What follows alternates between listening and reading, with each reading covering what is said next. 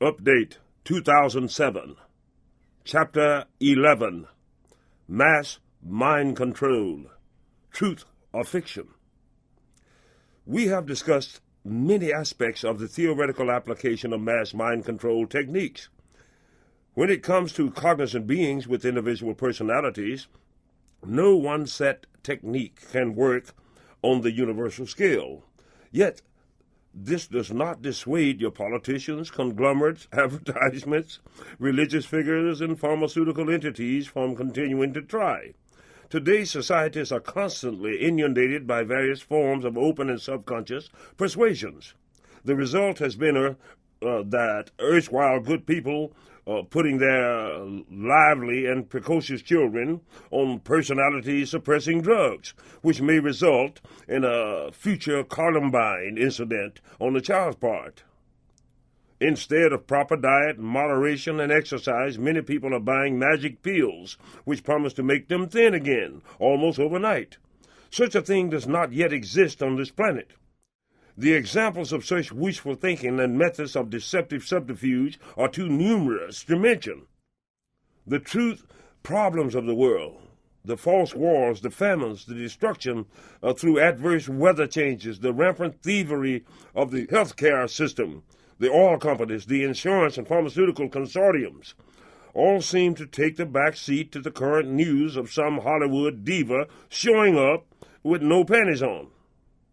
When we hear that another 5 young soldiers have been killed today, most of us don't give it a second thought. It is as if we have been afflicted with a kind of saturation apathy. This is a kind of media condition, if not engineered mind control over the masses. I must ask myself, how would I feel if my son or daughter were killed to satisfy some hidden oil greed agenda of a heartless conglomerate and sycophant politicians?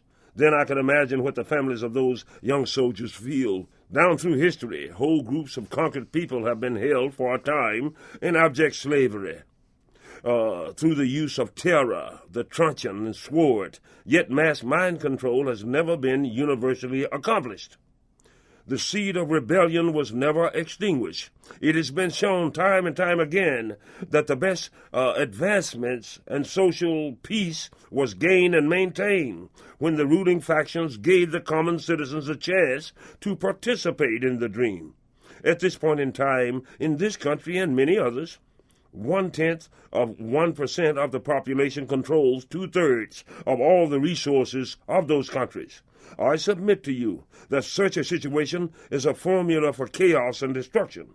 All of the great technological advancements of today will come to naught if the societies of the planet remains in chaos.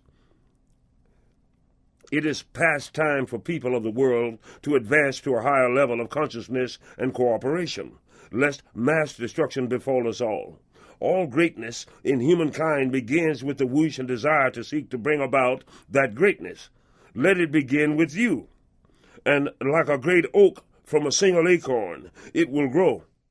Never give sway to hopelessness. Stick to your ethical guns and things will change.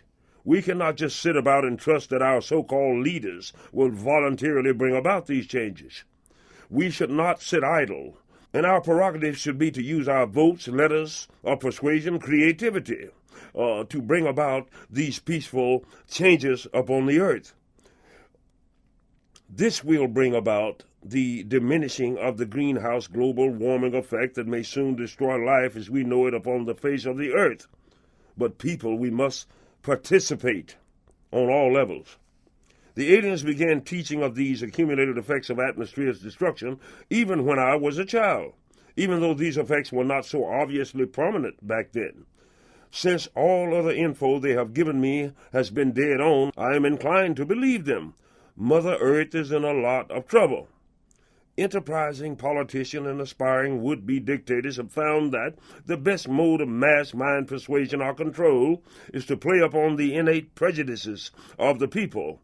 Nero blamed the Christians for all of Rome's ills. Hitler blamed the Jews for Germany's economic misfortunes. Before the Second World War, the Japanese were taught that the Chinese and other Pacific Rim people were less than human. American soldiers were told that the Japanese were little more than animals, and so on. During times of depression or war, the preconceived prejudices of the people can be played upon and utilized as a method of mass mind control. This same catalyst is being used even unto this day in various forms throughout the world. Racial, ethnic, and religious intolerance is very much alive today, and millions are still being murdered because of it. One would think that in the world of today, with its advanced technologies, intertwined economies, and mass communications, that a semblance of universal reason would by now have been accomplished. Quite the contrary. Instead of reason, the whole world has gone apeshit. All indications point to the conclusion that we are living in more perilous probabilities than ever before in the history of the earth. The aliens saw it coming 53 years ago and told me of these coming days. If I did not truly understand then, I definitely understand now. Yet our destruction is not written in stone, people. Thus I have come to warn you of these things, and also to tell you that we can change this probable destiny. Do not let your politicians and preachers think for you. Scrutinize, question, and think for yourselves. Only in this way do we stand a chance at a livable future. End of chapter 11. Chapter 12. Let's look at this thing objectively. Literally, millions of tons of deadly chemicals each year are released into the ecosystem and atmosphere of the planet Earth. And I'm referring only to those chemicals which are not biodegradable. As with all matter on this earth, these man-made killers will remain part of this earth. These chemicals will not go away or lie dormant indefinitely. Many of them have an active kill span of thousands of years. The active waste from the nuclear power plants must be stored somewhere, and the estimated lifespan of this deadly material is 29,000 years. There have been a half dozen nuclear generator accidents that have come to public notice, and there have been a dozen other nuclear accidents which have transpired worldwide that have never been known by the public and were hushed up by the authorities. The aliens have, of course, done a detailed analysis of all the Earth's nuclear power plants and stockpiles. Based upon the data accumulated in their computer banks, they project a 98% probability that we shall experience at least 6 meltdown accidents within the next 10 years, which will result in worldwide ecological and genetic damage. Their data shows them that even as I write these words, thousands of tons of deadly man-made chemicals are constantly contaminating the fresh water table of this planet. And if at this moment man ceased to further contaminate the water, it still would not prevent the genetic poisoning and outright deaths of tens of millions of humans, because the buildup of deadly chemicals already saturated in the soil will eventually leach through into the water table. Their computers tell them that the volume of fluorocarbons and hydrocarbons being released into the atmosphere will deplete the ozone layer of the planet to a potentially deadly level within the next 10 years. It should be noted that during the initial stages of the ozone danger, the people of color will fare much better under the onslaught of the deadly infrared rays of the sun. Then there is a terrible factor of the spread of infectious diseases which are running rampant through the human population. Everything from food preservatives to growth hormones in meats, animals, to fiberglass, to PCBs are contributing to this influx of new diseases. Also, numerous man-made chemical compounds are having a direct effect upon the lower forms of life and disrupting the ecological chain of the planet. Soon, we shall begin to experience plagues of rats, locusts, frogs, ticks, carrion infections, and unnatural insect migration and infestations. The oceans, after having been literally saturated with millions of tons of non-biodegradable toxins and other waste, shall start to regurgitate these pollutants up on the beaches of the planet. An assessment of oil tankers and other chemical transport containers has caused the aliens to estimate that we will experience at least 20 oil spills and chemical plant disasters a year henceforth. At the rate at which the tropical rainforests are being destroyed, the Earth's atmosphere will undergo drastic alteration within the next decade. The constant runoff of agri-chemicals and insecticides into the freshwater arteries of the world literally assures the slow poisoning and the genetic damaging of millions of children yet unconceived. In 1987, industries reported the dumping of 18 billion pounds of deadly chemicals into the ecosystem, but the aliens placed the estimated poundage at 180 billion pounds of such chemicals. And this volume is compounded yearly. If you think of the Earth as being a giant sponge, then you can understand that the planet had reached the saturation point and is swiftly becoming one great poison pellet, which is well on the way to being rendered unfit for human habitation. At present, the medical authorities estimate that the AIDS virus antibodies are being carried by about 1 million people worldwide. But the aliens inform me that the true number is approximately 100 million carriers, and that figure is growing daily. The white man used the smallpox virus to wipe out whole tribes of Plains Indians because they possessed no natural biological defense against the virus. The AIDS virus presents humanity with the factor of universal genocide because at this point no known racial group has a natural biological defense against the virus in its many forms. According to the alien Tan, the AIDS virus can be combated using tincture of quinine and also certain genetic properties possessed by a fish called the Moses sole, which is found in the Red Sea.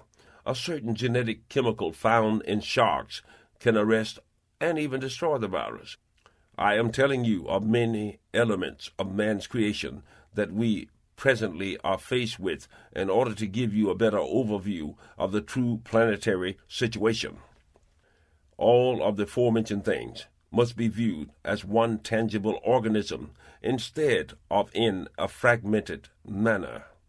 By the laws of physics, the sum total of matter cannot be added to or subtracted from. It can only be refined, concentrated, altered, or reformed.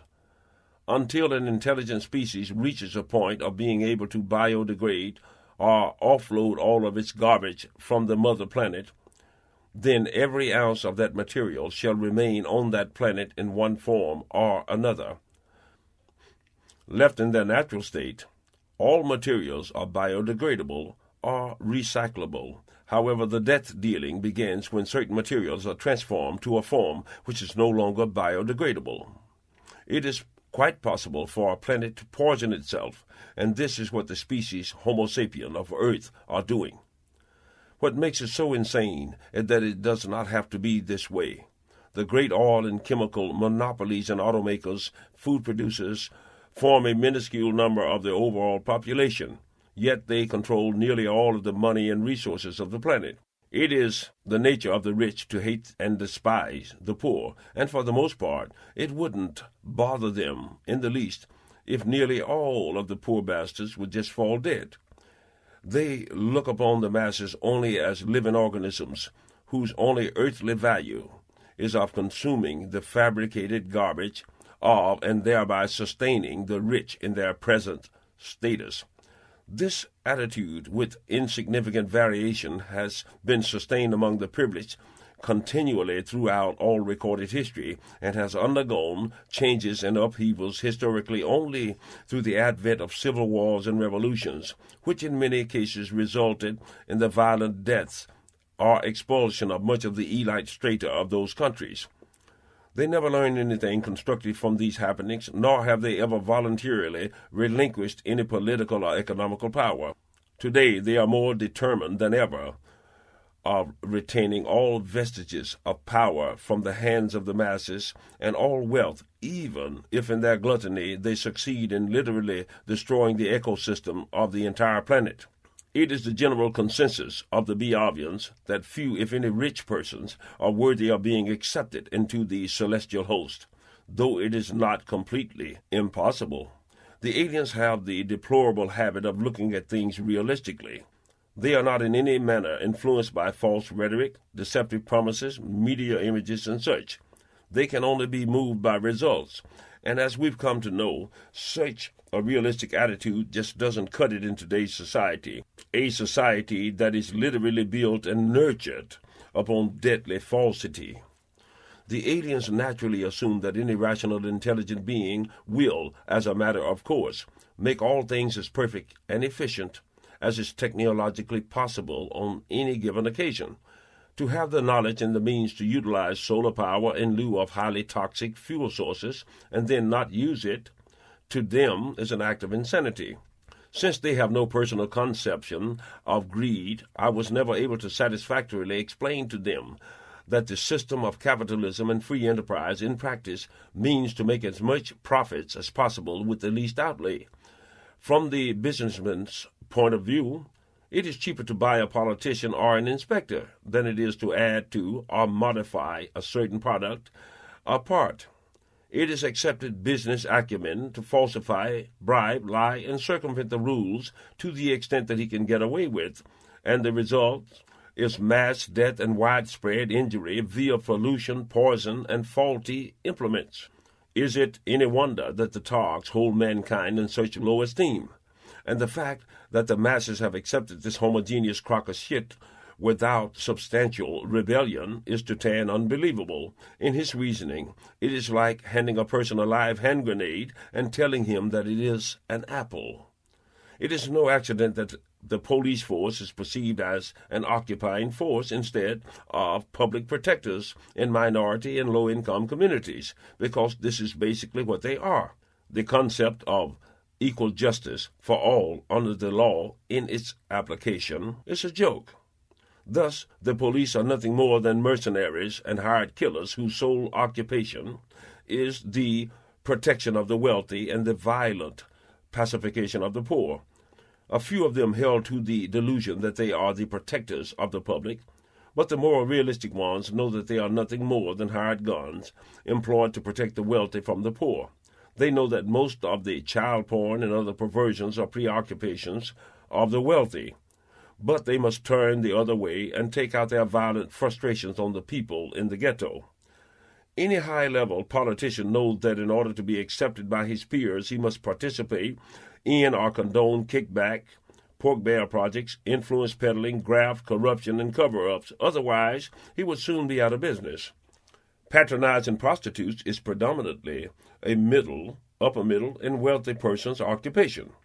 If the prostitutes had to depend upon the males and females of the ghetto to make a living, they would be forced out of business. So their customers are the ones who will sit on the jury that condemns them. This rampant, almost demonic hypocrisy among humans is not lost upon the aliens. On the other hand, most humans would probably find it difficult to accept and embrace the be-obvious, no-nonsense approach to life.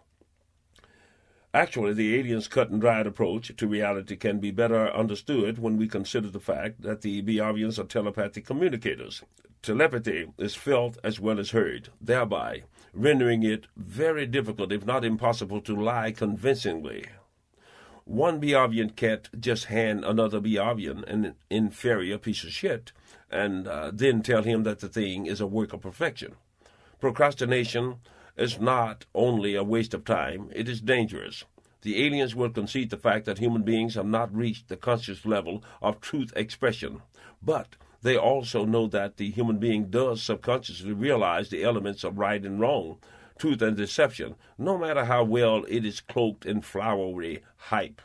Therefore, they refuse to excuse humanity's preoccupation with universal misinformation and self-delusion. In other words, the wrongdoer who says, "I didn't know what I was doing," is simply compounding a willful lie. On the whole, we, the human race, are trooping like lambs to the slaughter, while the way to greatness and righteousness is so plain that a blind man can't miss it. Once the extraterrestrials led us out of the primordial cycle common to lower animals so that we came to understand the meaning of good and evil, right and wrong, we were granted the autonomous power to control the direction of our own destinies.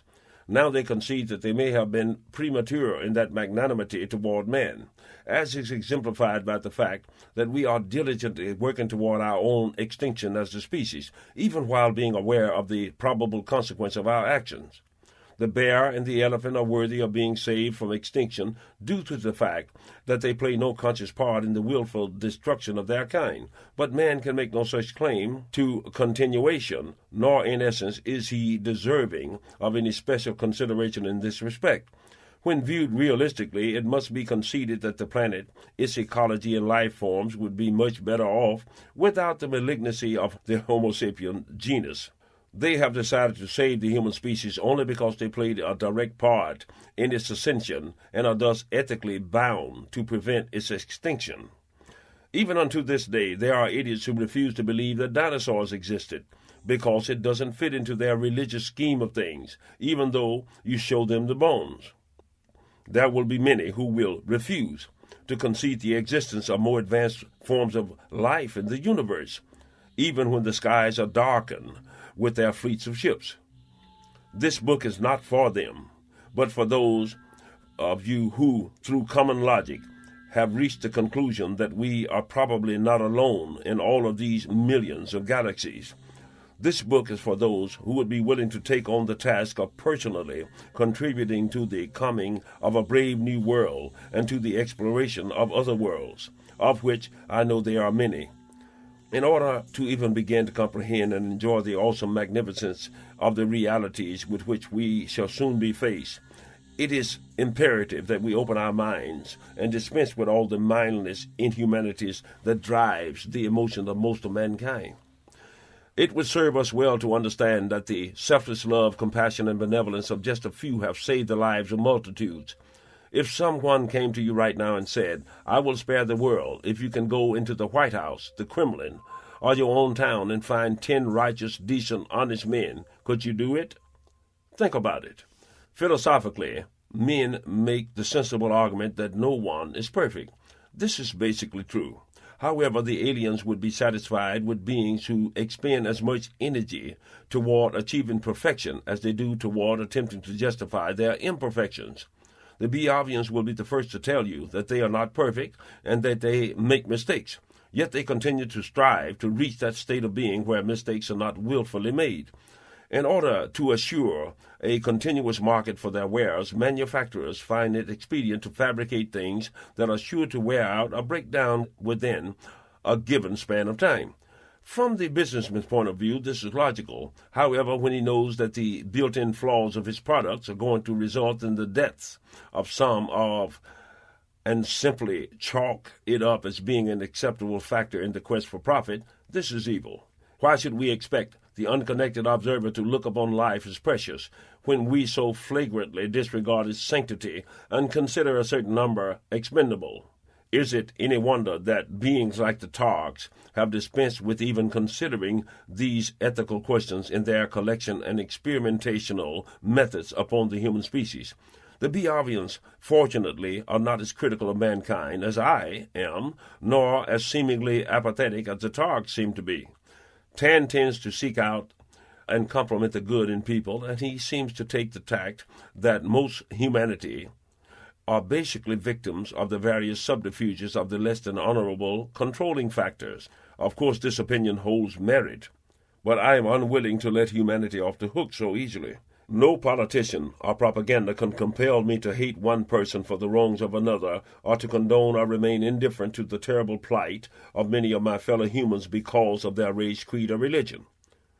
He who politically supports the slave master is no less guilty of that inhumanity. Thus we are all guilty by virtue of association or indifference. Tan believes that he will succeed in culling from the masses the great number necessary to assure a higher level of human continua.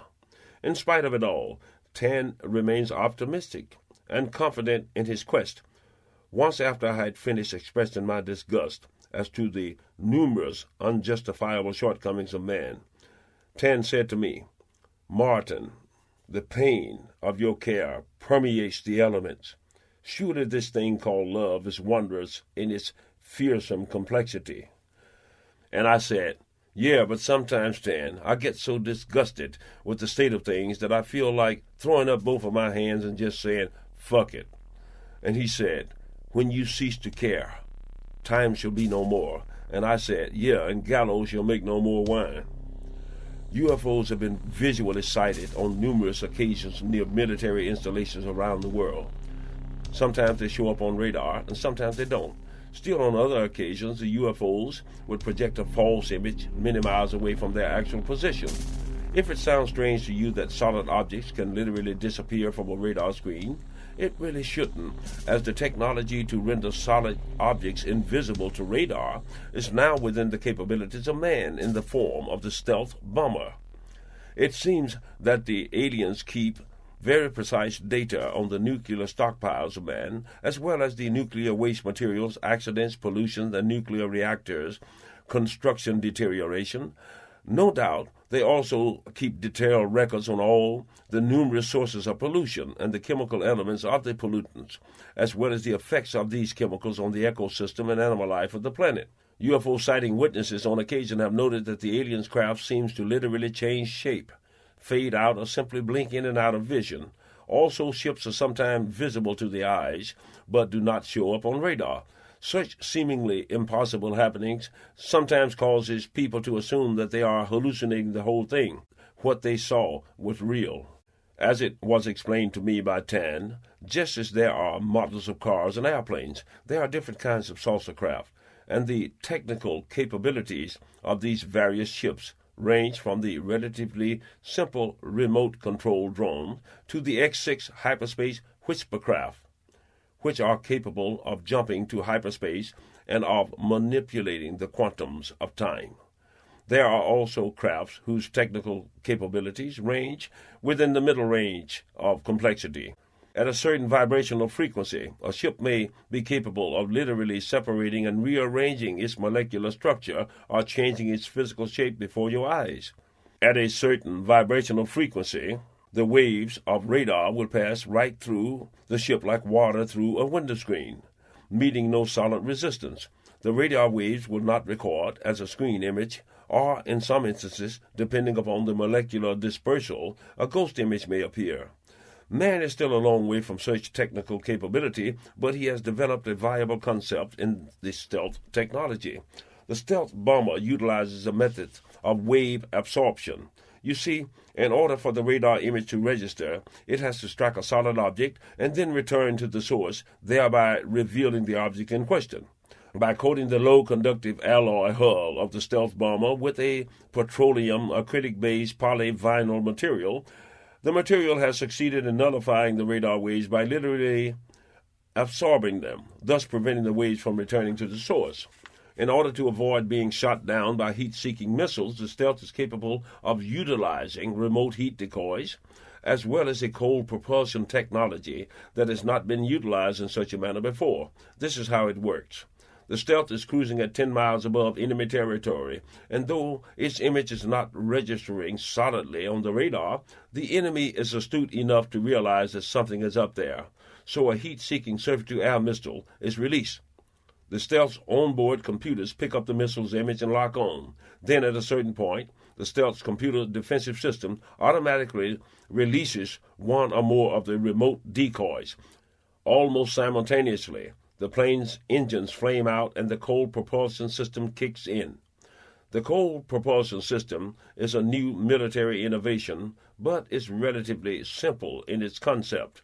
Think of a bottle of cold beer that has a teeny hole in the cap. Shake the bottle vigorously and watch the liquid spew forth through the little hole.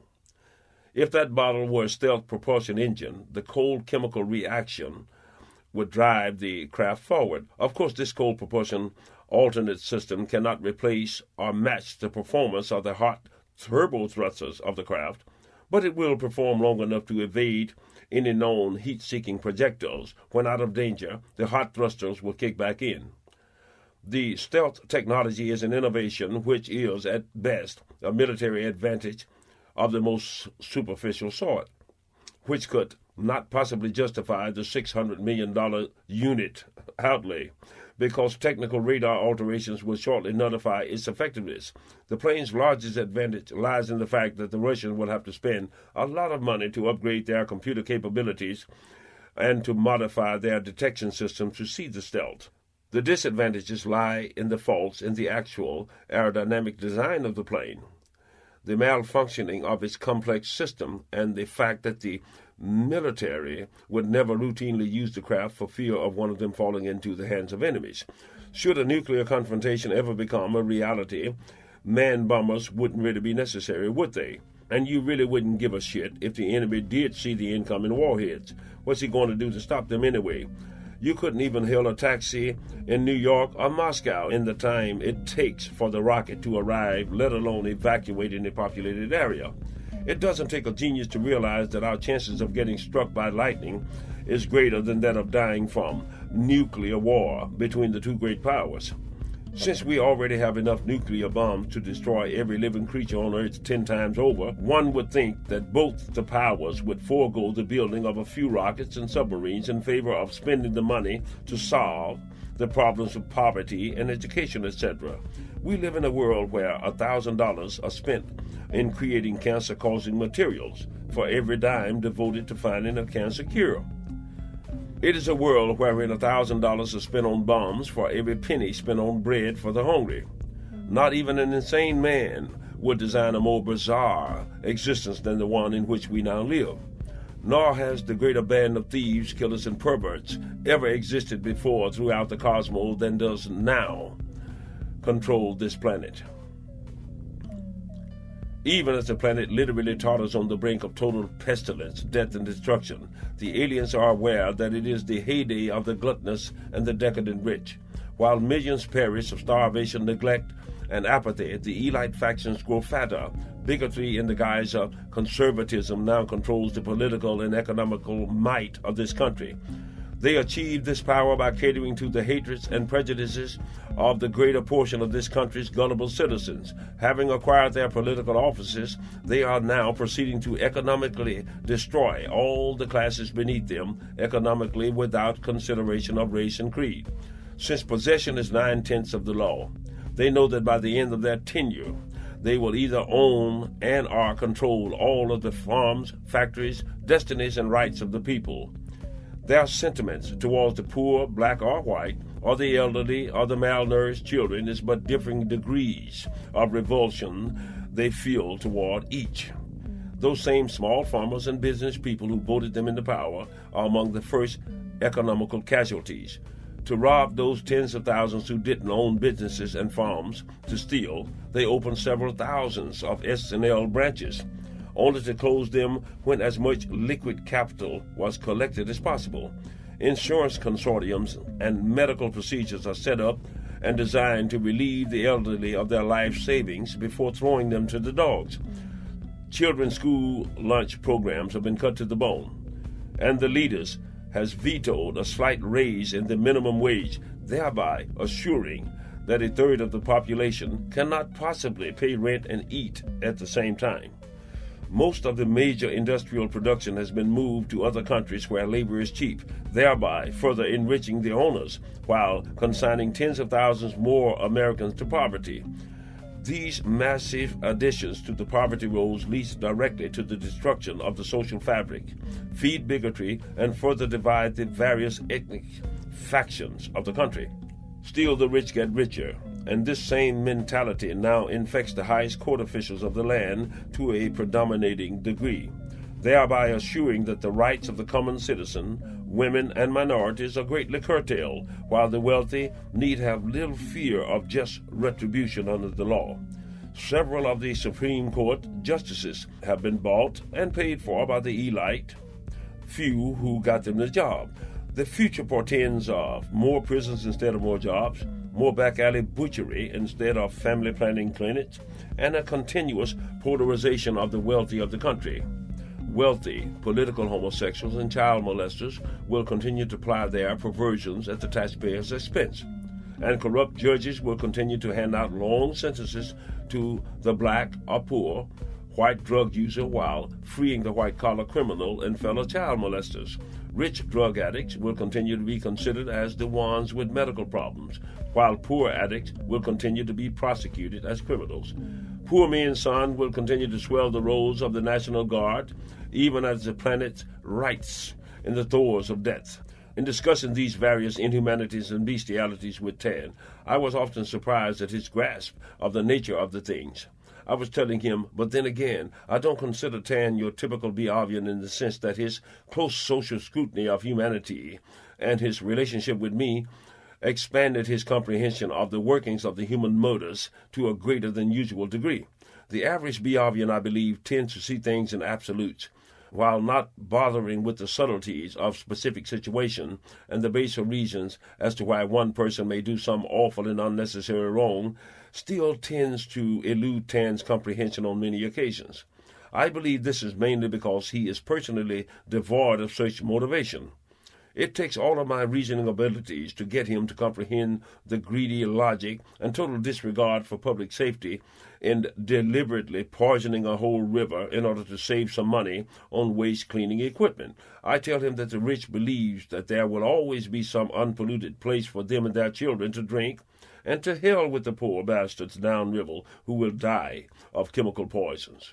Tan and I sat and talked for many hours on the general state of things on the earth, and the picture from any angle looks bleak indeed.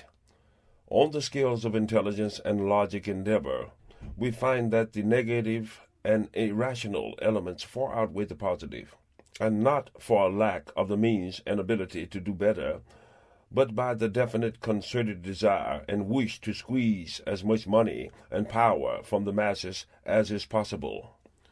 At this demonic preoccupation, the rich, tyrannical, and dictatorial elements among humanity have been very successful, so much so until they have reached the most elevated height of maggot-infected power, planet-wise, than has ever before been known, feeding upon the pulsing masses like giant, iridescent blowflies, and enforcing their omnipotence with psychotic, subservient police, rear-sucking politicians, and bigoted judges.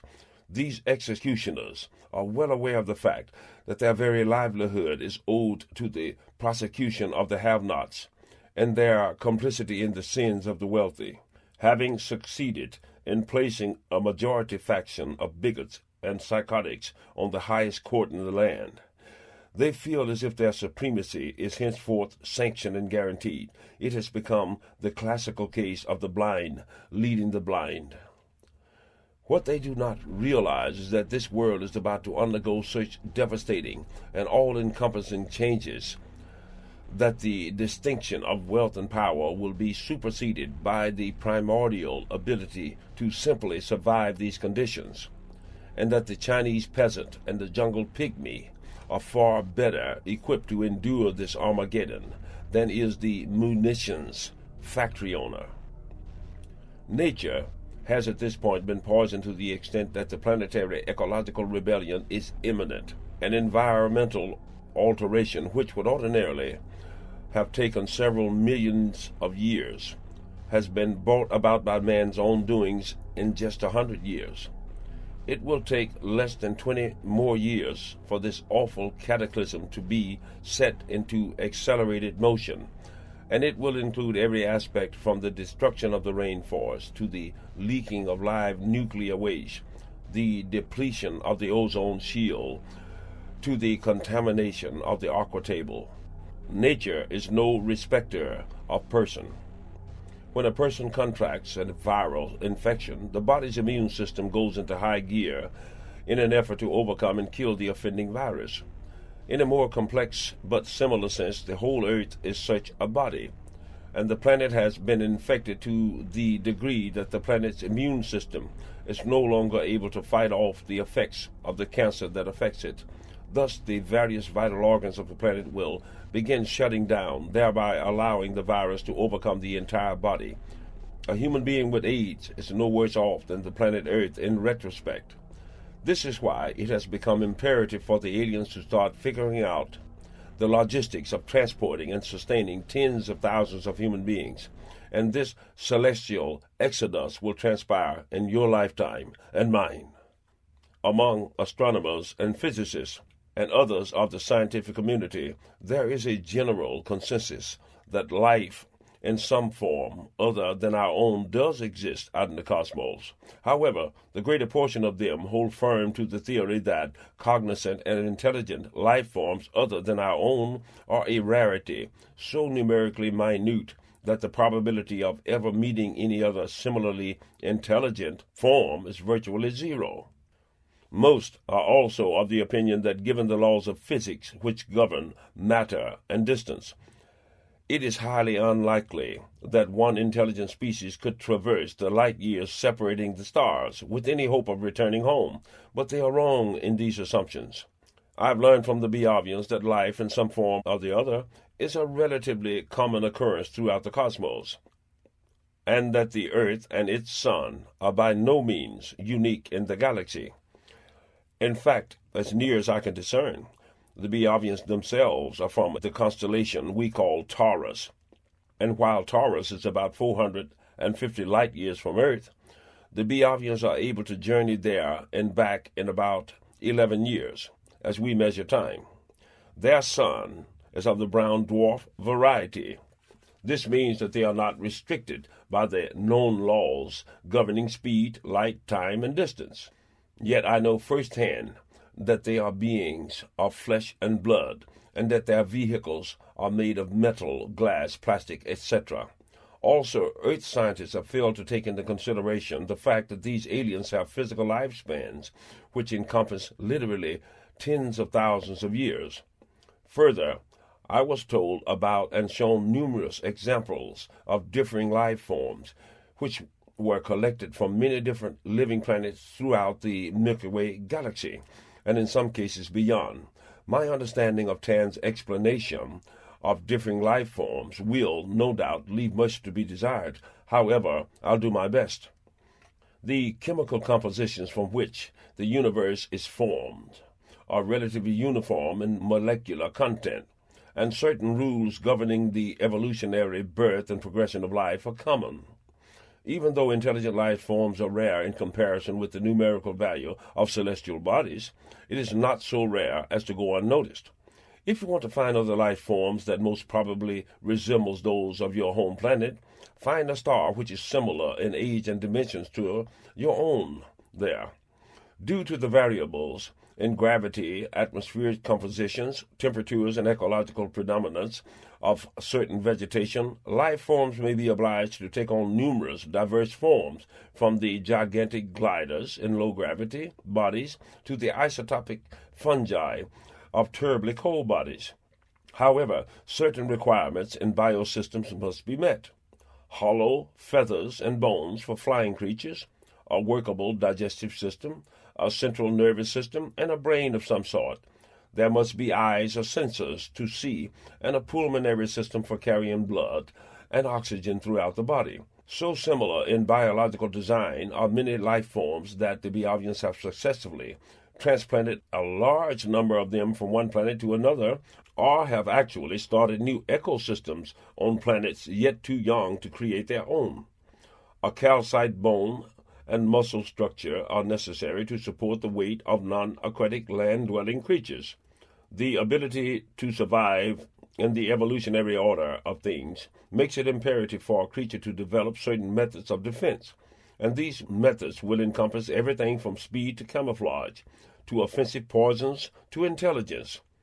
On those planets where the predatory creatures are more abundant, the factor of Homo sapien-like intelligence is more likely to arise, while on those planets devoid of many physical dangers, the necessity of higher animal intelligence may never become an imperative factor.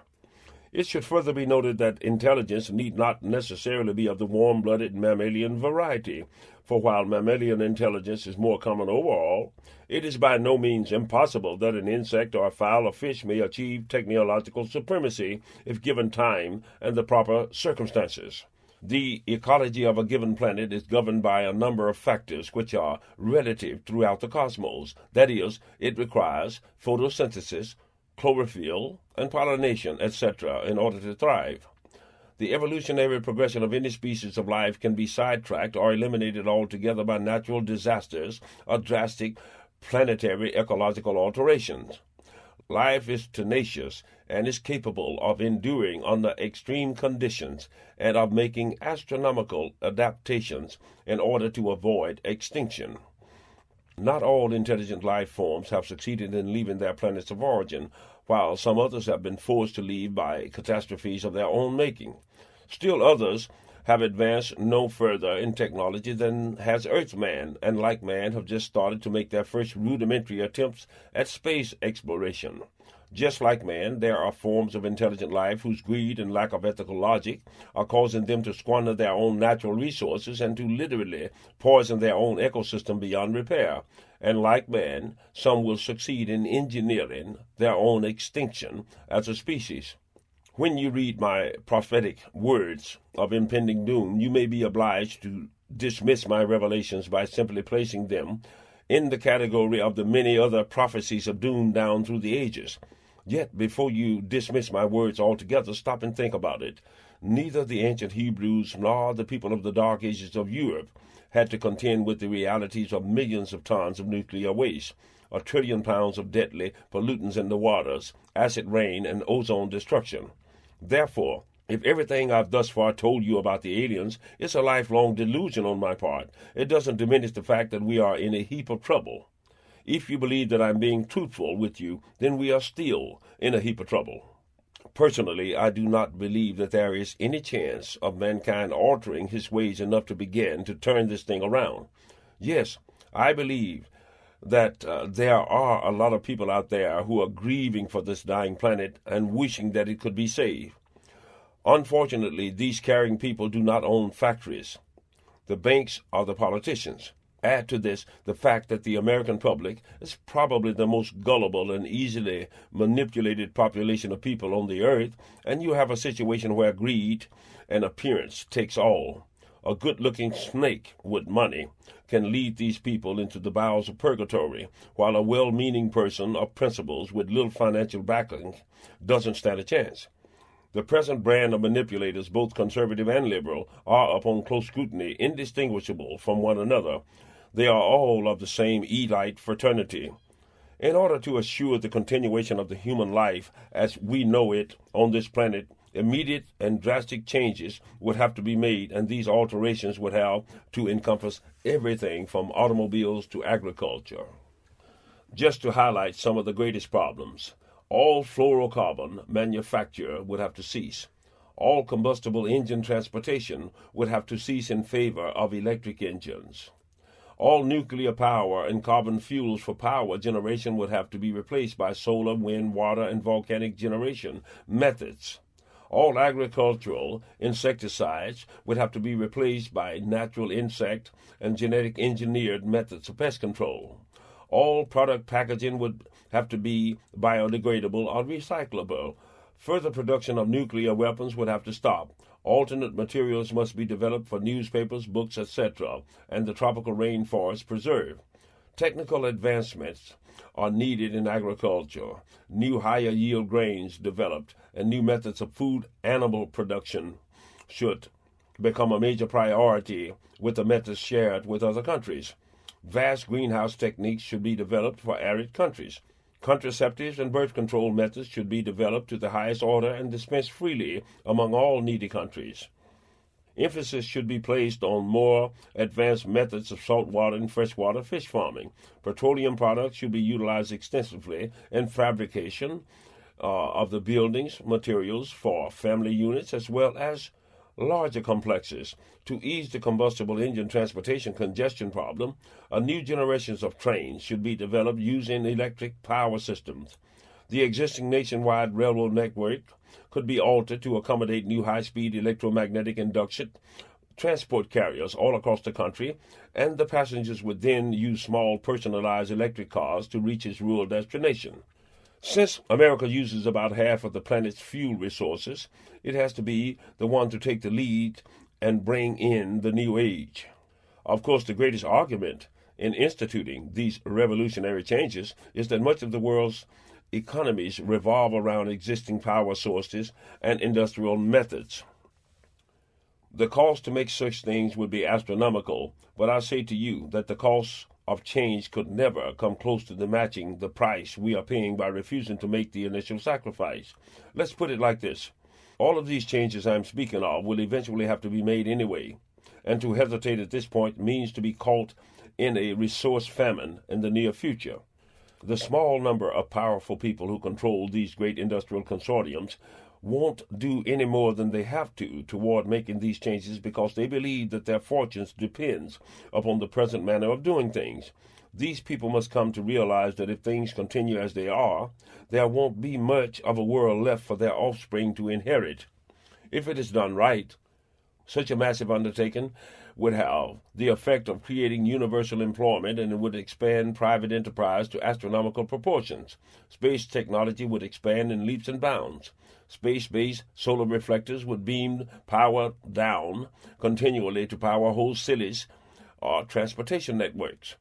Every flowing river and the wave motion of the lakes and oceans could be utilized to generate electricity. Fiber optic technology, if utilized extensively, would greatly enhance all manners of electronic communications and supply systems.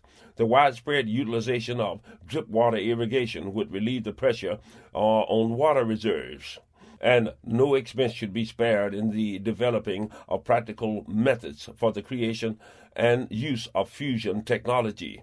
Small manufacturers and home industries should come back into vogue with the production of various components controlled by centralized computers.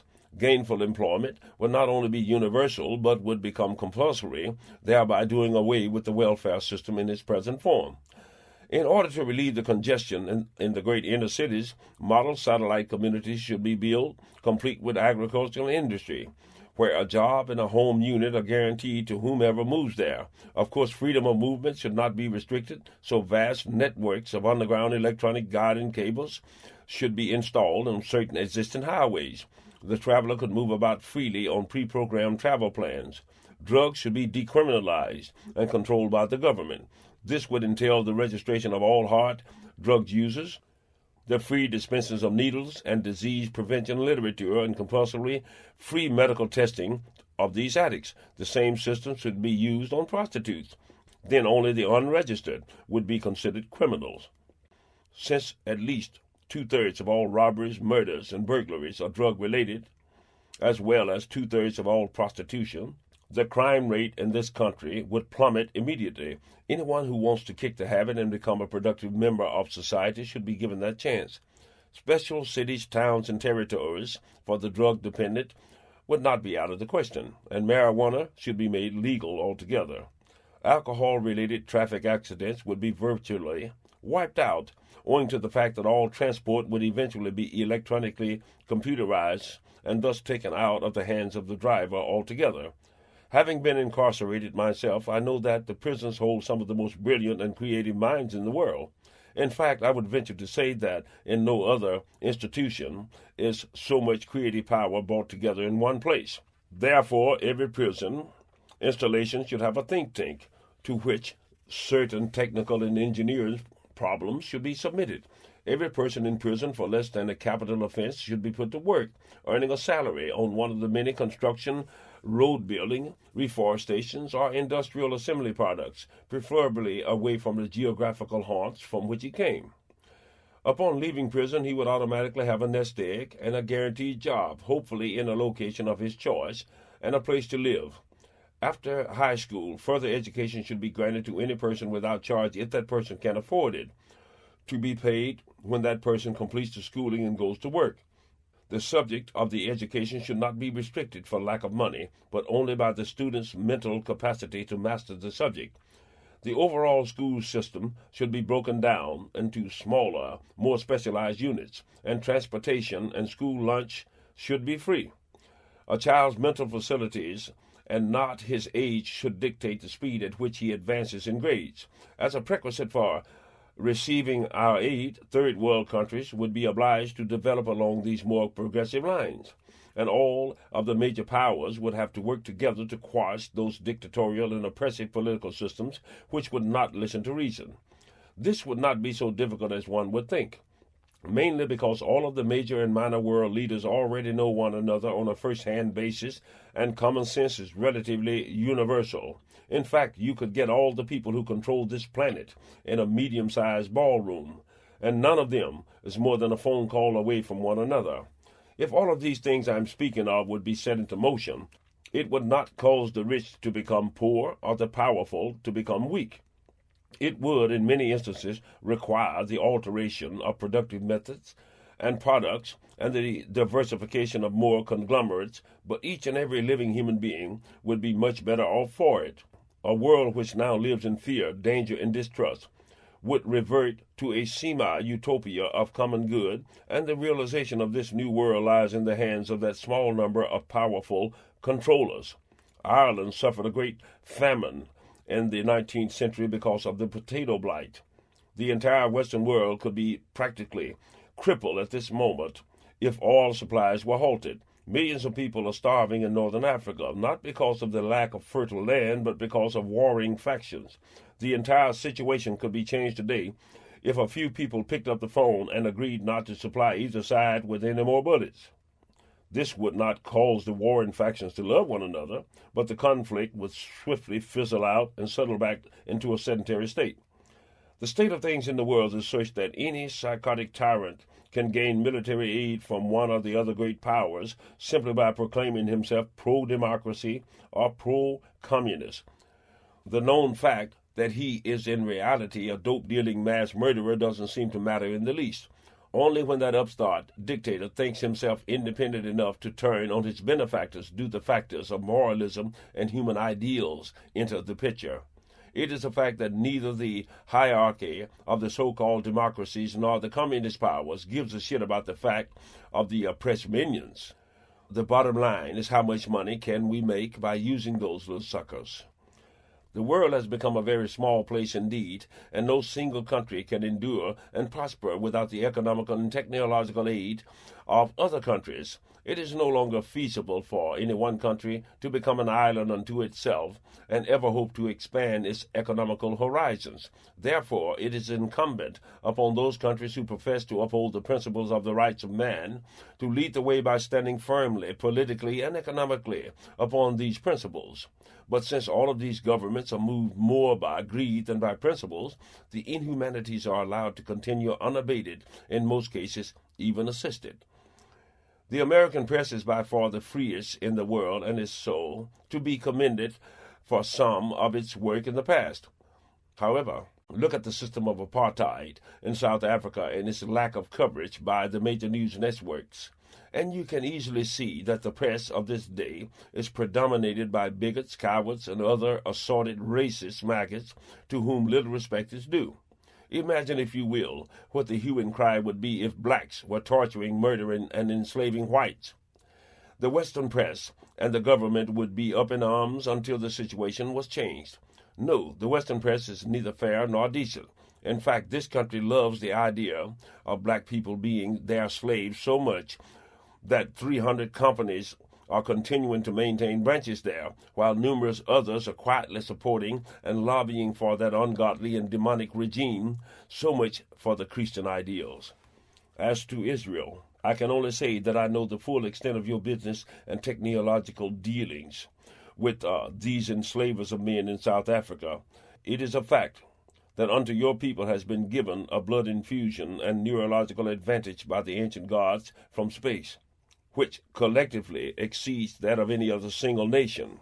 But in your insatiable quest for gold and emeralds, you have cast aside the ethical principles of your forefathers and given unto the South Africans the seed of nuclear knowledge, which will ultimately be used against you in a roundabout way, because his dormant hatred of you is as great as that he holds for the blacks. You continue to build warplanes and weapons with him, to purchase his precious metals and agricultural products, and to remain mute in the face of all his bestialities and inhumanities toward the blacks. You smile, drink, and kowtow to the same Nazis who gleefully sent millions of your brothers, sisters, and children to the gas chambers. You have come to feel that you are invincible. But you should never forget that, with the exception of some black men, All of the white and colored races of this earth lay in wait for the opportunity to rend you asunder. Look back upon your history, lest you forget the nature of the beast you now embraced. I can tell you that in spite of these transgressions, the aliens still look upon your people as the most stable example of logic and human decency historically upon this planet, and that a certain number will be chosen to journey to the new world. The promised land you speak of in the end will not be there among your enemies who hate you, but in a place out there beyond the stars. There will always be those who will refuse to believe that there are other intelligent beings out there, and they have played such a prominent part in the historical ascension of man. But the rational thinkers among us, who are really the ones who matter, will stop and add up all the evidence, the sightings, the photographs, the physical evidence, and the testimony of many people, including myself, and come to the only conclusion possible, that surely there are other life forms in the vastness of the universe.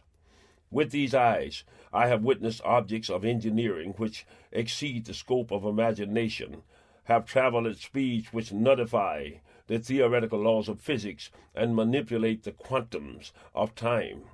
With these hands I have touched the very skin of beings who, should they proclaim it so, would be accepted as gods, even by me. I have smelled their odor, supped of their food, and given up the procreation seed unto their females.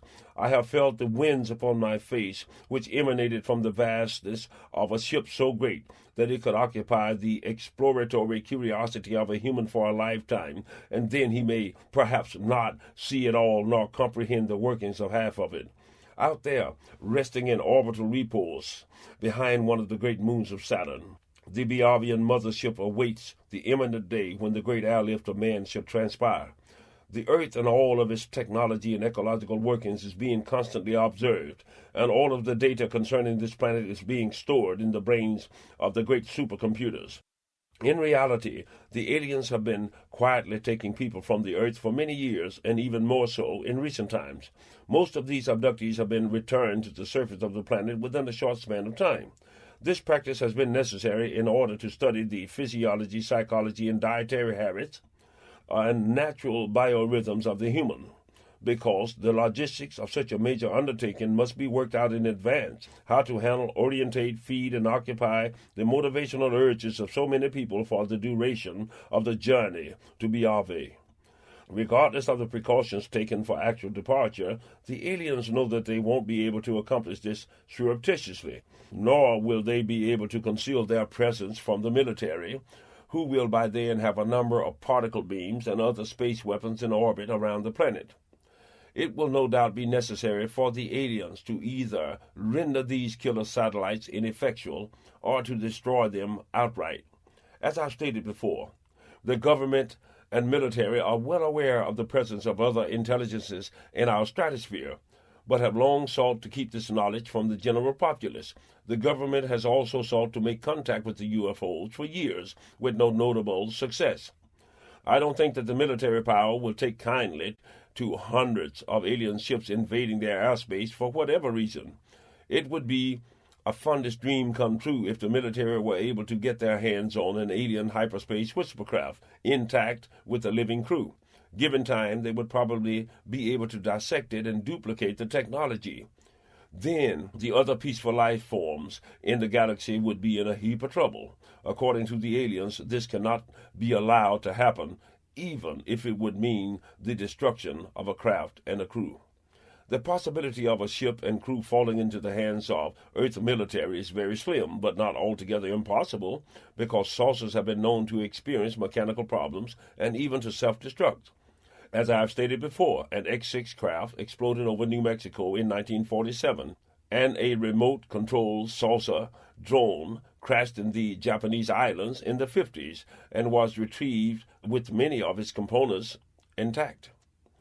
It was a simple bit of alien technology, but it was of momentous technological importance to man and gave him a schematic base for the age of microelectronics. It has taken Western man only a few years to have made a quantum leap in the field of electronics. By having successfully miniaturized electrical components, he has achieved a momentous step in preparation for deep space exploration. Now only one thing holds him short of realizing that dream, and that is the creation of a practical, long-lasting, self-perpetuating power source to drive his space vehicles. If and when man invents a practical method of containing and utilizing fusion power and propulsion, there is truly no limit to what he could and would accomplish. Out of fusion technology would come a host of new scientific applications, which have heretofore been thought impossible, and a totally new vista of scientific endeavor would open up to him. At this point, the world's power and much of its economy is run on fossil and fissional fuel, and these powerful monopolies have thus far been able to suppress and control any power technology to the contrary.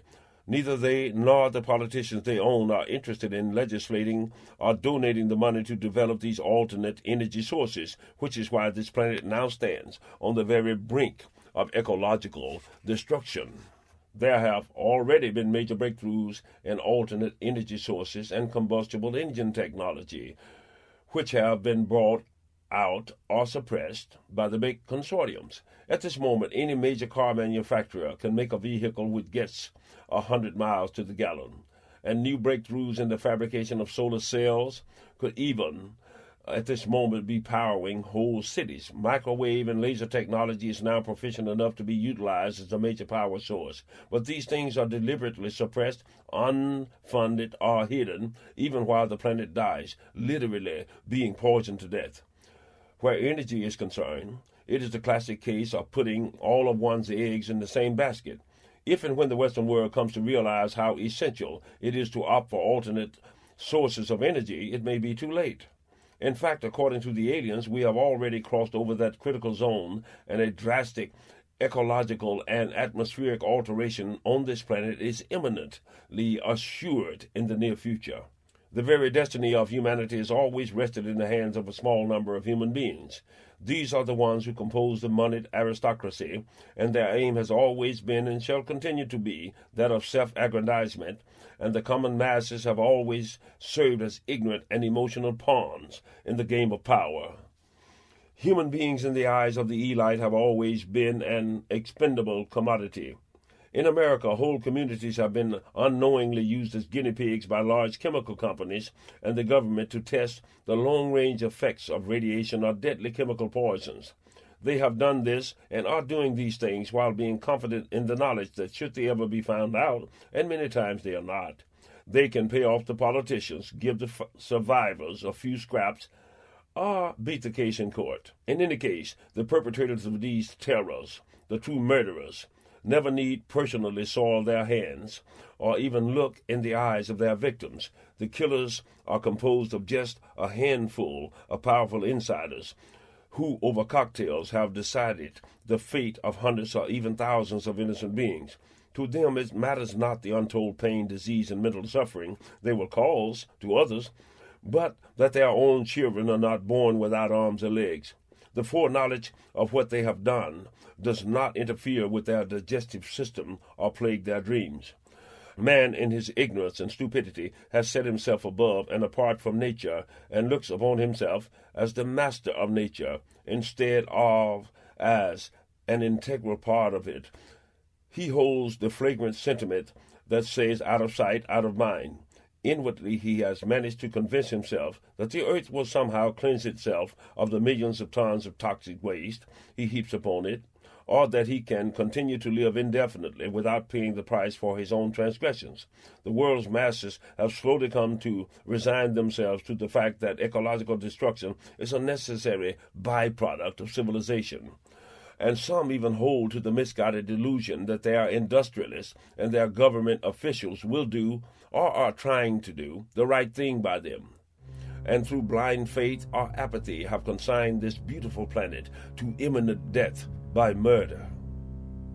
The leading politicians have publicly promised to spare no expense in putting man in permanent space stations on the moon and on Mars, and this dream is neither unreasonable nor impossible. Such an undertaking hardly seems practical when you consider that these same politicians don't seem to be able to get the homeless people off the streets, or the unemployed decent or even indecent jobs. To flagrantly spend $1 trillion to put men on Mars and then oppose a rudimentary raise in the minimum wage, We can gloat over being the first humans to physically collect rocks on Mars, while our children maintain the literacy rate somewhere between a ground slug and a chimpanzee.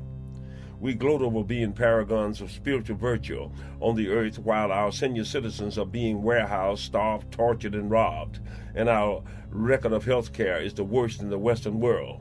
Red China, whose population is 4 times that of America, and whose economy is only a third of ours, still manages to feed and house its entire population.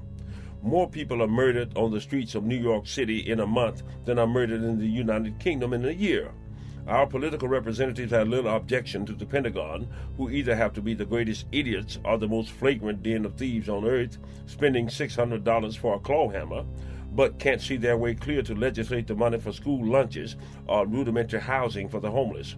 The President has called upon the charities and churches to take up the responsibility of assisting the poor and the homeless, the same charities who spent 4 cents or less on each dollar collected for the purposes intended, and the same preachers who can hardly find the revenues to pay off their kept prostitutes or to air condition their doghouses. It's enough to make a God-fearing, born-again preacher kick the door of his limousine. Wouldn't it be nice if the President would suddenly announce that he has decided to build just 18 instead of 20 stealth bombers, and will use the $1,200,000,000 savings to house the homeless and create jobs for the unemployed?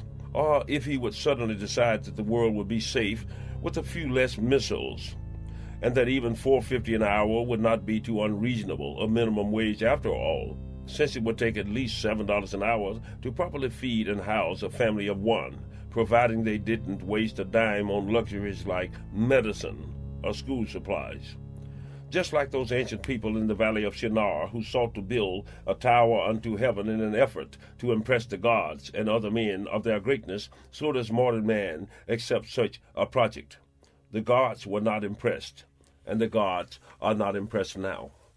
Man has always sought a shortcut unto greatness and omnipotence, but no alien in his right mind is deceived even for a moment as to the true nature of man, and the factor of accepting him as an equal into the celestial host has not been considered. Why?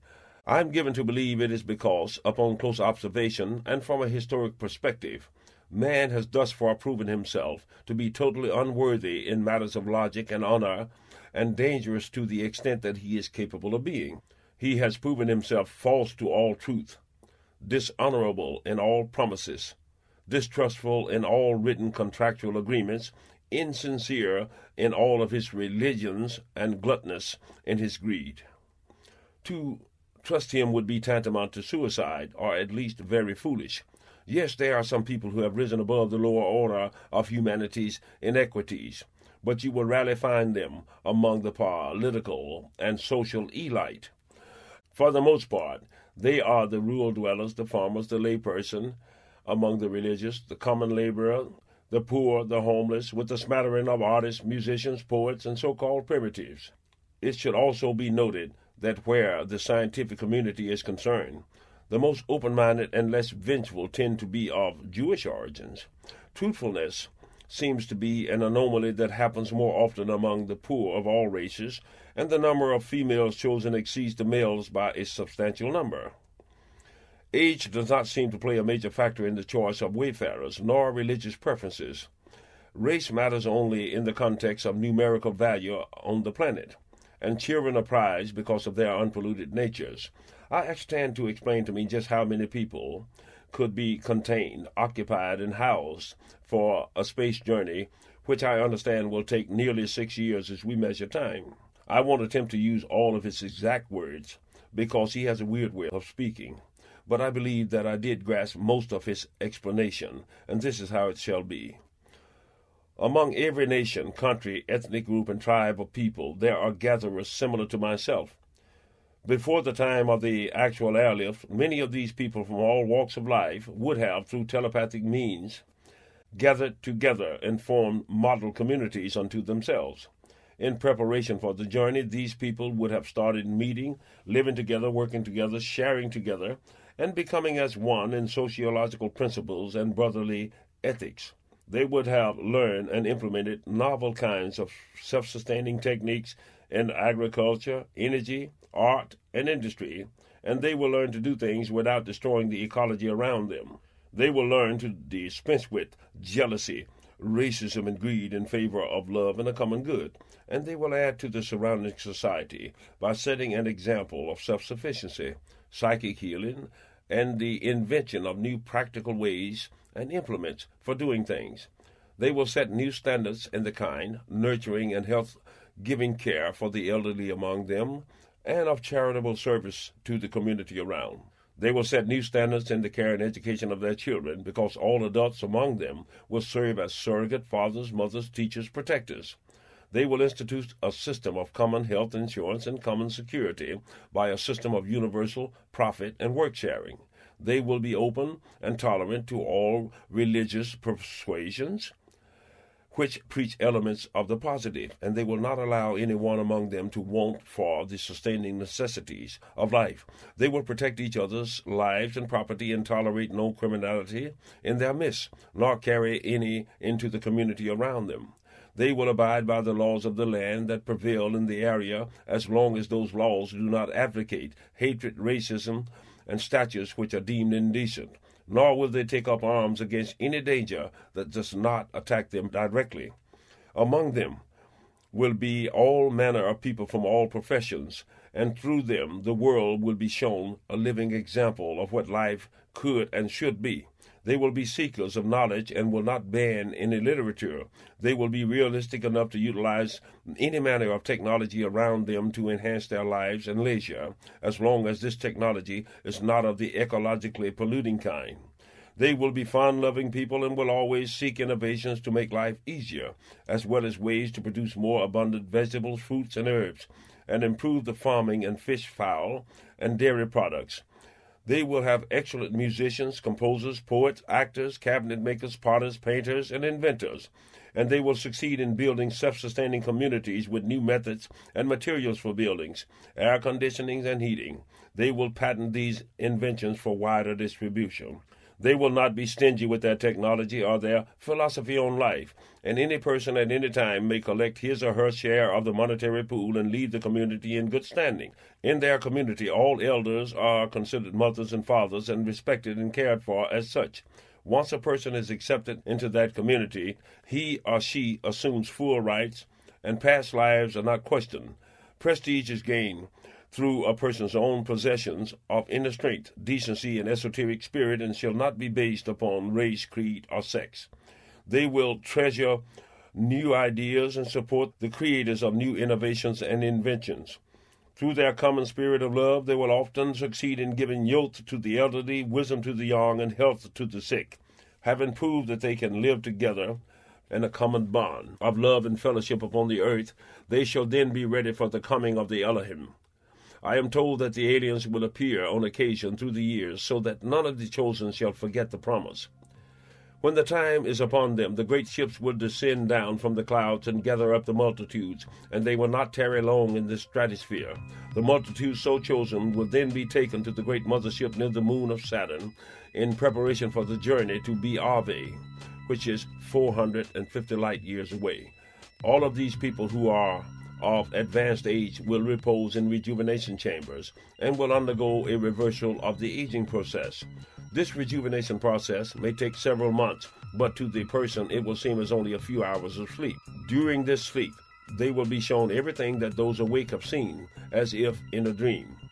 Those who remain awake will follow a regimen which appears to them to fit their sleep cycles on earth. However, when they lay down for the night, their naps may encompass 10 or 12 days. To occupy their time, they will have all of the amenities of earth: games, showers, televisions, gymnasium, and a nice variety of foods. They will be shown vid-screen scenes of other worlds, as well as the planet Be-Ave.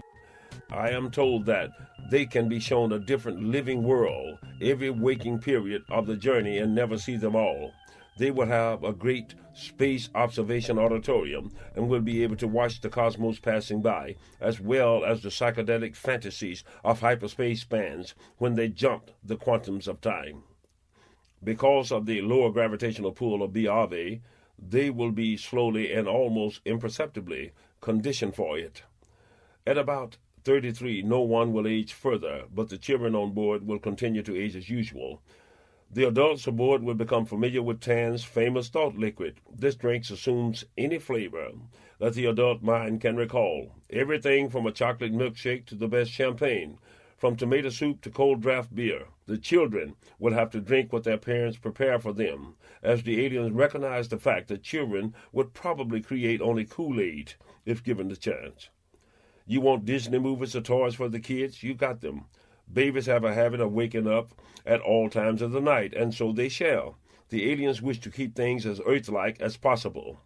There will be some things which are not common on Earth, like levitating beds and weightless rooms, which the kids will no doubt find immensely enjoyable. There will be dream recorders so that a person can rerun their dreams and ultimately learn to control them. The Earthlings won't be allowed the free run of the entire ship. They will have a few full-blooded Biavians and hybrids among them, so as to familiarize them with their sponsors. They will have an opportunity to sample many kinds of fruits and nuts which are native of Biave, and also shown the true part that the aliens have played in the history of man. The children, no doubt, will enjoy watching actual footage of real dinosaurs, or being entertained by a circus of robot animals and silly clowns. There should be more than enough diversions and amusements to occupy the people for the duration of their journey to the stars. They will be able to make mind music and to worship in the all-faith temple. Many men and women shall meet for the first time aboard the great mothership and become friends and lovers. Language deciphering machines will immediately translate every known language into your own or vice versa for the benefit of the many different linguistic groups aboard. Just put on the headphones, and you can understand Chinese, Greek, Spanish, etc. The technology enables one person to speak to an entire auditorium of people of different languages and be understood. One thing must be understood. Once a person is aboard the great mothership, there can be no turning back. If the longing for home becomes unbearable, that person can choose to sleep for the duration of the journey. To them, it would seem just like a single night's rest. Once on the planet Biave, it will be at least 1,000 years before any humans are returned to the Earth. But remember that you won't age beyond the mid-30s during that time span. I have no doubt that some great human minds would have created drugs which will prolong human life once they return to Earth. However, I am told that once back on Earth, the humans will begin to age again, probably at a slower rate, but still they will age. The Biavians are of the opinion that these long-lived Earthlings will advance to great psychological and technological levels during that 1,000 years and reach a level of awareness that will place them on the level with the Celestials. They will be the inheritors of the great new world. Of the ones who are left behind, will they survive in part or all perish? What will the wayfarers find in other humans when they return? I cannot say, and Tan has not seen fit to tell me, but I do know that the returning number will be far greater than the number that originally left due to new births. Just what will be the true extent of the new man's developed neurological powers, I can only speculate. I would think that he would have developed the power of telepathy and telekinetic levitation as well as far greater mathematical and other scientific as well as philosophical attributes. Heed well these words, and get ready for the coming of the sojourners. Be prepared for the coming of Tan. The aliens finds it almost impossible to comprehend these political and gluttonous factors, probably because they are not afflicted with the elements of monetary greed and political intrigue. On Biave, you actually have to know what you are doing in order to be allowed to do it. At this moment, there is enough nuclear bomb throw weight to kill all life on the planet 10 times over. So why continue to add more bombs to this multiple absolute? When I start to explain to Tan that tens of thousands of jobs connected with the arms industry, the rampant bribery, national paranoia, etc., I generally lose him somewhere between the $200 Pentagon light bulb and the pork barrel contract. In his mind, these things are eminently lethal to the human species. The fissional materials in their dormant form literally guarantees so many millions of birth defects. deaths by cancer, and permanent ecological pollution, even under the safest precautions that man has yet devised. So the continued expansion of the nuclear stockpile on Earth, for whatever reason, escapes his understanding and does not fit into the theoretical scope of logic. Suicide by greed transcends the elements of sanity. The deliberate destruction of a planet's ecology for monetary gain does not compute. Do we have another unpolluted planet to flee to in order to spend and enjoy our ill-gotten fortunes? To me, the ruling and elite quotient of man is most contemptible. To the aliens, he is simply interesting and strange. Unlike man, the Biavians hold no illusions as to his niche in the genesis of life in the universe. He does not consider himself a god, nor does he consider himself the only keeper of the true faith or the possessor of all knowledge. Quite the contrary. The Biavian is quick to point out his own shortcomings and his limitations. Many of the mistakes that man is now making parallel some of his own historical actions on a smaller, more bizarre scale. The Biavians, as I understand it, were never ones to do unnecessary things in war or peace. When they vanquished an enemy, they didn't bear grudges or allow the defeated to starve. Except for military weapons, they always helped the former enemies to regain self-sufficiency. They never militarily occupied a vanquished country. Instead, they sent in physicians, engineers, agriculturists, etc., a kind of interplanetary peace corps. And in this manner they succeeded in pacifying and making allies of their former enemies. Social and religious customs were respected, and trade commerce was established. Furthermore, they gave their former enemies their protection. The scientific quest to improve and purify existing methods has always been of the utmost importance to the Biavians. On Biave, you cannot buy the political influence to poison the environment or knowingly market a product that is dangerous to the health of the populace. In concept, the Biavians' way of life is not too far different from our concept of democracy. The great differences lay in the application of that concept. While we may find excitement in football, water skiing, and movies, the Biavians tend to find excitement in the quest for knowledge or something new. The human being can be entertained continuously by watching new movies or by climbing the same mountain. But a Biavian is not amused by repetition and will seek to experience that which has not been experienced before. Perhaps this is why he is not tired of observing mankind, because man is always springing something new and unanticipated on him. The fact that much of it is, in essence, dumb shit only adds to the fascination. You see, he knows what the ant, the fish, bird, or bear will do in a given lifespan without notable variation, but the same cannot be said of the human creature. Thus, the continued interest. Man is so diverse in his religious customs and habits that no common models can be attributed to him. As he grows stronger technologically, his social and religious actions and reactions become more pathological and frenzied. The very fabric of the so-called civilized society will undergo drastic upheavals, disillusion, and chaotic transitions, the likes of which has not been seen before.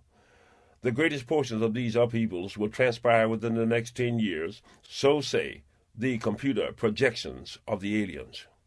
The quest for democracy among all men is coming to the forefront in nearly all sociological and political movements of this time. And the ruling force of tyranny will not suffer this transition kindly. Mass murder, famine, and anarchy will be the law of the land in much of the civilized world, and not even the aliens can discern the outcome of this chaotic period. But it is, to say the least, very interesting from the alien's viewpoint. In the words of Tan, by far the biggest crime ever committed by any intelligent species towards its own environment is the element of collective indifference. The opposite of hate is not love, but indifference. The opposite of war, famine, bigotry, greed, and truth is indifference. A caring being may be poor, uneducated, and socially oppressed, but he is never indifferent. When a problem is discovered among the caring, there is an immediate movement towards solving the problem. To even consider that a problem exists which cannot be solved is to give way to the very depths of indifference. Most of humanity's problems can be solved quite easily with collective participation. The person who says that we cannot house the homeless, feed the hungry, care for and educate the children, put the unemployed to work, care for the aged, and grant equality is a fool, a bigot, and a master of indifference, not to mention a gluttonous thief and sinner. Religious doctrine, practices, and rules are useful only to the extent that they contribute to the practical well-being of the bioethical survival of a number of beings under a given set of circumstances. Common logic continues to refine a crude invention towards a more efficient and practical mode as time and circumstances warrants. The words of nomadic scribes written 3,000 years past need not be considered any more inspired or practical than words of wisdom written today. It should be noted that a resurgence of religious fervor always signals the beginning of political unrest, riots, wars, and famines. However, religious piety and exalted idealism have little to do with baser reasons of aggressions, which are greed, power, jealousy, racism, and vengeance. The leaders of these movements are always aware of this and use these latent evils under different subtle subterfuges to further their personal aims. Tan understands this, but cannot understand why the greater portion of humanity is so willing to go along with it. Does this point to an innate biological trait in humankind? Is there a primordial predisposition towards predatory aggression? I'm inclined to think so, but Tan doesn't agree. As I understand it, this is basically how he sees it. Man is not gifted with an inherent good, nor is he afflicted with an inbred propensity toward evil. It is a fact that even the most docile species of creature will fight to protect its nest, young, or territory. However, if it is not directly threatened, it is perfectly willing to live and die without resorting to aggression. The human being, in a more complex manner, is basically the same way. Regardless of his environment, common sense and the sense of self-preservation dictate that on the whole he would shun war in favor of peace if given a choice. A society that is oriented towards a positive outlook is also predisposed towards equality in its treatment of its fellow citizens and towards common sense in judgment. He is of the opinion that a small core of warmongers among all races are the ones who actively work to keep past prejudices and hatreds alive, so as to divert attention away from their own skullduggeries. He believes that there is and has always been an unwritten but conspiratorial kinship among the elite of all political persuasions, an unproclaimed declaration of inherent superiority to and contempt for the masses. Ruthless dictators are not chastised by other political leaders for their bestialities, but for being sloppy enough to let news of them get out. When some mass murderer is deposed, he has little trouble finding sanctuary among others of his own ilk. Good or bad, this atrocious minority recognize the need to stick together. The mentality among them is relatively the same, while the only difference in their political sentiments is the varying levels of sociological suppression, the covertness and overtness of their killings, and depth of their thievery. The honest cop, politician, or preacher is a rare exception instead of the rule, and the will of the people is no longer a major factor in the true decision-making of the planet. In knowing this, the aliens have proven to me that they are not completely ignorant of the overall state of things. Tan explained this to me without emotions, and I said, yeah, now tell me something I don't know. You see, those religious denominational leaders who forbid birth control or flexibility in doctrine application automatically condemns millions to starvation, famine, and all manners of deprivations by virtue of their growing numbers. These religious leaders are, for the most part, educated and clear-seeing individuals who know better. They further believe that the alteration of their doctrines to a more practical mode would weaken their positions of earthly omnipotence and monetary fortunes. And upon this earth they are a scourge unto all that is rational. Conventional wars on the global scales are no longer feasible, and the numerous small conflicts will not sufficiently deplete or hold in check the rapidly growing numerical value of world population. Tan tells me that the country called Bangladesh in southern India is topographically a death trap and will continue to suffer natural disasters on the famine-inducing scale. However, their imminent disaster will not be enough to contain the great birth rate of that people. The expanding birth rate in most third world Catholic countries will reach the desperation level in about 20 years, and the rampant poverty, disease, civil conflicts transpiring now in many of those places is but a prelude to the seething mass chaos that is soon to come. The swift depletion of the equatorial rainforest belt is assured by virtue of the necessity for more living in agri-space. The damage caused by this rainforest depletion on the ecology and atmosphere of the planet will be felt almost immediately and drastically.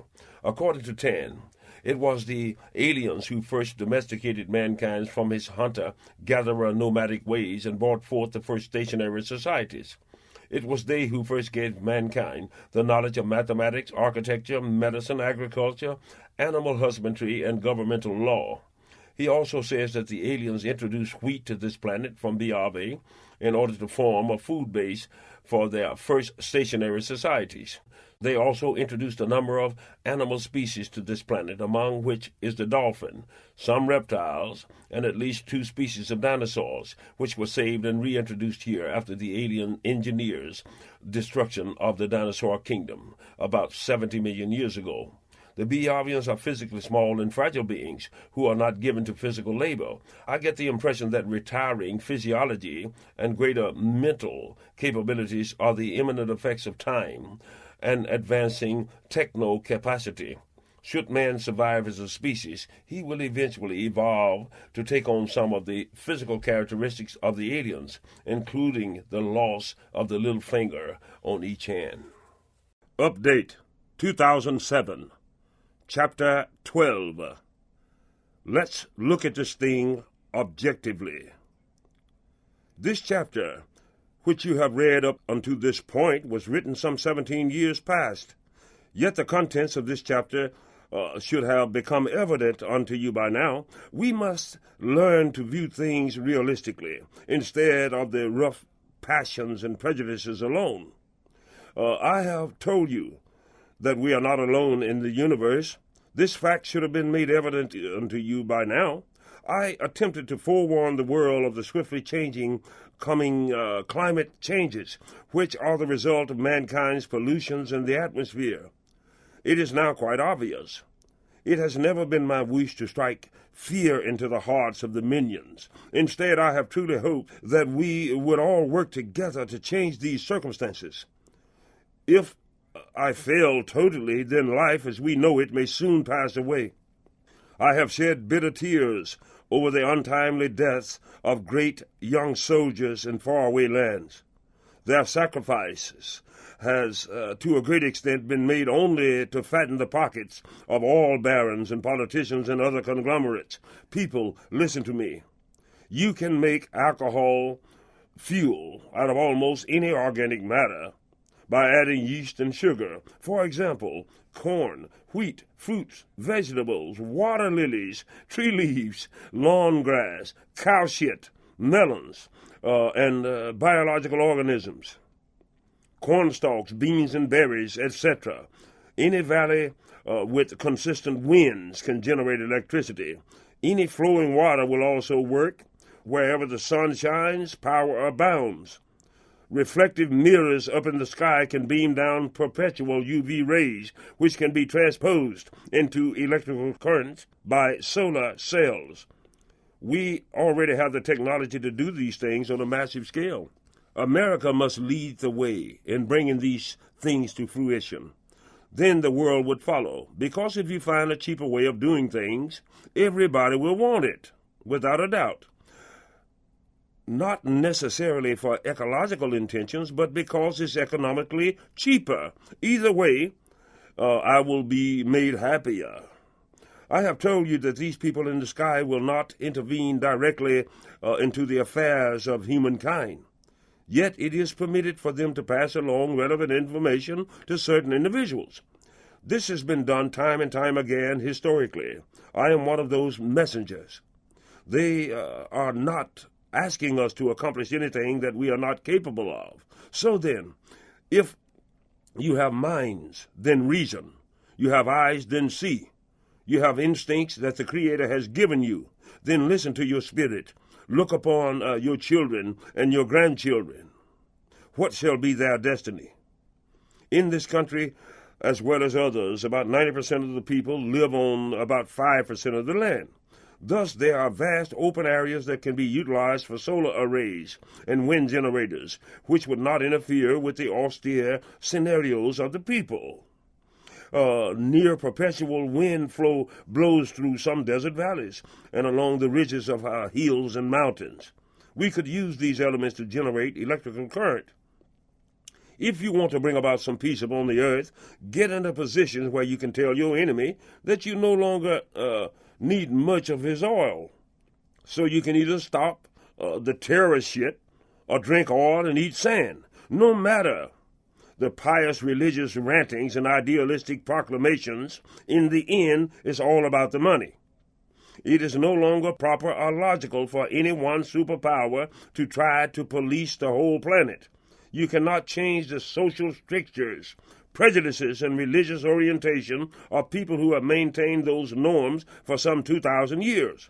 You may only succeed in influencing to bring about changes through trade and economical pressure.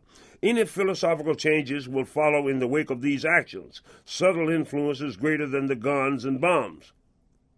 Perhaps I am somewhat different from many others because I have never had any doubt about the fact that we are not alone in the galaxy or the universe. You see, they came to me as a 7-year-old child and thus became an integral part of my psychological matrix all through my life. They stood off and observed most of the time out of sight and occasionally out of mind, yet deep within I was conscious of those watchers. My life has encompassed a number of earthly adventures, some of which were very dangerous, yet I survived intact. Was it because of my brilliant survival skills? Or did I have some unseen guardian angel? I must admit that I did experience some inexplicable, if not miraculous, happenings. Once, as I traveled along just walking, I would often pitch my sleeping bag and sleep the night in graveyards. I held no morbid fascination with graveyards. Instead, I slept in them for a reason.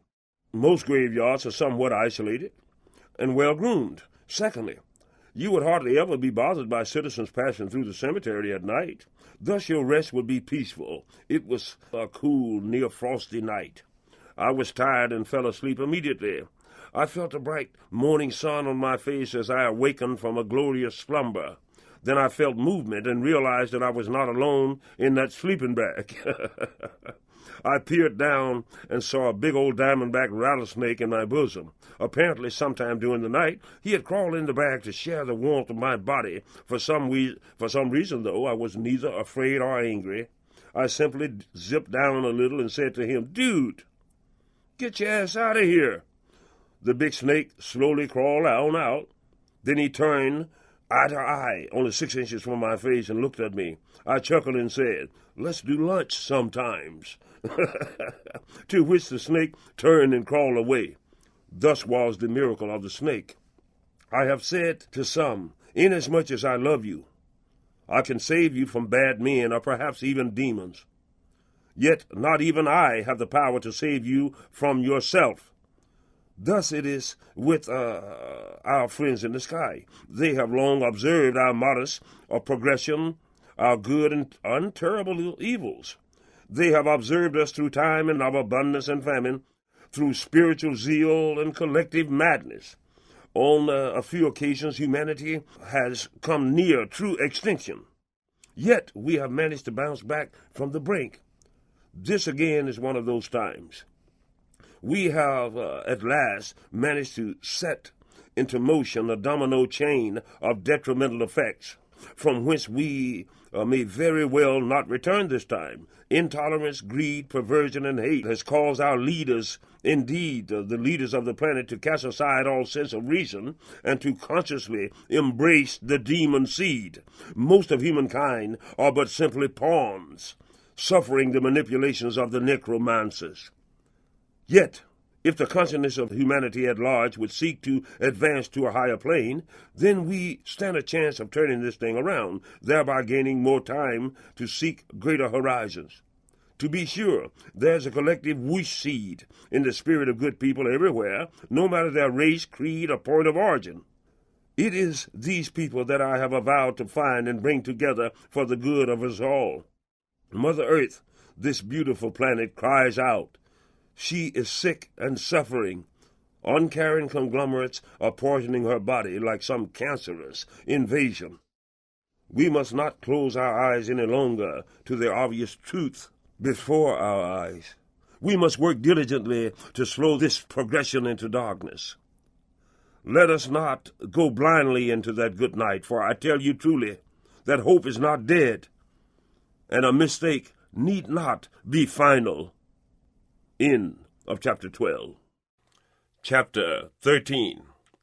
Artificial Intelligence and Robotics. Its many levels of application.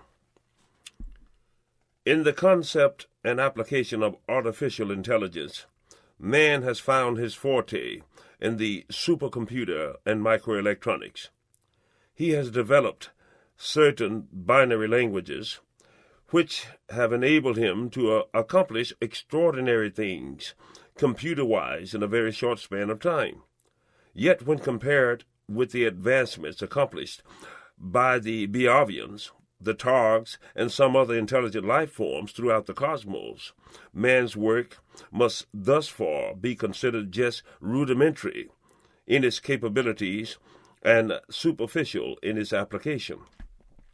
However, at the other end of the computerized spectrum, I am told that some life forms endowed their computers with too much autonomy in capability and design, and have actually been completely displaced, and in a few cases exterminated by their creations. I don't believe that any of these intelligences deliberately set out to create their own destruction in the form of robots. But at some point, the technology reached a point where it was removed from their hands and controlled by the smart machines. Then, instead of being masters of their creations, they became just so much unnecessary vermin in the eyes of the smart machines. Of course, man is a long way from attaining such a level in robotics technology. Yet, should he survive long enough, he would eventually do so. It is at this point in man's ascension that he is experiencing his most perilous state of being, both physically and ethically. At this point, the aliens are giving 3-to-1 odds against man surviving the nuclear chemical age as a technological species. This is not for man's lack of the ability to do better, but because of his total disregard for ecology, in his quest for material gain and his preoccupation with finding more efficient ways to literally destroy his fellow man. When it comes to the quest for more knowledge in science, it is found that among most intelligent life forms, including man, nothing is taboo, and only those who collectively come to the realization of the probable consequences of their acts will be able to halt the directions of their research and then channel their creative energy in more positive directions. The odds are that man will not do this before it is too late for the earth to rejuvenate itself from the damage already done. The Biavians don't base this opinion on data collected from the earth alone, but upon their observation of other intelligences similarly motivated and upon their own historical experiences. It may be noted that even though there are literally millions of different species of life forms along the great spiral arms of the Milky Way galaxy, ranging from the amoeba to the vertebrae, the true cognizant or intelligent forms among them are very small in number and bear many similarities in physique and motivational application. Intelligent life forms on 100 different planets may have sprung from one or two common origins. That is to say that far more planets have been colonized than have evolved their own intelligences. It is a common trait that when the numerical value of a species becomes too great for it to support itself on existing land, it will attempt to acquire more living space, either through peaceful migration or warlike conquest. This is true of ants as well as man. If those intelligences are capable of doing so, they will seek new living space off of the surface of their planets of origin, or, as is the case of technologically inferior planets like Earth, they generally succeed in destroying one another entirely or nearly so. It is estimated that at the present rate of growth, the human population will double itself within the next 20 years, and it doesn't take a genius to visualize what this will mean, especially when nearly a third of all humanity is presently on the brink of mass starvation. Then there are some life forms who have managed to control their birth rates through technological means, survived the nuclear age, and moved onward and upward. Yet I am told that in order to have succeeded, it was necessary for all of those life forms to undergo drastic alterations in their viewing of religions, the sanctity of life, their approach to energy research, and their ways of dealing with their neighbors. By one means or another, it is essential for all races of a given intelligence on a planet to join together as a common order and dedicate themselves toward common goals for the good and survival of all. Without this cooperation, there will always be antagonisms, fragmented progress in the most important things, and inequities in consumable necessities, which leads to revolutions, wars, and various stages of anarchy among the masses. Countries need not have to adhere to the same custom, language, or even political order in order to find common ground in those areas which are essential to the survival of the planet as a whole. It's certainly not practical for one country to be able to go to fusion energy when the next country continues to poison the atmosphere with fission and other deadly pollutants. A planet is a delicate and perishable entity. A cancer from any source will eventually succeed in poisoning the whole body, because all of the planet shares common water arteries and air supply. Thus, it is impossible for one country or race of man to save themselves without also saving the rest of humanity. Any unique advantage gained by one over the other is but a fleeting thing. One has only to view the earth from a few thousand miles out in space to truly comprehend the extent of the common destiny we all share, and the cancer running rampant through the arteries of this single planetary body is man. When we think of other intelligent life forms, our imaginations conceive a wide array of physique and intentions. We have attributed to these imaginary aliens all of those qualities possessed by man, from the angelic benevolent to the ruthless warlord. It would come as a surprise to most people to learn that many of these imaginary creations of the science fiction writers do indeed exist out there in the cosmos, while some life forms are quite similar to man in appearance, like the Biavians and the Dorians, for instance. There are other forms which are so different from man in appearance and logic that it would boggle the imagination. We must not assume that similar forms are automatically friendlier or less dangerous than the more bizarre-looking aliens. Just as all technically intelligent life forms are not sapien biped or even mammalian in species, nor are all life forms even composed of flesh and blood. I am told that there are several known quadrants of the galaxy which are completely controlled and peopled by smart robots, composed of metals and silicons, or of bionic beings composed of metal and flesh fused together. It is not inconceivable that such intelligent forms may eventually overrun the entire galaxy. The Biavians are well aware of the locations and tech capabilities of these life forms and continue to monitor their progress. Yet they have no desire to establish close contact with them. When I asked him why, Tan said that these life forms have come to view all physical organisms as simply that.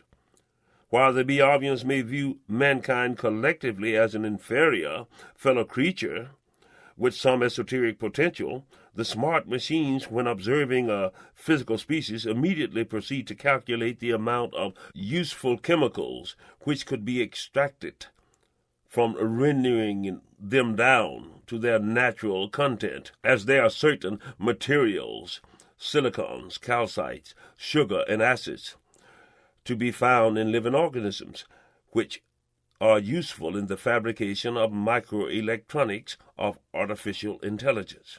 However, should the smart machines come upon a living planet and find that any needed materials are more abundant in inorganic form, they might simply proceed to mine the materials they need while completely ignoring the life system around them. They would not find it necessary to destroy the surrounding life forms unless those life forms began to interfere with their mining operations. Occupying certain zones of the same quadrant of the galaxy is a race of bionic beings, which I am told by Tan presents far more danger to the cosmos than do the smart machines alone, because these bionic beings are partially composed of organic materials, such as brains, eyes, and sexual organs. I am told these beings were once servants to the life form they ultimately replaced through aggressive annihilation. So they probably would not be adverse to putting another intelligent physical species to use should they happen upon them, and they also require some organic nutrients to sustain themselves. Both the smart robots and the bionic forms were originally the creation of the science of intelligent physical species. And how did this come about? I'm not a scientist, and the theoretical mechanism of most of it evades me. However, to the best of my ability, I shall recount in part the story as it was told to me by Tan. Long ago, in that far quadrant of the galaxy, there lived a race of humanoid bipeds who progressed along the evolutionary ladder much in the fashion of Earthman. And just like Earth, their history was dotted with wars of conquest of other races upon their own planet. Ultimately, one particular race of these beings succeeded in overcoming and assimilating all other races upon that planet until they became as one people. Then the planet went into a state of peace and unusual prosperity, and the scientists from all the combined nations pooled their knowledge and began to make great strides in computer and space technology. The lack of ground wars and many great strides in medicine were key to extending their lifespans, while the population continued to multiply. Within one lifespan, they were successful in exploring all of their solar system and establishing manned stations on 3 of the dead planets. On those planetary bodies whose atmosphere were much too harsh to allow physical exploration, they eventually perfected smart machines which could withstand such atmospheres. It was soon discovered that one planet, being closer to the sun, contained great quantities of certain precious metals on and beneath the surface. So a major scientific program was launched with the goal in mind of mining these ore deposits using remotely guided robotics. A 4th generation of machines were lifted into space, and eventually a 5th generation of machines, which had the pre-programmed capability to fabricate other machines of its own order from materials already existing on that planet, were lifted to the planet.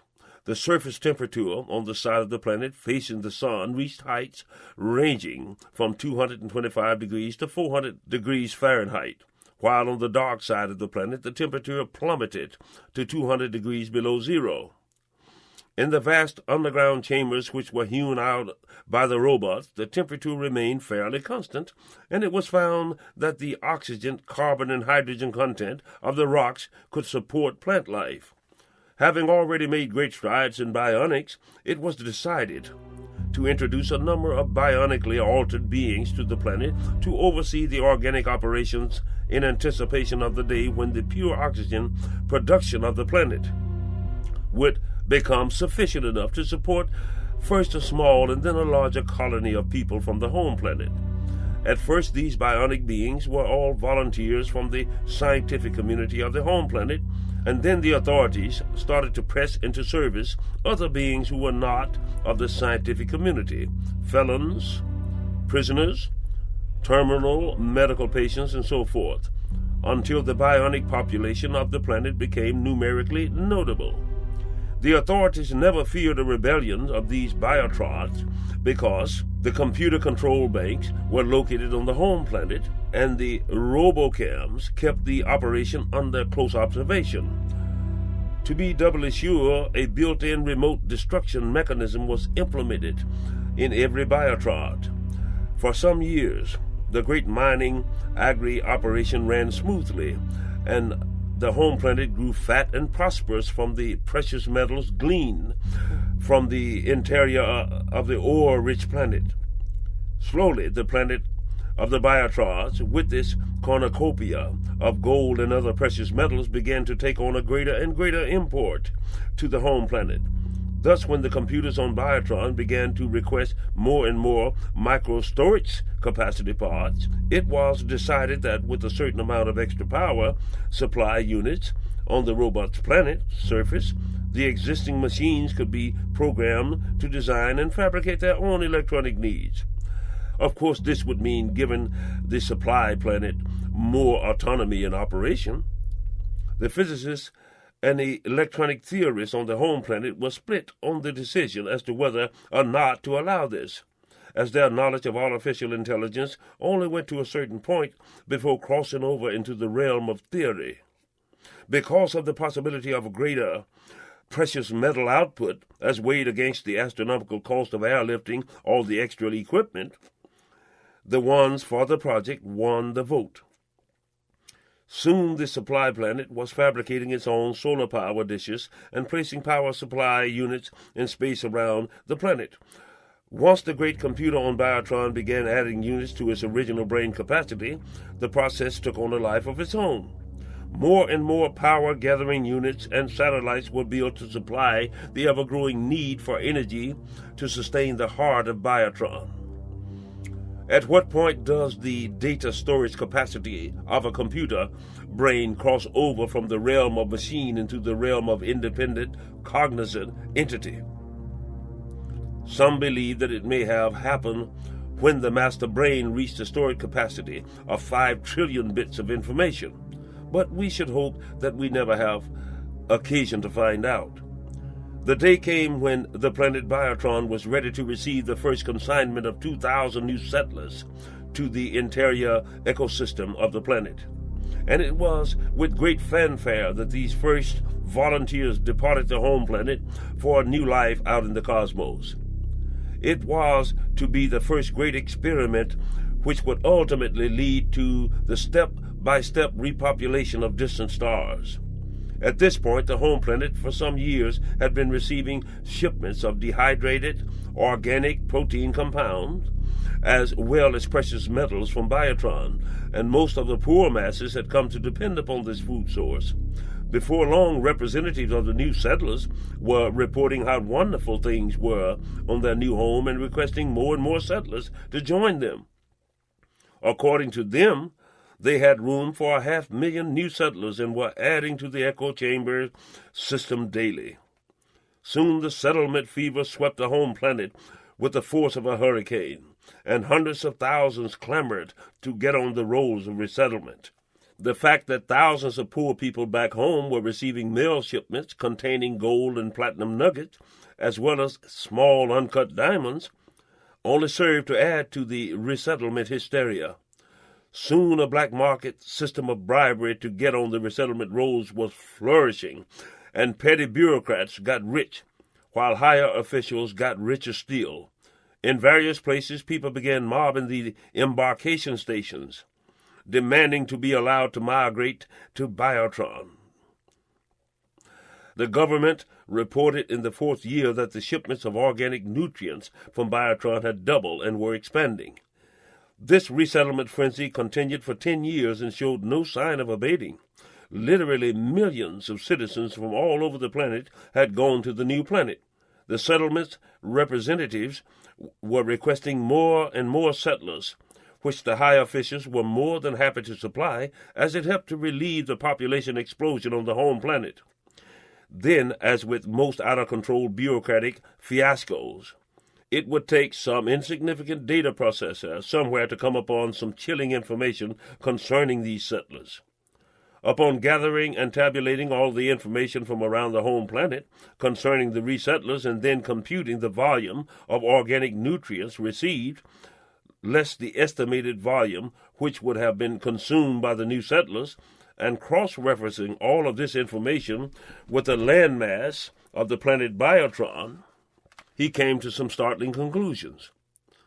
At first he found it so unbelievable that he tabulated the information again, and each time with the same results. According to his data, in order for the planet Biotron to have housed and fed all the new settlers and still shipped the volume of organic nutrients back home, even without allowing for a single new birth, the planet would have had to be twice its known size, and its food-growing potential would have to be 4 times as great as all the land surface would allow. Like any good citizen and worker, he immediately passed this information on to his superiors. Soon he was visited by several officials from the Home Office, who took him out to dinner at a most expensive eatery and were as affable to him as if they were brothers or even equals. They told him that they had their eyes on him for some time because of his excellent work in data processing, and they felt that it was past the time when he should be moved up the ladder and given a position more befitting his capabilities. Of course, this would mean a substantial raise in pay and new, more spacious living quarters for him and his family. There were even allusions to a possible club membership for him, and suggestions as to which of the more exclusive institutions of higher learning he might consider sending his children to. But what about the Biotron data? Oh, that. Well, even though we're not authorized to reveal this, we feel that since you are now unofficially part of the administration, what the hell? There's a third planet. A third planet? Yes, a third planet, even richer in precious metals than Biotron, and for years now we've been sending settlers there. But why the big secret? I should think that the government would want the people to know of our good fortune. Just take my word for it, friend. The government knows what's best. First of all, we don't want to cause more mob scenes and anarchy among people who are clamoring to migrate, as we are already filled to capacity. The flood of precious metals and jewels has to be controlled to prevent the depreciation of our currency. And, said the official, leaning over toward the petty bureaucrat and assuming a conspiratorial tone, there's a fourth planet in the works. Can you imagine what would happen on the stock market if this got out? Why, it would be pure chaos. Oh, I see, said the data processor. So you see that it's imperative that the information, including the Biotron data, be kept a most discreet secret. You mustn't repeat this information to a living soul, not even your own family. Agreed? Agreed. Suffice to say, the little official was deeply flattered at the attention paid to him by his superiors, whom he had never laid eyes on before. He was overjoyed that his excellent service had at last been recognized and rewarded. His knowledge of the inner workings of the government data-gathering networks far exceeded that of most of those in the highest levels by virtue of being privy to all the raw data long before they saw it. He was convinced that all pertinent information concerning transport ships, settlers, metals, and food tonnage, etc., had to come through his department. As he had access to the central computer control, something definitely smelled fishy. That night, security was rather surprised to see him returning to his office after hours, but they weren't unduly disturbed, as this particular worker was known to work late on occasion. Upon entering his office, he opened the safe, to which only 3 people, including himself, knew the combination, and retrieved from it a top-secret code book. He then proceeded to sit at his terminal and to input a number of special access codes. This gave him access to the innermost data banks of the government. he queried the central computer as to the source of all the information that he had previously received, and received the reply that the source of all precious metals and organic nutrients, etc., was none other than Biotron proper. He asked about the third and fourth planets and received the reply that no such operations existed. Conclusion: hundreds of thousands of new settlers literally disappeared upon reaching Biotron. Next, he instructed the master computer to link him directly into the central computer on Biotron. The answer was, access denied. On whose order, he queried. By the order of Biotron Major, meaning the master computer on Biotron. He then instructed the computer to override Biotron's accesses and go directly to the inner central, and the computer answered that it was unable to accomplish the override. By whose order? By order of Biotron Major. Instruct Biotron Major that unless access is granted immediately, remote instruction power will be cut and disciplinary actions taken. Biotron Major says, "Fuck you."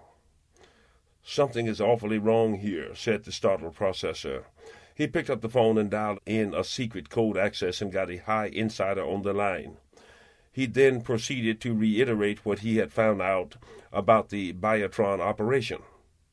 The official listened tentatively and then instructed him to remain at his office, and special agents would be there within the half hour to bring him to Government Central so that he could fully explain his findings to the inner council himself.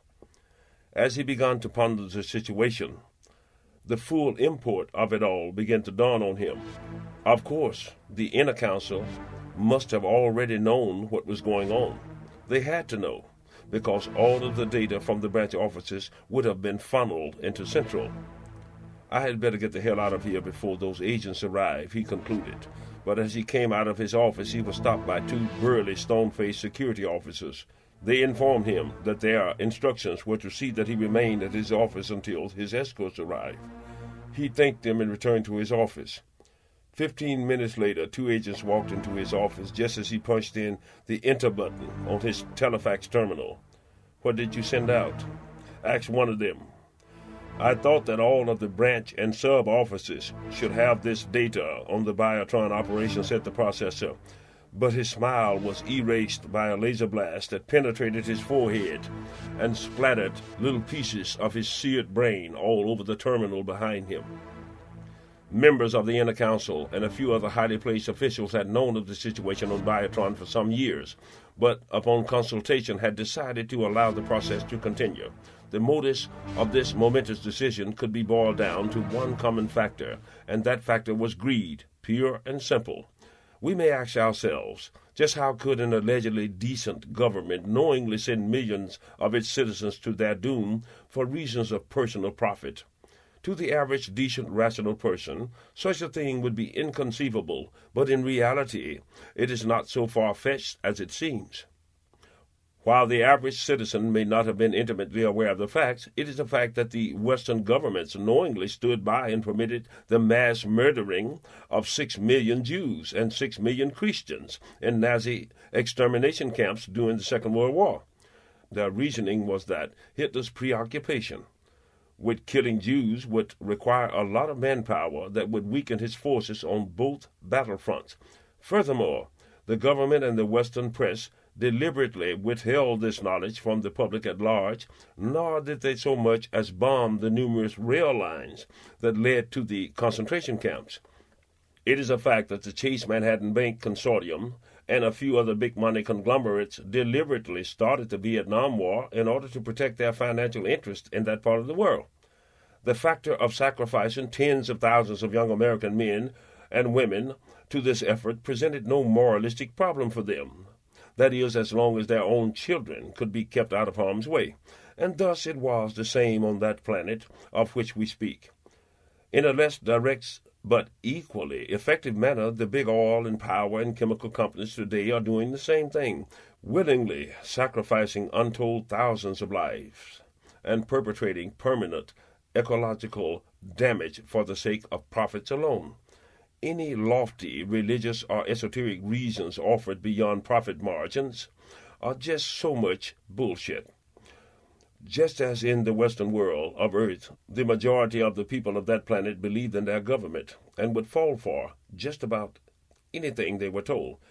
Remember that on that planet, due to the continuous flow of precious metals, embers, and food concentrates from Biotron, many found it strange that no settler ever seemed to wish to return home from Biotron. But the occasional arrival of a parcel from that faraway relative or friend, generally containing a small jewel or perhaps a nugget of gold, tended to wipe away any doubts in the people's minds as to the well-beings of the settlers. In fact, most pictured Biotron as a paradise of wealth and leisure, where one could spend their time enjoying the pleasures of life, while smart machines did all of the manual labor for them. The authorities were unable to prevent the damning information from Biotron from getting into the hands of a number of small bureaucrats, but they immediately set about the task of suppressing this information by bribery, when possible, and murder, if necessary.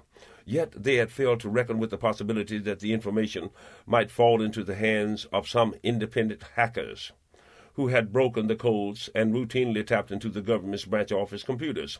The information about Biotron spread like wildfire across the planet, and soon millions were demanding that the government supply proof that all of the settlers were safe and alive on Biotron. At this point, not even the highest-ranking government and military officials knew the full extent of the technical operations on the Biotron. For many years, they had relied upon audio and video reports from their Biotron personnel on the planet. Of course, they had seen agricultural and technical production tapes from Biotron, but no living physical being had ever personally explored the entire inner workings of that planet and returned to tell about it. Even with the Biotron settler statistical information floating about, there were still tens of thousands of people wishing to become settlers on Biotron. So the inner council members and the military got together and worked out a plan. Among the next group of settlers, there would be a number of secret agents, and each of these agents would be equipped with one real and one bionic eye, which was, in reality, a miniature remote video camera. These teeny cameras would transmit video images to special satellites, which would in turn relay the pictures to base units back on the home planet, along with any commentary that the agent cared to add concerning any particular operation. The agent's job was to mingle as freely as possible with any settlers already on Biotron, and to seize every opportunity to explore all parts of the subterranean operations there. To prevent the false eyes from becoming evident to electronic sensors on Biotron, they were designed to allow the wearer to turn them off and on when they so desired. Theoretically, this would make them very difficult to locate among the thousands of other settlers. So when the next great ships departed from the home planet for Biotron, the secret agents were aboard. As I've stated before, when Tan is communicating with me telepathically, the transmission is composed of mental pictures as well as mental sounds. So I am able to vividly see these things transpiring. I am sure that I visually comprehend the marvels of this faraway robotic society to a far greater level than I am now capable of explaining to you. However, if you have read a book or listened to the mysteries on radio, then you will also form pictures in your minds of what I saw transpiring as Tan told the story. The great settler transport ships had for years now been built and serviced on Biotron and were piloted by bionic personnel from Biotron, so no planetary personnel had the privilege of close social contact with the bionic robotic beings on Biotron. During the actual trip, which took 29 days, the wayfarers were well cared for, being abundantly fed and rested and inundated with propaganda videos of the marvels that they could look forward to on Biotron. There were recreation areas for the children and adults, and plenty of fermented beverages for those who care to indulge. Of course, everyone spoke of getting rich. For the most part, the journey was a happy and interesting experience. When the transport crafts entered the orbital zone of Biotron, the onboard computers and guidance systems were automatically interfaced with and taken over by Biotron Major, and the great ships were guided in even through the great asteroid belts that surrounded the planet, and remotely brought to a smooth landing at one of the ample landing ports. Then the thousands of new settlers disembarked amidst a great marvelous laser light show, which was accompanied by spirit-lifting music. Thousands of small drone robots were busy unloading luggage and beeping welcomes to the new arrivals. And off in the distance, a vast, glass-enclosed, well-lighted cavern city awaited them. The robots were pointing toward the distant city, saying, "Follow the golden road," of which there were a number, like the spokes of a wheel, all leading towards the city. Through the bionic eyes of the agents, all of this was being viewed by the inner council back on their home planet. It never seemed to occur to the excited new settlers to wonder why, or to put the question as to why not a single former settler was there in the flesh to welcome them. After all, were the people not masters of it all? Now, the unseen speakers were saying, "Time is precious. You must all move immediately toward the city." Then, like orderly little ants, the thousands started to move along the road towards the great shiny city. By and by, all of them had cleared the landing area, but none had reached the city up ahead. And then, before my mind's eyes, I saw the illusion of beauty begin to fade, and the nightmare began to happen. Like some great bizarre domino creation, huge, shiny metal plates or walls began to rise from the floor, cutting off the progression of the masses towards the city, and stranding the terrified settlers in what looked like a monstrous maze.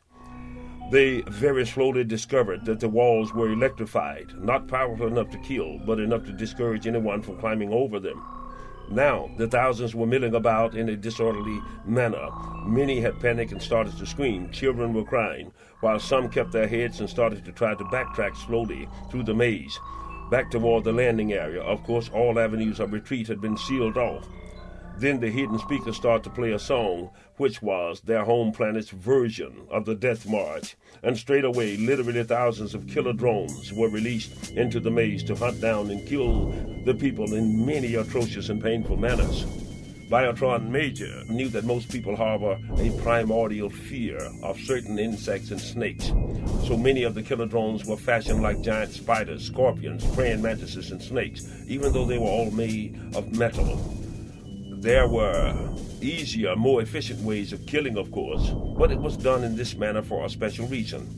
The bionic personnel on Biotron required a certain amount of organic nutrients to sustain the physical portions of their bodies, and while these nutrients could easily be extracted from the food plants in the agri-gardens of Biotron, the bionics had discovered that living beings possess certain chemicals of a natural type that, when extracted and concentrated, produced an exquisite neurological high of the psychedelic sort when injected into the exposed brain. The chemical, as I understand it, was of an adrenal pheromone nature. They had found that the chemicals was more abundant and potent when extracted from a person who had experienced a great deal of terror and pain before death, thus the reason for using such a terrible method to kill them. While the drones possessed no sentiments one way or another, the Biotron Major was interested only in the end product, which was a very fine organic fertilizer and an excellent machine lubricant. The bionics, I believe I can safely say, were capable of deriving some kind of sensual pleasure from observing the murders. It soon dawned upon the Doom agents the horrible truth of the situation on Biotron, and though schooled in the arts of survival and self-defense, they didn't really pose any notable problem for the determined killer machines. Back on the home planet, the Central Council watched in horror as their agents were overcome one by one and torn to pieces. In order to induce the most awful levels of terror in the subjects, the Biotron Major computer had created and programmed numerous fear-inducing methods, which were designed to solicit the most nightmarish levels of dementia and terror, for instance, to be stung and incapacitated by a large black clicking scorpion, and while trying to crawl away, feel the claw grab an ankle as the light goes out. The stinger continues to penetrate again and again in the painful darkness, and other even more terrible means that I won't even reiterate here. Now the Central Council found themselves faced with an age-old dilemma of morals versus greed. The horror that they had just witnessed was so shocking, even to these hardened men. And yet it must be remembered that a major portion of the home planet's wealth and food supply came from Biotron.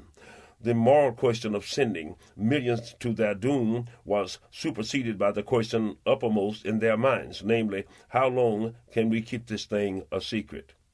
Due to the information that was already circulating, it had become very difficult to evade or give suitable answers to the pressing questions.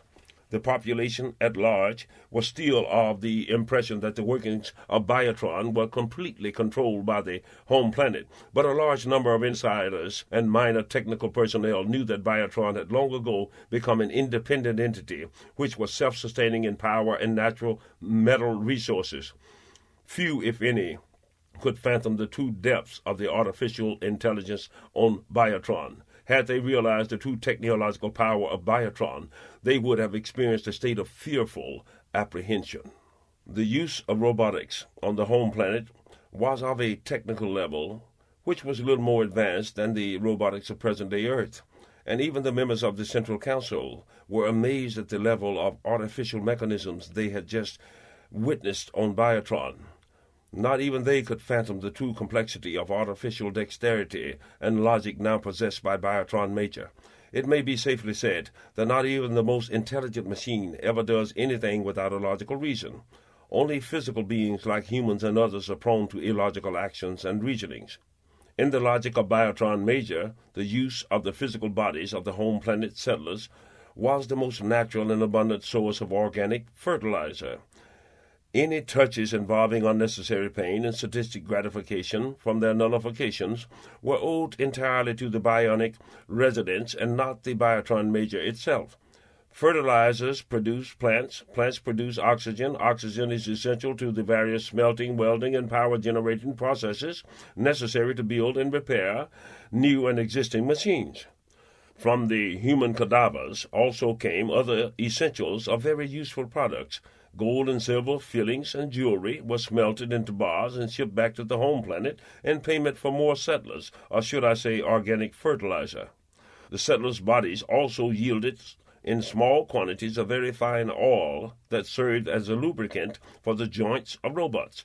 Bone gristle and cartilage served well in the production of microchips and as electrical microinsulators. The hair was used in filters for chemical purification. The bone marrow served as a protein-rich additive for the dehydrated vegetable foodstuffs sent back to feed the home populace. So from Biotron Major's viewpoint, the settler served a useful and essential purpose, and there was no waste at all.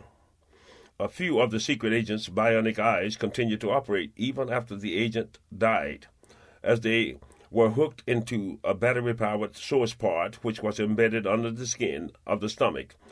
So they were able to witness portions of the dissection processes. However, these electronic attachments were soon discovered by the electrosensors of Biotron Major. Robot and bionic technicians then proceeded to dismantle the gadgets and decipher their technical capabilities. The robots were smart enough to adapt and make use of this technology in the future in existing units of their own design. Biotron Major was also able to interface with the computers of the transmission satellites then orbiting Biotron and to pirate the transmissions. This, of course, enabled Bio Major to discover that portions of its operations had been spied upon by the home planet. The spy satellites were equipped with remote-controlled destruct mechanisms, and it took Bio Major only 20 minutes to decipher the remote destruct sequence and then destroy the 3 satellites. This technical ability of the robot planet was duly noted by the scientists back on the home planet. The home planet at this time was making great use of nuclear power and also suffering some instances of nuclear pollution and sporadic meltdowns similar to those of present-day Earth. It was known that there were large natural deposits of uranium ore on Biotron, but until this point the machines on the planet had not begun to utilize it for power, not because Biomajor did not possess the technical ability to do so, but simply because it had reasoned that solar and volcanic chemical reaction energy were the most abundant and least hazardous methods available. The home planet could have taken a lesson from the robots in this respect. Even with the false government resettlement program, it was inevitable that the news would get out and that the people would wise up and refuse to go. The government was able to keep up the flow of living fodder for Biotron's cauldrons for years by emptying all of its prisons and forcibly removing other undesirables, but this source too dried up. Finally, the point came where the government had to refuse Biotron, and suffice to say, the robots didn't like that at all. Immediately, the gold and food stopped coming from the colony planet. This prompted the government to put together a punitive force of well-armed soldiers and dispatch them to the robot planet with orders to destroy the main computer banks and to shut down the operation until proper technical personnel could arrive and take over. The Inner Council and the military strategists had the opportunity to see the punitive strike suffer the same fate as those unarmed settlers before them without ever penetrating anything near the central brain, and now Biomajor had acquired the technology for mini lasers and a number of chemical explosives, not to mention the technology of the 3 heavily armed warships which composed the assault armada. Of course, Biomajor would now be able to reproduce those ships and weapons and even improve upon the designs. It was now agreed that the robot emplacement must be destroyed at all costs. But how was it to be accomplished? Machines are physically far more durable than human beings, but they have one inherent weakness. They all run on electricity, and computer tapes can be magnetically erased. They wasted no time in calling in their most brilliant scientists and setting them about the task of devising a foolproof method of destroying the robot intelligence. Biotron Major's mode of logic led it to conclude that the home planet would soon mount another far more potent attack upon its planet, so it started to program its own schematics into the brains of small mobile units. Soon hundreds of separate units would possess the ability to repair and even fabricate different parts of Biomajor's brain. Other units were utilized as auxiliary storage pods, each containing a part of the program, which would enable them to collectively restore the whole. Then, based upon the nuclear reactor engines which powered the captured ships, it started to make high megaton bombs, which would be mounted on the nose of missiles. Within 3 months, another ship from the home planet arrived on Biotron. It carried 3 nuclear loads. Biomajor performed the usual procedure of interfacing with the ship's computers and the bomb's destruct mechanisms. It knew that if the nuclear powers would destruct that close to Biotron, that the resultant electromagnetic waves would disrupt its own power supply and damage its brain. So it decided to halt the destruct mechanisms, bring the ship in, and dismantle the bombs. To make sure that such a thing would not happen again, Biomajor launched 100 nuclear missiles at the home planet. When the ship touched down, inside the bomb-proofed installation, Biomajor picked up the presence of a 4th nuclear load aboard the ship, and that one did not possess an electronic timer computer. Robot sensors skittered frantically around the big bomb, but could detect no electrical timing mechanism. Biomajor ascertained that the bomb was composed of a large core of high-grade plutonium, and that it was covered with a thick sheet of a metal substance. Further analysis revealed the casing to be pure cobalt. It alerted the bionic personnel and swiftly began to plot a strategy to dismantle the bomb. The dismantling could be accomplished quite swiftly because machines are not harmed by radiation poisoning. All of the bomb's panels had been welded shut, so it would be necessary to cut through the housing with gas or laser. Soon a small panel was removed, thus enabling Biomajor and the bionic technician to get a visual of the inside of the bomb. What they saw was a primitive mechanism which was operated by atmospheric pressure and an acid-corrosive timer. It took Biomajor only 30 seconds to issue the order to close all the vault doors leading to the core brain, but it was too late.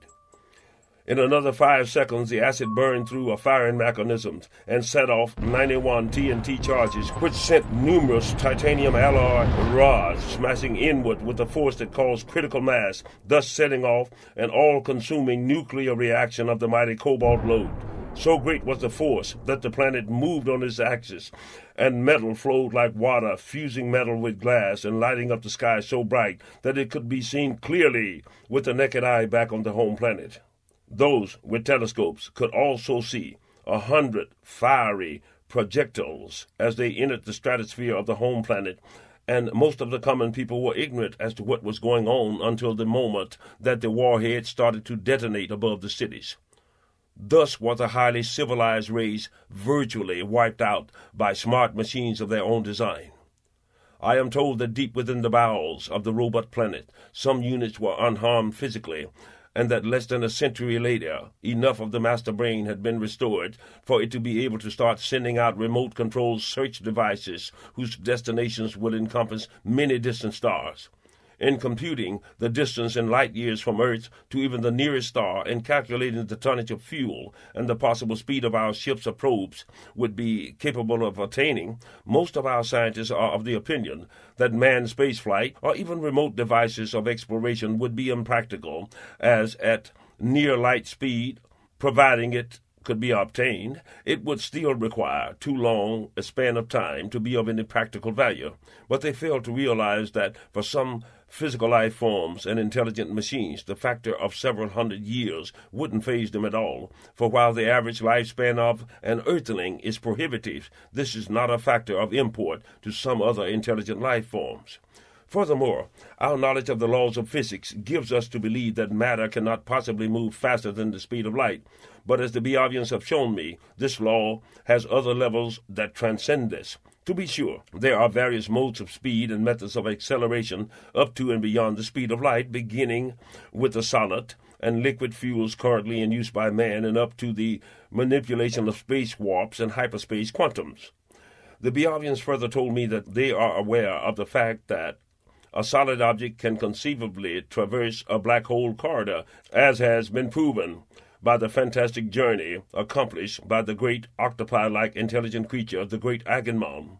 The Biavians can also accomplish dematerialization and rematerialization of living creatures over certain measured distances. For instance, in 1975, I was picked up in such a manner, and since I don't remember ever physically disembarking from the saucer after the journey, I may have been returned to Earth in such a manner. The materialization of the two targs in my apartment in 1988 is another case in point. When an alien, such as the infamous men in black, appear and knock on the doors, as would normally be done, then you may be sure that they are doing this so as not to unduly alarm the visited party or to play the part of human beings. The most common mode of planet-to-planet or planet-to-mothership travel within a given solar system, used by the Biavians and others, is electromagnetic induction, which is generated by hydrogen-fed fusion core drive. But these fusion cores are also capable of utilizing other kinds of gases, and some of the more complex ships are able to warp to hyperspace using the same kind of power source. Yet on the home planet and at other points in the galaxy, the Biavians and others use a number of propulsion methods and materials. They know that ships and unmanned probes can reach astronomical speeds using antimatter propulsion, and near-light speed can be attained using laser propulsion. As a hypothetical example, let us say that a ship or probe is launched from a given planet. If the ship did not have the electromagnetic fusion propulsion or power system, and if it used some kind of solid or liquid fuel, the greater portion of its fuel would be used escaping the gravitational pull of the planet. However, when this ship reaches the vacuum of space, there would be practically no resistance to its forward momentum. A small pile of antimatter would then boost the speed of the ship to a fantastic momentum before burning out. Then the fission or fusion-generated laser would kick in and could be used to literally push the ship forward, or a laser from the planet of origin could be used to push the ship away, because at a certain speed, a concentrated light beam becomes a mode of propulsion. This simple laser would eventually push the ship near the speed of light, and the acceleration could be assisted by an ion drive, as is in the case of some Biavian ships. Any body in space could be utilized as a springboard for the laser as a kind of magnetic slingshot. When the Biavians are ready to transcend light speed, they are somehow able to transmute the molecular solidification of the ship and metamorphic into a zillion microscopic magnets which are able to use ions and quarks to pull the ship forward. Apparently there are other levels of super-subatomic quantums that nullify the factor of time. Of course, the comprehension or even visualization of such things are beyond my knowledge. Our Earth scientists will tell you that we do not have to set a foot upon, or even get physically close to another star or planet in order to ascertain its chemical makeup. For instance, the light spectrum that emanates from a certain gases can give us a very good idea as to the atmospheric conditions of that particular body. We may even be able to tell if that body is capable of sustaining any forms of life. If we are this advanced, then you may be sure that others are similarly knowledgeable in such methods. In other words, it would not be necessary for an intelligent life form to actually visit this planet in order to know that it has some form of life on its surface. At any given moment, there are no less than tens of thousands of exploratory probes out in space looking for something. There are a few life forms who have, for some reason or the other, lost contact with beings of their own kind, who are somewhere out there in the voids and are sending out probes to look for them. Tan speaks of at least 3 known kinds of artificial intelligent forms who are traversing great voids of space and do so by utilizing the opportunistic methods of obtaining fuel and new technology. However, due to the vast distances between the stars, the chance of these smart robots chancing upon other intelligent life forms are very slim, though not impossible. The Biavians, during their history of space exploration, have come upon numerous non-intelligent life forms, some very early evolutionary life forms who have the potential to eventually evolve towards greater intelligence, and a few forms of primitive intelligence, some similar to aboriginal people of Earth. It is also a fact that some seeker probes out in the cosmos, which have long since lost contact with or the control of their places of origin, have on occasion been discovered and used by others who have not yet attained the level of technological sophistication as the probes. Even the Earth has sent out space probes which will eventually travel beyond our technical ability to communicate with them. As I've stated before, the Biavians have on more than one occasion physically retrieved and examined Earth satellites before returning them to their former orbital paths. Perhaps Earth is a very fortunate planet indeed, owing to the fact that no alien species with conquest in mind has yet happened upon it. We are also fortunate that those smart robots have not found it necessary to explore this far afield in order to acquire any kind of metals and chemicals they may need. We can attribute this more to the fact that any known substance may be found in abundance on any number of thousands, if not millions, of lifeless bodies. The smart robots do not require a moderate climate in which to work. With bodies constructed of special heat-resistant alloys, ceramic and other composites, they are able to function easily under some of the most extreme atmospheric and temperature conditions. This enables the smart machines to work under a much more diversified set of conditions, which would be deadly to any physical organisms. It may be safely said that the controlling megabrain of an artificial intelligence does have the conception of existence, if not of pain and other emotions, and will often go to extraordinary lengths in protecting itself from destruction or sabotage. However, the remote drones hold no such fear and cannot be compromised, nor can they be sidetracked from their programmed function by any means less than physical destruction or systems malfunction. However, there is another level of artificial intelligence that transcends the inorganic computer, and it is called the neurotron or neurosphere. The neurosphere in description is quite similar in appearance to the glowing orbs I've witnessed aboard the Biavian mothership, yet there is a notable difference in their contents and abilities. While the glowing orb of the Biavians is a remote-controlled device, the neurosphere is capable of and designed to operate as an independent entity. In essence, the sum total of any non-organic and to some notable extent an organic computer's knowledge does not exceed its programming. A computer, depending upon its complexity, can be designed and instructed to perform innumerable tasks. The true neurosphere has a brain nucleus, which is composed of organic matter. We might call this nucleus a living brain. However, it is not composed of true brain material, but of a mixture of nucleic acid clusters, which are grown for the purpose. In the neurosphere, this brain cluster may be no larger than a walnut, or it may achieve the dimensions of a basketball with the passing of time and the continuous influx of new knowledge gained. Even the aliens will concede that the most complex computer in existence is the human brain. the Stygian brain, and, no doubt, the dolphin's brain. Even at this moment and without your conscious awareness, your brain is accumulating and storing millions of bits of information or data. It is aware of the breath you take, the odors of the air around you, the various fluctuations of light in the room and the shadows, the color of your clothes, the feel of the air currents, the sounds of the insects, automobiles, and your heartbeat. Second by second, it is storing all of this information while controlling your every bodily motion and function. Simultaneously, it is alluding to the abstract and actively searching for esoteric essence.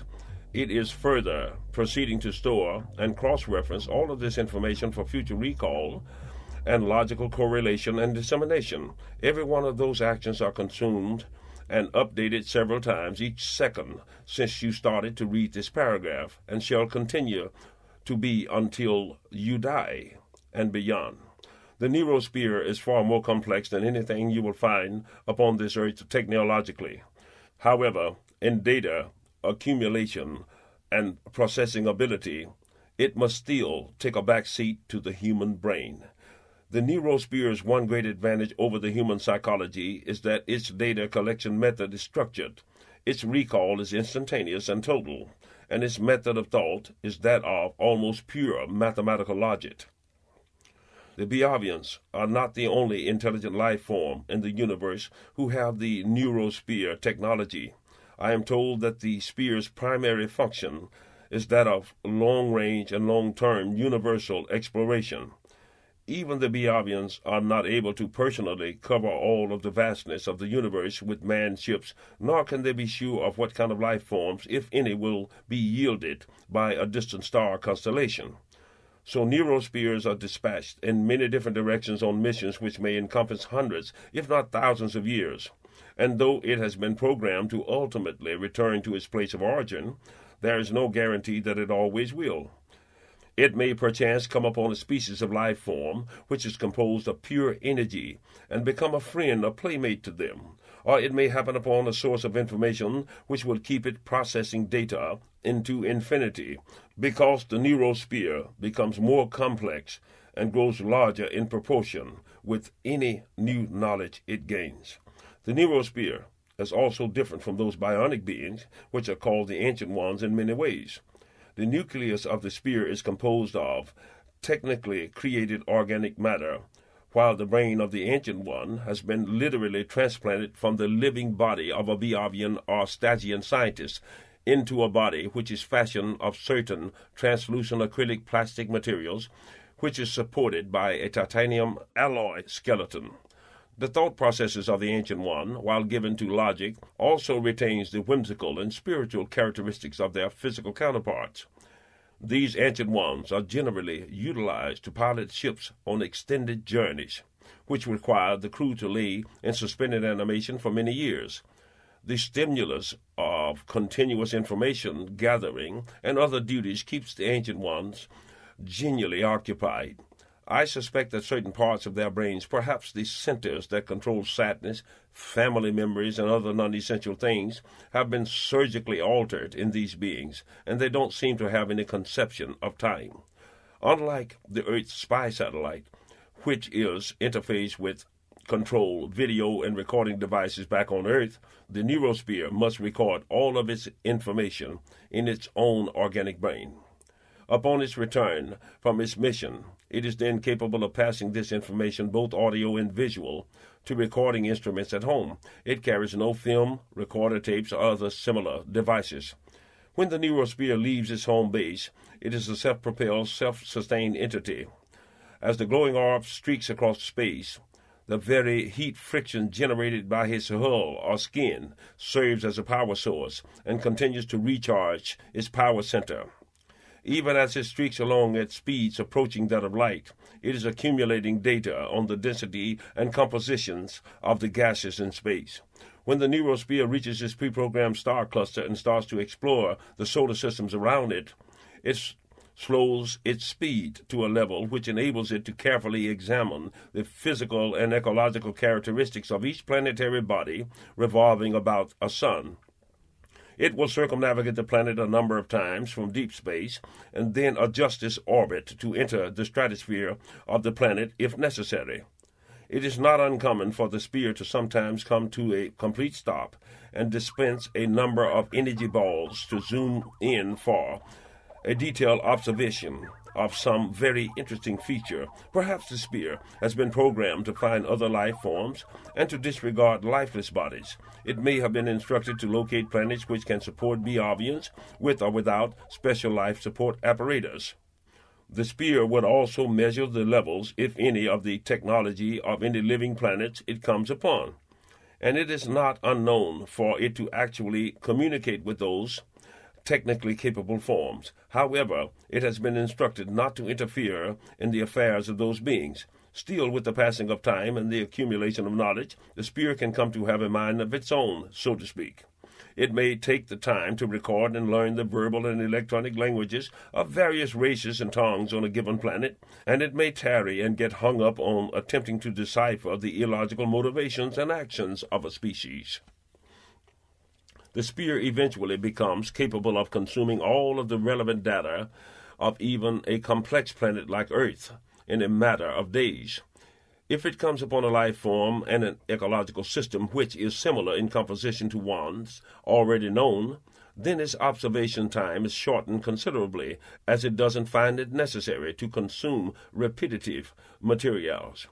Should it come upon a life form which is totally different from anything it has experienced before, it will linger until it has consumed all biological and technical knowledge of it.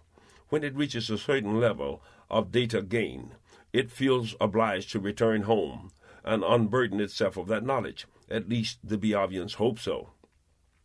During the Second World War, Allied and enemy pilots sometimes reported being followed by glowing orbs, full fighters. These were not neurospheres, but the more common electrospheres of the kind I saw aboard the Biavian mothership. They were no doubt observing and reporting on the plane's technical systems and propulsion systems, etc. Sometimes these little spheres are seen pacing UFOs, but they may just as easily have been plasma-like energy spheres or balls dispatched from a neurosphere from within our stratosphere. When the energy sphere has accomplished its purpose, it may disappear, as the neurosphere would never retain it any longer than is necessary. No unnecessary power is wasted, even though power is abundant this near a sun. The physical electrosphere and the neurosphere, unlike the energy ball, do not disintegrate, but can move fast enough from a standing position that they seem to just disappear. The neurosphere is, without a doubt, the ultimate in Biavian electronic technology. Tan told me that even though it has not been confirmed, it is theoretically possible that a few neurospheres have developed the ability to move through time at will. Since all past knowledge can be surmised through the physical composition of present things, it is his theory that the neurosphere would have chosen to attempt going forward in time. Yet since none have returned to this dimension, his theory cannot be verified. The future cannot be fixed with any known precision. Of course, we know that our actions today will ultimately influence the context of our future. You can look at a thing and calculate the rate of its natural deterioration and get some idea of when it will collapse. But we cannot anticipate all of the various elements which will contribute to or prolong its decline or longevity. We may safely say that a banana will deteriorate and turn black in a few days, so we hasten to sell them. Yet, if this customer didn't buy it, would it spoil before another one bought it? Will the person who bought it eat it, or will his son eat it? Or will his son share it with his sister? Can you say with certainty that the sun will rise tomorrow, or that New York City will still exist? If you kill one ant from an anthill, you have altered the numerical value of all anthills forever. Simply because we have spent the last billion years surviving the evolutionary process, there is no guarantee that it all won't be completely destroyed in the next moment by some form of unforeseen cataclysm. The Biavians are perfectly convinced that the force of life is immutable and will continue regardless of what happens. However, no material thing is guaranteed to continue in its present form, and no matter the complexity of material creations. The sum total of all knowledge can never be known by any one person, nation, planet, galaxy, or universe. Thus, the endless quest for various life forms for this knowledge. The realization that all knowledge will never be known by mortals, beings, has never and will never dissuade beings in the least from seeking to possess this impossibility. This is why they have come here, and why we are sorely intent on going there. Only the snail's pace of our inner enlightenment causes them to stand in wonder of us, to be capable of such greatness while putting the dumbest of animals to shame. From the Beovian's viewpoint, the ultimate stupidity of man is his ability to think of himself as being the only living, breathing product of the universe's creations. It is the supreme form of insane arrogance on man's part. Little does he know that his physical genus has long ago been catalogued and dismissed as a common suborder by simple machines and smart insects.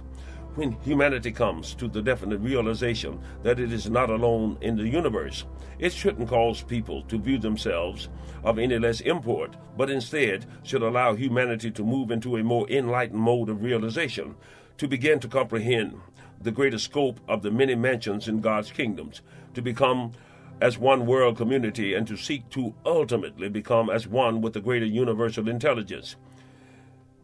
If we could come to look upon ourselves as us among them, or even us against them, then perhaps we might rise above the senseless mode of us against our brother, or one nation against another. I personally could never again, even momentarily, discount the existence of other beings because I have first-hand knowledge of their existence.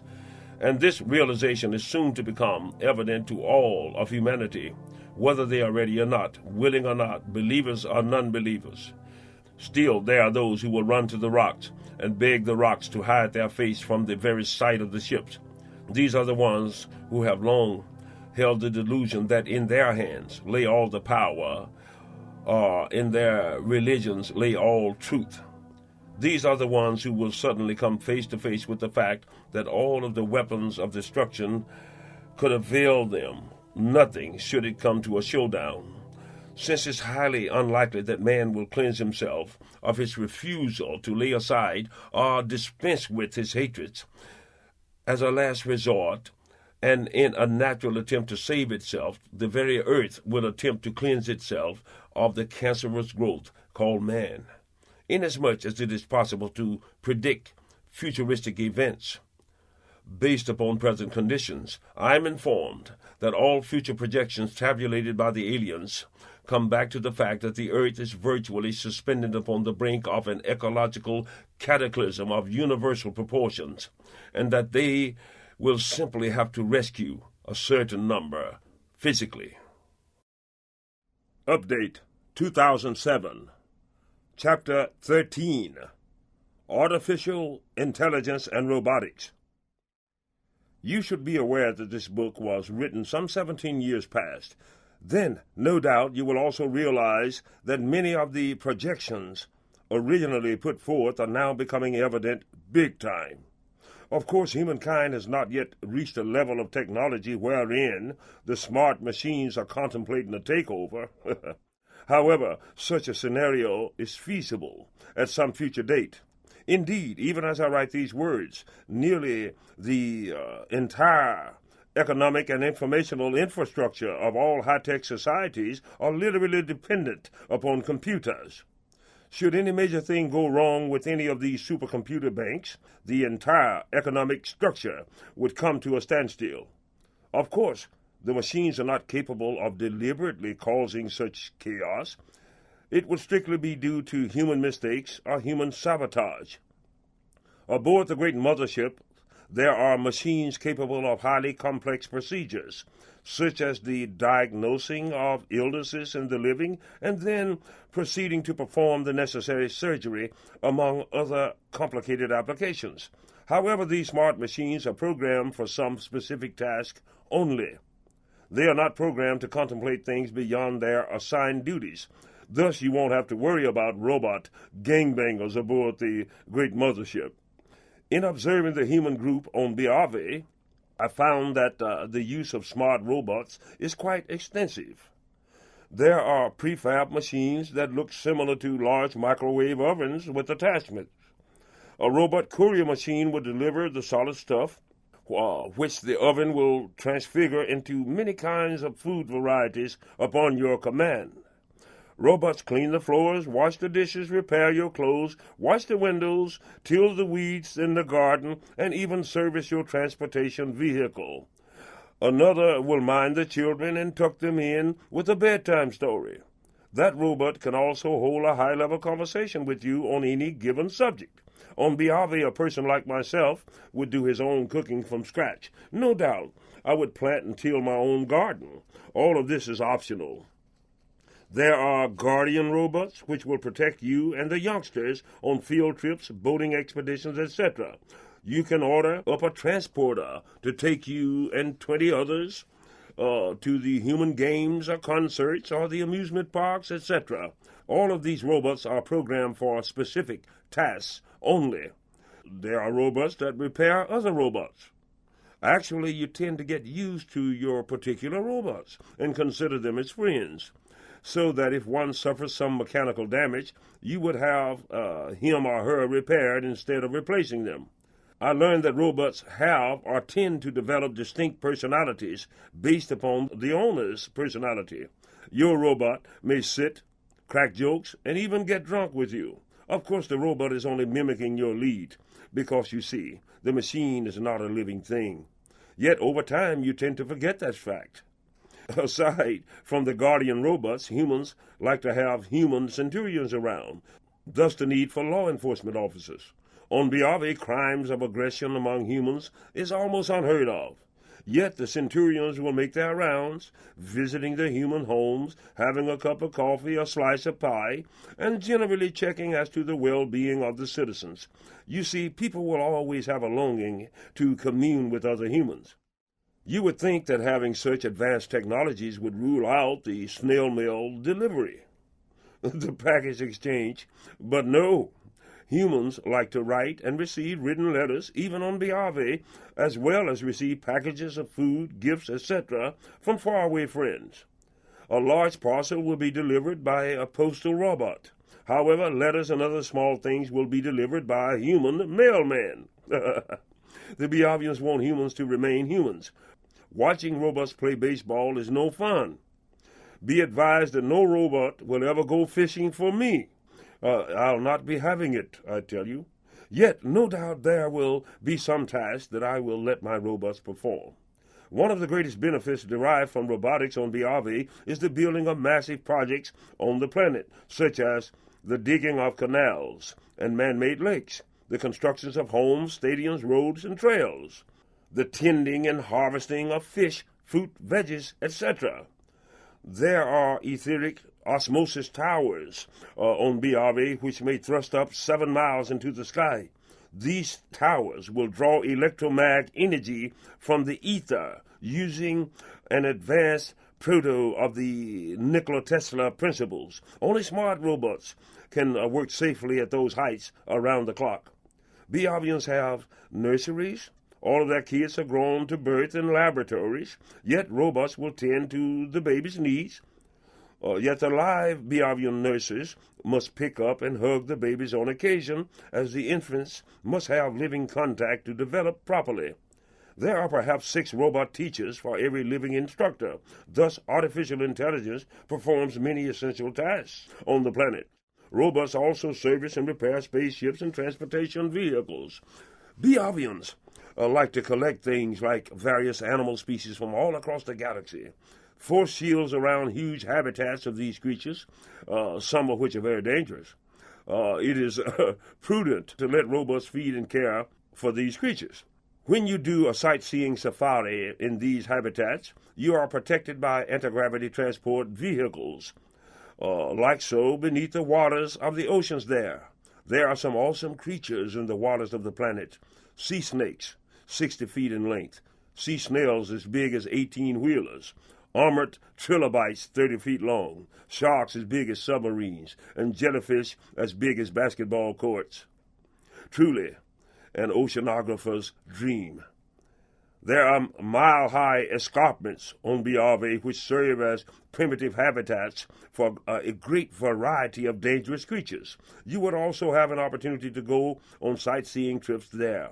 One thing is for sure, on Biave, you won't get bored easily. So many places to go and things to see. End of chapter 13. Chapter 14. Statements of reflection, logic, and other stuff. Taken from a conversation between Martin and Tan. Martin. You know, there are still people, very powerful people, who believe that God created heaven and earth and man and the animals about 6,000 or 7,000 years ago. Tan.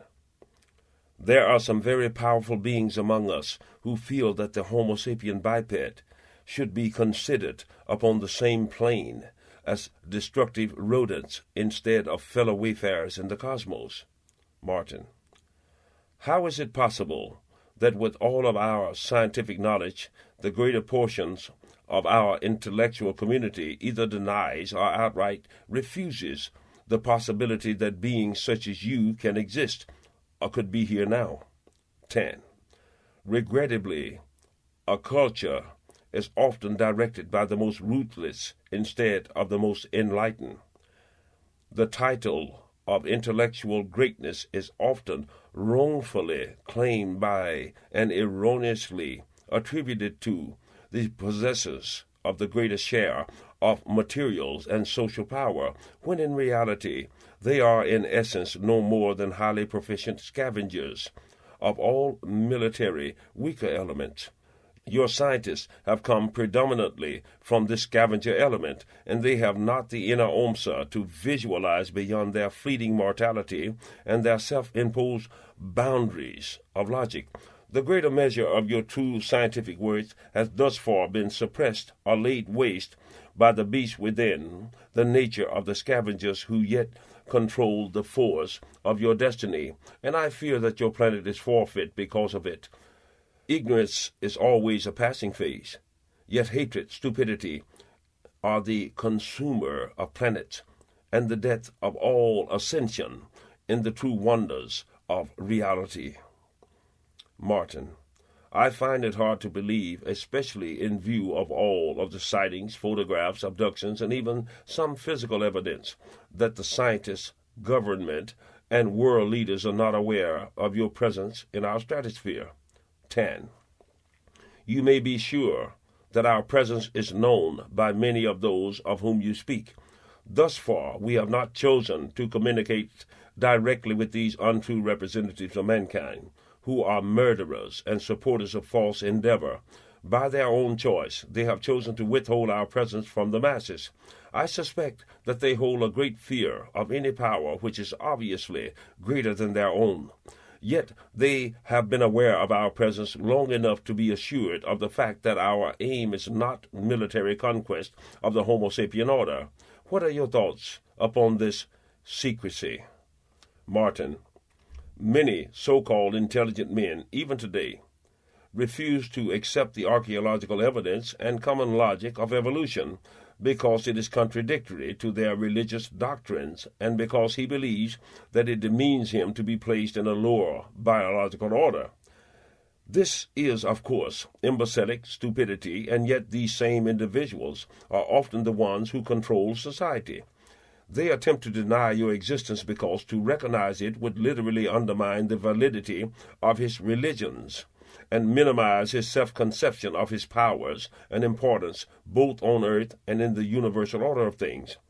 Should his religious orders be superseded by mere rational thinking, his monopoly on the manipulation of ignorance and consequently the size of his monetary collections would diminish.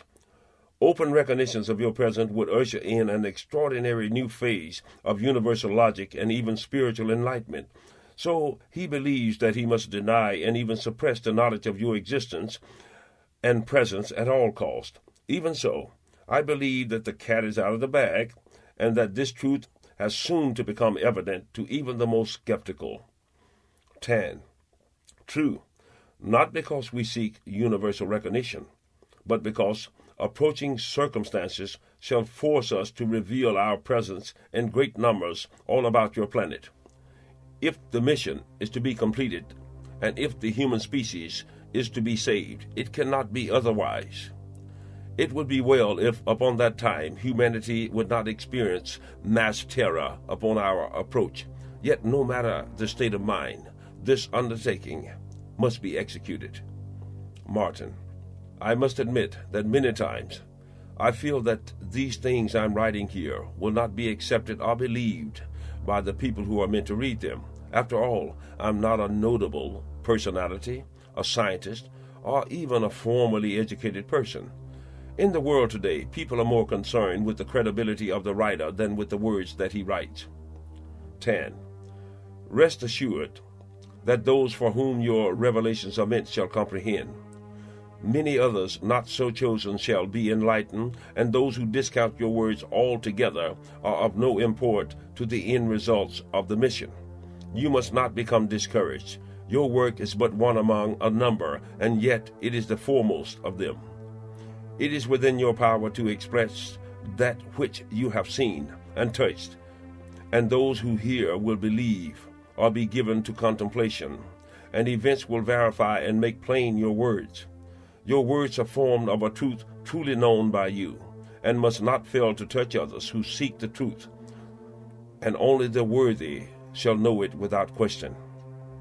Martin, I hope that you are aware of the fact that if you show up in force, the military will probably attempt to shoot you down, or at least try to prevent the airlifting of thousands of people right under their noses. 10. We are not concerned in this matter, as all implements of destruction will be temporarily altered to malfunction. Our presence at each point shall not be more than necessary. Those who are summoned would have gathered unto one another as communities sometimes before, and the time and point coordinates will not be made widely known to those not to be chosen. Martin, maybe I underestimate the propensity of people to accept the unknown and the unusual, and maybe you overestimate the ability of Earth's people to do so. I've got to be honest with you, Tan. You have got some weird-looking shit on your mothership, and a lot of people might freak out in the face of it. I don't think that you should use me as a barometer to measure the psychological stability of all humans. 10. Your concern is valid, and it is true that you have served to measure a spectrum of response. Yet I am aware, Martin, that your depth of psych compromise exceeds that of many and parallels that of some. Few shall be given privy to things non-essential to their orientation. Time and depth of inner perception shall be measured on an individual basis. Do you think that my countenance is repulsive or too great to bear for the normal human? Martin, no, Tan, my friend. I wasn't referring to you in particular. In fact, aside from that big head and those funny-looking feet, you're kind of cute. And to me, Nella is beautiful. But some of the other life forms are basically some ugly motherfuckers, if you know what I mean. 10. I must tell you, Martin, that the toxicians fail to find any physical beauty in you. Yet to me, you are a most pleasing specimen. Martin, well, fuck a lizard. In fact, fuck a lizard's mama.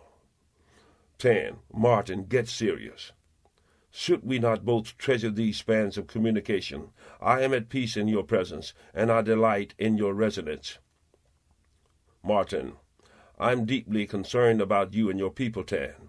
I've journeyed across this land since I was 14 years of age, and the number of near-righteous people I have known can be counted on little more than my right hand.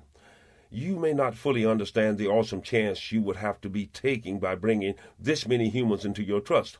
I have no doubt that if given the chance, some of them are going to screw up and cause trouble for you and among your people. Unlike the Beovians, who are not given to dumb shit, some human beings seem to thrive on controversy. Do you understand what I'm trying to say to you? 10. Martin, friend, you honor me with your care. It is a measure rare among any but the lower orders, such as your canine domestics. Yet you do me a service which is little deserved, as my innocence is born more of comfort in my technical power than of inherent kindness. If your missiles, lasers, and particle weapons could not broach my defenses, how much less must I fear the irrational physical? It is my wish that the planet live, though I possess the power to destroy a score and more, much more. Martin, in other words, you got some heavy zap shit. Tan, correct. Martin, maybe I'm being a bit critical of the human species as a whole. Surely there must be a good number of very decent people on Earth. I've just never had the pleasure of experiencing many together in one location. Actually, I'm certainly not worthy to judge others because I've done some shitty stuff in my life. For instance, when we got drunk together on the mothership and you passed out, I rifled through your carrying case looking for diamonds and dope and shit, and I really feel bad about that. Anyway, all you had was a bunch of shit-itation wafers which Question stole and pigged out on. Tan, on each occasion of our meeting and while you were in the dream state, I explored the contents of your pockets and took 3 coins and 1 wrap of hemp cannabis sativa. I, too, have borne a guilt thing. Martin, you stole my dope? Tan, yes. Martin, well, I forgive you.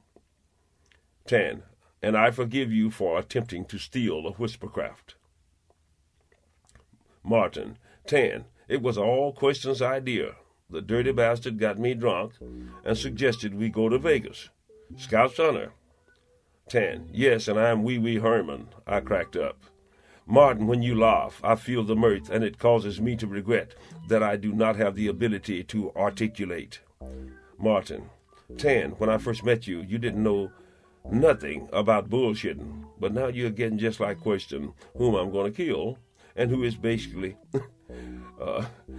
Now you're getting just like Question, whom I'm going to kill, and who basically makes me want to puke. Tan, bullshitting can be spiritual. Martin, yes, no shit. Tan, even as you journeyed with me within the zones of your solar spheres, I felt your fascination and the resonance of your omsa. That which to you was so normal was to me quite wondrous. You cannot know how great the gift, nor how true the treasure of your friendship is unto the Elohim. The level of your inner being in synchronization to my own, in resonance, is a rare thing indeed between human and Beovian. Thus I delight in your mirth and find fascination in your pain. Martin, Tan, if you find fascination in my pain, I fear that you are kind of freaky, my friend. But I get your drift. You find it marvelous to feel my emotions because these things are new to you. But from the human standpoint, sometimes emotions can be a bummer. Tan, being devoid of emotions like so may on occasion transcend your bummer. Do you see?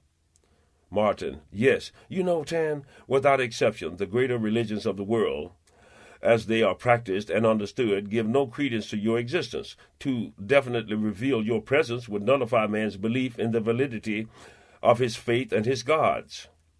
Tan, has your religious beliefs been made the less by your knowledge of my existence? Martin, no, quite the contrary. Long ago, I pondered the question, and after about 10 minutes, I came to the conclusion that if mankind was God's only creation, in all of the universes in which to entrust all of his glory and his aspirations, then he has come up shit out of luck. Of course, I had met you before, but I couldn't be sure. Even so, I don't question the existence of a God force. With my own hands, I have relieved pain and have witnessed some portions of miracles. To attempt to unravel the mysteries of infinity through religious scripture is an exercise in rhetorical futility. I just instinctively knew that the creative force wouldn't place all of its eggs in one basket, but would instead cast the seeds of life upon the waters of the universe and let evolution take its course and seek its own level of infinite comprehension. So there had to be other life forms out there. Thus, having come to that conclusion, my conception of God has been greatly enhanced. My comprehension of God's logic, I believe, has touched and literally tasted new levels of spiritual resonance. For a while I felt that if humanity was God's measure of divine essence, then he had probably gone apeshit. However, since I've witnessed things that you have shown me, I have a much greater respect for God's infinite preoccupation and his propensity to come up with some weird shit. 10. Well put, friend Martin. I, O-Qua Tangin Wann, know of the many variables under which physical life forms can come to be. Yet even the Stangian theorists do not know from whence emanates the force of life itself. We do know that this force knows no conceived boundaries and certainly pervades all of the cosmos. This force is not so great a director as it is an opportunist. So the virus, the insect, the mammal have equal access to its essence. This force grants no special dispensation or divine right of existence. Only the endurance, tenacity, and ingenuity of a given life form shall permit its survival as a species. I have neither the power to grant life nor to destroy the force of which it is made. It has always been and shall always be, and neither the nova of stars nor the implosion of galaxies shall halt its progression or greatly diminish its diversity. The sum total of all things that are or shall come to be is the ever motion of its total reason. In our ignorance we call it light, and ever seek to return into its epicenter. Martin, no shit. On earth, man has a concept of good and evil. He views physical existence as a constant battle between these two forces. What is your concept of good and evil? 10. This concept you speak of tends to elude the definition when viewed from my sense of logic, for behaviors do not consciously exceed the boundaries of necessitation. In accordance with the natural order, the predator kills only to the extent of its needs, while only intelligent beings are given to exceed logical boundaries. In order to penetrate the realm you call evil, one must have embraced the emotion called hatred. This emotion we no longer possess to measure. So in this zone I must remain your pupil. Perhaps you can enlighten me. Martin, I'm no psychiatrist, but this is how I see it. Evil, I believe, is the receiving of psychological and or sexual gratification from the infliction of physical and or psychological pain upon some other person or thing. On earth, evil takes on many forms and is practiced in various overt and covert manners. Evil hides under many forms of legally acceptable subterfuges. Conservatism is, in essence, racism, and the judicial system is nothing less than an official manner of lynching the poor and minorities. Born-again religious leaders are by nature divine racists. To condone and maintain any system of social endeavor which profits by the suppression of others is evil. Apartheid is a classical example of an all-consuming, legalized evil. Hateful words and actions rendered in a moment of anger are evil. The maltreatment of a child, the elderly, the infirm, or the torture of an animal are evil. The deliberate poisoning of nature for profit is evil, and the achieving of sexual gratification by inflicting physical pain on some other unwilling party or thing is evil. I further believe that sustained hateful thoughts toward another is evil. Total indifference to the suffering of others when we have the means to relieve that suffering is one of the greatest evils of humankind. Any action, thought, or deed designed to inflict pain is evil without compromise. 10. I begin to better comprehend your concept. Let me say that among the multitude of beings, it is not unknown that some being may, on occasion, be given to performing some act of indiscretion against another, yet the emotion is fleeting and the nature contrite. It is well known that emotions in varied extremes are not conducive to the orderly functioning of the physical body. Thus, to deliberately invite and sustain such vibrations is to disrupt the resonance of the OMSA. Yet, I realize that the beings as one are not afflicted with the many chemical imbalances and genetic mutation disorders as pervades the Homo sapien biped species on earth. Still, this entire measure of evil upon our sphere far exceeds the context of psychological disorder. Thus it may be theorized that evil is a thing which is genetically inherent in your order. Yet upon closer scrutiny of the lifespans and selfless actions of a number among you, it is found that an existence devoid of sustained evil and hatred is quite possible on a mass, if not universal scale among humans. Do you believe the human is inherently evil? Martin. No. Humanity obviously is not totally one thing or the other. It is neither all good or all evil. Instead, I believe that man inherently holds a measure of both good and evil, and the strength of his inner self and sense of common judgment decides the extent to which he will give sway to these dormant emotions. While an imbalance in the body chemistry may push the rare individual over the edge into the zone of sporadically pure evil, I believe that evil is much more a product of deliberate, premeditated wish. The fact that historically more mass movements have been motivated by evil than by good, and that hatred in its many forms seems to prevail as a more tangible force upon the earth at this time, indicates to me that the satisfactory gratification from the emotion of hatred tends to exceed that derived from good emotion. The mental and physical release gained from the murder of an enemy is generally more intense than the mental and physical sensation gained from helping a friend or an enemy. To the hateful person, evil is a drug which is far more addicting than heroin or cocaine. And in order to satisfy this addiction, men collectively practice things like apartheid, slavery, conservatism, and pure racial bigotry. The ruling factor in South Africa is literally sustained by a collective practice of evil, and the ruling factor of this country is sustained by the same, though less direct, levels of that anomaly. The preoccupation of the ruling factions of this planet with institutionalized evil is, with minor variations, universal, and yet I don't believe that evil is in itself is biologically inherent in the human species.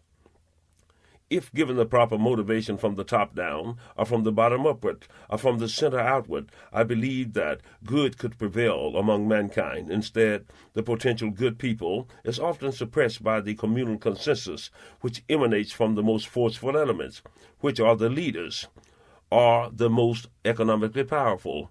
At this time, these leaders, while comprising a very small numerical factor on the whole, still control the flow of human sociological endeavor.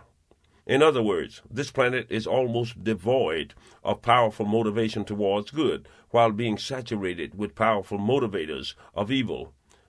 Does this mean that humanity has lost the battle between good and evil? I cannot say. 10. All ecological, atmosphere, and sociological data compiled by the Elohim concerning your species unto this point indicates with overwhelming probability that humanity as you know it cannot long endure. Yet we are but physical beings, and neither our knowledge or technology is infallible. We may observe the past at leisure, yet the future must linger in the zone of conjecture and probability. Martin. What are the odds of humanity surviving total or near extinction upon the earth? 10. 8% positive, 92 negative. Martin. Then what's the chance of me getting the fuck out of here before the shit comes down? 10. 50-50. Martin. Have you played any direct part in my survival until this point? 10. Martin. You well know that it is forbidden to intervene directly in the chosen destiny of humans, and I concur with this directive, as it would open channels which might grow to dominate the mental order of your entire species. Nor is there enough knowledge among us of the human psychology to even attempt such an undertaking. I have embraced your friendship, and it has been my delight to have visited your inner mind on occasion over the time to experience your emotions and to impart to you some little things of interest. In this manner, your comprehension of my reason has been greatly enhanced, even without your conscious awareness. In other words, you've been fudging the rules. 10. Correct. Martin, I understand that you are completely convinced that the force of life continues after physical death. So am I. But what about the individual consciousness? Where does it go, and what does it do after death? What is the order of things after physical life? Is there punishment or reward, heaven or hell? 10. Martin, give unto me a break and get serious. True, this question has been contemplated, researched, and theorized by the Elohim and Stagians since time immemorial. There's a specific group here at this time who are preoccupied with this aspect of human continuum. Because of the volatile, emotional nature of humans, they have proven to be ideal subjects for this research. We have succeeded in verifying the continuance of the life force by recording its presence on sensitive instruments. So, of its existence we have no doubt. In seeking to comprehend the modus of these non-physical entities, we have reached a certain decisive point, yet no universal conclusions. It would appear that there are varied zones or levels of afterlife consciousness. Some entities, by wish alone or through a misconception of their present status, are capable of interfacing with subatomic particles and achieving visibility to the physical eye. In most cases, the time frame prevailing at the point of demise tends to be fixed and unchanging. Further research has revealed that the esoteric or terror, punishment, or reward concept tends to reflect the inner orientation and spiritual mode of the human at the point of demise.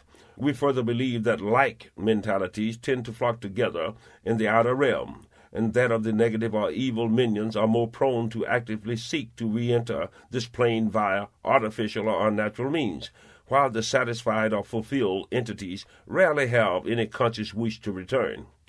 In computing the heaven and hell factor, we theorize that there are as many variations of each as there are concepts of the same, and may be as distinct in projection as the individual personality of the Omsa. We believe that geographical and planetary place fixation is a matter of spirit wish ignorance, while those so inclined may traverse the far reaches of the cosmos. There does not seem to be any electronic or physical boundaries governing the universal movement of the enterprising spirit.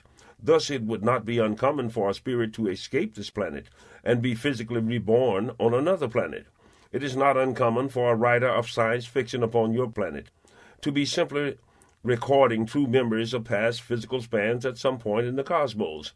Since time as you perceive it on this plane holds no meaning to the other dimensional entities, the span between death and rebirth may span a few years or an eon, and yet seem only as a day to that entity. Apparently, that spirit has no control over the circumstances, sex, race, or social position of its rebirth. We base these rationalizations upon existing data again, yet freely admit that our assessments must be viewed as a theory and deductive conjecture instead of fact, immutable. Does this assist you in any manner? Martin: Yes, my own research into the paranormal has already led me to conclude that life as a force continues. But you have helped to reinforce that conclusion and to further convince me that I may not be completely nutty. But what about the Biavians? Don't you have your own ghost? What of their outer-body dimensions? 10. Our out-of-life entities are no less alive than are your own, yet the resonance of their presence is much less expressive and far more difficult to record than that of humans. Perhaps that is because Biavians are less given to emotional extremes than humans are. And remember that most physical death among Biavians is a voluntary transition, and thus there is little conscious incentive to interact with this plane of consciousness. We know far less of our own outer infinity than we have come to learn of yours. Because of the short gestation span of humans, they make, as I have afore stated, ideal subjects. We have literally observed the entire physical spans of entire generations of certain fixed communities, and this observation has proved fascinating. Martin: Do you believe that it is possible to learn too much of the workings of infinity, or that some things are better left unknown? 10. But for the active suppression of knowledge throughout your genus, man might, at this moment, be traversing the farthest reaches of this galaxy. Martin, I tell you truly, the Biavians are an ancient culture with a recorded history exceeding 1 billion of your measured years, and yet the accumulation of all of our knowledge gained may be compared to one drop of water in the vast ocean of the universe. That which we have yet to learn exceeds the imaginative theorems of all minds yet born, and the aspiration of all those yet to come. He who places limitations upon the quest for knowledge is seeking to halt the motion of infinity. Knowledge alone is never detrimental. It is the use to which this knowledge is put that decides its merits or detriment.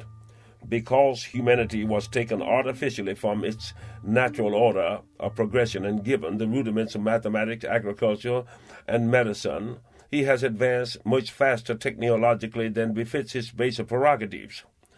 And the result is what you see before you. Thus we are bound by our own intervention to rescue a segment of your species so that the physical extinction shall not claim you. Martin, if your people played such a prominent role in the ascension of man, and if you feel such a responsibility towards humanity, then why don't you come in and take over and set him on the right path? Surely you have the power to do so. 10. The original genetic experimentation and the blood assimilation between Elohim and human far exceeded the home directive. There was no contact between the expedition and Biave due to damage incurred during the Toxician conflict, and the situation has progressed to a universal level upon our next contact with the planet Earth. We concede that the level of that experimentation was a mistake, yet direct military intervention into the affairs of an intelligent planet is out of the question. Martin, what about fear? Do you Biavians fear anything? 10. The emotion called fear is essential to the survival of any species which must coexist among other predatory creatures. In this sense, humans have just cause to fear other humans. When the element of immediate danger diminishes and becomes unknown, then natural fear diminishes accordingly. We of Biave have achieved a state of being which is virtually immune to immediate physical danger, and so have no tangible cause to fear, and yet even we are initially wary of any unknown element. Fear, as you have seen and experienced, is not our common plight. Then neither is emotional joy. I have experienced this emotion fleetingly in you on several occasions and found it fascinating. Martin, what about love? Do Biavians experience the emotion in the manner that humans experience it? 10. As with other emotions common to humans, we are not given to experiencing extremes in any manner. It is true that even among Biavians there is a bond of spirit between male and female that transcends the common resonance. Yet, save for the rare moment of procreative intent, the emotion remains on a nearly unfluctuating plane. The peak force may transpire but once, twice, or thrice during a Biavian's lifespan. I have felt your emotions undergo extreme alterations while in the company of your friend Question, and the varied level of your emotions has served to enrich me upon the potential modes of the human species. Yet, when tabulating your emotional data in its entirety, I have concluded that your general intent is to love, even when given logical cause to embrace a more negative resonance. Your ability to love Question commends you highly. Martin, oh yes, I love Question all right. I'd love to get that little motherfucker in a pot with about 2 pounds of onions. 10. It is well that we Biavians communicate on the telepathic plane, lest we be afflicted with the propensity of humans to articulate a thing and intend another. Your negative statement, while extreme, only serves to reveal the true depths of your care and compassion. You speak ill of humanity, yet you care greatly. If all of humanity could love in this manner, there then would be no limit as to what he could accomplish. Martin, even through it all, I have never been able to hate people in general, but I hate wrongness and injustice from wherever it comes. It pisses me off considerably to have some politician tell me that we can spend $600 for a $2 claw hammer, but we can't afford to give kids lunch at school, or to spend $100 billion to build more bombs when they already have enough shit to kill every man, woman, and child on the earth 10 times over. They can spend $200 billion to bail out the savings and loans, but they can't find the money to save the American farmer. They can find $500 million to build new prisons, but can't find the money to create job training and industry for the inner-city poor. It breaks my heart to realize that humanity has literally given sway to evil, deception, stupidity, and greed. But a bigger infraction still is to expect me to buy this shit and be satisfied. 10. The falsification of fact and the corruption of truth has long been the destroyer of civilizations. When deception becomes common and ignorance is enforced, the ultimate destruction of a system is assured. This preoccupation of man to speak one thing and do another, I fear, has damaged the psyche and ecological balance of the earth beyond retrieval. That such a living paradise has been so wasted is indeed a sad thing. Martin, according to Earth scientists, the acceleration, speed, and aerial maneuvers performed by your ships seems impossible or goes against the laws of physics. How is your propulsion system generated? How do you nullify the weightlessness of space? 10. Your law of physics is based upon matter, force, and resistance, and thus conforms to your equation of motion in the elemental sense, yet the very planet upon which you stand exemplifies the most tangible form of encapsulated universal stability. At a point, all forces in opposition to the other tend to counteract all equal force, thereby nullifying the centrifugal effect of motion, whereas your planet does revolve at a rate exceeding 1,000 of your measured miles per hour, while moving around your sun at some 88,000 miles per hour, you stand unaffected and mayhaps unaware of the motion.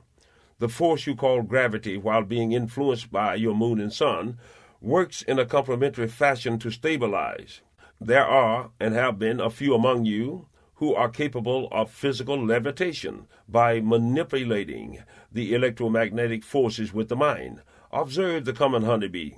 In body weight and aerodynamics design, it cannot possibly fly, and yet it does so by literally manipulating the electromagnetic currents around. Thus, its wings do not sustain, but simply alter the flight pattern or control it, if you will. The ship in which you are now reclining is but an artificial microcosm of an entire planet or a larger version of your honeybee. In the encapsulated world of this sphere, there is no up or down or sense of physical motion because its interior is an isolated here. There is no there. The power source of this sphere is a common fusion generator and is fueled by hydrogen, which is an abundant factor throughout the cosmos. We move about by generating an electromagnetic field around this sphere, and the manipulating of this field is the manner by which our traverse and direction is accomplished. To move toward an object, we adopt the opposite magnetic essence. To move away, we simply adopt a like magnetic essence. Should our power source be lost or malfunction, we would then be governed by your common laws of motion. It is also through the manipulation of these forces that we may attain light speed and then warp to hyperspace, which effectively nullifies the dimensional physics of time. Martin, in all of these years that we have known one another, I remain unaware until recently just how many people have had experiences similar to my own, and from what I can gather, most of these people live in terror of you. Their abduction and the experiments you have performed upon them have, in some cases, given them psychological complexes and real or imagined physical infirmities that they cannot overcome. Perhaps you don't realize just how great an effect you have had on the lives of many earthlings, but in view of it, I find it hard to visualize tens of thousands who will be prepared to place all of their trust in you. How do I know that you aren't just using me to get more guinea pigs for your experiments? How do I know that you are not in reality monsters? Granted, you and I have spent much time together, and I truly believe that your heart is decent and compassionate. Yet I really don't know much about any other Beovians besides you and Nella. I am fascinated by the things I've seen, but what are the things I haven't been shown? Why should I try to get other earthlings to trust you, and why do you need me anyway? These questions continue to perplex me. So, would you please set my mind at rest? Give me peace in what I go to do. I hope that my queries do not cause you to take offense. 10. No, Martin, I take no offense, as your queries are logical and fair. In truth, we have visited thousands who yet remain unconscious of that meeting. It is also true that the Targs have visited many, and it would seem that the mind pacification processes of the Targs is flawed so that many yet retain partial recall of some moments of discomfort. The destruction of human brain tissue is forbidden, and so is the disfiguration of the physical, yet some imperfections in procedures have transpired on the Targ's part, and like so ours. In giving attention to the unblemished physical, I am sure we fail to truly comprehend the depth of the human psyche equation. We have long observed the most crude tissue-destroying methods of your species' illness treaters, doctors, and the predatory manner in which you treat your child, your elders, your brothers, your lower creatures, yet we break not the skin, nor cleave the inner organs. In mindless machines do thousands die upon your planet, even as we speak, and millions more suffer the death-bringer of your poison water and chemical clouds. Yet, I tell you truly, Martin, not by our hands has one human died or suffered physical pain beneath our scrutiny. Still, we have been wrong in not comprehending the psychic effects of the Terrians, who have been so visited by creatures unknown such as we. You may trust me, not by force of any emotions alone, but by the elements of common logic. Were my motives untrue, would they not best be practiced upon the powerful, the gullible, and the untrue leaders of your world instead of Martin? Or then, why bother deception at all, when man possesses naught but the power to destroy himself instead of me and mine?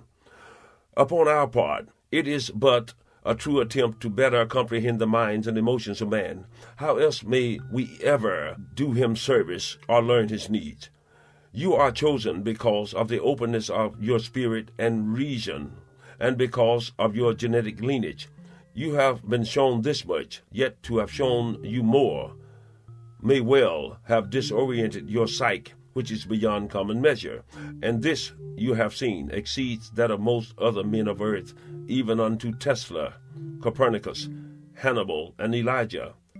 In the time span remaining of which I have told you, there is no immutable certainty that man himself would not nullify the gathering by doing the unforeseen and literally destroying his own species. You see, this gathering cannot be of random survivors, but of those chosen. Yes, I can say with near certainty that your planet will undergo drastic alterations.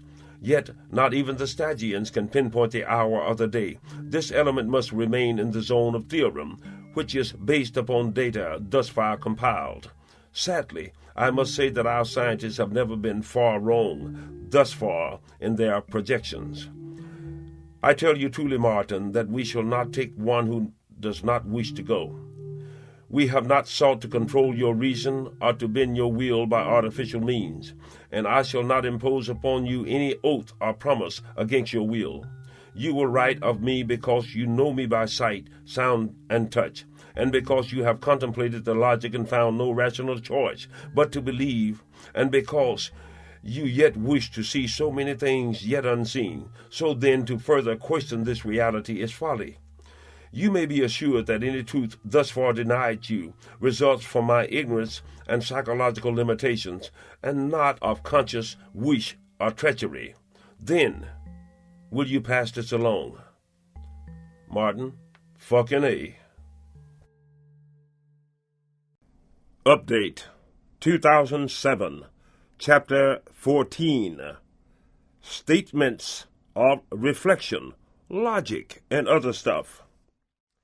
You have just read a compilation of conversational exchanges between me and Tan. Yet, what you have read thus far is only a small portion of the many conversations we had over time. We still talk even unto this day on a telepathic level. Therefore, I will expand upon past and present exchanges between us. I do this so that you might be able to better comprehend and even psychoanalyze Tan as well as myself. By adding up the overall volume of our conversations, you may be able to discern the genius of our exchanges or the density of my stupidity. Either way, I must give you that chance. Martin: 10. I understand that your people have been observing and studying humans since before the building of static cities and the pyramids. Then you have witnessed the many wars, genocidal campaigns, slavery, the Black Plague, and all other catastrophes down through the ages. Then why, pray tell, have you not stepped in and prevented some of these awful things? Tan says, Friend Martin, I have told you that any cognizant species must be left to its own design. Humanity is no exception. You must seek to find your own destiny, or perish in the quest.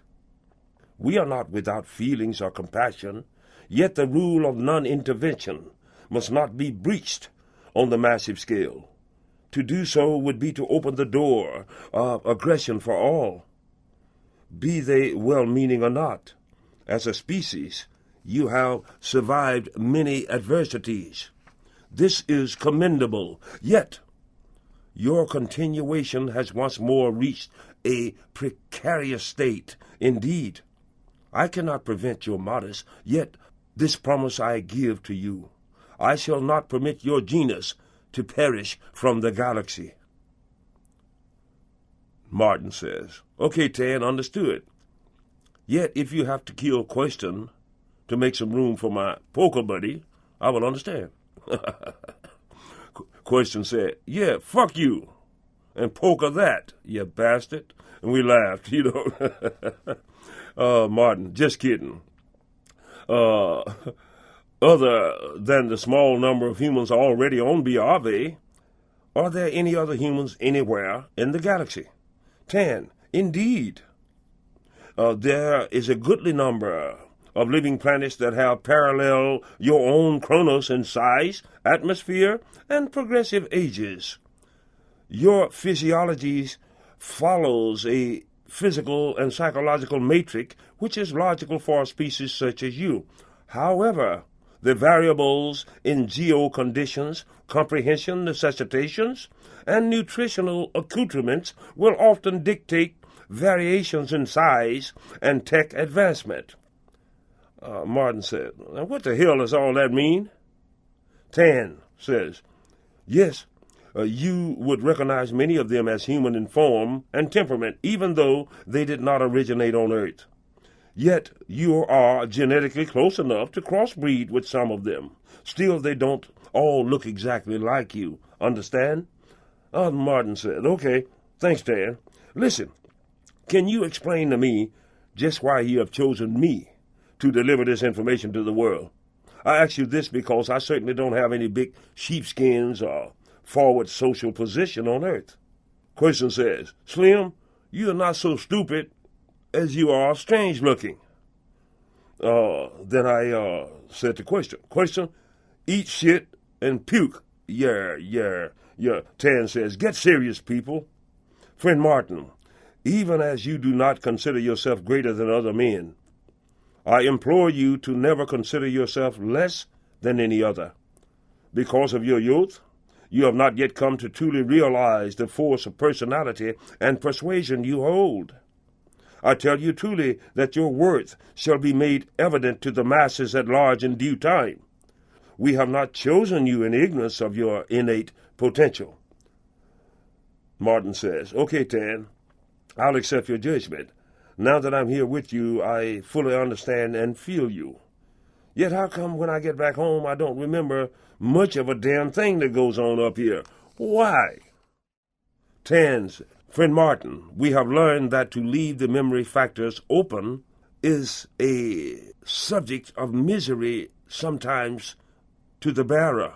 Therefore, we must take care not to permit too much too soon. I assure you that all shall be made evident unto you when you are ready. Martin says, Okay, Tan, I won't sweat it. I've had people tell me that I stopped their pain by touching them. Did you give me the power to do that? Tan, Friend Martin, we cannot endow you that which you do not already possess. It is by your will, and your will alone, that you are able to do such things. Thus, another reason that we have visited you. You are not yet aware of all the etheric elements that abides within you. I can tell you this, that you are not entirely ordinary as we measure humans. Martin, is that good or bad? Tan says, it is as good as you wish it to be. Not even we can always project the true measure of an entity. Yet methinks that you are fair and hopefully good of nature. I am inclined to trust you, Martin. Martin says, thanks, Dan. Yeah, I'm a man of my word. If I make a deal, I stick to it.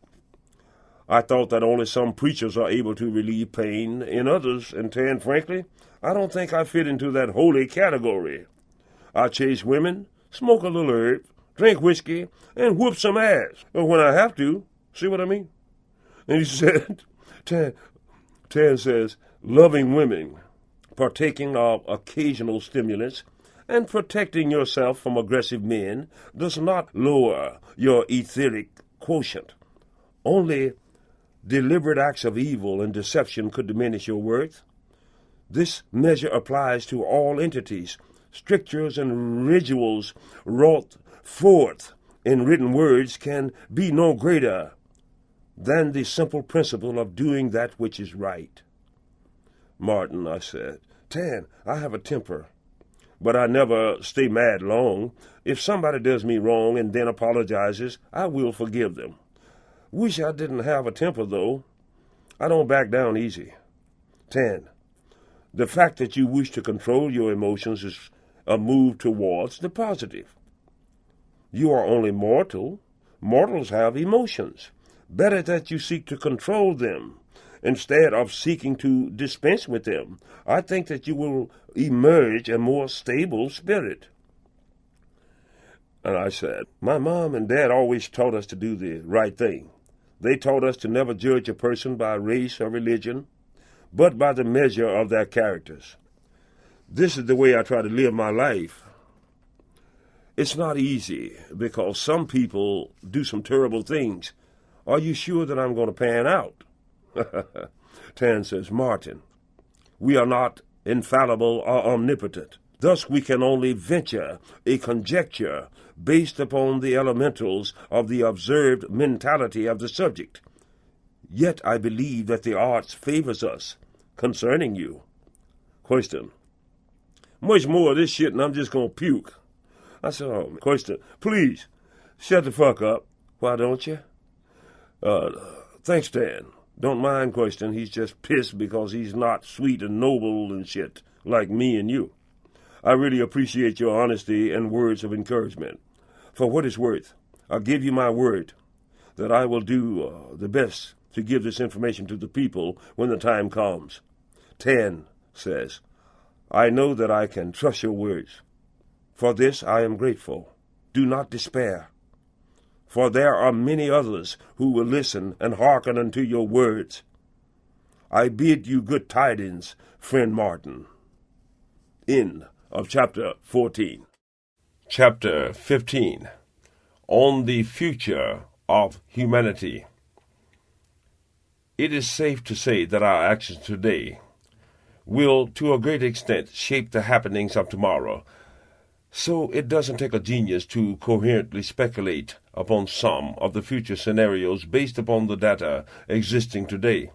As I have said before, the future projection on Earth put forth by the Beovians are based upon the scientific data that they have thus far amassed. In my opinion, the aliens do not depend upon any kind of psychic clairvoyance in drawing their conclusions, but upon the soil samples, water and plant samples, temperature variations and atmospheric content, as well as geological strata and seismic disturbances. The actual physical form of man plays a minor biological part in the overall picture, but the byproduct and the ecological destruction wrought by his mode of existence do play a most prominent role in the shape of things to come. His flagrant disregard for and seeming ignorance of biological functions of the planet is to the aliens quite reprehensible. The seeming necessity of man to destroy millions of acres of living trees in order to make more paper, when enough recyclable paper already exists to cut this destruction by 2/3 is lost upon them. They know that human life on earth cannot hold its numerical value without trees, while the trees cannot reproduce fast enough to replace the rate of depletion. To them, nearly all of man's greater actions seems to be a headlong determination towards imminent suicide, and this makes no rational sense at all, especially as man does not possess the technological means to depopulate the dying planet through interplanetary migration. When they look at humanity, they see something like a hill of ants, which are willfully feeding the queen a slow-acting but deadly poison, thus assuring their own extinction as a species. Try as they might, they have not been able to discern any underlying master plan to man's madness. Thus humanity forfeits any right to esoteric consideration by the Turks. The Turks have long held the philosophy that human beings should not be considered any more than laboratory specimens, despite the conviction held by the Biavian that humanity, while totally misguided, holds celestial qualities. This is only conjecture on my part, but I believe that the insectilian creed views humanity only as a slightly harmful but swiftly passing malignancy, which will soon give sway to the true masters of the earth, the insect kingdom. This rationale is quite logical, as the insects would certainly survive, even in the case of all-out nuclear war. If you should travel to the far reaches of the cosmos, observing the various life forms, you would undoubtedly discover 1,000,000 insect species for every single intelligent or sub-intelligent mammalian species living. All the odds are on the insect side. We find that, like most creatures, when man comes upon a system that works, he becomes locked into that system to such a degree that even considering a radical change tends to terrify him. But just like those creatures in nature who are unable or unwilling to change, extinction is sometimes inevitable. We know that mankind is capable of great accomplishments when faced with desperate situations. In the past, these great undertakings and changes were made because the reasons of necessity were clearly visible and urgent. For instance, the institution of fairer laws concerning the masses transpired in Europe as an aftermath of the Black Plague in the 14th century, when so many died that labor was at a premium. Thus the people could demand better wages, fairer laws, etc. Higher wages caused a great consumer market to arrive, which hastened the rise of the Industrial Revolution, the mass production machinery. As countries became more economically prosperous, they found it expedient to create better war machinery in order to keep abreast or ahead of aggressive neighbors. Injuries, pestilence, and disease caused by wars and famines brought about more open-minded and comprehensive research into medicine, food preservation, and communications. Divine authority diminishes in proportion to technological advancement, and science begins to take on a more prominent position. The rapid growth of metropolitan populations brought about the creation of sanitation and health departments, professional schools, sewer systems, and a host of other necessary entities. It is a fact that no great changes toward the common good of all people have ever transpired unless the common people were in a position to demand these changes. The ruling factions have never voluntarily given up anything. We find that world circumstances have been changed by revolution and not by evolution. The plague gave worth to the working man, but the invention of mass production machines proceeded to diminish that individual's worth once again. Soon this led to debtors' prisons, execution for minor offenses, deportation, and indentured servitude. The rich class had never changed in its abhorrence of the poor classes, and the Industrial Revolution only added to the number of the wealthy elite. Children were literally worked to death in factories and women in sweatshops, while men lost their lives by the thousands in the mines. This terrible suppression of the masses led to the American Revolution, and then the French Revolution, in which case the serfs rose up and overthrew the masters. To curtail some of the power of these new rich industrialists, the people demanded and got some laws passed concerning working conditions, wages, child labor, and formed unions to hold on to these paper rights. As a result, the largest middle class on earth arose in America, and also the most comprehensive and democratic constitution in existence. For 2 whole generations, labor was king, and the country prospered on the mass level. But with the advent of the electronic revolution and the rise of the conservative faction, once again we find that the unions have been destroyed, civil rights are swiftly deteriorating, and the middle class is being continually diminished in worth and number. Once again, the rich elite holds the reins of destiny in their hands, and this time power will not be usurped by a civil revolution, but by the destruction of the planet itself. So we all lose this one. In this assessment, I could be proven wrong, but only if the controlling faction would immediately choose to sacrifice 1/10 of their present profit margin for the good of the ecology and the people. But as we said, such a transition among the rich has never voluntarily transpired in all of recorded history, so certainly I don't see it happening now. Because of my rather adamant condemnation of the overall actions of the rulers of this society, and the bigotries of the majority masses, one might easily get the impression that I don't like people very much. But this conclusion would be wrong, because I truly care deeply for all good people. I do not like, condone, uphold, or pay lip service to wrongness, regardless of its source. I am critical of the ruling elite because their every action has been to their own benefit at the cost of trashing a large segment of society. I am critical of the American majority mass because they willfully vote these nigger haters into office at the cost of much of their own economic solvency. And by the time that they truly realize that the minorities did not foreclose on their farms or close down their factories or poison their lakes, it may be too late to rescind their initial decision, which was to cause harm to the niggers only. I have said that the American majority member is the most hateful, gullible, and stupid political pawn on the face of the earth, and I find no justification in altering that opinion in the least. Europeans in general are capable of great benevolence when sufficiently inspired, but they are capable of an ever greater evil when the nod is given by their leaders. It is true that in Western society, a young minority male, upon meeting a violent end, will do so in most cases at the hands of another minority male, while on the other hand, most Europeans who meet a violent end do so at the hands of another European and not at the hands of a minority member. Yet it is common practice for most of the society's ills to be laid at the doors of the minorities. For the most part, minority members do not commit mass murders, serial killings, child murders, and baby molestations. Should the Europeans rise up tomorrow and kill or imprison every minority member of the Western Hemisphere, it would not save him from the aforementioned beastliness, which unfortunately seems to be an integral part of his nature and seems to have been so since the first mention of him in the hieroglyphics of ancient Egypt. And now he has brought this planet to the brink of extinction. If left to his own sentiments and designs, there can be no hope for the continuation of the human life as we know it. On rare occasions, the overzealous and greedy inner-city dope dealer may mix and sell a drug which would kill a dozen people. Yet, even as I speak, reputable pharmaceutical companies are willfully selling contaminated or worthless generic drugs which will kill or maim tens of thousands.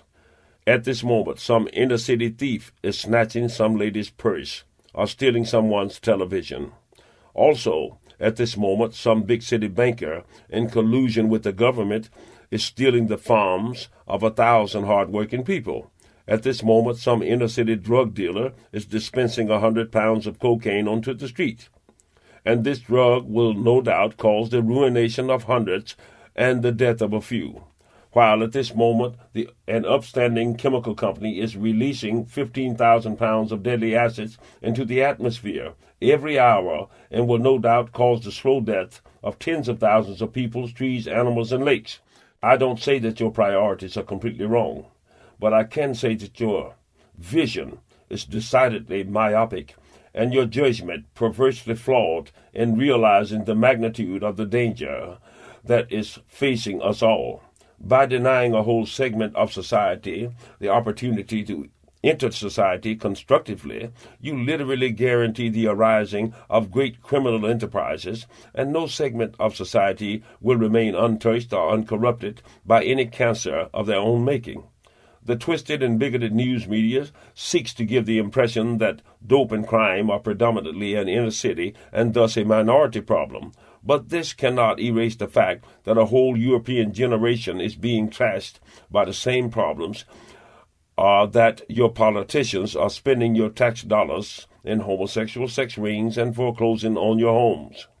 Those worthy human attributes like ethics, honor, and common decency have been relegated to the position of thin facades of convenience, and the media and propaganda picture of the person has little to do with the true realities of his worth. Charlatan thieves and perverts know one another at a glance, and the one who does not fit this mold is discarded as soon as possible from among the politicians and the religious hierarchy.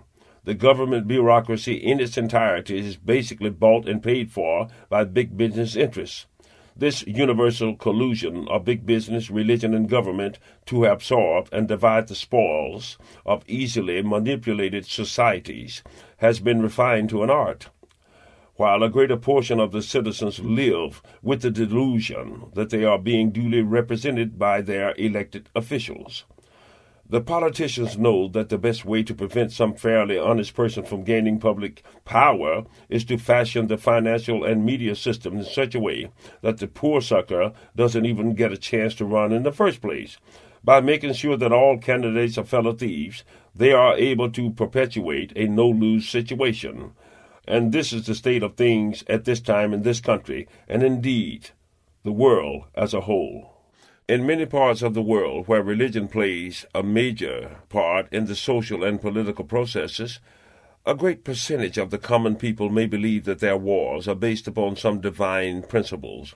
But the leaders know that it's all about money and power. They know that any political position, whether elective or appointed, is of import only to the extent of its thievery potential. If you believe that the constitutional amendments and the legal statutes apply to any person without money in this country or any other, then you are rudely mistaken. Nothing you own, including your life, is safe from legal and political incursion, and within the next decade most of you would have been herded into a political and economic corner of deprivation from which you cannot by law emerge. Under the guise of law and order, your bigotry and gullibility will cause you to vote away the few remaining rights at your disposal, because in the rich man's eyes your worth no longer fits into the human equation, but has been relegated to the statistical realm of numbers, dollars and cents, assets and liabilities, and the foot soldiers who are the police will keep you all suppressed, all of you.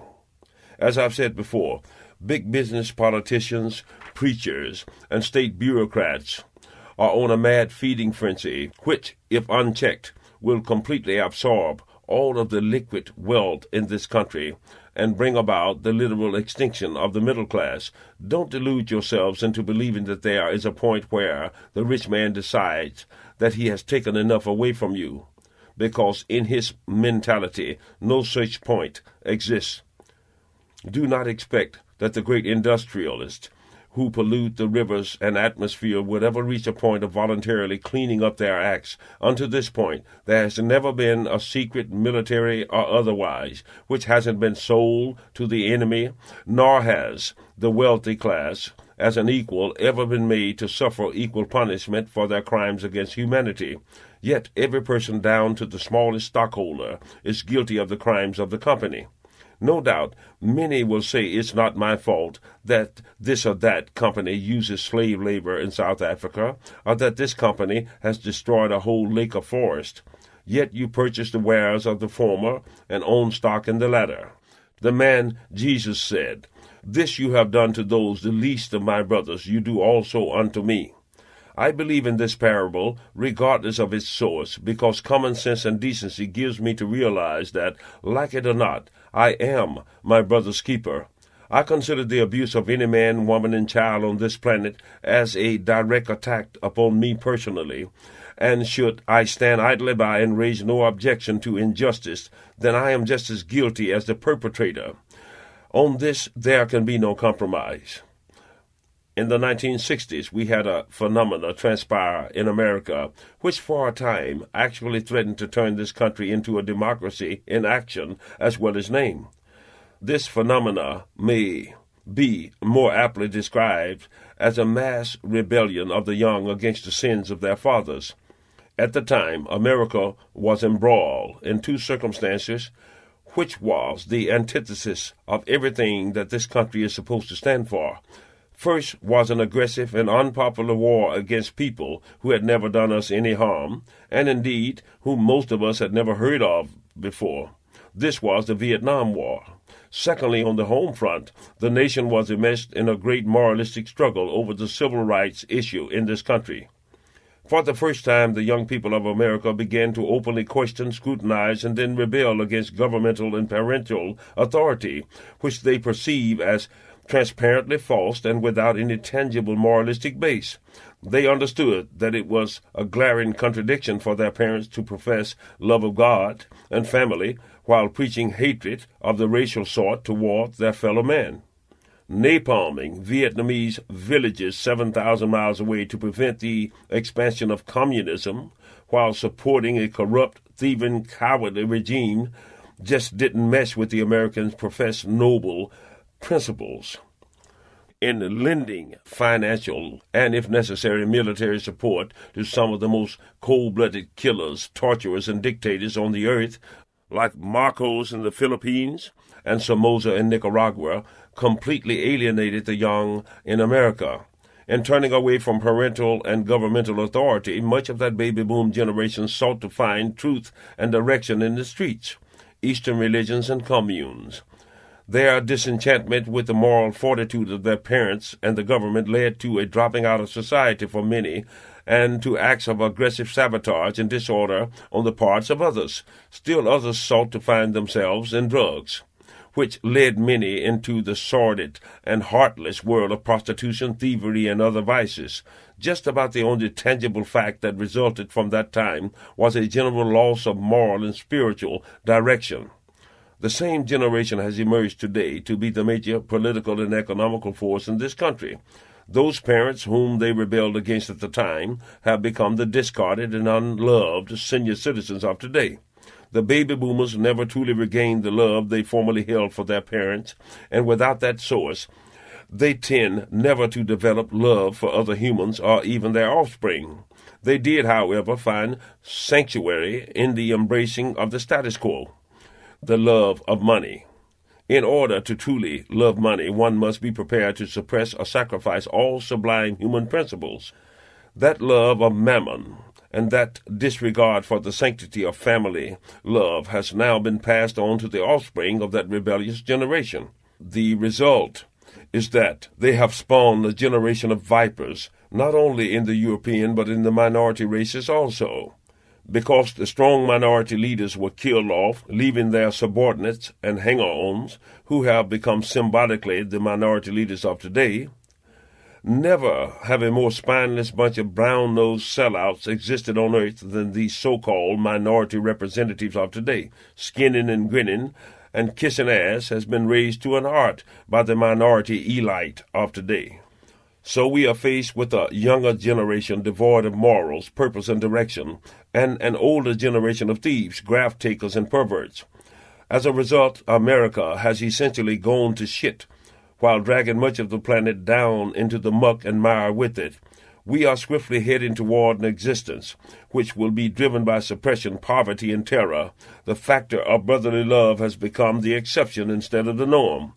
Barred windows and semi-automatic weapons are replacing trust. Mass imprisonment and street war are replacing civil rights and due process of law. Soon it will become a near impossibility for the average citizen to eat without running afoul of the law. The same Internal Revenue Service, which caters to the rich, has begun to send out letters informing the minimum wage earners of back taxes owed, thereby making criminals of the only segment of society which has always paid its taxes. Any sensible person knows that it is literally impossible for a citizen to pay the rent, utilities, eat, pay insurance on automobiles, and park his car on the average salary. Thus, the government, in collusion with big business, had made criminals of the most non-wealthy citizens in this country, and they won't be satisfied even after they have completely destroyed the liquid holdings of the whole of society, with the exception of themselves. Even the downtown parking meters are rigged so that a person cannot park their car and do a day's work without getting a ticket and thus becoming a misdemeanor criminal. Only those people making good money can afford to rent a personalized parking space close to their place of employment. By virtue of being forced to take subsistence pay-level jobs, more formal and middle-class people are being literally forced to rent places in high-crimes areas and resort, in many cases, to felonious activities in order to make ends meet. The new poor quickly learn that it is very dangerous in certain areas to even have a decent car and other accoutrements that they were used to before. Ultimately, the criminal and the underworld sympathizers are going to greatly outnumber the ones who are attempting the near impossibility of living within the law. At that point, it is going to prove very dangerous to the police officer and the rich man. The seed for organized social unrest and covert terrorist organizations have already been sown in this country, and these are going to make the SLA, or Simeonese Liberation Army, and the Minutemen look like amateurs. Such a social backlash is the inevitable outcome of a system of social and economic oppression in any country. You now see it happening in Russia and its satellite countries, China and many other places. Violent rebellion is always the last resort of the suppressed masses. However, these actions on the part of the people in no way diminish the belief of the rich rulers that they can still maintain their fortunes and positions by using greater measures of terror and suppression instead of actually setting about to relieve the suffering of the people. Now in America, the political rhetoric in Washington is the building of more prisons, the lengthening of prison sentences, the criminalization of erstwhile misdemeanor crime, and expanding and rearming of police departments, not the reopening of factories, the saving of the farmers, or the filtering of industrial pollutants, not even the feeding and retraining of the hungry and the homeless. The entire projected situation is geared toward the protection of the rich and the imprisonment and destruction of the poor, and those who cannot yet see this are fools indeed. What humanity at large and rich people in general fail to realize is that all paper money, stocks, bonds, precious metals, and jewels are but just symbolic items of worth. When it comes down to true actual value, the man who has a bushel of vegetables in hand during a famine is the possessor of the only riches. What it boils down to is that if you can't eat it, drink it, or fuck it, then it holds no literal value. A person can live without money or trinkets, but when you take away his ability to feed himself and his family, you had better get ready to kill him because he is coming to kill you. If you and I are on a shipwrecked lifeboat and I have the water and food, while you have the bank account and the credit cards, you will starve if I refuse to honor your paper and metal. Red China is a country governed basically by necessity, and necessity dictates that all arable land be used for growing food in order to feed its peoples. Thus, for they are able to feed the existing population of that country. On the other hand, all capitalist countries are governed by the stock market, and if the stock market takes an extreme plunge, people can starve while millions of rich acres lay fallow. If famine hits China, it means that for some reason they were unable to grow enough food to feed the populace. The existence of any hunger in an economically and agriculturally rich country like America can only be the result of too much greed at the top. It certainly cannot be attributed to the lack of resources. Over the last decade, a great segment of American society has changed from relatively stationary savings in the bank society to a more transient, renter, non-saving consumer society. The overall living standard of the middle and lower earning America has continued to decline, while the rich have been in a greater ascendancy. the closing of factories in favor of overseas labor, the decline of the American oil worker in favor of the Eastern oil, and the diminishing of well-paying jobs has caused a rippling effect, and as a result, home ownership is in decline. This has caused a glut of homes for sale, while property value is in a proportional decline. In the meantime, the flood of foreign-made imports has risen drastically. Car buyers, television, stereos, and VCR owners would have started to hang on to their present wares for an extra year or two. People will no longer eat out regularly, buy new wardrobes, change their tires, or make large commitments for new homes and such. This will prove to be catastrophic for thousands of businesses and will cause a panic selling on Wall Street. Computer sales will decline, and so will the sale of heavy machinery and building materials. Farm commodity prices will drop to a level which will make it more expedient for farmers to hold back on expansion and planted acreage. When car dealerships and other businesses cut back on borrowing or go into bankruptcy, many banks will find it necessary to raise interest rates, and many will fold. OPEC oil prices will go down to about $16 a barrel, but buying will still slow down because people won't be traveling as much, which will hurt the vacation areas. The reason oil buyers will be shy is because they would have filled all of their storage tanks and will not want to spend the capital to build more tanks, nor will they wish to make huge forward purchases in the volatile Middle East. The mass layoffs resulting from these happenings and the general social unrest, which is starting to grow at this point, will cause outbursts of rioting and near anarchy in many of the larger cities. And when we suffer, of course, this will cause much of the Western world and all of those countries who depend upon America for export economy to suffer. Prices on food, perishables, and many other items will go down, but America is becoming a country that doesn't buy great stacks of cheap items like food anymore. A cheap computer or VCR means nothing to the person who already has one. He has become unsure of his job and his future, so he just won't buy or make any commitments. The big companies will cut their losses by simply cutting back on production, purchases, and personnel. A rash of buyouts and mergers will occur, and the government is going to be forced to step back and reassess the situation. Countries who cannot sell to us will be forced to renege or default on loans owed America, and this country would have taken another downward step closer to social and economic fragmentation. Because property values have suffered greatly over the last decade, foreigners have found it expedient to purchase vast amounts of American real estates and buildings. These foreign buyers realize that the land is the only true valuable commodity. They gladly pay exorbitant prices in dollars for land, because in the last analysis, the dollar itself is transitory, but the land is forever. In selling off American real estate to overseas interests, Americans are doing something which is tantamount to a person systematically selling off his body organs while he yet lives. He may not immediately feel the effect of the missing kidney, but in the end it cannot help but weaken his body. Soon you may be denied access to certain parts of American beaches by ex-dictators, Arabs, and Orientals. But go to Tokyo and try to buy some land, you will find that it is forbidden by law. But all of this is just incidental when compared to the far greater problem yet to be faced by this planet. You may be sure that a number of people in high places are well aware of the precarious position in which the planet now stands. But their moves to correct the impending cataclysm are too little too late. You may have noticed of late that Russia and America have begun to de-emphasize the necessity of expanding existing nuclear stockpiles and are even seeking to reduce the present megatonnage. They are carrying this out because of the economical drain upon their economies by the military apparatus, and because even a fool must eventually realize that possessing enough firepower to kill the world's population 10 times over should be sufficient.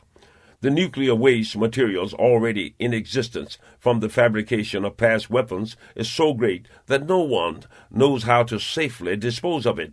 At least the Russians have faced up to this reality, even if the conservative hawks of America have not. The last thing that anybody wants is a war between the great powers. In fact, you are much safer with a Russian than you are on a New York City subway. The time of great world ground wars is past and will not transpire again as long as they have the bomb. So the greater powers must now content themselves with instigating and supporting small wars with and between smaller third world countries. Within the next 2 decades, should humanity still exist, it is going to be necessary to institute programs which in today's unrealistic, moralistic atmosphere would seem unthinkable. The world has only 2 choices. Humanity will either have to practice mass contraceptive methods or institute forced euthanasia. There is no way around this inevitability. Sporadic ground wars are no longer sufficient to handle the population problem. Droughts and famines will begin to transpire on a greater basis, but these natural happenstances will not be enough to control the population growth problem. Terrorism will reach such destructive proportions that concerted military action without regards to legal ethics will have to be mounted. In 5 years, by 1994, terrorism will rise in America and besiege the elite of this country. The police forces of this country will find that their jobs will no longer consist of simply rousting minority beaten-up drunks or burglarizing stores, but will start to be literally dangerous. Never before in the history of humanity have so many deadly elements been at work upon the earth at one time. All of these things I've spoken of thus far in this book have come to the crucial stage and have already begun to manifest themselves in undiluted forms. The great increase in desperate and irrational actions transpiring all over the planet at this time are born of some subconscious realization of the coming cataclysm. The creeping mechanism of chemical saturation is upon us, and few locations are yet unpolluted by these deadly elements. They are in the air, the water, the soil, the vegetables, the meats. They are pooling in human bodies, destroying metabolisms, twisting chromosomes, and manifesting themselves in nightmares and acts of dementia. The human species at large cannot know the full extent to which it has and is being affected by these things. The ever more progressively ruthless character of these successive generations is much more than just a product of parental and social moralistic breakdown, but is also the side effect of the very pollution in the atmosphere and the diet. It is a fact that society is experiencing dangerous psychopaths in great numbers, and the rise in these murderous incidents is in direct proportion to the rise in chemical pollutants in a given area. This is exemplified by the fact that the psychopath rate in some of the most densely populated countries on earth is far less than that in the more chemically polluted Western countries. Mass murderers, serial killers, rapers, and murderers are a rarity in countries like Red China and India, though one would think that such densely populated and poverty-stricken places would be rife with psychotics. Of course, pollution and diet alone are not the only elements that feed to mentally warped individuals, but these elements do agitate and concentrate the intensity of such syndromes. Within the next 10 years, as the newest generation comes of age, the maniac factor will reach an epidemic proportion. If you believe my projection to be too extreme, then I challenge you to stop and honestly assess the overall mentality of the people around you, your children, wives, husbands, friends, and associates, and you will no doubt be compelled to come to the realization that a kind of mass irrationality is swiftly infecting all levels of humanity. Just beneath this everyday psychological shell lies the instinctive realization that the world is coming to the breaking point. It is a subconscious foreboding and impending doom. To a great extent, Western women have somehow collectively decided to stop having children, and in those parts of the world where such contraceptive methods are either not available or forbidden, life in general has lost its worth and sanctity. The streets are literally being overrun by great masses of homeless urchins. Terrorism, racial hatred, and small wars of attrition have become the order of the day. New oil wealth and advancing technological productivity has also tended to exacerbate these aggressive circumstances. It would seem that there is no great shortage of religious fanatics who are willing to sacrifice their own lives in order to destroy their real or imagined enemies. The use of religion as a motivator is only incidental to the true insanity that drives these maniacs. And what do you think is going to happen as thousands more discover that they are infected with the AIDS virus? A number of those so infected are going to become predators instead of docile patients. In fact, when the infamous Green River Killer is caught, it will be discovered that he is an individual who has been infected with the AIDS virus through the patronage of prostitutes. And it is this circumstance that motivates his terrible hatred of women. His case is, of course, extreme, but his motivation toward destruction is by no means unique. There are many other AIDS carriers, male and female, who are willfully infecting others through sexual promiscuity. These people are well aware of the fact that they are sentencing many others to death, and they are in reality far more deadly than the Green River Killer himself. When all things are considered, this is by far the most lethal and terrible span of time which has ever transpired during man's recorded existence. And the next 2 decades will see the awesome transition or the near extinction of the human species on this planet. Never before have so many detrimental elementals come to a crucial point at one time. There are surely a number of others who are aware of most, if not all, of this information I'm giving you. However, those in position to reveal and perhaps alter some of these things have decided that the public is better off remaining ignorant to the full force of this truth. This book will not alter the course of humanity at large. However, it will serve as a beacon to bring those together who have been chosen to be among the wayfarers, who will be physically taken from this planet within the next 2 decades. For reasons not altogether evident to me, I have been chosen to be one of the humans who have been given the task of imparting this message to the masses. I am aware of the fact that I am one of the very few human beings who have a very clear, if not intimate, knowledge of these extraterrestrials. If perchance not one person believes me, it will by no means diminish the reality in my mind or in our skies. I have been told that over the next few years, the visual presence of UFOs in our skies will increase to such a degree that the average person will have no choice but to reach the conclusion that we are not alone in the universe. I also believe that more close encounters of the fourth kind will start to transpire. This will happen for a number of reasons, the foremost of which are that the aliens want people to know that they are indeed real and that there is no danger in their presence. Also, they want to prevent mass panic when they do find it necessary to visit in force for the pickup. When the nucleus community of the chosen is started by myself and some others, it will be found that the combined spirit and esoteric force of the members will be manifest in many tangible ways, such as touch healing, levitation, telepathy, and telekinesis, new inventions and procedures in horticulture, power generation, and sociological order. This community will serve as a microcosm of what could and should be and will encompass all of social, cultural, racial, and religious factions. The community will be economically solvent by virtue of its combined resourcefulness and the pooling of its brain power, and it will be an example of a new and greater community to come on the planet Biave.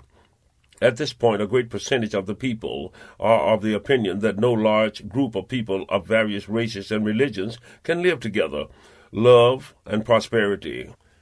But the community will dispel this myth. During the course of this book, I have touched upon many things, and yet there is enough that I have not touched upon to fill another volume.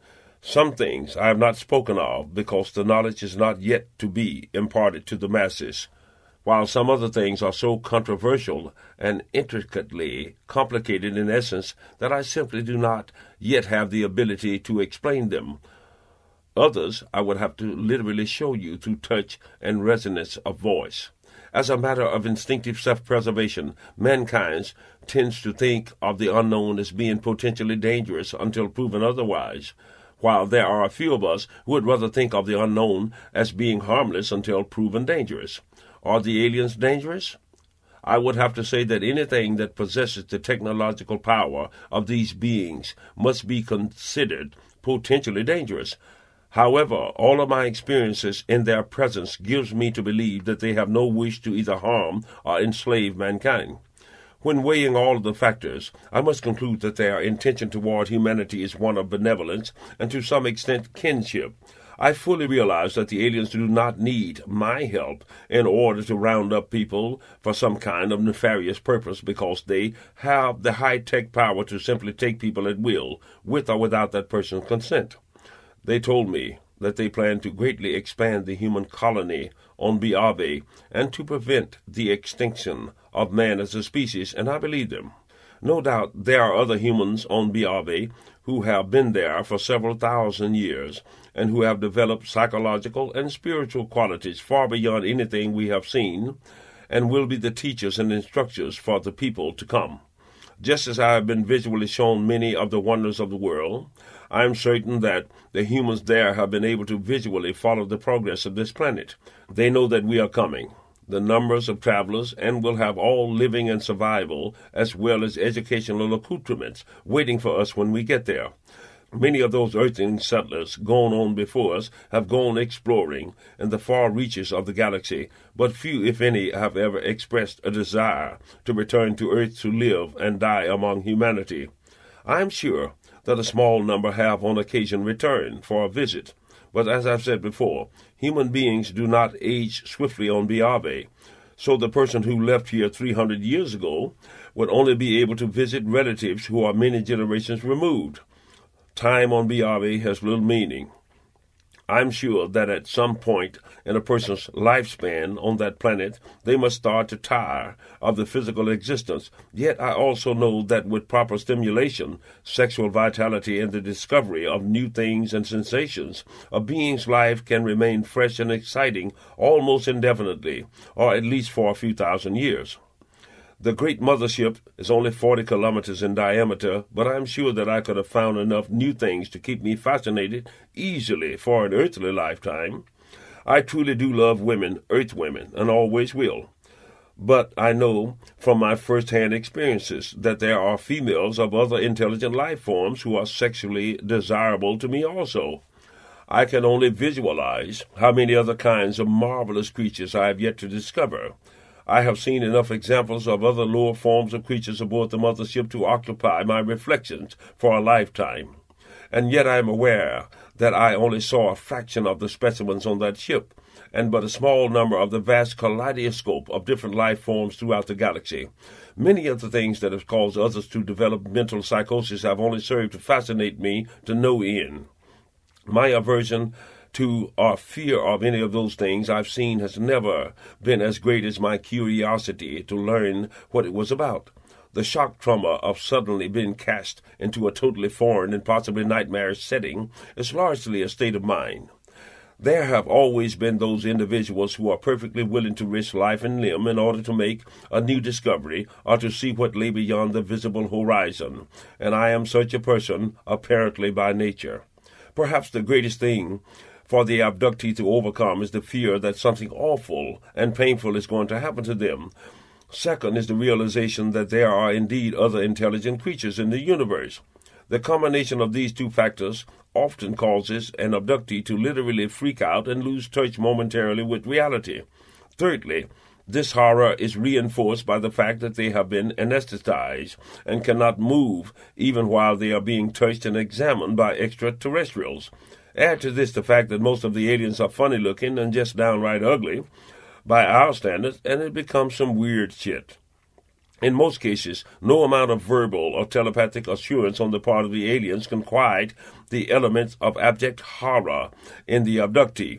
The aliens have found that children make the best subjects, both because of their size and because children are more receptive to new experiences than are adults. Children are able to swiftly overcome the fear factor and then start asking questions. Women are the next best choice because they are less prone to fight against the bonds of their circumstances and are by nature quite curious. However, women do tend to magnify all perceived pain during the examination. For some reason, women tend to retain more of the psychosis following their abduction. Open-minded people are always preferred, but open-minded males especially, because upon regaining consciousness, the open-minded individual starts almost immediately to rationalize the situation at hand. He begins to think, I'm not really surprised because I always suspected that they existed. If they haven't hurt me yet, then perhaps they are not going to hurt me. And if they are going to do me in, then everybody has to go sometime. If I do get out of here, then I had best attempt to lock this experience in my memory. What do they look like, smell like, feel like, etc.? There are no doubt a number of reasons for wiping the memory of most abductees, but I suspect that the one main reason this practice is done is because it is an attempt on the part of the aliens to prevent the abductee from re-experiencing what they consider to be a nightmare.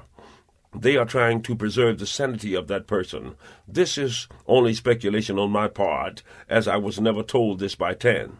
The years 1989, 90, and 91 will be a very active span of UFO sightings and close encounters because the aliens are once again in the close observation mode.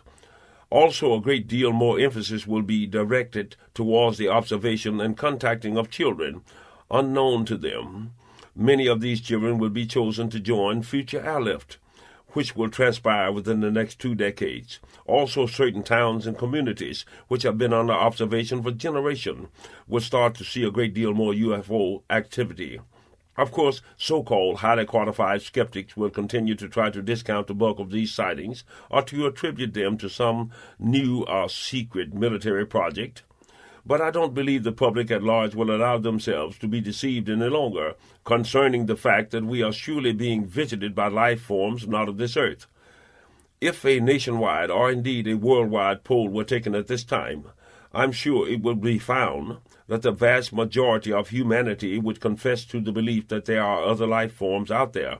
Sadly, the general masses are not fully aware of the precarious position this planet is in from the ecological standpoint. At the present rate of depletion, the rainforests of the world would have become a thing of the past in another 20 years.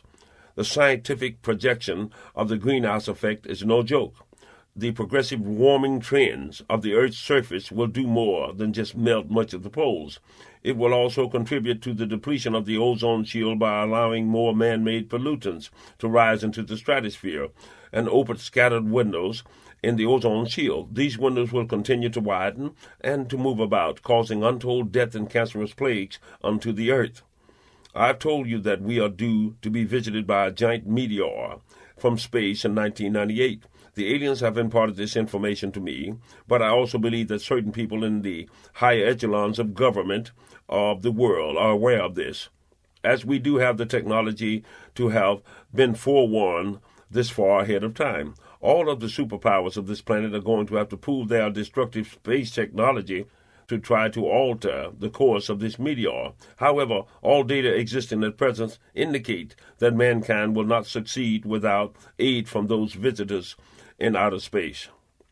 I've told you that there's a great mothership station near one of the moons of Saturn, which forms the base for 7 different intelligent life forms. The many sightings of UFOs over the next 3 years will verify the truth of this revelation.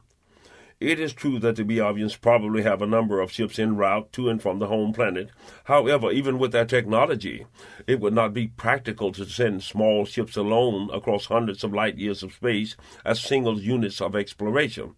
The mothership, which forms a permanent space base, is essential to such undertakings.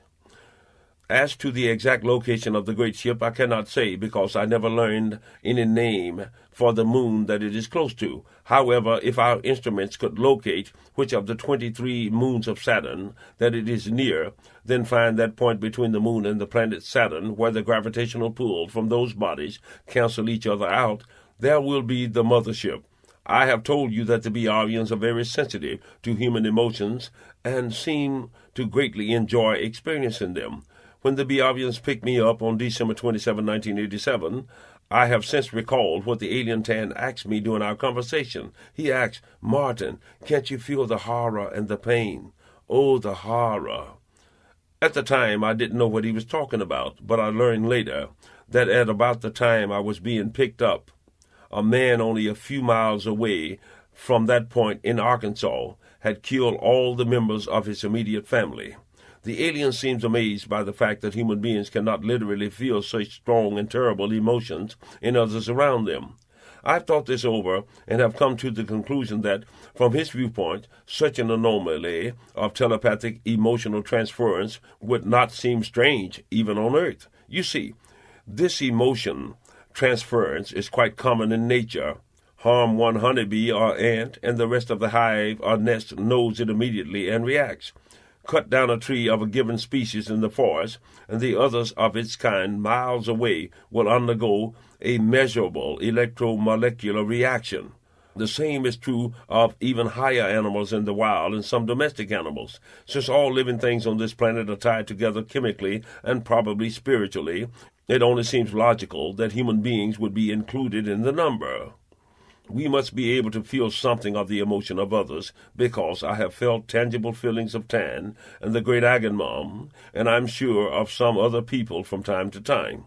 If indeed we humans could actually feel each other's pain and other strong emotions, then surely we would stop hurting, hating, and killing one another. Then, regardless of our sentiments, in order to keep from having to feel your hunger or sadness, I would feed you and attempt to lift your spirits, and any ill done to you would feel as if it were done to me also. Don't you know that we can't go on this way, hating and hurting one another, and ever hope to survive as a species? Racism, bigotry, hatred must be taught to a child. Human beings are essentially loving and responsive creatures by nature.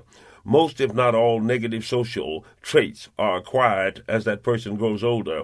Of course, there will always be dominant and submissive personalities among all species of higher animals. Even among aliens, there are distinctive, different personalities, but their telepathic and spiritual link to one another is far stronger than that between most humans, and so they have apparently learned to do away with nearly all of the negative traits that plague humanity. No Biavian need have fear of any other Biavian. Among them, any extreme social deviation is isolated and dealt with. As I've said before, they are not perfect, but capital offenses are almost unknown among them. The fact that human beings are dangerous, hateful creatures is not unique in the cosmos among evolving species. However, the institutionalization of racism, hatred, and mass terror is a thing more pervasively unique in the human order than in all other known intelligences who have gained our level of philosophy and technology. The legacy of predatory aggression and random psychotic acts of deadly motivation, which seems atypical of modern humanity, I am told, is largely due to two artificial factors. One, the consumption of and exposure to all manners of inorganic chemicals and toxins. And secondly, but most important, is the fact that man is a carnivore in habit while being biologically a vegetarian.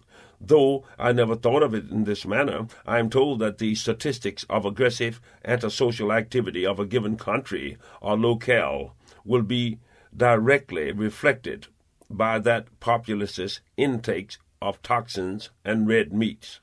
Certain primitive people have always believed that the consumer of another human or animal literally absorbs the physical and emotional attributes of the victim. To a measurable extent, this is true. Thus, when we eat red meat, we are inadvertently acquiring some fraction of the emotional makeup of the slaughtered animal. Fear, desperation, anger, sadness, and dementia are all some of the things we consume every day by eating red meat. Of course, this simple revelation doesn't explain away all the mental problems of humanity, but think about it. All carnivores, those animals that eat meat almost exclusively, have short intestinal tracts. Nature has designed it so that the nutrient qualities of the meat eaten would be absorbed quickly and then expended from the body. The digestive systems of herbivores, plant eaters, are much longer, so that the nutrients can be extracted from the vegetables slowly before passing through the body. Human beings are long intestinal vegetarians, so when meat is consumed, it passes much too slowly through the digestive system, and this lingering absorption process, after a point, literally begins to poison the body. Ultimately, this consumption of meat begins to manifest itself in many illnesses of the body and the mind. Add to this artificial preoccupation a wide array of chemical growth hormone and preservatives, and you have a volatile and deadly poison which literally saturates the physiology of Western man. Perhaps the more aggressive and seemingly heartless activities of the toxicians can be contributed partially to the fact that these aliens consume animal matter, while the peaceful and sensible Biavians are exclusively vegetarian. In the month of January 1994, the aliens project that the geodisks along the San Andreas Fault will shift, causing a major earthquake in the Los Angeles area. In February of 1992, another great hurricane and tidal ebb will ravage the country of Bangladesh again with catastrophic consequences. In 1995, the Midwestern grain belt is due for a crop-destroying drought, so farmers should bear this in mind. In March of 1993, an extremely destructive hurricane will ravage the southeastern coast of America. Be prepared. Geodata indicates that at the present rate of subsurface movement, a new island will be pushed above the surface of the Mediterranean Sea near Tripoli in northern Africa in mid-1996. A projected stock market crash in October 1993. These are but a few of the things revealed to me by the aliens. These projections are not the product of any clairvoyant attributes, but are based upon scientific, geological, atmospheric, and economical data compiled by the Biavian computers. Since destiny can most definitely be altered by direct outside intervention, the Biavians have a policy against interfering in the lives of major characters in the governing scheme of things. The project afoot to let man know that the Biavians and others are here are real without throwing humanity's whole social, religious, and historical perspectives into chaos is a delicate one, which must be handled with the greatest tact and discretion. They know that man is much too dangerous to be given open social intercourse with them, and they are careful not to let their wrong kind of technology fall into the hands of those who rule the planet. Just think what would happen if any of the present-day rulers got their hands on a single Biavian whispercraft. The individual who had the ship could easily rule the world. The adage that power corrupts and absolute power corrupts absolutely has always proven true where man is concerned. And yet it is inevitable that the extraterrestrials must show themselves in force in order to execute the great airlift at various points in the world.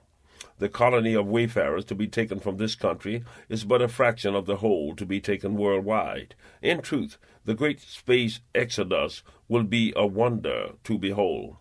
Whether those chosen will be vegetarians or not won't matter that much from the aliens' perspective, because I am told that aside from seafood, the diet of the wayfarers will not include red meats. However, the meat-eaters will be able to satisfy their cravings by consuming vegetable matter, which will mimic the look, taste, and texture of their favorite meat exactly.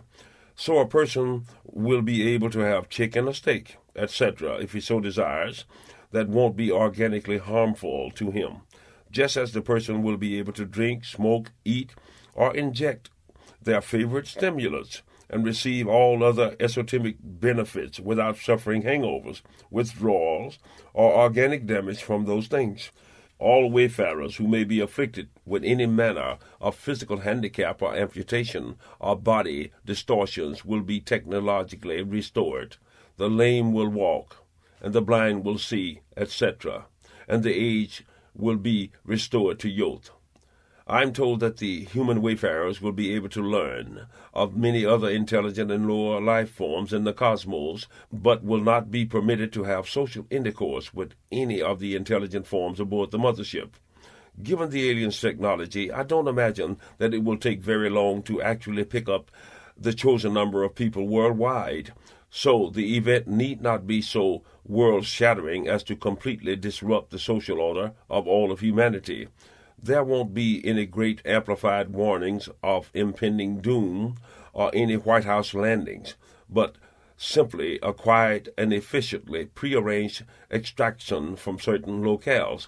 The fate of the rest of humanity must continue to be made evident of its own design and momentum. I have no doubt that a smattering of government agents will be able to find out and pick up locations and manage to join the wayfarers. But this infiltration will in no way alter the schedule or the overall destiny of the project. After all, once the travelers are out of the Earth's gravitational pull, it really won't matter one way or the other what the agent knows, will it? Obviously, he won't be able to smuggle weapons aboard, and a mutiny would be out of the question. Even if he was somehow able to send a message back from Biave, it would take 450 years to reach Earth. The human populace aboard the ship will be attended by friendly robots who will do everything from producing a certain book, holding a conversation, or massaging a tight muscle.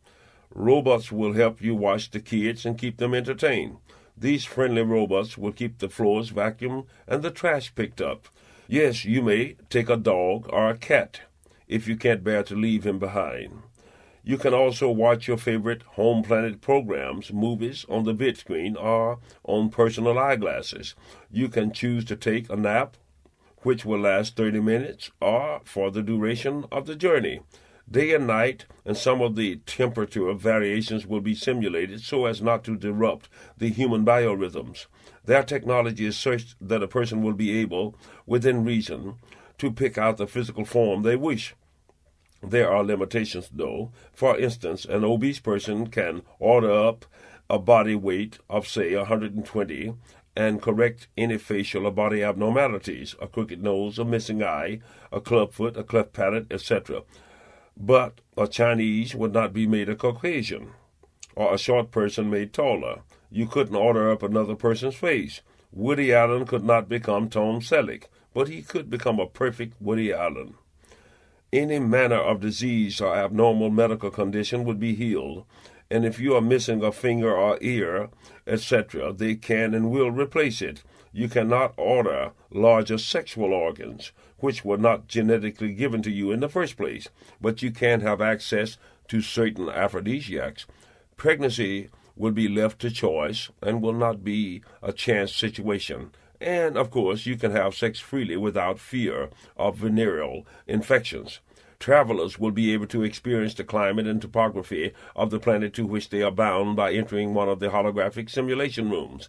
They will also be able to eat some of the native food plants from Biave, as well as sample some earth plants which were previously transplanted on Biave. The travelers will also be able to experiment with a number of technologies which they will have access to on Biave, but which are unknown on Earth, such as thought music or dream recording machines, levitating chairs and beds, and living history books. For instance, if you want to know exactly how Napoleon or King Tut looked and acted, you can punch them up on the screen and know that you are having a true visual representation. From a technological standpoint, the Biavians are light years ahead of Earth. They can fix an injured body and prolong physical life almost indefinitely, but they cannot prevent accidental or suicidal death, nor can they raise the dead once the life force has fled the body. So they are not totally omnipotent. That power has always and shall always rest in the hands of God. The Biavians cannot make a fool a wise man or a dumb man a genius. They can give you all of the technology at their disposal towards higher learning and the extra lifespan you need to consume the material. They can even give you mind-altering substances, but in the end you must learn to retain the learning at your own pace. With them, if you are psychologically or spiritually capable of it, you can become a god, but you cannot attain undeserved prestige or reputation by virtue of race, force, or material wealth. Among the Biavians, there are teachers and students, scientists and artisans, inventors, laborers, such as it is. Some Biavians can levitate using telekinesis, and some cannot. Some, by virtue of character and learning, can command great respect, while others are not so blessed. My friend Tan is a pilot and perhaps a sociologist, but he is not a mathematician or even a very good mechanic. I find his mode of reasoning to be logical, but by no means is his philosophy to be considered divine or beyond correction. His knowledge of the history of man far exceeds my own, but his grasp of the psychology of man must be subservient to my own. Biavians do not lie to one another because deception is simply not necessary nor logical in everyday matters, not because they are divine or spiritually metaphysical beings, which they are not. When the Biavians abduct a person, they know that they are not going to harm that person physically, so they aren't really bothered conscious-wise. They don't seem to realize the extent of the psychological damage they may be putting the person through. From the human standpoint, such an attitude on their parts seems quite heartless, but from their point of view, the abductee has not been physically harmed, and the pulse and temperature rates have returned to normal before release back into the wild. Their logic is that they would never, ever do unto us that which we constantly do unto one another, and they can't get over the wonder of the fact that so many humans could be so presumptuous as to think of themselves the only intelligent life forms in the vastness of the cosmos. After all, it's not as if they have been completely hiding their presence in our skies. Tan is able to comprehend the workings and the reason of certain human emotion. He understands the emotions of fear, joy, anger, and even hatred, but he cannot discern the logic of why any of these emotions should play any part more than just a momentary role in the existence at a given time to fit a given circumstance. Why fear a tiger in a cage or hate a stranger on sight? Why remain angry beyond the confrontational moment or stay perpetually sad? His concept of logic rules out such unessential preoccupations, but he is no fool either. If you tell him that you admire him, he knows if you mean it or not. When I told him that he was funny-looking, he took no offense because he knew that I meant that he was funny-looking, but in a cute way. When I told him that I wanted to kill Question, he knew that I didn't mean it either, even if I didn't realize it myself. He apparently knew that while aboard the great mothership I was looking to steal something to bring back with me, and either took precautions or simply stole it back from me while I was asleep. I am certainly no angel, but he has apparently come to the conclusion that I am not a bad sort, that my admiration is not contrived, and that I can be trusted to a greater point than most. He knows that my anger is fleeting, and that I do not study to harm the weaker or to hate the different, or to fear the unknown to any obsessive degree. I realize that many people, upon seeing some of the things that I have seen aboard the great mothership, would have freaked out. It fascinated the shit out of me to see a big insect who has his own ship, but it didn't do much for my human self-esteem. The realization that a big bug could take me out in a high-tech showdown doesn't do my ego a hell of a lot of good, but I didn't geek out either. My last assessment is that it stands to reason that all things must be capable of evolving into some higher degree. I was told that the Screed, as the insectilians are called, are roughly 4 billion years older than the Homo sapiens as a species, and apparently motivational circumstances were ideal for their evolutionary progression. And what of the Targs?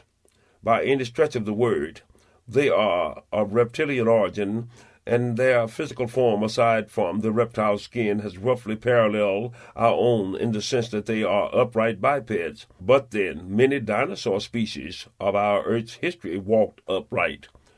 The anthropological thesis or belief that a creature has to be mammalian or big-brained in order to be technically smart is totally erroneous. From observation of the Targsian skull dimensions, I estimate that their brain may be no larger than, say, a banana. But the motherfuckers have some totally awesome ships, and no doubt lots more heavy stuff that easily transcends our technology. Each day we use complicated electronic gadgets without having the slightest idea of how they work or the mathematical knowledge of how they were fabricated. Well, the same can be said of the Biavians and no doubt the bulk of the mass of other intelligent aliens. I would even venture to say that there are probably some dumb Stagians. That is to say, that not all Stagians are necessarily mathematical geniuses by birth. Can the pilot of a 747 build a similar plane from scratch? Of course not.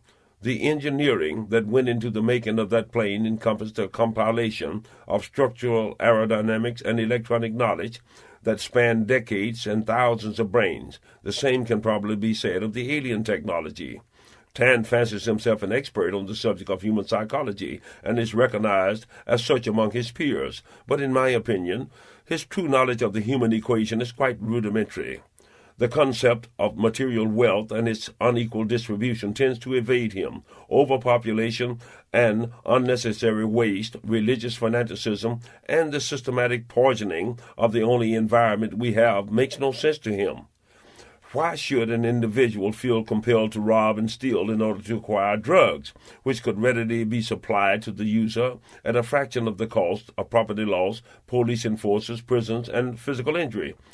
Why continue to build and stockpile more nuclear bombs when the destructive saturation level was reached long ago? How can any human feel justified in enslaving other human beings? When he asks me to explain the logic behind such things, I find it difficult, if not impossible, to give him a satisfactory answer, because in truth these things cannot be logically justified. When he calls my attention to the mindless bestiality of humanity, I can see how it would be hard for an intelligent observer to hold any respect for this species called man. I understand that the Biavians have transgalactic ships, which are called sleeper ships.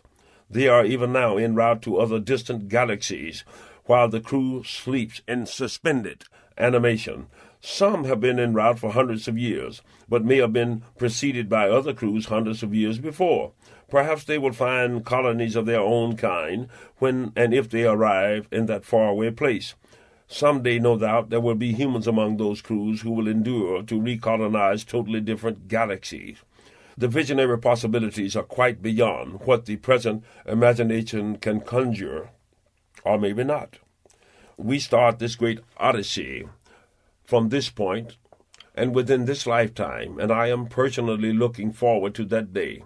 I know that there is little or no hope in expecting that humanity will drastically alter the way of doing things here on earth before it is too late to matter. The element of greed, perversion, and falsity now completely governs the ruling faction of this planet, and like some cancerous infection, it has become terminal both moralistically and economically. I don't think it is premature of me to state that the human species as we know it is already dead but doesn't yet fully realize it. I wish with all of my heart that it were not so. The handwriting is clearly on the wall, and those who truly realize it don't have the power to stop it, nor the wish to take on the responsibility of attempting to inform the masses of this impending Armageddon. And most would not believe the truth anyway. The time is almost upon us when all earthly situations as we have come to know them will reach a point of crucial lethality. It is not within my power to prevent this inevitability, and those who could do something about it feel as if they have too much to lose by attempting to do so. Those who now have the power are frantically amassing money and other valuables so that when push comes to shove, they will be able to run away to some well-guarded fortress and live unmolested while the rest of humanity fends for itself. In the end, this won't save them, as they will eventually find themselves at the mercy of those whom they hire to protect them. Even before this point in time, the terrorist factor would have reached epidemic and bizarre proportions and would have reached the streets of America. It is a fact that the drugs, cocaine, and methamphetamines induces paranoia in the users, but more potent drugs are on the way, which will add a kind of demented aggression to this paranoia, giving rise to an even more dangerous kind of criminal. The drug will cause minority drug users and dealers to kill other minority drug users and dealers, and will cause Caucasians users to go about killing other Caucasians who are strangers and innocent. This is the season of the serial killer and the psychotic mass murderer, and the age of the suicidal political assassin is just truly beginning. Great masses of people in the Middle and Far East and Latin American countries will become locked in civil destruction and rebellion unparalleled in the history of the planet. Sexual attacks and murders will become commonplace, and the police forces will find themselves up against well-armed and psychotic foes. The prison factor will expand to mass concentration camp level, and executions will become summary, even in America. A substantial number of ordinary citizens will suffer chemically induced psychosis and commit heinous crimes. Murders and suicides will become common, and the rich will live in fear and with good cause. At a certain point, it will no longer be just a matter of drug addiction and economic oppression, but a matter of mass poisoning brought on by the contamination of the ecology and the water supply. In some places, the rule of law and order will completely break down for a time, and anarchy and chaos will reign supreme until the military is called in. Some of this will transpire before the great spacelift occurs, but the very worst of it will happen after they are gone. Money cannot get a person aboard the ships, nor position, nor formal education, diplomas. What all of the criteria are in order to be chosen, I cannot say. But I do know that for the most part, it will consist of good-hearted, open-minded people who have within themselves the wish and ability to lay aside racial prejudices and other petty foibles. The aliens certainly do not want people who don't want to go. They don't want those who have less than a full conviction in their decision to leave the planet. Psychotics and those who have recently committed capital crimes against humanity will not be chosen. Those who have knowingly contributed to the social oppression and economic exploitation of the working masses will not be chosen. Most politicians, preachers, lawyers, policemen, big businessmen, and, of course, military brass will not be considered. Those who consider themselves very religious people in the conventional sense will have to reconcile themselves to the fact that there are many mansions in God's kingdom. I believe that the omnipotent force meant for us to learn these things in due time. It is fortunate indeed that man has not yet developed the technology to go exploring the cosmos. We may be sure that he would have subjugated or destroyed the weaker and began studying ways of destroying the stronger, or he would have brought the destructive powers of angered aliens down upon the earth. Even now, when the earth is moving swiftly towards self-destruction, the aliens dare not give man the technology to be able to leave this ailing planet. He cannot chance having such a dangerous species running amok in the galaxy. Yet they will not allow this species to perish completely from the cosmos. The way unto the kingdom is so plain that a child can't hear and a blind man can't miss the way. It would be too ludicrous to even expect that a blind man would do what is right, but he might succeed in salvaging humanity if he ever decides to do that which is necessary in order to see that this beautiful planet is saved from man-made destruction. To do that which is necessary would cost some money and momentarily cut the profit margin a bit. However, it would not destroy his fortunes or bankrupt his holdings. Greed, ignorance, stupidity, racism, religious fanaticism, and ingrained perversions among the elite have effectively laid waste to reason and benevolent decency, and this assures a bleak and lethal future for the world as a whole. The Biavians and the Toxicians have materialization capabilities. That is the power to beam down and to beam up. I was picked up in such a manner in Maryland in 1975 by the Biavians, and I was made aware of the Tog's ability to accomplish this when two of them materialized in my apartment in Tulsa in May of 1988, at which time they amputated the last joint of my right little finger in retaliation for my having telepathically destroyed the mental factors of one of their kind a short time before. In order for the aliens to keep abreast of the dimensions and styles of modern human dwellings for purposes of exact duplication in the future, they sometimes physically beam down into the homes of people in passing.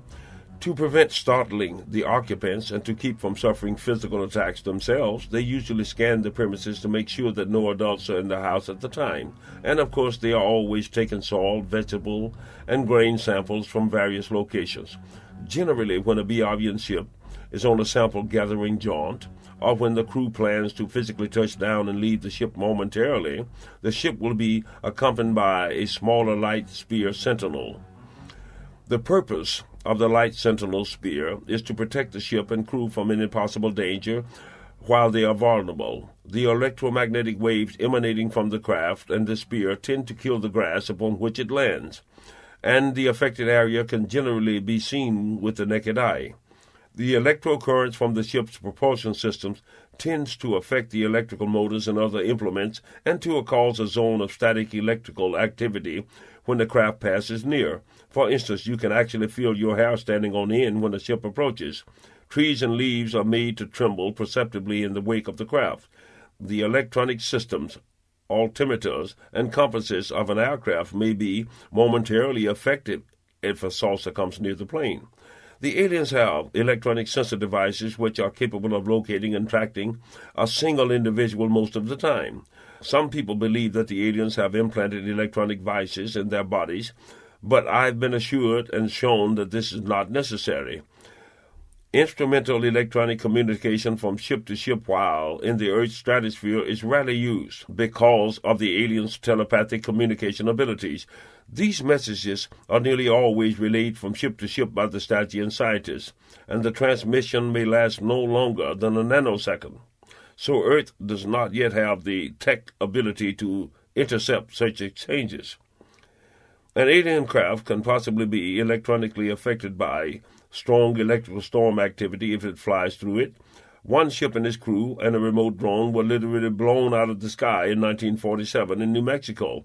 A remote drone was down in Japan Islands in the 50s, so their technology is not infallible.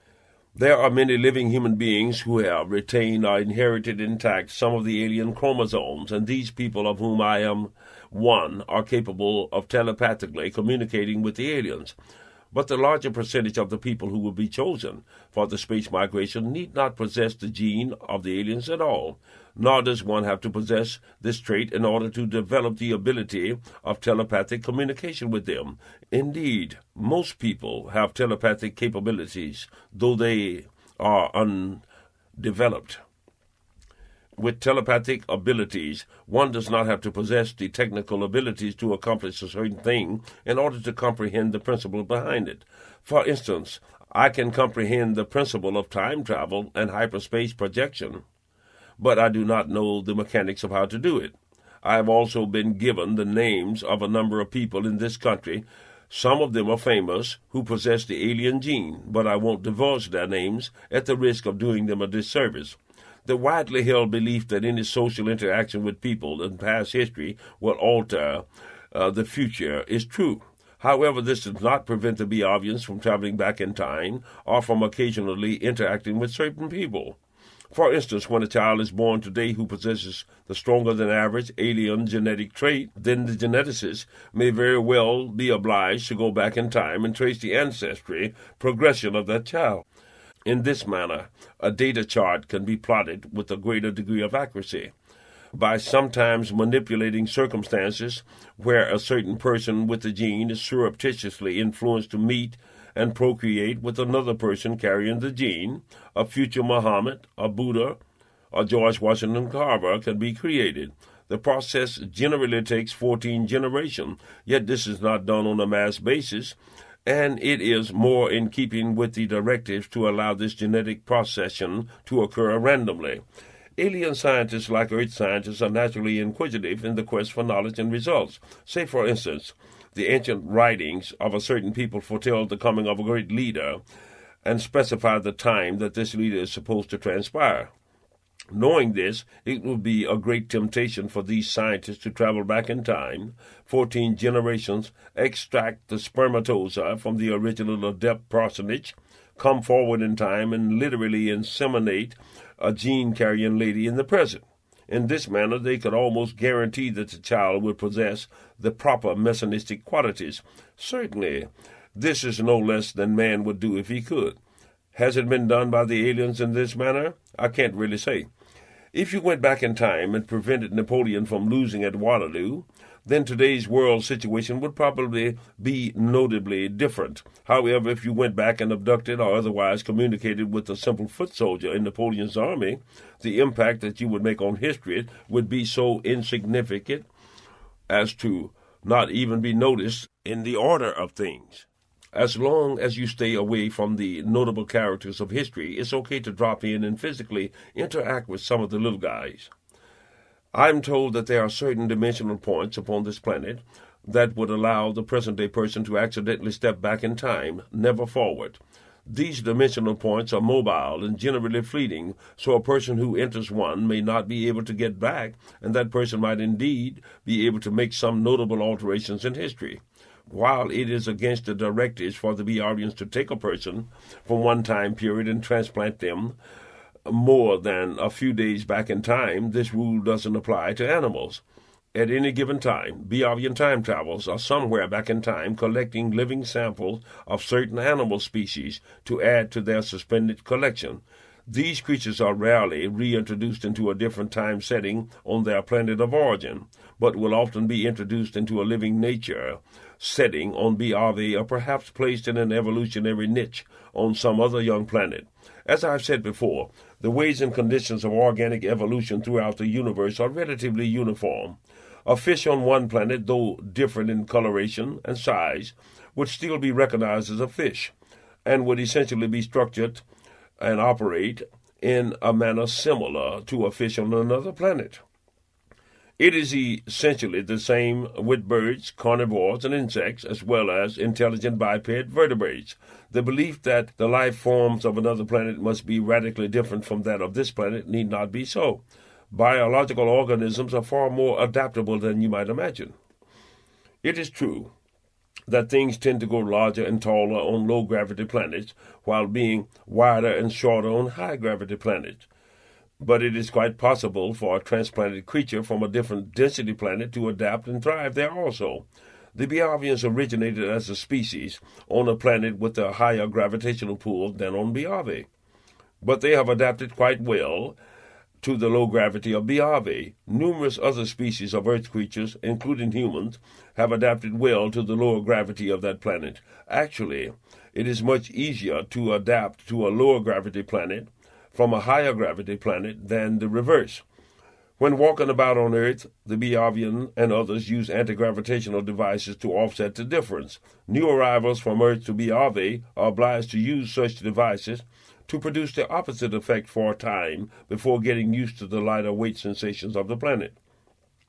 The planet Biavi is young enough in its evolutionary cycle that most life forms native to that planet are still in the aquatic stage, and I am told that the oceans have life forms which are huge and quite dangerous. The waters of Biavi would no doubt be an oceanographer's dream. Most land creatures now living on Biavi are transplants from various living planets throughout the galaxy, and the Earth is a Biavian naturalist's dream, owing to the marvelous array of animal life forms to choose from. Oh, how marvelous it would be to be able to start your own planet from scratch. Plants tend to grow much larger on Biavi. Imagine tomatoes the size of basketballs, and plums like softballs, butterflies as big as kites, and strawberries as big as pineapples. A planet is a terrible thing to waste. This Earth, this living jewel, this marvelous sphere of life, this showplace of the cosmos. Oh, how I mourn your fate. This cosmic sacrilege which is being perpetrated against your form by ruthless, uncaring humanity. If I had the power to alter your fate, surely I would attempt to do so without hesitation. And yet I know that, no matter the ravages of destruction wrought by man upon your surface, you will yet endure and slowly heal yourself, so that your children will find you pristine upon their return. My tears for the fate of our wayward children has been exhausted, and my hope for their redemption has become translucent and without flavor.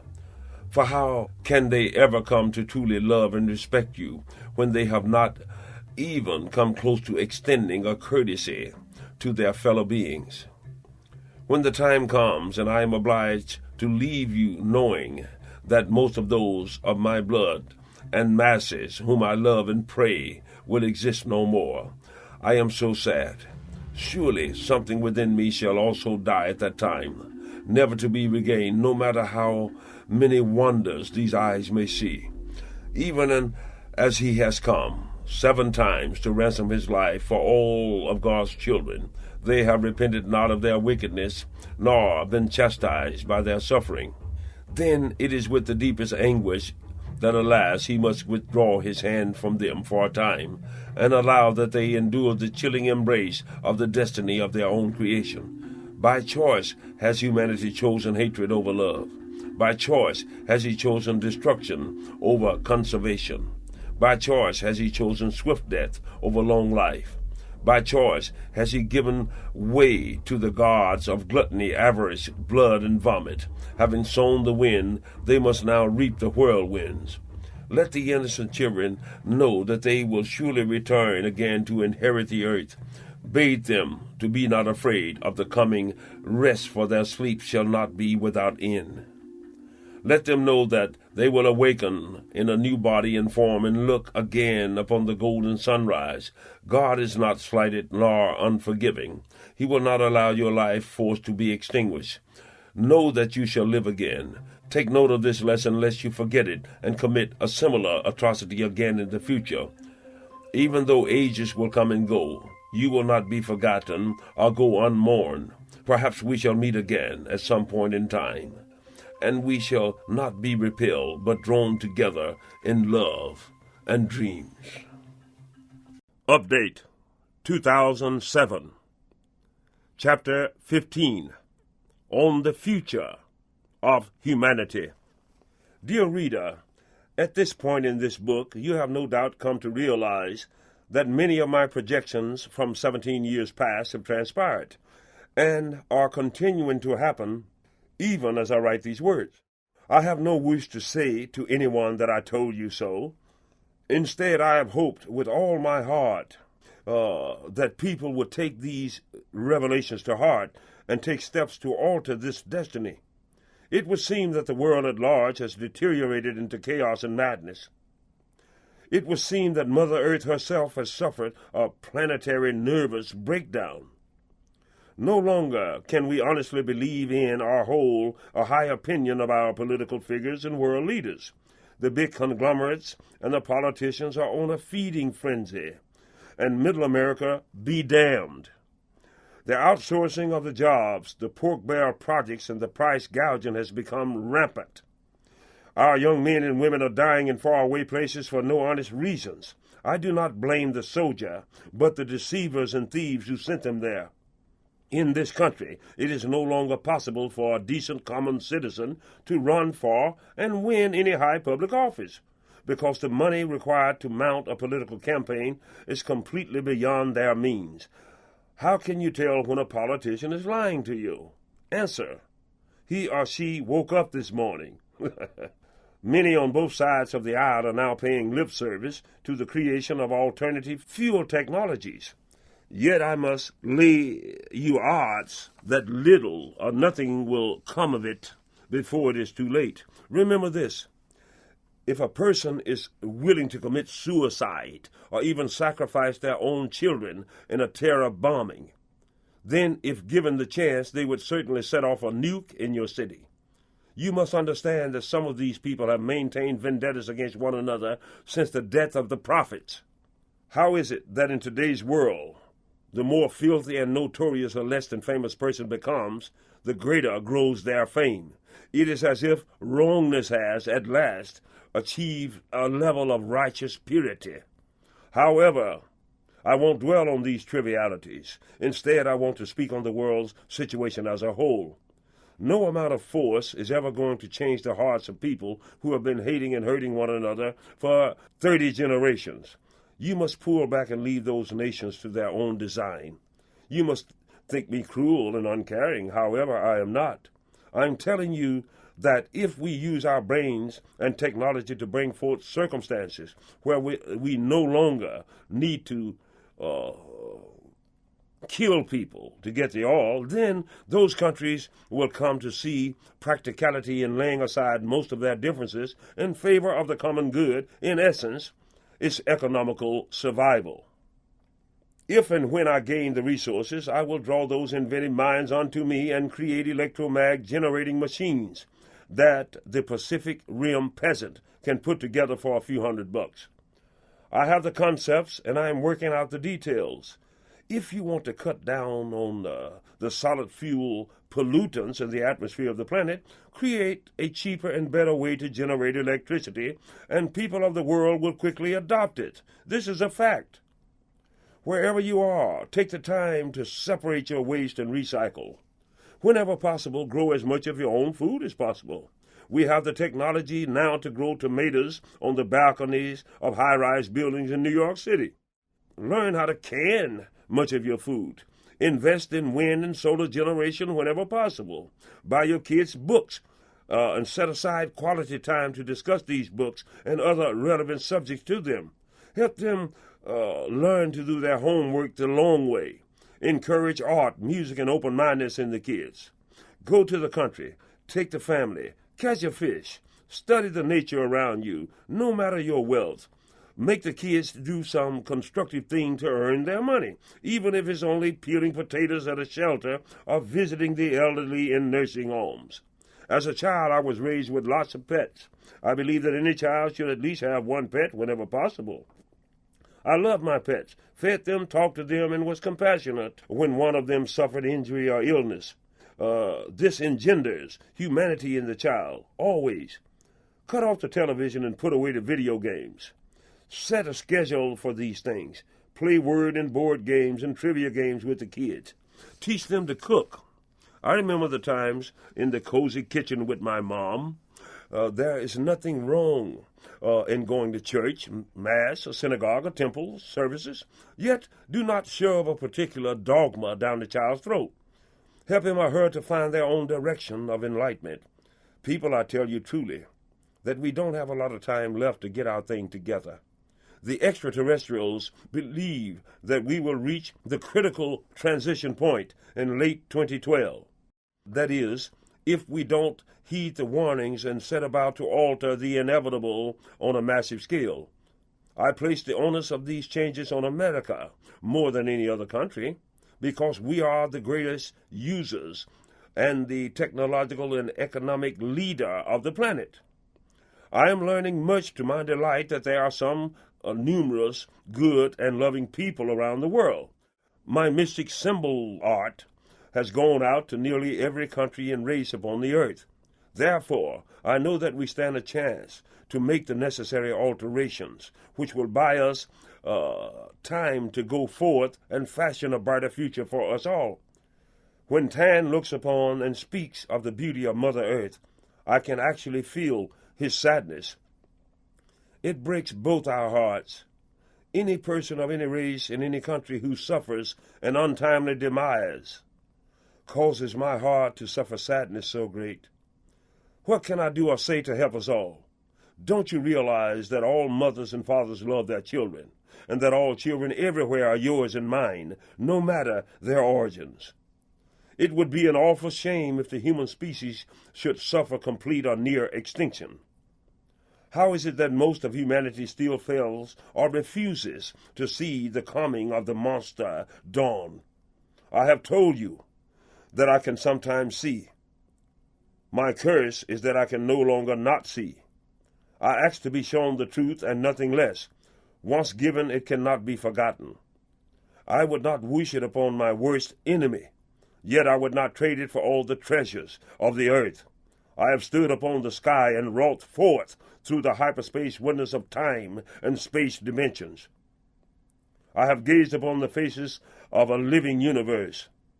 It is a mighty number that no man can number, yet it holds a promise of fantastic discoveries and awesome wonders. Blessed are you who would venture to dream and to seek the revelations of infinity. There are no true secrets in the universe, just unrealized realizations. Be aware that you have kindred all across the galaxy. We are all made of the same stuff. We are all one with infinity. Our long-awaited reunion will soon transpire. I can tell you that I love you, and Mother Earth needs you. The galaxy and the universe awaits your coming. What then shall be our destiny? Will we endure, or by our own hand be cast asunder? There is greatness within you. Never lose hope or give sway to despair. Love your family and your fellow persons. Love and treasure life. Be of good cheer. The force of life is truly eternal, though you cannot really die. You can make future transitions better or worse. I believe that there is a guardian and overseer of the universe. Once again, I bid you peace and prosperity. So let it be. End of chapter 15. Chapter 16. What is not. Reality transcended. Upon seeing some photos of UFOs that I had taken in early 1988, a Tulsa police officer in a resigned tone said, "Well, I guess that shoots religion all to hell." And I responded saying, "Quite the contrary. The realization that other intelligent life forms exist in the universe should only serve to broaden your concepts of God and His creative diversity. In my Father's house are many mansions." In fact, any open-minded person would easily conclude that no God in his right mind would dare place all of his creative talents, and indeed all of his galaxies, in the hands of one intelligent species. When viewed realistically on a scale of 1 to 10 in the just desserts department, I don't think that humanity would rank very high on the celestial scale. I personally know of at least 8 intelligent life forms that easily outranks man on the technological level. I have no doubt that there are many more throughout the cosmos. In measuring the ability and innate psychological motivation of the extraterrestrials as opposed to man's, I am very surprised, though nonetheless delighted, that none of the aliens seems to be naturally aggressive and warlike in a strategically concerted fashion. This rule among them, which states that one doesn't automatically subjugate or destroy all other weaker species in their paths, is in direct conflict with the predominant reason and actions of humanity. Had the technological situation been reversed, and mankind had happened upon them first, I could do nothing but more than pity the poor bastards. The fact that the aliens have decided that humanity is by its own hands, doomed as a species, has troubled my dreams on more than one occasion. Yet the realization that they consider the human species worthy of being saved from complete extinction keeps the light of hope burning dimly within my heart. I have not yet completely satisfied myself as to the depth of the alien's sentiments in this respect. Does his intent to save the human species stem from an inner motivation of a spiritual brotherhood that one intelligent species holds for another like species? Or does man measure somewhere between the salamander and the whale on their things to save list? The alien tan gives me to believe that they look upon man as infant gods in the making, instead of just an interesting mammalian rendition of evolution. And I've come to believe that he is sincere in his assessment. Why? Aside from the very close fellow-being rapport he and I developed over the time, my belief is born more so of simple logic. From what I have personally seen of the aliens' technological abilities, I know that the only thing preventing them from doing whatever they so desire with the human species is their personal sense of respect for life in all its forms, or their adherence to the intergalactic laws which forbids such exploitation, or both. It's certainly not because of the lack of raw power.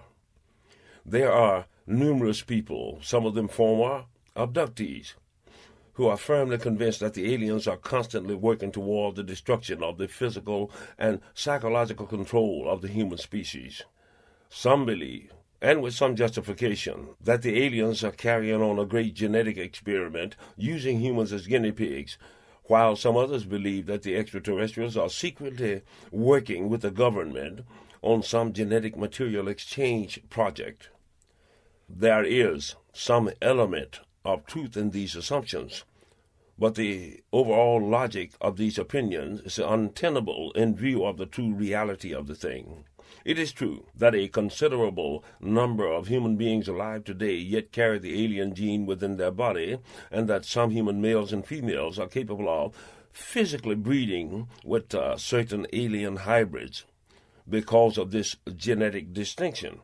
I'm also sure that the aliens have on occasion abducted certain individuals with the express purpose in mind of producing more of these hybrid offspring, Some of these offsprings are probably put back into the Earth society to carry on the genetic strain. These experiments, with the passing of time, have become more of a scientific procedural fact than an experimental uncertainty. The nectarine is a crossbreed between the plum and the peach, and is a definite marketable entity unto itself. While the aliens have a rule against physically damaging an abductee, they don't appear to be bothered much with getting permission from the abductee before performing certain medical procedures upon them. This seemingly apathetic and emotionless attitude on the alien's part has no doubt caused a great deal of mental and, in turn, some physical damage among the abductees.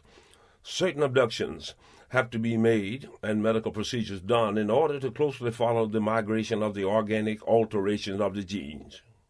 The aliens have no doubt discovered that most human beings, if given the choice, would not consent to being impregnated with an unearthly seed, or to having sex with alien females who are, by all earthly standards of physical beauty, extremely fucked up. It is much simpler to abduct the humans, sedate them, and then inseminate, or physically invade them, suppress the conscious memory of the event, and return them to their original locale. The memory wipe doesn't work always, and the physical procedure on occasion may leave some marks, but not to worry. What's the abductee going to do? Call the police? Or the military? That mankind tends to view itself as a supreme, spiritual rendition of God's creation doesn't bother the aliens in the least. The fact that the greater portion of humanity thinks itself to be the sole possessor of intelligence throughout the cosmos is to the aliens incomprehensible, not only because the laws of numerical probability demand the speculative assumption that the evolutionary processes are opportunistic, but because their ships have been visually invading our airspace since before the beginning of recorded time, not to mention the numerous visitations and abductions, as well as much archaeological evidence and scriptural recordings. In other words, they refuse to believe that mankind can truly be that stupid or ignorant. Just as Einstein's theory of relativity opened new concepts in the study of physics, so would the universal recognition of the existence of these aliens open new horizons in the thought and technological processes of man. Instead of remaining the spiteful, evil, vicious little vermin we insist upon being, this universal revelation might cause us to actually start contemplating the equal creaturehood of all of our fellow men. When pressed to give a name for their religious concept persuasion, Tan called it Juwan, meaning the light. When asked to explain the doctrines and scriptural philosophy of that religion, he went into a 3-hour-long telepathic explanation of his religious evolution. Pure telepathic communication consists of inner visualizations as well as sound and words, so I find it extremely difficult, if not impossible, to impart to you a very good view and feel of the experience. The visionary experience showed and told of the first seeds of life beginning beneath the foamy waters of a young planet, and followed its progress through all the complex renditions, forms, and orders through time on up to the present. The vision showed that the Biavians themselves had historically labored through and suffered many of the mistakes of man.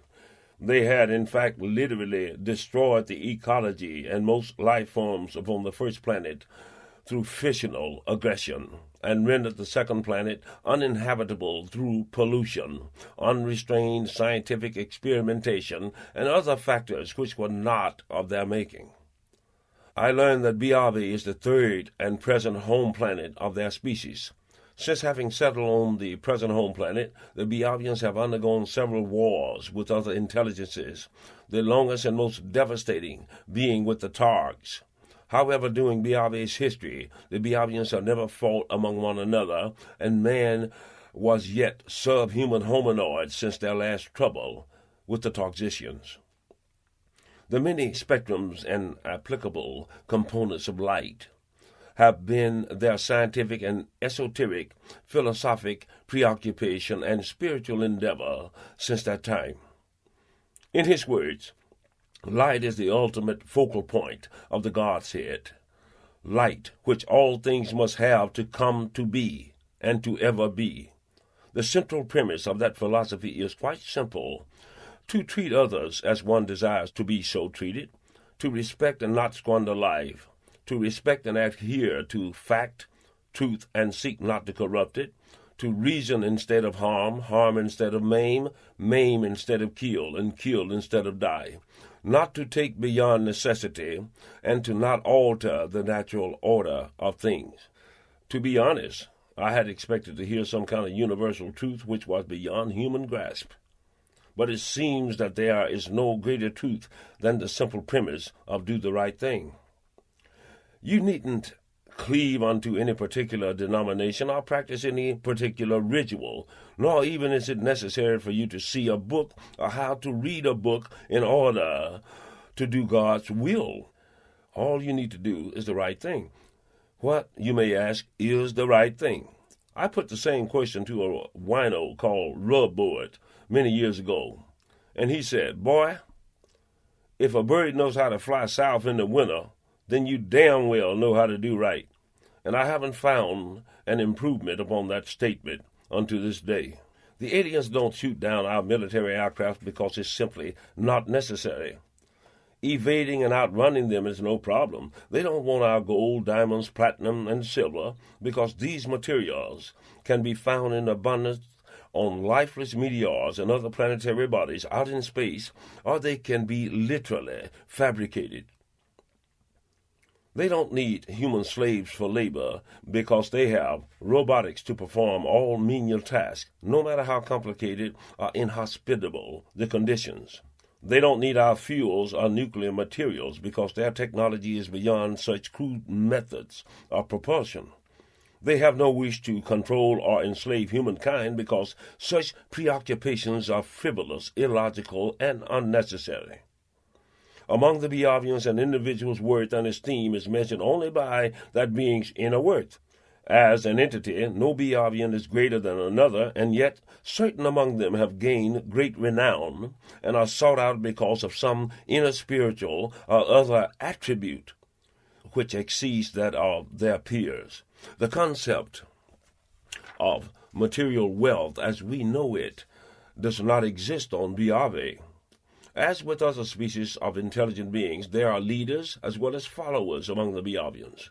The difference between an Earth leader and a Beovian leader is that the Beovian leader cannot achieve his position through birth, wealth, or race, but only through the intellectual knowledge and other mental and spiritual powers possessed by him. They do not seek to contact Earth leaders simply because there are no Earth leaders, while we in the leadership positions on this planet are a cornucopia of idiots, maniacs, bigots, thieves, murderers, and dope dealers. The aliens are not impressed by the human position of wealth or race. In the end, all of these falsely held positions and the terrible inequity of resources distribution will result in the further fragmentation and ultimately the collapse of the human order. The ones who will have the best chance of surviving are those who understand nature, the so-called primitives. Is there any rich man upon the earth who can truthfully say that I am loved and respected because of my inner worth instead of my material worth? If so, then the number is few and the situation tenuous.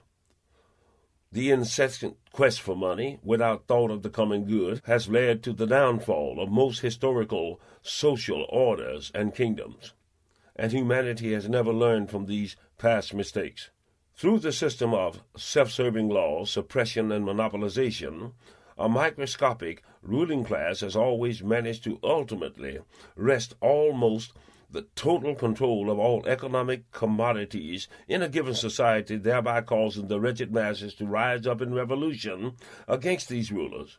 The first actions of the successful revolutionaries is to kill as many of the fallen ruling class as can be found. When this happens, unfortunately, numerous members of the lesser strata, like teachers, engineers, scientists, doctors, and artisans, are also killed, thus destroying the real intellectual wealth of that society. Because of these terrible upheavals in societies, historically, man has been held far short of his true technological and intellectual potential. Racial sentiments towards the minorities and social, economical, and educational suppression of same have resulted in an immeasurable loss of brain power in society down through history. Such sentiments prevail today in the most progressive societies. For generations now, in industrial societies, the negative and deadly byproducts of mass production have far outdistanced the positive aspect of these endeavors. Such a state of things can be attributed to the unmitigated greed of just a handful of rich capitalists. Capitalism is not a thing restricted to the so-called democratic societies, but to all rulers everywhere upon the planet, regardless of what their system is called. All it boils down to is a handful of people owning and controlling all of the planet's resources. This lopsided state of things always has a radical and unsettling effect on a given society. Crime of all sorts grows and becomes rampant, which in turn calls for more and more repressive methods, the building of more prisons, the hardening of the laws and prison sentences. The growth of police forces ultimately leads to a kind of police state, which is controlled by this handful of supercapitalists, those who have always preferred to live under armed guards than to equitably share the resources of the country. The result is a polarized society consisting mainly of the very rich and the hunted poor. This state of being is swiftly becoming a reality in America. I spoke of the landing bay area of the great mothership and of its vastness. The great bay in which we landed served as a common one for the Biavians, Dorians, and Targs, and this area stretched for several miles in each direction. I learned to recognize some of the different ships of the Targs, Dorians, and Biavians, but there were other ships of even stranger dimensions that I could not attribute to either of these intelligences. Later on the vid screen, I saw some ships of the Insectilians, Creed, and the Neptunians, but I never visited their landing area. I was awed and fascinated by the smooth-rimmed saucers of the Biavians and the beautiful symmetry of the Dorian saucers. Yet the ship that impressed me more than any other was the great V-winged ship of the Targs. I had the unforgettable experience of seeing this awesome ship launched one time. You are perhaps familiar with the size of a huge 747 passenger jet. Well, this monstrous V-wing ship was large enough to have parked 4 747s beneath its wing, side by side. The hull of the ship, upon first notice, appeared to be jet black. However, when I got closer, I could see that the color had a kind of deep, iridescent purple-blue quality. From my vantage point, which was about a quarter-mile away, I saw that the ship rested on 3 retractable legs with large circular disc pads on the floor surface. The legs retracted periscope fashion. From the central fuselage, the large ramp had been lowered, the steps of which were shiny red, giving the ship the appearance of some great leviathan stingray with its mouth open. I saw about 40 Targs in green, brown, and black jumpsuits enter the great ship via the ramp. As the Targs neared the ship, they were obviously shuffling in formation, but they broke formation when they started up the ramp. I was standing at a point directly in front of the ship. Beneath the outstretched wings of the great ship, 6 sharp-edged Targ saucers rested, 3 under each wing. The saucers, I estimated, were about 40 feet wide from rim to rim, and I believe each was manned by 4 Targs. The small glowing light spears I mentioned before, which must have numbered about a dozen, were constantly busy moving about the great ship, under the wings, over the command pad, zipping out towards the tips of the wings and back. On Earth, in an aircraft hangar or auto garage, one experiences the pungent odor of gasoline and motor oil and exhaust fumes. But in the Mothership Bay area, the only odors that I remember were an occasional whiff of ether or something similar to static electricity burn. There were some other pleasant odors which defy description. Presently, the 6 saucers beneath the wings slowly started to rise in almost synchronized unison. I could hear the deep throb of vibrations of their engines. Multiple blue lights beneath the floor started to flash as the worker machines backed away out of the great triangle. The 6 saucers rose up and eased into perfect circular slots indented in the undersides of the great V-wing, and their fit was flush with the contours of the wing. Unless you were beneath the wings looking up, you wouldn't know that the saucers were there. Now the great ship itself was warming up. 1,000 soft blue lights and a smattering of red ones lit up the ship. The rumble of the engines could be felt in my teeth and caused my eyes to momentarily blur.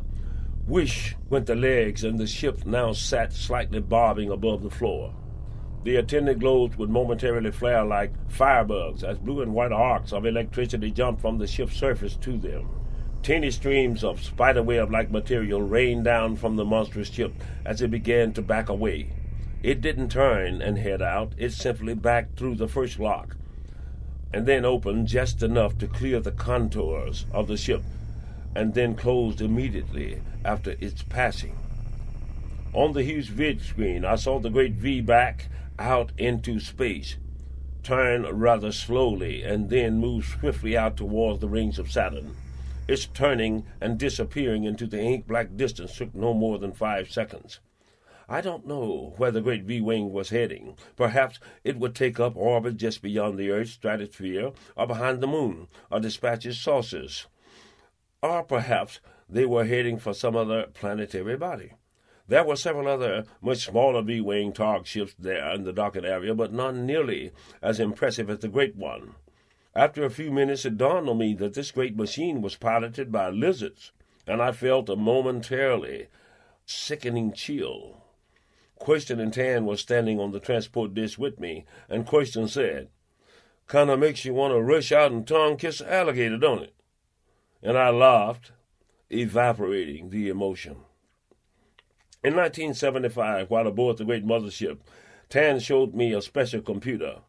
The machine was situated in a glass metal chamber under soft blue light and was approximately 5 feet in height, with a clear bubble dome that revealed the computer's brain, and I mean this literally. The brain of the computer was composed of some kind of pink, gray, and blue organic matter that seems to tremble and pulsate as currents ran through it. Pinpoints of light danced across the brain's surface. Outside the chamber, in a recliner with the controls at his fingertips, sat a Stygian. Directly in front of him was a video screen, upon which were numerous strange computation and 4-dimensional body sections and profiles of women, Earth women.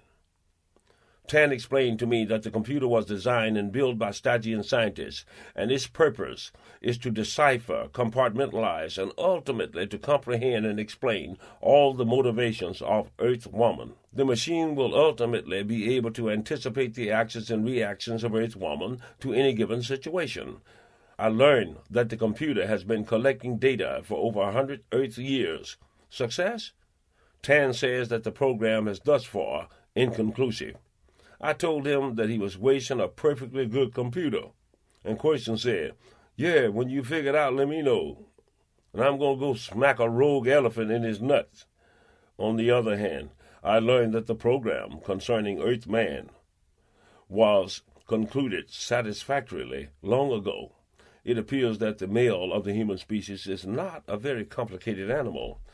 This preoccupation with the mental factors and modus operandi of the human species seems to fascinate Tan to no end.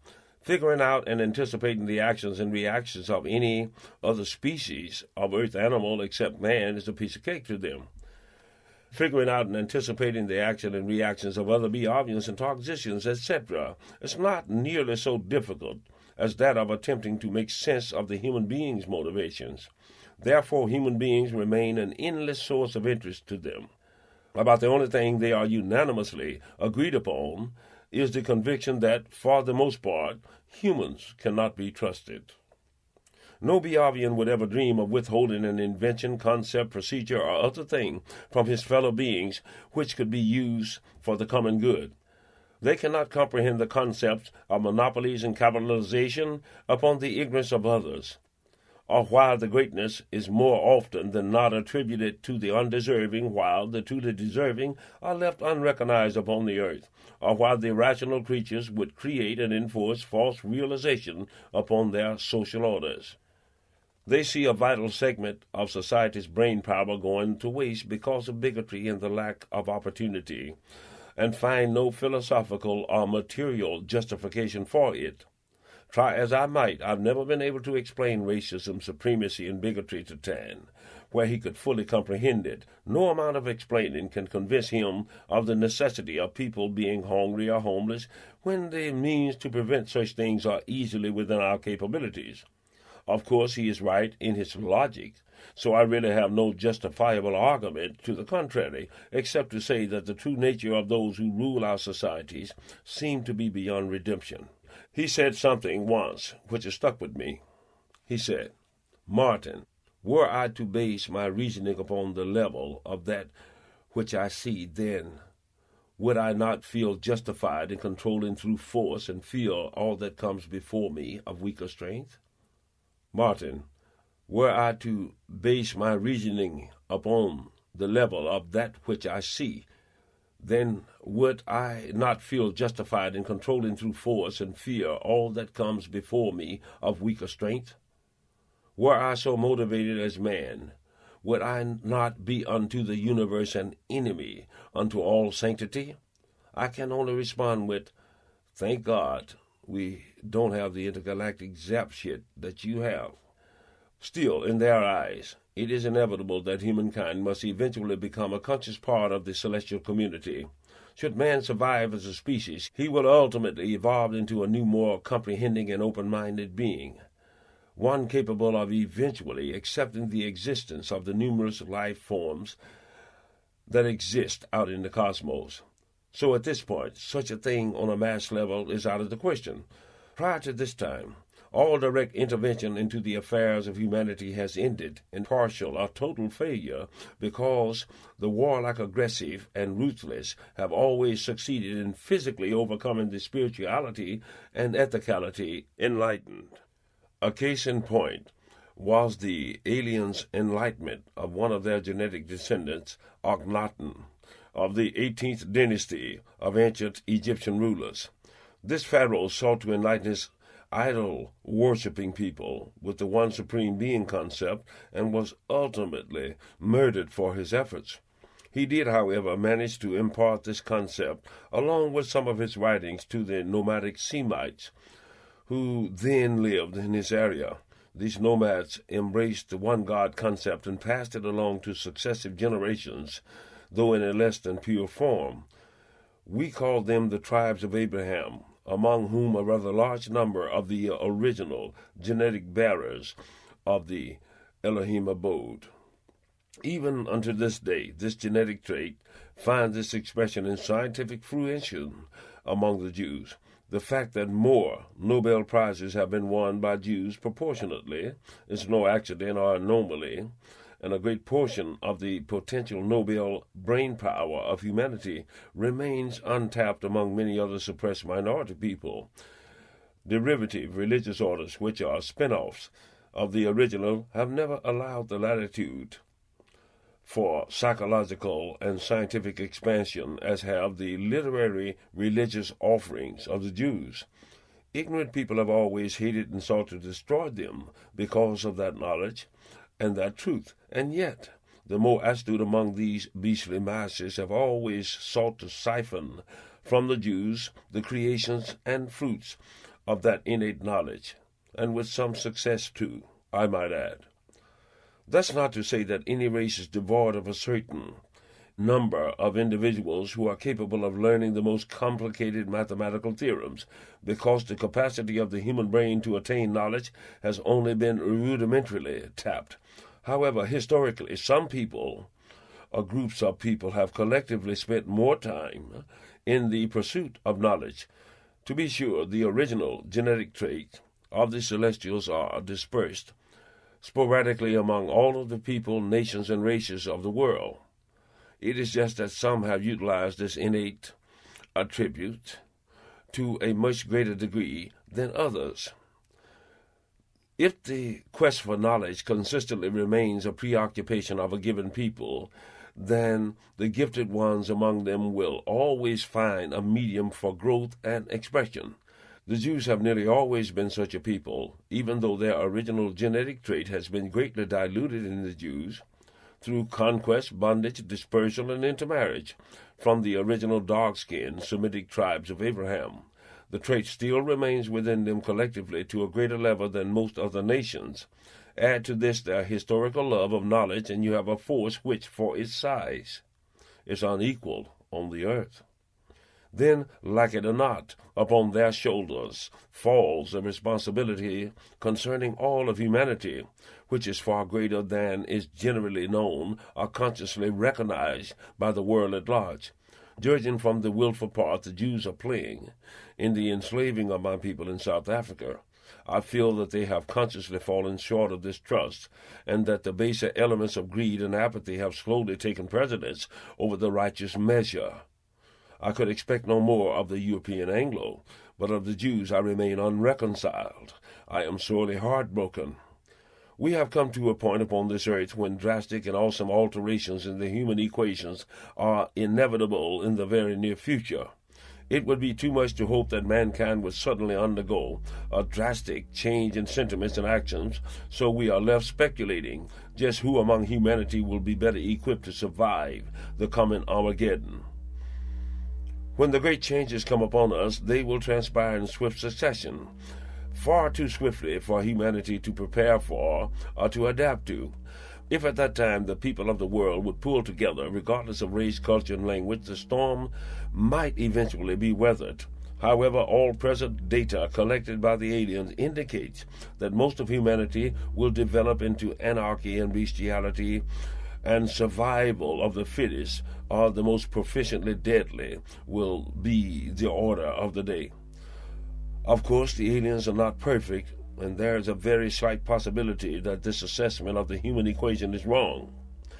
Yet let me point out that the human being is the only creature of this planet that is capable of altering the course of its own destiny. Because of the nuclear throwaway possessed by the world's greater powers, wars on the world war scale are no longer feasible. Any major war in the future would, of course, be the last war ever, because no one will take a whipping as long as they have the bomb. At present, greater powers must content themselves with mounting small wars by proxy, by arming and financially supporting small civil wars in third world countries. Idealism plays little part in the minds of the handful of powerful people who orchestrate these civil and countries against country wars. The end result of these many wars is the full or partial control of the natural resources and profits from there of those countries by a small group of elite people. The weapons producers, politicians, high military personnel, as well as the Secret Service officials who gain monetarily from these ventures are seeking to accomplish these things in descending order of importance. 1. Fostering continual division to assure continual weakness. 2. Monetary gain from weapon sales and natural resources. 3. Population control through the creation of circumstances that fosters violent death, disease, and famine deaths. And 4. To lock the country in question into a system of continual supply debt, from which it will not soon emerge, if ever. These powerful people just can't simply take the taxpayers' money and pocket it, so they have to become masters at getting this money in a roundabout way. $100 million is appropriated for a certain so-called freedom-fighting or democratic rebel group, but only $10 million actually reach the group. The other $90 million has mysteriously been funneled into certain pockets and hidden bank accounts. Thus the taxpaying public gets robbed, and another puppet dictator gets a chance to create his own death squad, while swiftly amassing a huge personal fortune. What the average person fails to understand is that feeding the world, boosting proper medical treatment worldwide and raising the educational and economical level of the world's populace are the very last things that enters the mind of the world's controllers. Yet if things continue as they are, the planet is caught in a catch-22 situation. Each day, tens of thousands more people, through orchestrated misfortunes, find themselves wards of this country. Thus our borders are constantly inundated with refugees, both legal and illegal, who are fleeing economic and political oppression. Understand that this influx of aliens serves only to heap more hardship upon the already fragmented American middle and lower classes, while having absolutely no immediate effect upon the steadily rising profit margins of the big conglomerates. The more disturbed the working citizen is with unwanted immigrants, the less likely he is to stop and start analyzing the true nature of things. So great has the difficulty of finding a job and keeping up with the cost of living been that the world's greatest polluters have been given virtual carte blanche in the poisoning of the planet. Even though the paper mill has killed the river, it still supports most of the people in the county. So few people raise an outcry against this ecological destruction. The factory owner and the politicians knows that the pollution saturation can be brought under control, but to do so, they would initially be forced to take a cut in profit, which they are unwilling to do. Even if all industry would do an immediate about-face, we would still be too late to prevent most of the futuristic backlash of this chemical horror. Humanity is at present enmeshed in an orgy of ecological destruction, from the preservatives in food to the destruction of the equatorial rainforest to the numerous toxins in the drinking water supply. The saturation point is upon us. Most people never stop to realize that this planet is a completely self-contained body, a single organism. Absolutely nothing natural to this planet ever leaves the planet. It is simply transposed from one compound to another. Every toxin, emission, gas, poison, metal, liquid, acid, or vegetable ever created or grown upon the earth is still with us and will remain so. Most of it settles back to earth and saturates the ecosystem, while organic materials are naturally broken down and used. Inorganic toxins, for the most part, are not. Once the nuclear warhead has been built, destroying that nuclear material to a level where it is harmless to living things is literally impossible, because it has an active lifespan of 26,000 years. When the world leaders proposed to destroy so many warheads, even if this was their wish, it still would not remove the abiding danger of the material, no matter how it is diluted or packaged. The hexachloric acid action of nuclear materials will leach through any material known to man, including a sheath of pure nickel, within a matter of months or years, not centuries. Everything the material touches in turn becomes contaminated and deadly. So much poison has been dumped into the planet's liquid artery system that it could be considered a person with leukemia. The planet is actually dying. I have told you that a certain number of chosen people will be physically airlifted from this planet before or by the year 2011 or 2012. This number, though encompassing all of the races and physiologically distinct groups of the earth, will still be a number so small as to appear insignificant in the face of the true numerical value of the human species on the earth. And when we leave here, what do we go to? All of my experience with the extraterrestrial over the years has sold me on the belief that, in comparison to what we have here, we're going to a living paradise. Yet my perception, although born of the most skeptical and pragmatic scrutiny, is probably not infallible. What if all of it has just been an orchestrated show for my benefits? The aliens, I believe, have great confidence in my natural power of persuasion, or is it only logical that a large number of willing guinea pigs would be preferable to a great number of hostile abductees? I have concluded that the aliens do not have the technical means to induce mass mind control among humans, and so adept human persuaders would be the next most logical step. Then, on the other hand, I am forced to give the aliens the benefit of the doubt. Why? Because they do have the technology to produce 1,000 or 1,000,000 human clones from the skin samples of just a few humans. If what they wanted was a chemically free guinea pig or even a human food supply, then growing their own would be much simpler. Certainly they wouldn't want the contaminated examples like myself and others. The alien tan, I believe, has expended a lot of sincere energy in seeking to understand more of the human emotion and sense of reasonings.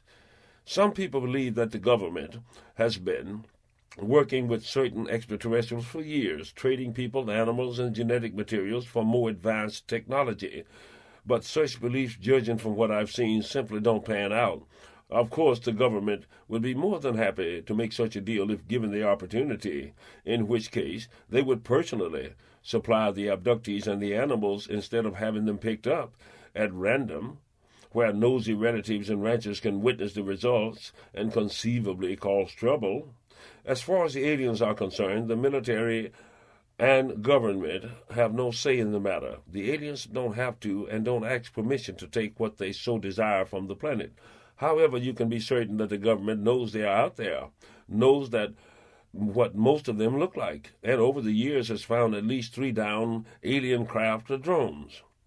All that prevents man from fashioning common interplanetary ships is his lack of the ability to generate and miniaturize the necessary power supply for such ships.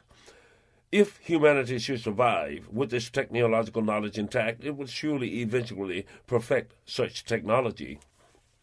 If man doesn't make it as a species, and the odds are that he won't, he certainly won't be the first, nor will he be the last intelligent species which didn't make it because of their own violent natures and other destructive preoccupations.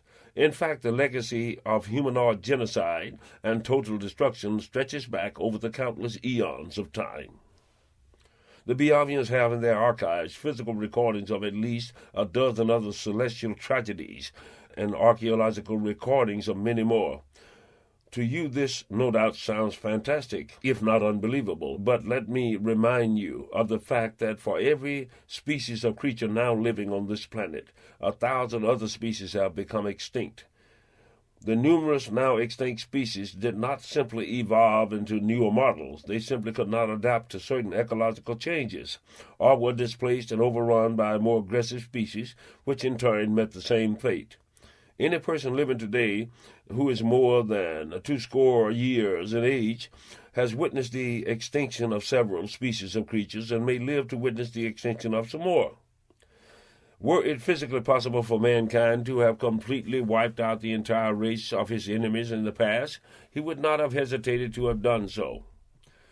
If the Nazis had won the Second World War, or if the Arabs had their wishes, would any Jews be alive today? If Saddam Hussein and the Ayatollah Khomeini had the bomb, would the world still be standing? And what of those whacked-out psychopathic dictators who eventually have the bomb? For as we know, experience has shown us that no secret exists which is not or cannot be bought. Most of the bomb-quality uranium on the planet comes from northern Africa, not far from Libya. No technology on Earth except its instruments of destruction has ever kept pace with or surpassed its creation of negative crisis. In the year 1347, some 25 million people in Europe perished of the Black Plague, because real medical research in Europe was relegated to mostly religious quackery by the non-secular suppression of the sciences. Today we are faced with the man-made chameleon-like deadly virus of AIDS, and this virus alone has the real potential to literally decimate the human species. The existence of these numerous deadly things, coupled with mankind's apathy, greed, literally assures that the roulette gun of extinction will soon stop on a loaded chamber. Most of humanity goes about its existence seemingly unaware or uncaring of the precariousness of its very presence as a species. The extraterrestrials are acutely aware of the fragility of mankind's state of being, and during much of the time I've spent with them, this subject dominated the bulk of our conversations. With due modesty, I must say that the aliens consider me to be one of the most open-minded humans they have ever encountered. However, I balked when Tan asked me if I could ever honestly accept and admire the Toxicians as a fellow species. After a long moment of searching contemplation, I finally said yes. I honestly thought that I could eventually learn to like and accept the talks. And Question said, yeah, and I'm sure I could learn to love having my pouch stuffed with dog shit. I just looked at him and shook my head in disgust. Nothing, but nothing is sacred to that awful little animal. Were it not for the fact that he on rare occasions would come out of his pouch with something interesting to smoke or drink, I probably would have quit hanging out with Question long ago. And there were even those moments of intoxicated delusion when he was almost likable, or at least he could con me into thinking he was. I tell you truly, I do not enjoy being the bearer of dark tidings, and yet it has to be done. The fact that I was chosen by the aliens to be the one with undeniable privy to their existence was not my decision to make. It was made for me, perhaps long before I was born. I'm sure that there must be a chosen number of others who have also had intimate and extensive contact with the Biavians or some other alien species.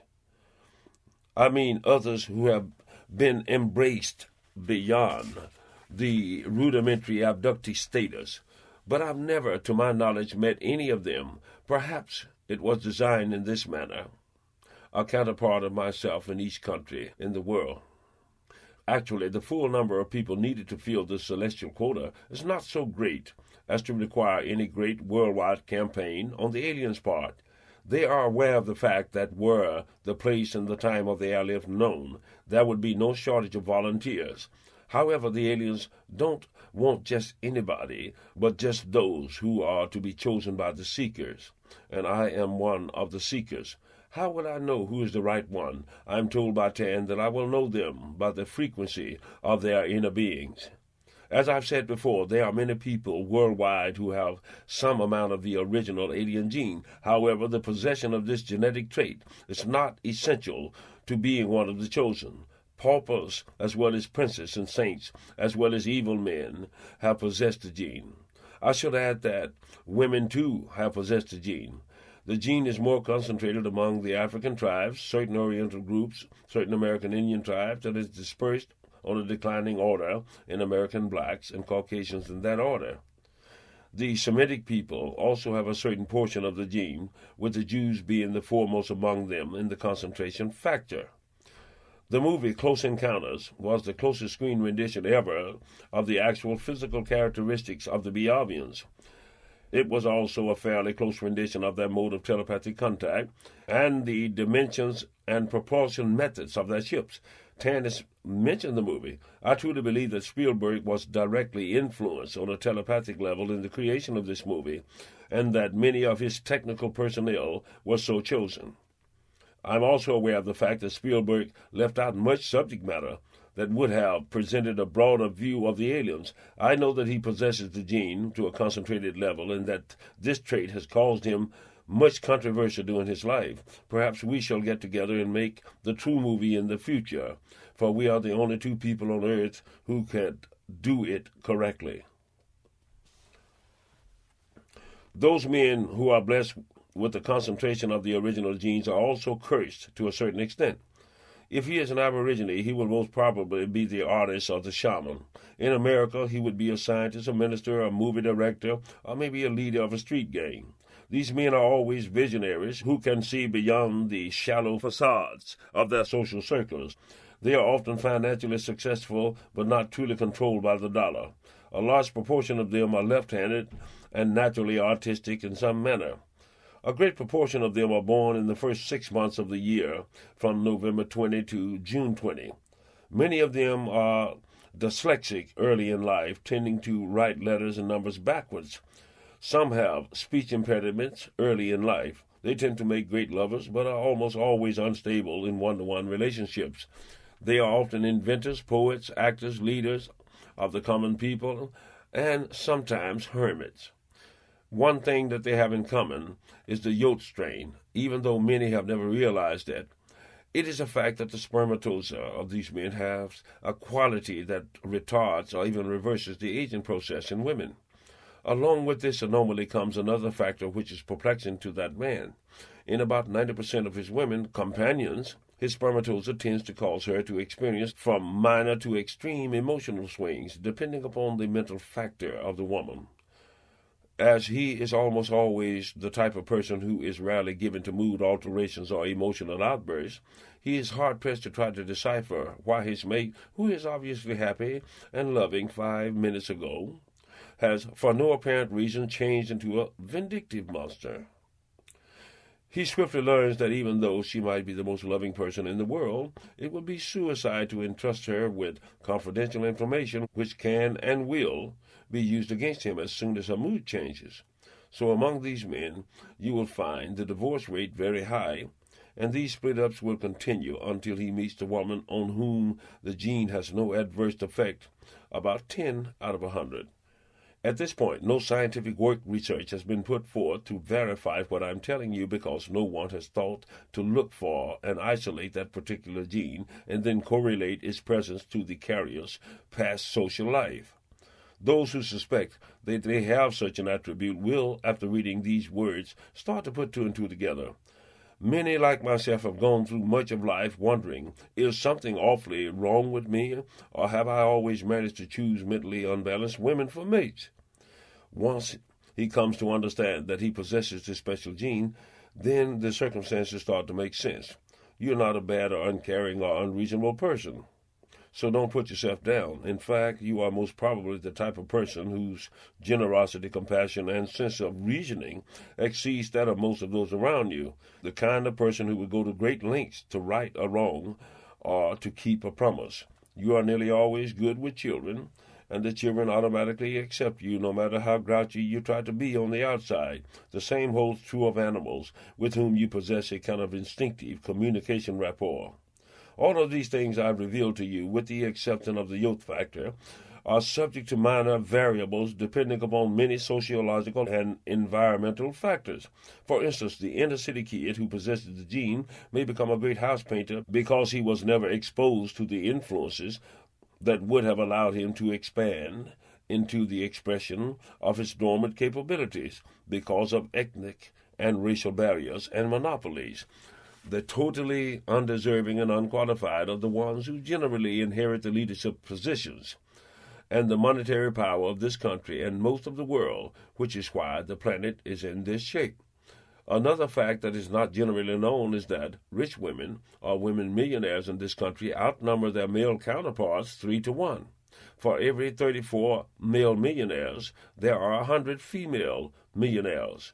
Also, women comprise better than 50% of the voters. Even though rich women far outnumber rich males, about 95% of the corporate and investment forward personnel are white men. What does this mean? It means that women, if they could ever come to a universal agreement on anything, could literally control the politics and the economy of this country, and indeed a large portion of the world where women are given the vote. Those men in power are well aware of this. However, they also believe that they can rest easy in the assumption that women, on the whole, have never and will never come to agree on anything whatsoever, and therein lays their greatest weakness. Ultimately, because women live longer than men, and because a greater proportion of the wealth would fall into their hands by inheritance and marriage, political leadership will tend to fall into their hands by default. Prostitutes and the more astute women know that the macho man front, as it is portrayed, is largely a myth, and so does the homosexual segment, which has social contact with the high political and leading male movie roles. They know that this strata of society is literally pervaded by masochistic, bisexuals, homosexuals, fetish freaks, and hidden creeps. These are the ones who use all of their resources to downgrade and show the minority male in an undesirable light, when in reality these are the only real men we have left, along with the hard-working blue-collar Caucasian. These strong, often poor, and disenfranchised males will ultimately inherit the more progressive females by default. You want an expensive meal? Go out with a star. You want to get fucked? For real? Find him at the construction site. You want money and security? Marry the corporate head. You want sex? Call a plumber. At some point in almost every person's life, no matter how rich they are, they must eventually come to the realization that man cannot live on false front alone. On the other hand, it can be said that those women who allow themselves to be pawed over and who must cater to the deviations of rich old freaks for years certainly deserve the money they earn when the bastard dies. The same thing can be said of the young male who opts to cater to the geriatric wishes of rich old females. As to the straight males who cater to the unholy practices of homosexuality in order to advance themselves, I have no pity or respect. Elderly men love young women, and this is only natural. Older women love young men, and this is only natural. Wealthy older men and women should not hesitate to shower monetary gratuities upon their lovers. It is well to realize that but for your money, you would be just another senior stagnating somewhere, unknown and unwanted, in one of these dog pounds called retirement homes. Those people in these retirement homes have no less sexual and other desires than you. They just don't have the money to fulfill their fantasies. If you have managed to delude yourself into believing that that young person really loves you for yourself, then go broke and see what happens. Real men have become a rare and precious commodity on the earth, and the availability of marriageable young males is dwindling all the time. You women who have been given advanced opportunities or who have acquired wealth had better take stock of the overall situation, reassessing your expectations, because the younger, more aggressive females are grabbing up everything that moves. The ways and manners by which the extraterrestrials gather their ecological and sociological data concerning Earth don't involve any form of science beyond our own concepts and capabilities. They utilize everything from satellite photos to soil, plant, and atmosphere samples. They observe, abduct, monitor, and test human beings, animals, and insects. They monitor radio and television transmissions, etc., and base their findings upon the results of constantly updated supercomputer data. I needn't have to say that their information gathering and electronic computer apparatus far exceeds our own, yet the principle of information gathering are relatively the same as ours. You have no doubt seen the satellite photo progressions on your television's newscast, where the aliens are capable of running a progressive satellite surreal simulation of the Earth's atmosphere that encompasses tens of thousands of years, while ours can go back only a decade or so. Once I was discussing with Tan the horror that forced abductions, sightings, accidental scars, and mutilated animals had caused some Earthlings, and I berated him for having such a heartless, unfeeling attitude in their treatment of people. During my rather extensive dissertation, he never said a word. When I finished, he said, "Martin, it is true. Our mistakes are many and without justification in your eyes. Yet perhaps you know not the true meaning of horror. Should you so desire, I shall show you true horror." I said, "I desire." And Question said, you done fucked up again. He took me into a good-sized circular chamber, and we took seats in translucent, levitating recliners. Then he said, "When you have seen enough, we will cease." Presently, the entire forward wall of the room became a huge video screen. As the picture came up, there appeared before me a large barracks-type room, and this room was populated with about 50 children, boys and girls, ranging in age from 6 to 13 or 14. Toys were scattered about. Many of the children were dark-complected with dark hair and eyes, but a smattering of them were blond and blue-eyed. There were neat rows of bunks beds along both walls, with wooden tables and chairs in the center of the aisle. Midway in the building there was a large pot-bedded wood heater. The children seemed to be happy and content. Some were reading or playing games. Others were eating or simply resting. All of them were dressed in cloth slippers, silken pajama-like clothes. Presently a tall blonde woman dressed in a uniform came into the building and started to call names for the roll. Soon she had 15 children of various ages and sexes lined up. She marched them out. In the next scene, all of the children were marched, nude and well-washed, into another room. Their hands were bound behind them. Suddenly they started to scream and cry out. Across the room, directly in front of them, 6 other children hung writhing and bleeding from sharp butcher hooks. The hooks had been forced through their ankles, and they were hung by their heels, stretching the Achilles tendon. A big, grotesque, bald man wearing a butcher's apron walked up to the first hanging child and deftly slit the jugular vein on the left side of her neck. He proceeded to catch the blood in a large porcelain basin. Even before the last twitch of life had left the young body, the butcher had started to expertly skin the body. He wouldn't butcher the next child until he had finished skinning the first one, and so on down the line. The children awaiting execution were deliberately allowed to view the butchery. Perhaps Tan was speaking to me and explaining the process. Perhaps he was not. But I knew why it was being done. Young, unblemished children were chosen for the quality of their skin, which was cured and used to fashion fine coin purses, lampshades, slippers, wallets, and even items of clothing for special customers. The other children were allowed to see the bestiality because the horror caused their glands to secrete adrenaline and enlarge the capillaries beneath the skin, which was believed to enhance the fineness of the skin.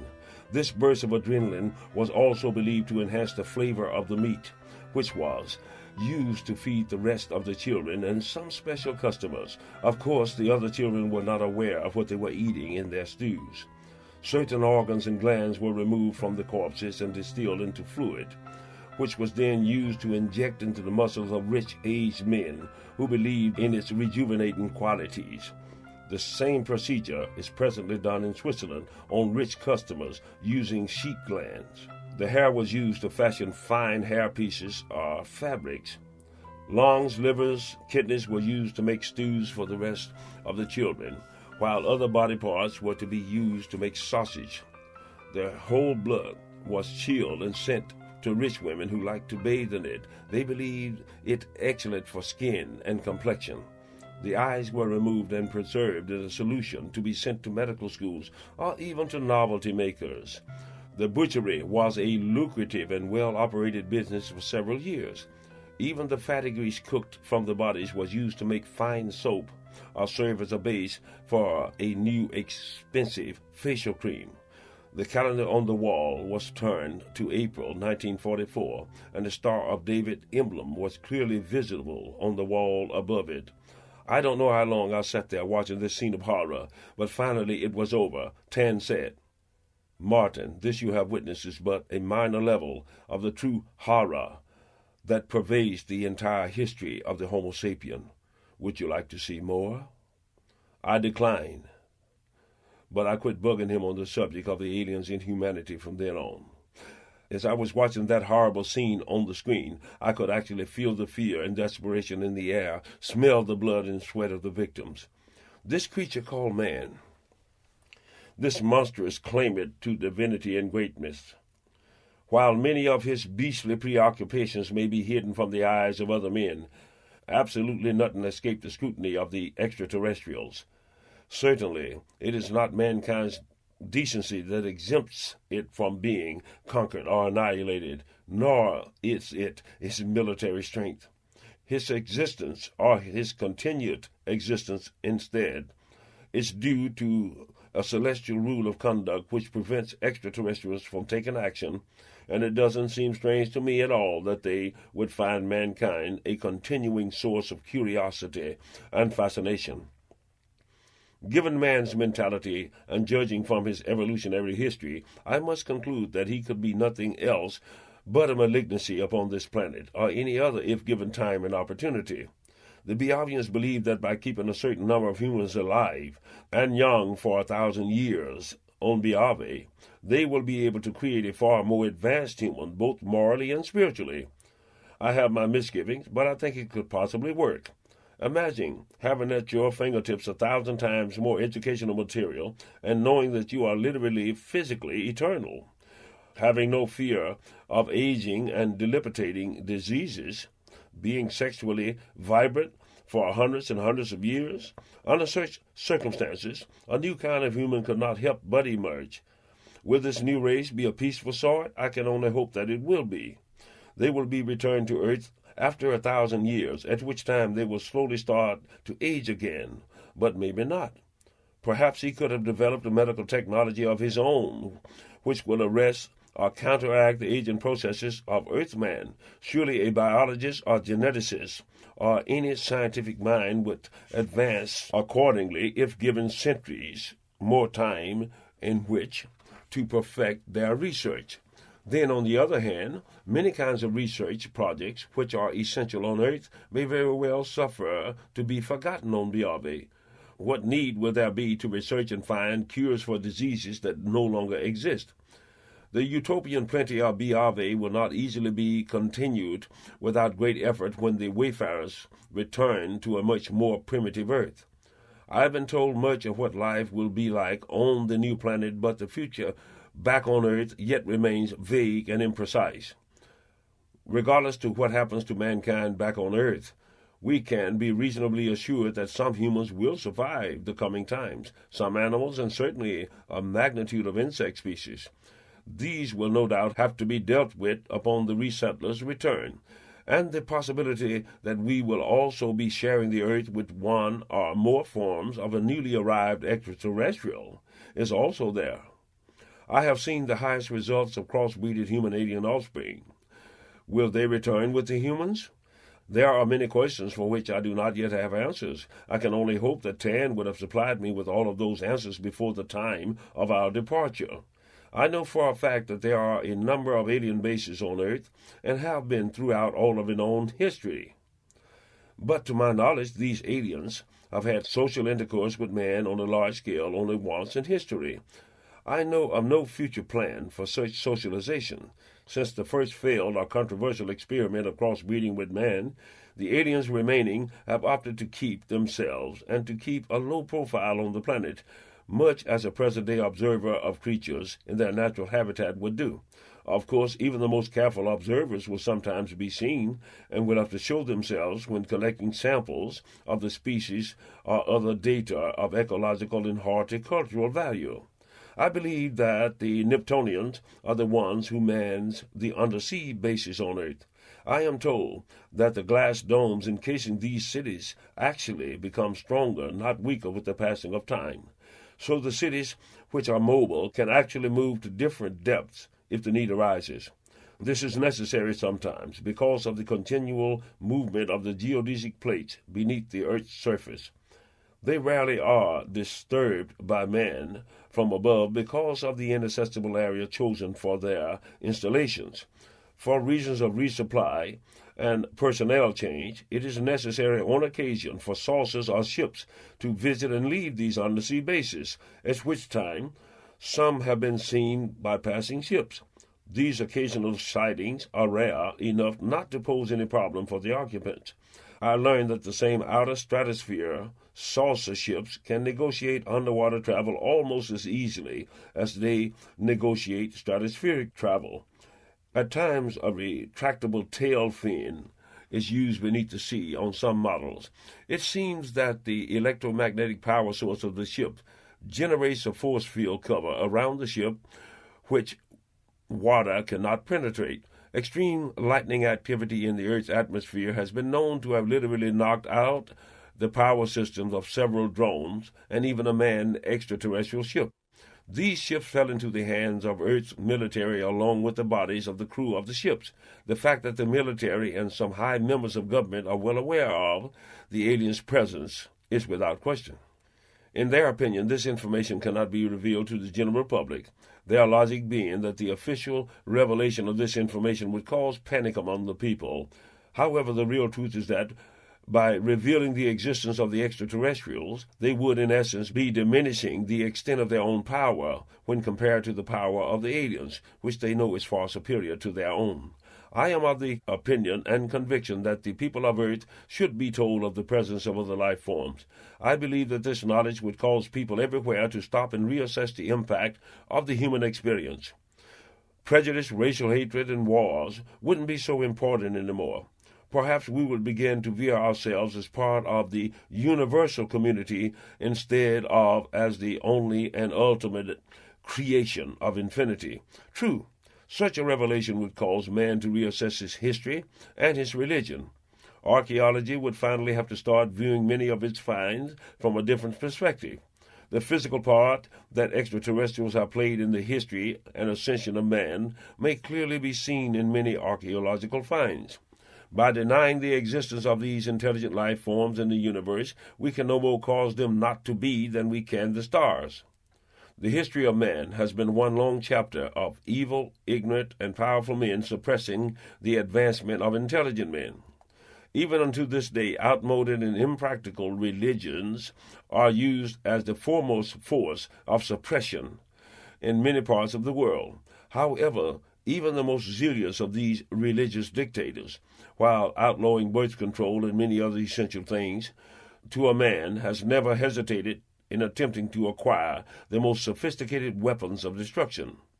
From the 10th century popes to the present-day Ayatollah Khomeini, we live in a time when the most abject witch-hunting stupidity exists right alongside the multi-megaton warheads, where powerful and dangerous people are still attempting to make a lie out of evolution, where archaeological and scientific history is still edited, deleted, or changed to fit the prejudicial concepts of small minds, where the true knowledge of most essential things is kept under lock and key, and revealed only to a handful of those in the high echelons of religion, government, and secret organizations. Update 2007, Chapter 16. What is not. Reality transcendent. When you are made aware of the great advancement humanity has made in electronics, robotics, and forensic science, not to mention genetics since the writing of this book in 1990, it is not difficult to visualize the potential future accomplishments of humankind. Yet even in the most advanced countries on earth, archaic ideals and philosophical dogmas still holds the greatest sway over the motivation of the masses. It is as if a monstrous madness has fallen over the planet like some insidious, blasphemous beast. In the 15th century, the Black Plague killed nearly two-thirds of Europe. Yet there emerged from the horror a new kind of thought pattern. They began to demand more political freedom. Great thinkers were born, and new concepts and methods of production came into being, mainly out of necessity, because there just wasn't enough manpower left to do all things the old way. At this point in the history of humanity, I submit to you that we once again stand upon the brink of possible, if not probable, extinction. This time it probably won't come in the form of just one pandemic disease, but will contain a host of elements coming together at one time.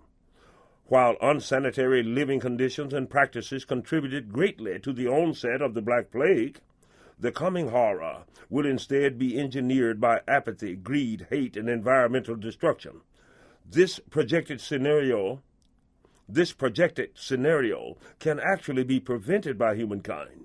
I am told by the Beovians that the coming of Armageddon may be the one we may not survive in any great numbers, and the meek shall inherit the earth.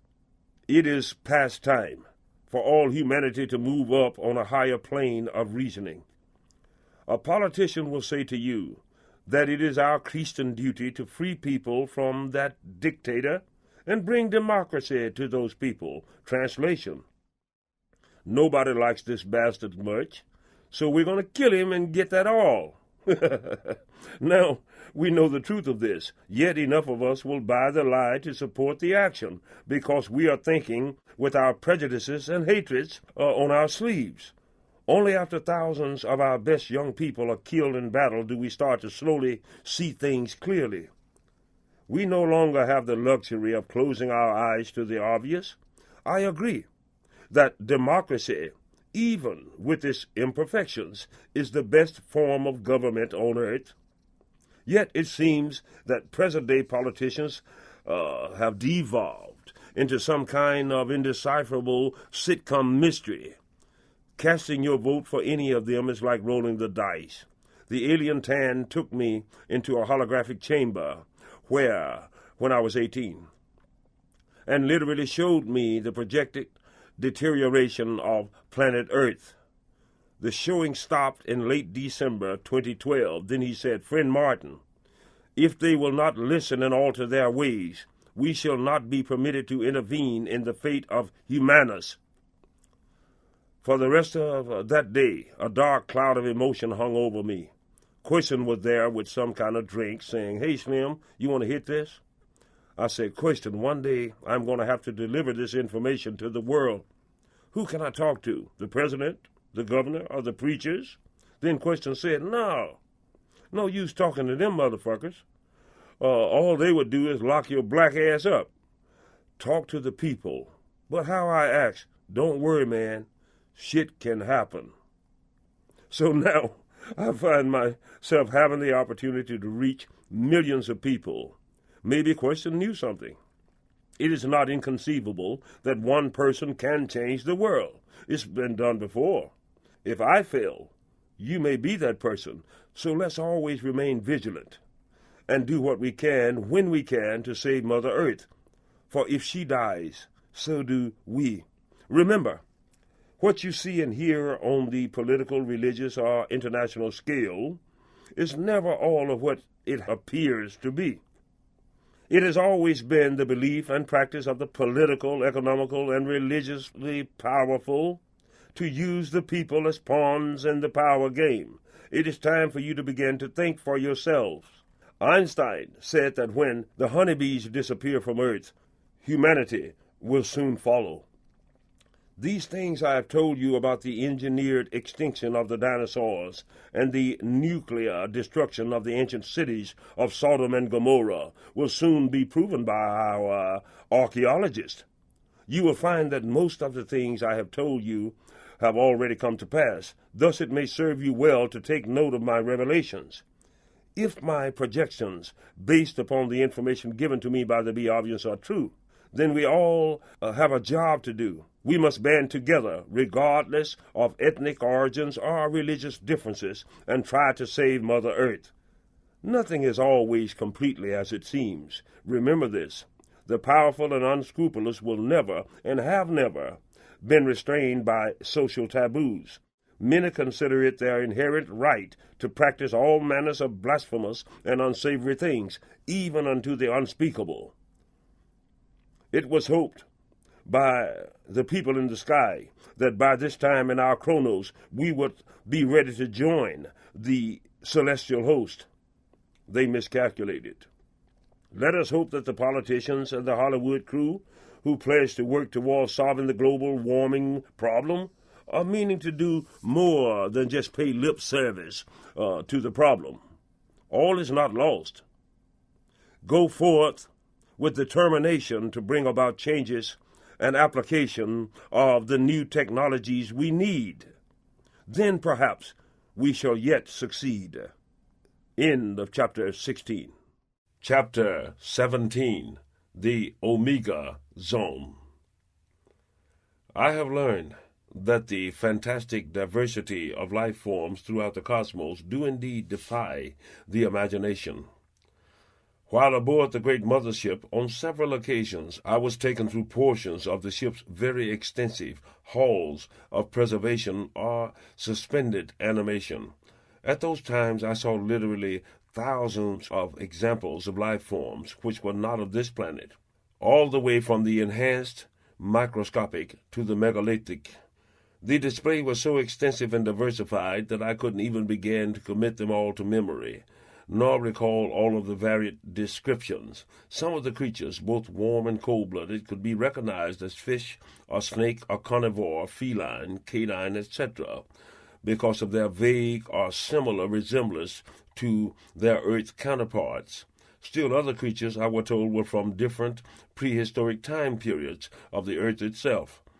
Tan took me there in order to give me some idea of the numerical value of the varied orders of life in the Milky Way galaxy alone, and I was told that these numerous examples were only a drop in the bucket, comprising only a minute quantity of the diversity to be found on some of the living planets that have thus far been visited.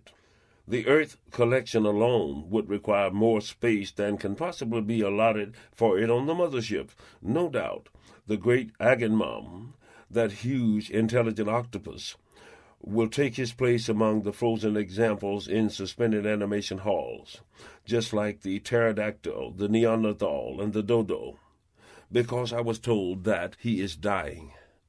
Other than being extraterrestrials, another thing that fascinates me about the aliens is their open and simple attitude toward tragedy. In fact, the Biavians are not prone to show any emotions whatsoever, yet Tan has an insatiable craving to experience human emotions. Perhaps all Biavians have this wish. It seems that they aren't able to experience the emotions of all animals or even all humans. This may be one of the main reasons that they expend so much energy on observing and abducting humans. Tan readily admitted that some humans possess neurological attributes or powers that the aliens don't or no longer have. He spoke of a man named Abe Mabibi, a man named Wolf Massing, both of whom were endowed with great mental powers. I don't know who they are, but they must be very special people indeed. He named a number of others whose names I can't recall. Apparently, they have contacted and are observed these people throughout their lives. Who knows how many gifted earthlings are under close observation? I know that the predominant percentage of human beings have the dormant ability to telepathically communicate, but rarely attempt to develop this attribute. During that 1,000 years that the chosen humans will spend on the planet Biave, they will have more than ample time to develop this innate quality. Perhaps it is fortunate at this time that a large number of humans are not able to easily use the power of telepathy. Why? Because such a power would no doubt be diverted into nefarious and supernegative zones of use. During my mind link with the Targ, I learned firsthand the potentially destructive power of negative telepathy. Further, I'm fairly certain that this power of telepathy in humans can be dangerous, even to the Biavians themselves. I believe this is another reason why they are so discriminating in their choice of those few humans who they choose to develop close face-to-face and mind-to-mind relationships with. Yet when we stop to consider all of the nice, placid, and even-tempered people they could have chosen instead of me, we may be given to wonder just how smart are these aliens. I have given this considerable thought and come to the conclusion that the aliens are not so concerned with a certain emotional level in humans, but in the overall nature of the person. The elements of human emotion are numerous and varied in intensity and duration. Constant extremes in any directions are abnormal. Any race of people who can enslave another or hate another human being because of race or complexion, or any race of people who will stand by, condone, and enjoy the fruits of the suppression of his fellow man cannot be considered normal or desirable on the scales of logic, be it celestial or earthly. Human beings don't have to pull the trigger in order to be a component of inhuman evil. Thus, the greatest majority of the human species must be literally discounted from consideration by the aliens. It's certainly not for the lack of communication skills that the aliens have chosen not to have widespread dealings with humanity. To their technology, there are no hidden computer programs or totally deceptive psychological systems in existence on the earth. They are well aware of the fact that the administration in South Africa has a less visible counterpart in Europe, Russia, America, and elsewhere. They are acutely aware of the ongoing and concerted racial and economical injustice in this country and the world. The Toxicians, like the Biavians, actually consider certain races and most of humanity as nothing more than lower forms, and thus not deserving of any over-animal consideration. We can be thankful that the Targs are bound by the same do-not-harm rules that applies to all of the other aliens.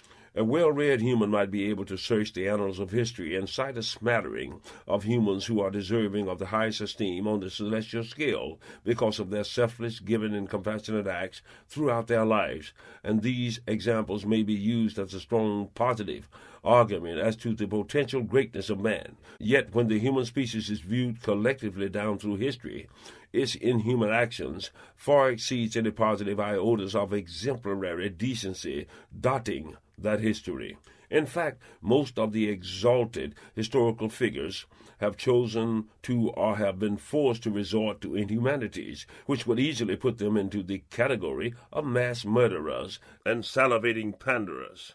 The philosophies of even the most loving prophets of history have served as the justification for millions of murders and hundreds of wars since their passing. Suffice it to say, there has never been a philosophy, religion, or order created on earth which has not been used as a justification for all manner of beastly action by its followers.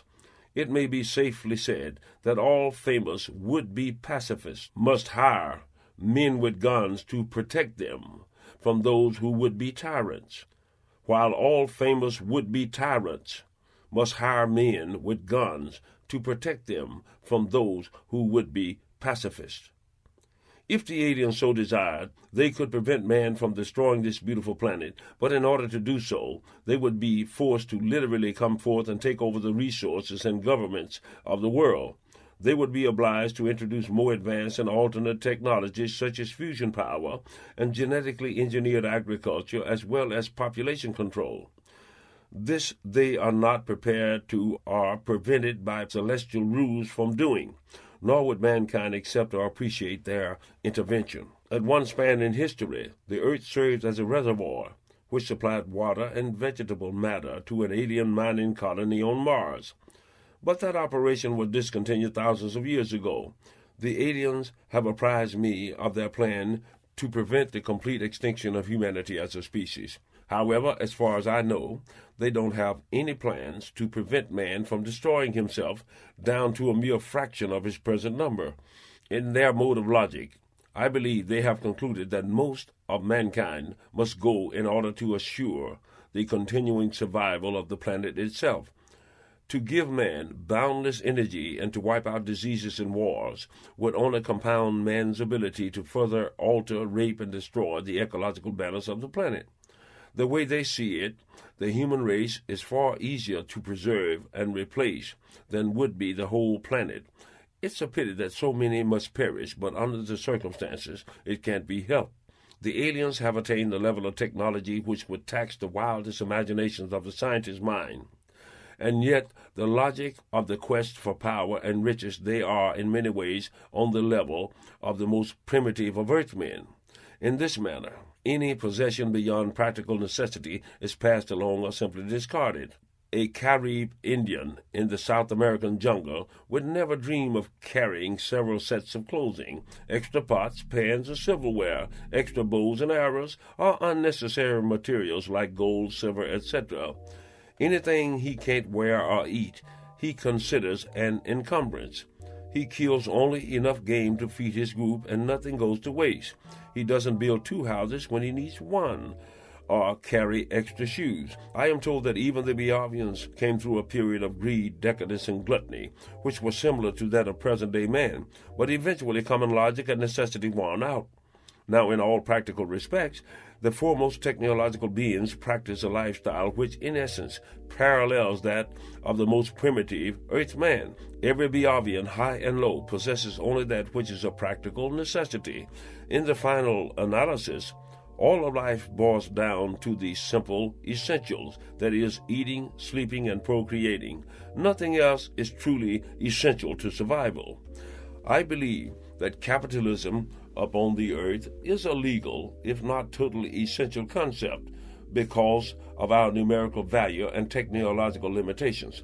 However, the factor of disparity in the sharing and dispersal of this planet's resources is untenable and is not conducive to the forward progression or even the universal stability of the species. Resources, or the lack of resources, are constantly used as a political level to keep the masses dependent and in line. Even the aliens have statutes and laws which evolved from necessity. And no matter how complicated their technology, their laws are quite simple and to the point. Man, while less advanced technically, has cluttered and complicated laws, which are presently designed to protect the rich and penalize the poor. Legal loopholes, political action bribes, junk bonds, savings and loan scams, and a host of deregulations allow the conglomerates to literally commit murder with impunity and to rob the public blind without fear of legal retribution. The system is designed so that any political candidate of substance cannot help but owe his soul to the big money interest. Most people are naive enough to believe that people, including politicians, are as decent by nature as they are. This is a most unfortunate misconception. An honest but unwealthy man has about as much of a chance of running and winning a major political position as a hippopotamus has of ballet dancing. Even the maggot-infested state of things need not be so terminal as to completely destroy the very worth of society and the formerly resourceful heart of the nation's middle class. Prior to this time in history, the super-rich were not adverse to sharing small percentages of their prosperity with the little guy. Their reasons may not have always been altruistic, but many of them actually believed in this country and held a grudging admiration for the hard-working Joe. However, the new breed of business mogul of today holds no such sentiments and will stop at nothing less than taking it all. They have succeeded admirably with the collusion and help of the politicians, judicial systems, and bootlicking foot soldiers commonly called police officers. They have learned to hire almost bigots and borderline psychotics to people the police forces as the older, better men are retiring. I didn't say more honest men, but less vindictive and bigoted men are retiring. In Japan, it is against the law to export jobs that can be filled by the people at home or to sell private property to overseas buyers. It's against the law to import materials and products that are not made in Japan, and any concessions or bending of these laws must clearly be in the best interest of the export segment of the home economy. As a result, Japan does not have an unemployment and homeless underclass problem, because the big money people have not lost all love and respect for the common people in their country. They look out for their own. They long ago learned that conservative Americans will sell their children's mothers and souls for $1, and they have no qualms about taking advantage of these inherent genetic and moralistic weaknesses. What these thieves fail to understand is that money and position can't really protect them from the wrath of the multitude of psychotics they are creating through these Judas goat actions. Desperate poor people first turn on themselves violently, while the formerly solvent often pick some prominent individual or individuals to violently fixate upon.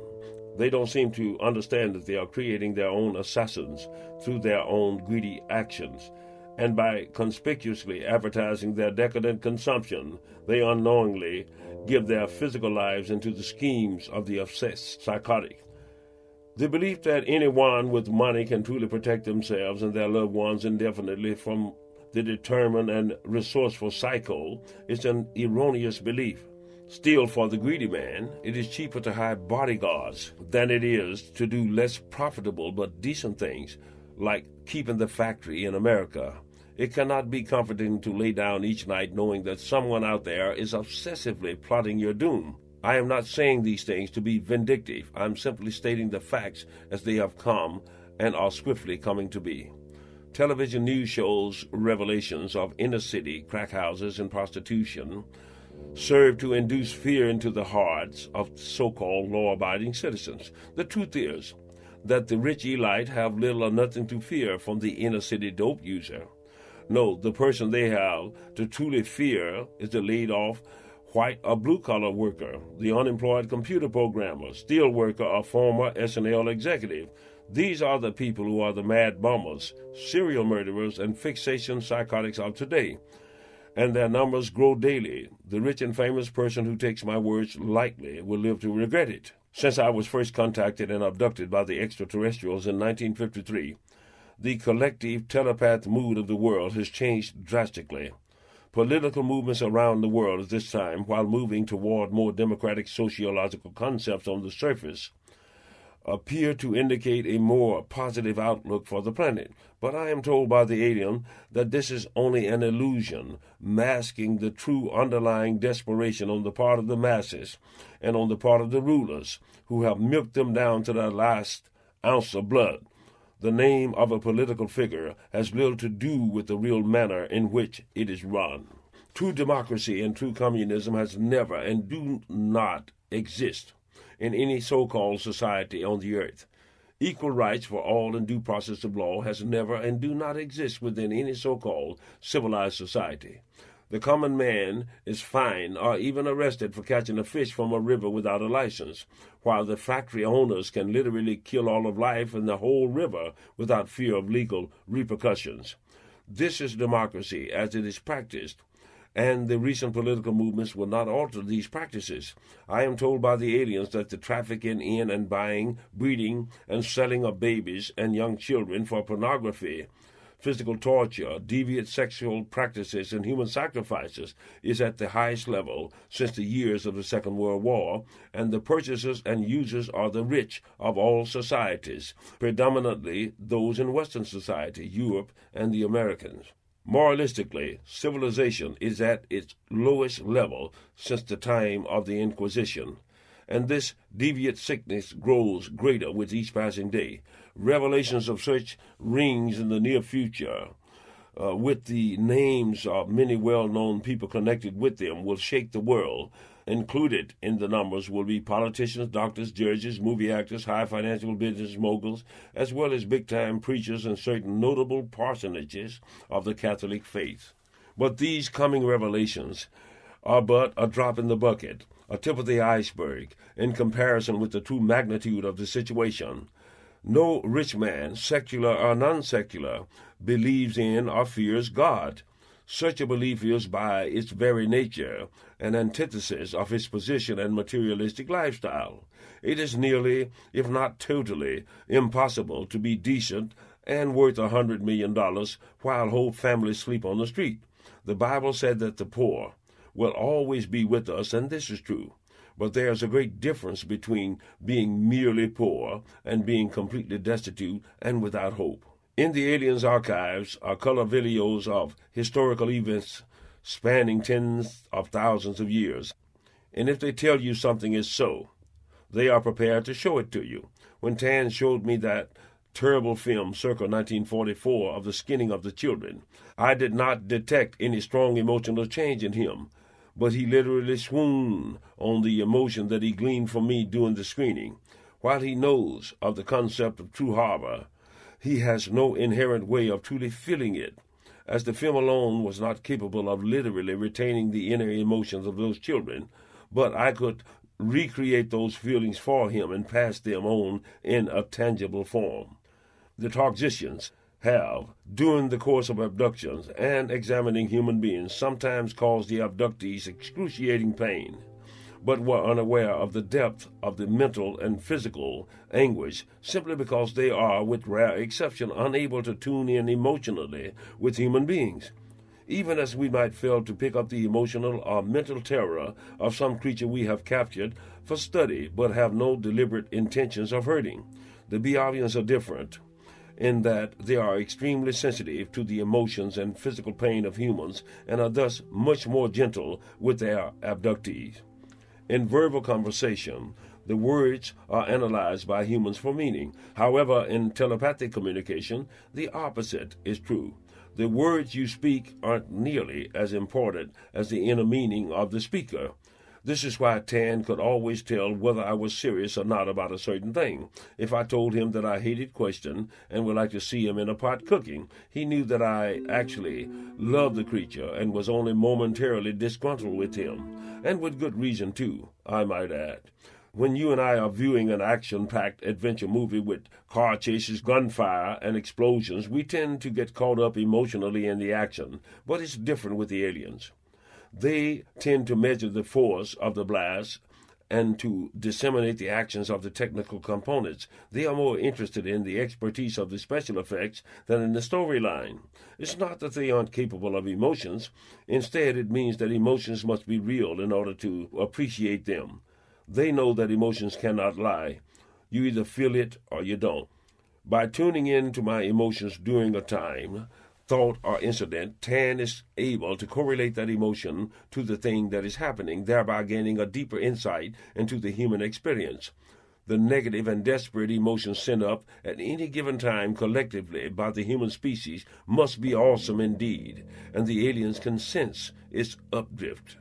I have noticed that when Tan is tuned in to me telepathically, any extreme emotion on my part tends to have a definite physical effect on him, so much so that he often has to draw back from its intensity. Physically, the Biavians are weak and fragile, and any great physical show of emotion toward them on the part of a human, such as a bear hug, a smacking kiss on the cheek, or a firm handshake, could easily injure them.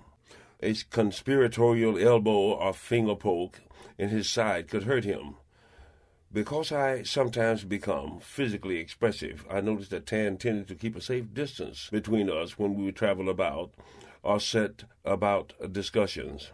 When a Biavian wishes to touch you, which is rare, their touch is always slow, measured, and tender, no sudden grabs or backslaps. Now, Question, on the other hand, is physically durable and has no qualms about grabbing my leg or arm or jerking on my robe, etc. You wanted some skin? Question would slap five with you in a minute. Question was also good about faking you out. You might attempt to slap him five, and he would snatch his hand away and say something like, "Now don't you look silly." Question never apologized or had any qualms about hurting your feelings, and his limitations or insults was not restricted by my own sense of put-down creation. For instance, in disgust, I might say something like, "Question, do you realize that you're funky, you stink?" And he would look at me and retort, "Did you ever try to ease out a fart in a crowded place? But it came out loud anyway. Wheat. And you got real embarrassed with your stinking ass?" And he would be looking real serious when he asked a question. I would just shake my head and walk off. During the time spans I spent aboard the great mothership, I was left alone with Question for varying periods of time on a number of occasions. Where Tan went and what he did during those times away, I haven't the slightest idea. I'm certain that we must have always remained under surveillance, but I couldn't sense being watched. There were most certainly parts of the great mothership which were off limits to me.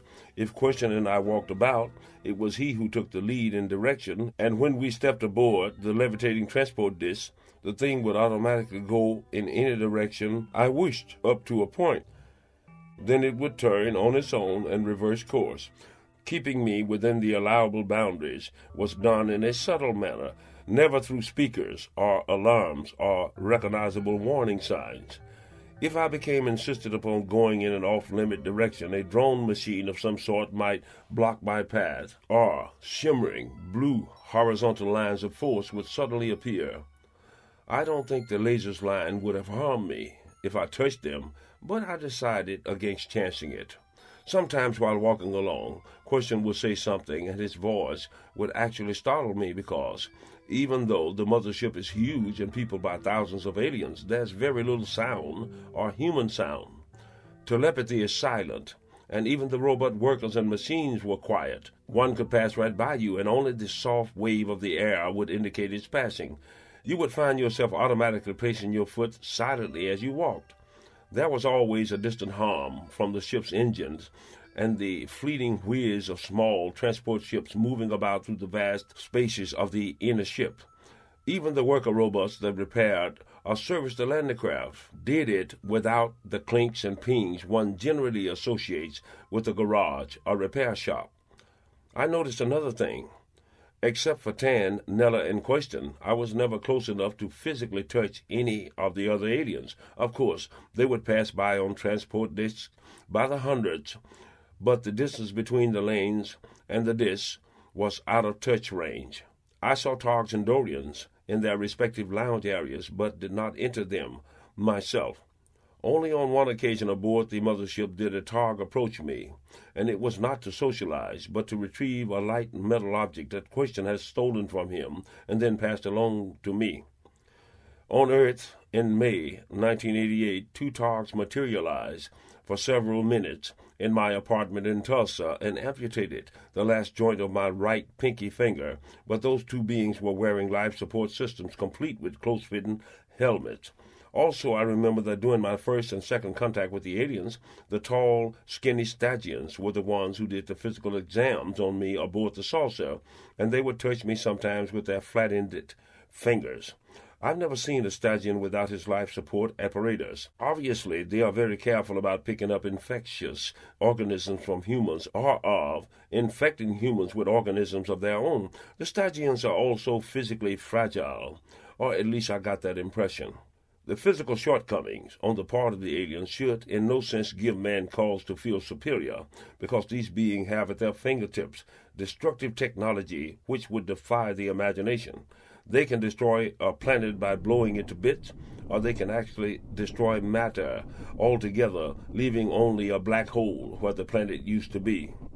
While Earth is no doubt a fascinating entity of observation and experimentation to them, it is but one among many projects which are ongoing at any given time. I was told that there are a number of celestial planetary bodies out there upon which man could live without the aid of artificial support system. Out in the cosmos, the species chain generally follows the life order chain on Earth. Numerically, the mammalian species, including man on Earth, is far exceeded by other species of creatures. Thus, intelligent and sub-intelligent mammalian life forms are the rarest of all throughout the cosmos. You could explore new living planets for a lifetime without coming upon another intelligent, Homo sapien-like mammalian life form. Because of the disparity between man's tech advantage over all other species on Earth, human beings find it hard to believe that any life form other than the Homo erectus could ever achieve advanced logic and technology. But I know this to be a false assumption, judging from what I've seen with my own eyes. Even on those rare occasions when mammals evolved to gain a foothold on the planet, the odds are against their ever enduring to reach a status of over-animal intelligence. The infinitesimal fraction who survive to reach the primitive human-like stage are nearly always doomed to become extinct within a short span on the evolutionary scale of time through disease, natural disasters, and by being overcome and displaced by more ferocious and numerically superior species. This would surely have happened on Earth had it not been for the intervention of the extraterrestrials in the scheme of things. Even today, under certain circumstances, the most advanced human societies would swiftly revert back to the most primitive order of human existence. The dinosaurs were destroyed before anything resembling a present-day human evolved upon this planet. However, if for some reason man would be stripped of all of his technology and placed upon an equal surviving footing with the dinosaur and other creatures, the dinosaurs would win. On the scale of evolutionary time, it is safe to say that the mammal species will always advance up the ladder much quicker than would reptile, fowl, or insect. However, this in no way rules out the fact that given time and the proper set of circumstances, all other life forms, including the insect, can eventually attain a highly technical state of existence. We must not make the mistake of assuming that our sense of logic is the only viable means of intelligence progression, because it is not. We have only to look at the short evolutionary history of man to understand that once the first level of over-animal knowledge is obtained, like the use of fire, all other facets of progression tend to accelerate. On more than a few occasions, through disease, natural disasters, and wars, high levels of civilizations have been overcome and cast back into the most primitive stages. For such a catastrophic thing to happen today would require more destructive effort on the part of the victors than it did in the past, but it could be done. In ancient times, the people who possessed the deeper knowledge of things were small in number in any given society, and the same thing is essentially true even unto this day. We take for granted that all of our electronic gadgetry, cars, packaged foods, etc. will always be there. But how many of you know how to make food preservatives, car engines, or VCRs from scratch? The victors need only murder that handful of people who form the base of our technological knowledge and destroy their computer programs in order to stop technological advancement in its tracks. The only thing standing between the average cosmopolitan American and the aboriginal lean-to is his access to books and the existence of that small number who are capable of comprehending them. For any species of creature that cannot swiftly adapt biologically and live under the most harsh and extreme conditions, life is a fragile and tenuous prospect at best. For lack of medical knowledge, some 25 million people perished in Europe of the Black Plague in 1347, and a blight of the potato in the 1800s did more to destroy the economical and social autonomy of Ireland than any other one thing in its recorded history. The failure of just one crop of a certain species of bamboo plant would be enough to cause the complete extinction of the panda. A 30-minute nuclear warhead exchange between the two greatest superpowers would be enough to decimate the human species beyond its ability to make a comeback. On the other hand, such a man-made holocaust would have little or no effect upon the numerical value and continuation of the insect kingdom at all. If this entire planet would suddenly experience an ice age that lasted 10,000 years, it would surely destroy all mammal, fowl, reptile, and most aquatic life. However, it would only prove a minor inconvenience to the insect order. This is why insects are by far the most abundant life form inhabiting planets throughout the cosmos, followed by mollusks, fish, reptile, fowl, mammals, in that order. We can safely say that from the very first moment that the Homo sapien-like man-creature looked at a flower and began to view it as a thing of beauty instead of something potentially good to eat, he entered the Omega Zone, and his evolutionary destiny was cast, immutable from that moment on. At the very moment, he removed himself from the lower animal kingdom to which he could never truly return. It would be only a short matter of time before he began to contemplate returning to the stars.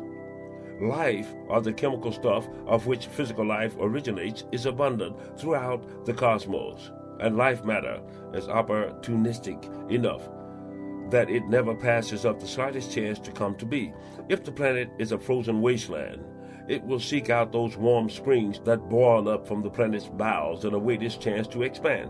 If the surface of the planet is molten rock, it will seek out the small areas, perhaps beneath the surface, which is less affected, or even plant its seeds high in the thin, cooler stratosphere of the molten planet. Suns and planets can be and are constantly being destroyed, while others are in the infant stages of forming into solid entities.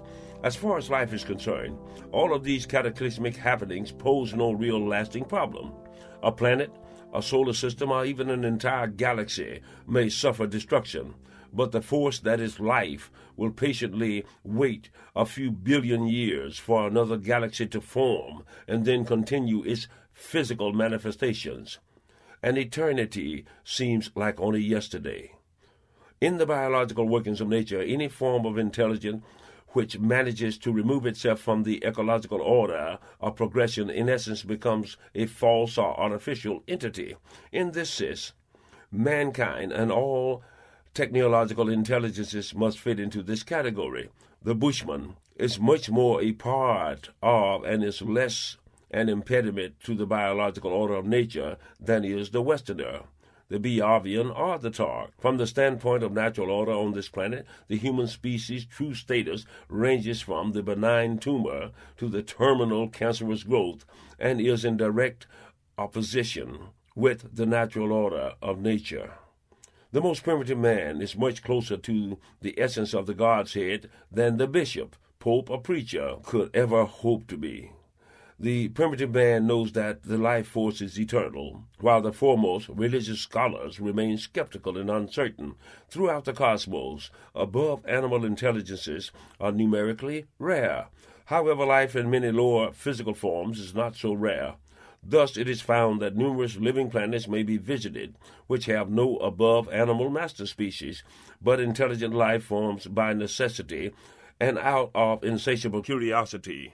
That is, a byproduct of logic will eventually discover and colonize these planets, which is how we got here and why we are seeking to continue our exploration of the cosmos. Understand that while the creature that will eventually become man has evolved on Earth from natural acids and carbons, the force of life that adapted the organism has always been and shall always be. The complete destruction of the Earth would simply mean that this life force would have to start the evolutionary processes over again on some receptive celestial body, and because this form of intelligence requires a certain DNA chain receptor, the end product would probably again look something similar to us. The new creature might be heavier or lighter, depending upon the ecology and gravitational force of the next planet, but it would have 2 arms, legs, and eyes, and would eventually walk upright. Given a few million years of evolutionary progression, it would learn to build some more nuclear bombs.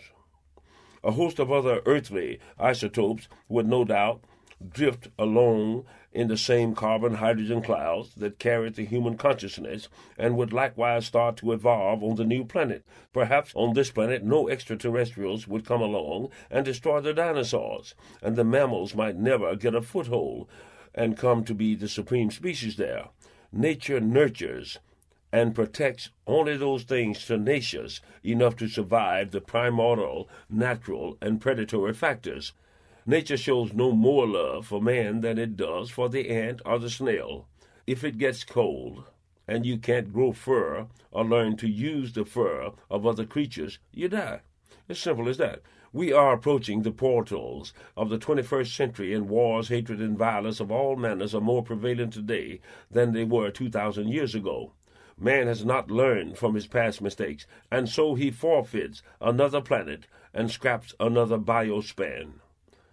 It is some consolation to know that there has always been and there always will be a small number among humanity who will keep alive the elementals of decency and brotherly love, but their number is far too few among the predatory factions of this biospan. Those who truly seek cannot help but find some measure of truth and reality of existence, but there are too few seekers now living. Those who would exist upon the rewards of bigotry, slave-mongering, and war cannot or will not accept the truth, because the way of their chosen existence cannot be justified to any degree. Once a disembodied life form finds an evolutionary home, it becomes locked into the repetitive mode of continued birth, death, and rebirth in the same planetary body. In a small number of rebirths, the individual may actually retain some of the conscious recollection of past lives. A rare number retains enough of their past attributes to become child prodigies, but the vast majority retains little more than the personality flavor of the past lifespan. The Biavians can and do clone identical biological counterparts of themselves, but not even they can clone the acquired knowledge and recollections of the experiences of the original. In order to achieve this, the physical brain from the original must be transplanted into the new body, and even then some portion of the original knowledge is lost, perhaps due to the unavoidable destruction of some brain cells during the transfer. These things I'm telling you were explained in detail to me. However, I believe that I would have eventually reached a lot of the same conclusions on my own. My inclinations for as long as I can remember has been to question the nature of all things. I have explored many religions and secular philosophies and found them all wanting in the overall sense of logic. I understand that man's knowledge can be no greater than his accumulation of learning since his recorded beginnings. However, some notable number of humanity shall soon have access to the archives of the universe. I know that the larger portion of you who read this book will scoff at and dismiss the materials herein outright, or at least you will try to, and with some success until these things are upon you. By then it will be too late for the non-believers to join us, and this is the way it is meant to be. I can say that no matter who you are, be you a laborer or mathematician, you will not finish this literary work totally unaffected. I tell you that we are in the last days of life on earth as we know it. I do not take relish in revealing this, but my failure to do so would not change a single thing. What if a large portion of the world's leaders would read this book and begin to see the light? Together they might succeed in staving off the inevitable, but such a thing would be too much for the reasoning mind to even seriously contemplate. No, we're up shit creek without a paddle, and our fate is most probably sealed. I had no great desire to return to Earth after my last stay aboard the great mothership, but I wasn't given a choice in the matter, and I would have been perfectly content to have remained there and continued to explore the Leviathan wonder. But alas, that was not yet to be. I know that some others down through history have been allowed to remain among them and may have played some part in influencing the Beovians to return and save humanity from extinction. They have proven that human beings can live for hundreds and thousands of years without feeling the compulsion to go to war. They have shown that human beings are capable of rising above hatred and bigotry, and they have also proven that, given the proper circumstances, free from hunger and sickness, there is no limit to the level of spiritual awareness that humans can attain. Yet after having existed for centuries on the planet Beovi, those humans are probably so different from man in their thought processes and motivations that most of them could not be considered a fair representation of Earthman today. The genetic pool of those people has need of fresh blood as well as different psychological variations. The Beovians are convinced that my presence on Earth is essential to what they wish to do. They also believe that a proper number of desirable people would hear and believe what I have to say. I don't know if they grasp the significance of choosing some famous, well-known human being as an emissary instead of an unknown traveler like me. I pointed out to Tan that human beings are shallow and gullible, and that a well-known and trusted human could probably accomplish this mission far easier than myself. But he answered me saying, "Do you not already have enough false prophets and scavengers of stupidity and weakness? Must you also consider me blind in judgment of that which is? Better that I should embrace an angered viper than do as you have said. Those who consume rare flesh and glisten of carbon, while multitudes perish of want of essential sustenance, have already their rewards. Not a pinch of benevolence given or compassion felt, still they shall find their enjoyment fleeting, and their end to be just. Martin, even the jackals do share. Thus should not the lowly scavenger be considered greater than the foremost among your species. You, Martin, though given opportunity, have not preyed upon the weaker, nor sought to enslave your brother. You have had the chance to enrich yourselves by the spreading of superficial and false doctrines, yet you have not. When others suffered greatly, your compassion exudes forth. And have you not shared your last meal on many occasions? You have never sought to do harm for the sake of sadistic gratification, and you have loved and respected some among them who even now seek to destroy the positive essence of your people. In our biblical scriptures and in scriptures of other religions, as well as other archaeological recordings, the extraterrestrial visitors were thought to be gods or angels.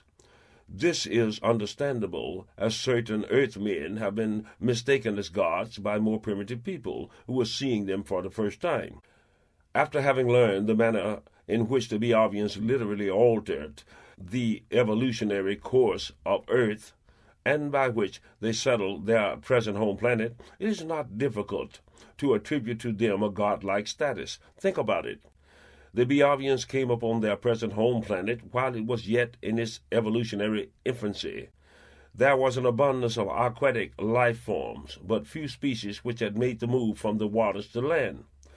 Even the plant life was for the most part composed of water plants, so we may consider them something like gods in the sense that they had the opportunity to literally shape the fauna and ecology of that planet to their own designs and wishes. They have brought with them numerous species of desirable plant seeds and some useful insect species from their last planetary home. No doubt they also had certain animal embryos and creatures in suspension. On their former home planet there were many forms of plant and insects as well as higher animals that they did not consider essential, so they didn't bring them. Over the eons, they have added to their planet's collection of desirable plant and animal life by gathering specimens from many other living worlds in the cosmos. The result is a utopian paradise free of the non-essential nuance factor. If you had come upon the earth in its infancy, would you have fashioned it as is claimed by the God of biblical scriptures? Or would you have left out some of the things like fleas, mosquitoes, thorn bushes, and moths?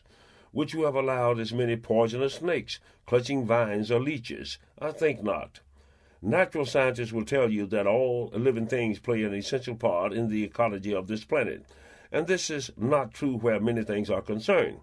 Locusts, boll weevils, and tomato worms do not help our crops. If all mosquitoes disappeared, all of the fish would not die. The numerous other kinds of detrimental things could be excluded from this planet, and the ecology would continue to thrive. Tens of thousands of species of things have become extinct since the beginning of this planet, but their passing didn't stop anything, did it? Of course, in another 100 million years or so, Biavi will probably start evolving many of those pesky species that Earth evolved long before man came to be. So they have the jump on evolution that man never had. On any living planet, it may be safely said that the evolutionary processes will roughly parallel the past evolutionary stages of Earth, beginning with microscopic one-cell organic forms of crustaceans, worms, fish, insect, reptile, fowls, and then mammals. Of course, the elemental, atmospheric, and geological composition of the young planet will directly influence or dictate the many physical forms that the new life will take. It will go through many climatic changes of warming and cooling and cataclysmic upheavals. At certain stages, conditions will be favorable for several species to thrive and become the dominant force on the planet. Fish and crustaceans will grow to megalithic size in the nutrient-rich waters, and insects will become giants. Dragonflies will have wingspans of 3 feet, and roaches will grow a foot long. 2-foot-tall praying mantises will do mortal battle with large lizards and win. For 100 million years, it will be a world of nightmarish, venomous, deadly things of huge form, locked in eternal and mortal combat, clawing, stinging, and ripping their way to ascension. Ultimately, one order will rise to dominate, and each other major order will ascend to the forward place in time with the passing of the ages. Number, size, and ferocity instead of intelligence will dictate the state of things. Most of this has yet to transpire on the new planet Biavi, but the Biavians are in a position to control the progression of things. Is this good? The Biavians think so. Unlike Earthlings, the Biavians have no established misconception of some omnipotent force creating a planet and all of its life forms in 6 days. They realize that nature may bring forth just any kind of terrible, useless, and harmful thing, simply because that thing had the tenacity to survive.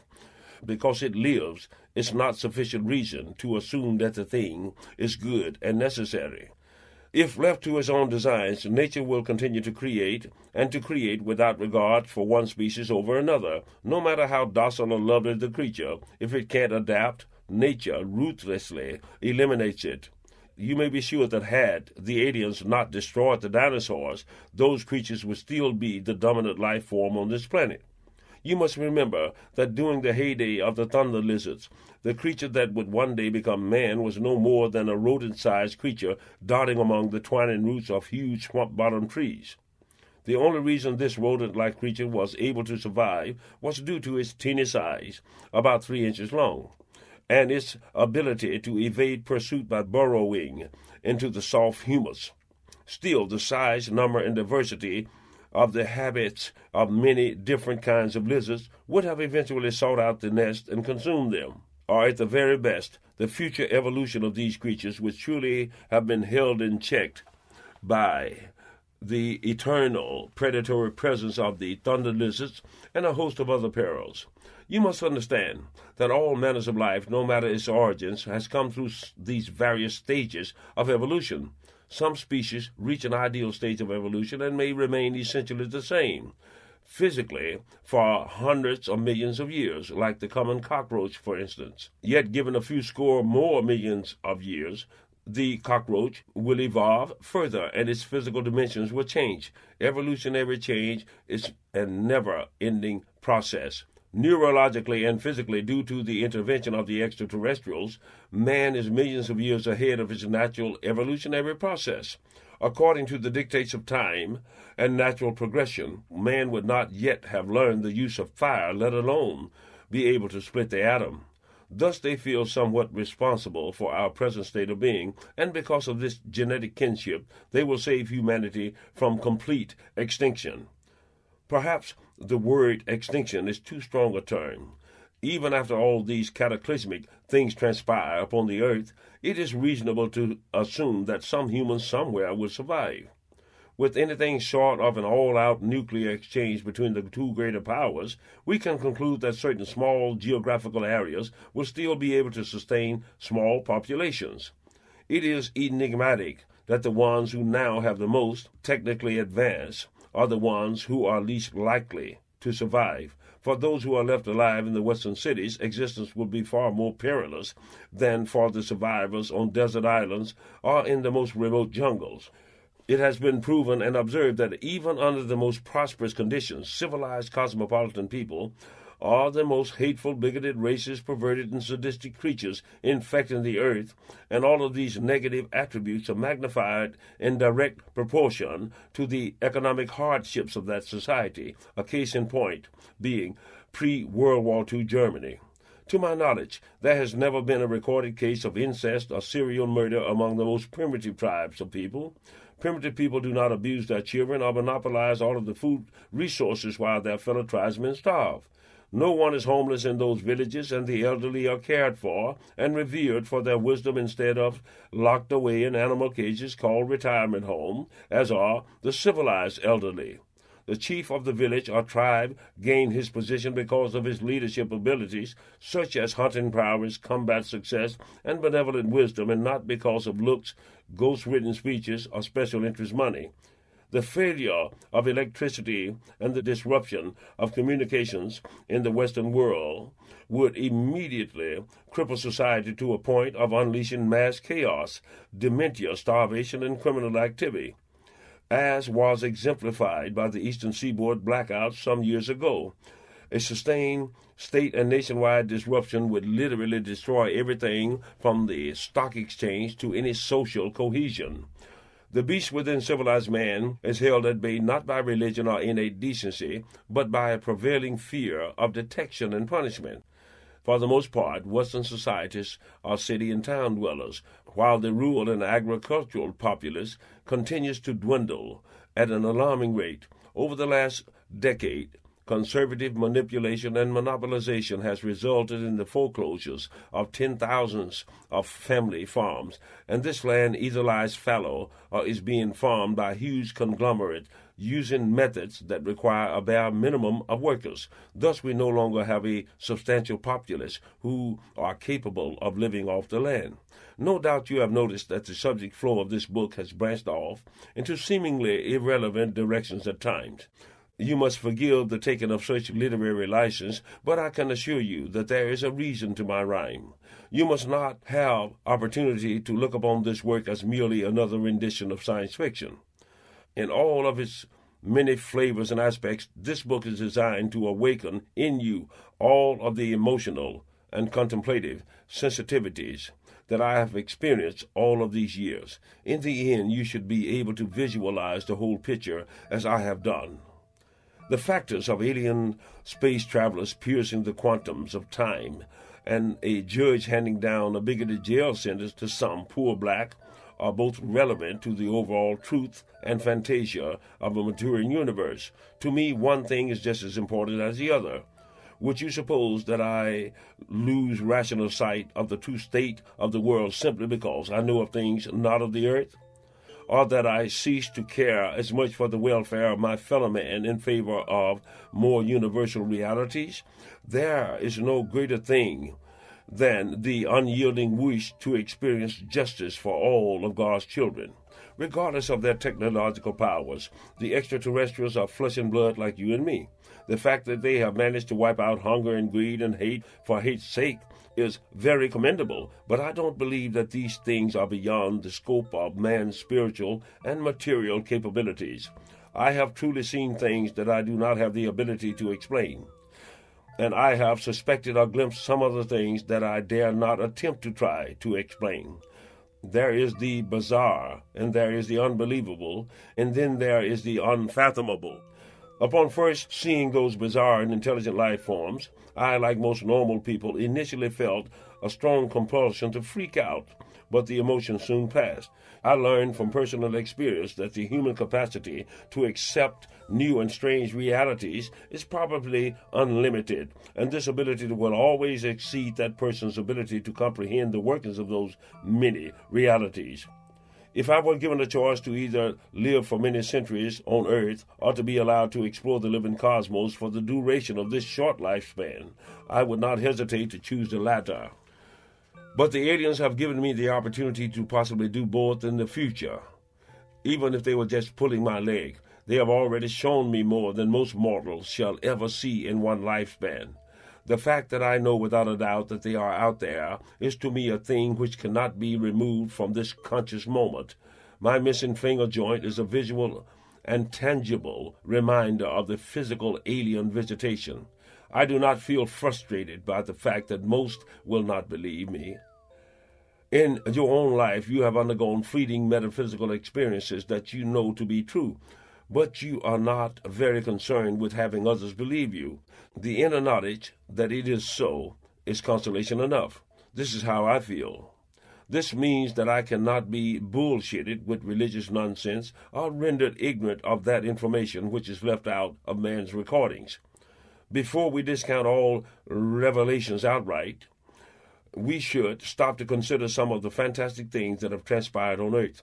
The transition from the horse and buggy to the moon landing transpired in little more than one lifespan, and the jump from cathode tubes to microelectronics transpired within 2 decades or less. From the first lithograph photographs to satellite visual transmissions transpired in a century.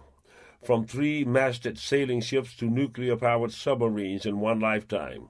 You have witnessed man's walk on the moon and photos transmitted from beyond Neptune at the outer regions of our solar system. Long-standing political and ideological systems literally change overnight. To the rational, open-minded person, the realization that we are being visited by beings from outer space should pose no problems in probable logic.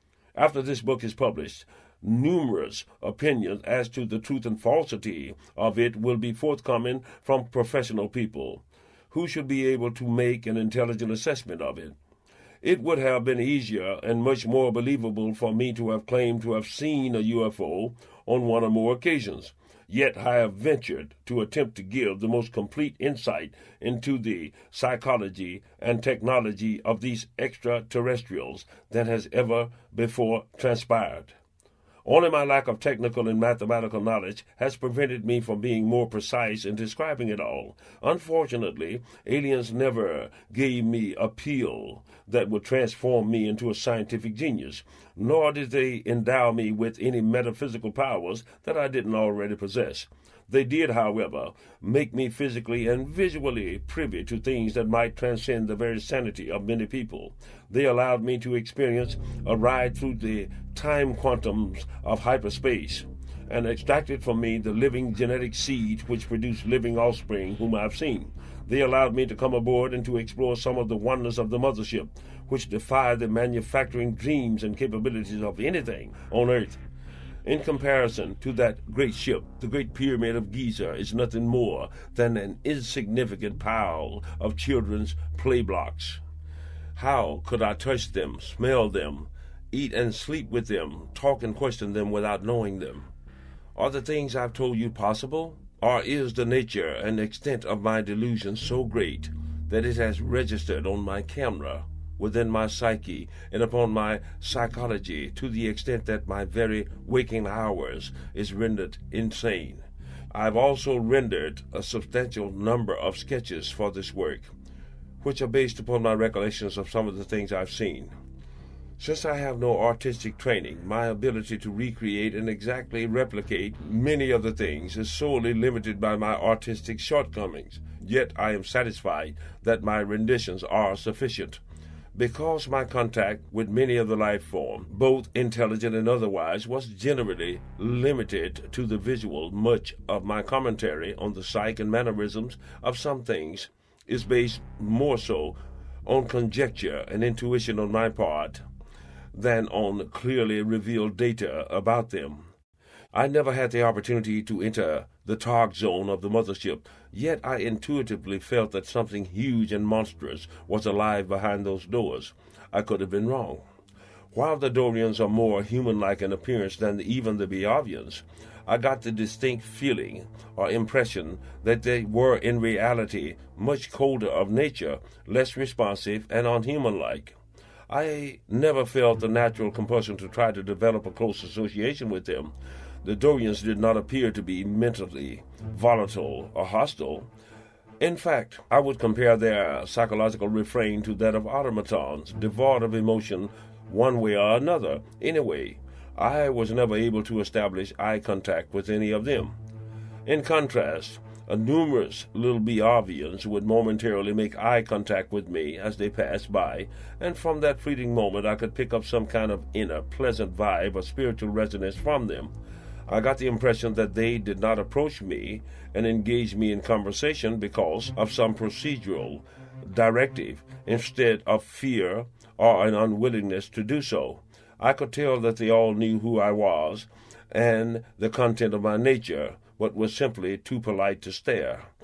Togs would turn ahead and look at you and would even hold eye contact with you, but you couldn't read anything into that stare. It always produced within me an undercurrent of dread or even revulsion. There is also a twinge of fear there. The ugly Stygians obviously have feelings, but these feelings and expressions are not directed toward the human subject. It is somewhat like two doctors discussing your condition, but not including you in the exchange. They never made any attempt to develop a social rapport with me, but I instinctively knew that their examining touch was neither hostile or deliberately punitive. I felt that if one could get to know the Stygians, one could grow to like them.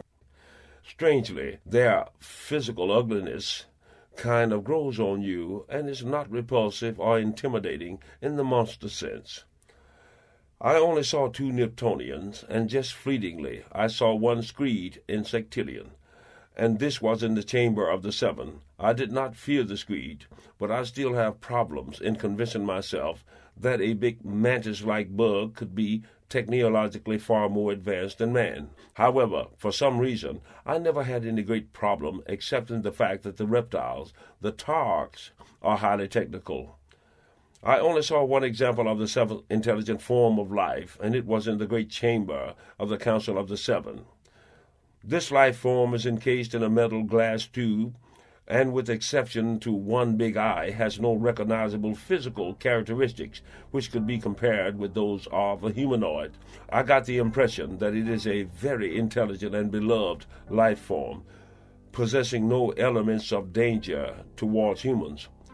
The huge octopi-like intelligent life form called Agamemnon, though grotesque in appearance, seems almost lovable and sad. The impression that one gets from the Biavian ranges from the comical in appearance to the lovable. However, when you learn the potential magnitude of their power, coupled with the deductive scope of their reasoning, you are given cause on occasion for apprehension. Because they do not respond in the expected manner to human rhetoric, it's sometimes easy to momentarily think of them as misguided munchkins. But then you are jerked back to reality when they suddenly zap you with something about yourself that even you may not have been consciously aware of. They have a way of cutting through and dispensing with the rhetorical bullshit and getting down to the reality of a given situation.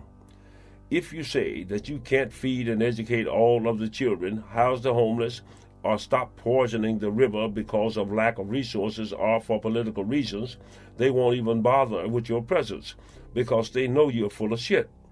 You can't be trusted, and you are trying to play them for damn fools like you do other humans. This essentially is why they consider politicians and so-called world leaders as something of less significance than, say, a rat turd. Enduring procrastination is not one of their strong points. In their reasoning, any intelligent species that does not care for all of its kind to the foremost extent of its ability does not yet have the right to lay claim to any status exceeding that of the lowest thing that devours its own offspring. In other words, there is no logistical justification for enforced suffering, stupidity, and hatred. No excuse for wrongness. They view the majority masses of the Western world basically as a maggot-like corruption feeding upon the bloated carcass of a rotting planet. These maggots have willfully killed the only organism that can sustain their own existence, while loudly proclaiming that it is still alive. The difference between them and the Togs is that, unlike the Togs, the Biavians still see something in the human race that is salvageable and thus worth saving. I imagine that the prospect of a large population of humans living on a planet not too far from their home planet is disturbing to the Togsicians. Perhaps they view the Biavians as too trusting and humane for their own good. I must admit that makes sense. Wouldn't you be nervous if a large population of Russians suddenly moved into Mexico or Canada? Of course. We may be talking of distances spanning 100 light years or more between the planet Tog and Biave, but with the proper technology in your hand, it is still Mexico to the Togs. The Stygians I find to be the most enigmatic species of the intelligent beings among the aliens. I've spoken of the Stygians and their rural agricultural style of existence. As you now know, the Stygians have the natural neurological ability to grasp, comprehend, and expand upon the most complicated mathematical theorems and are capable of psychologically consuming and retaining vast quantities of information.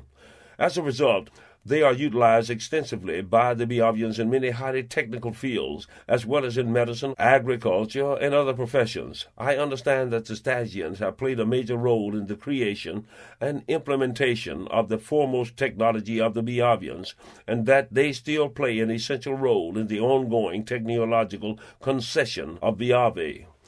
Those eternal beings who pilot the really long-range ships over thousands of light years of space, whose bodies are made of translucent plastic-like substances with titanium skeleton and fusion-powered hearts, and are called Ancient Ones, are nearly all fashioned with Stygian brains as the motivator organ. It seems that even though most Stygians are perfectly content to live a normal 400 years and die, they also have a natural propensity to accept and easily deal with prolonged physical lifespan.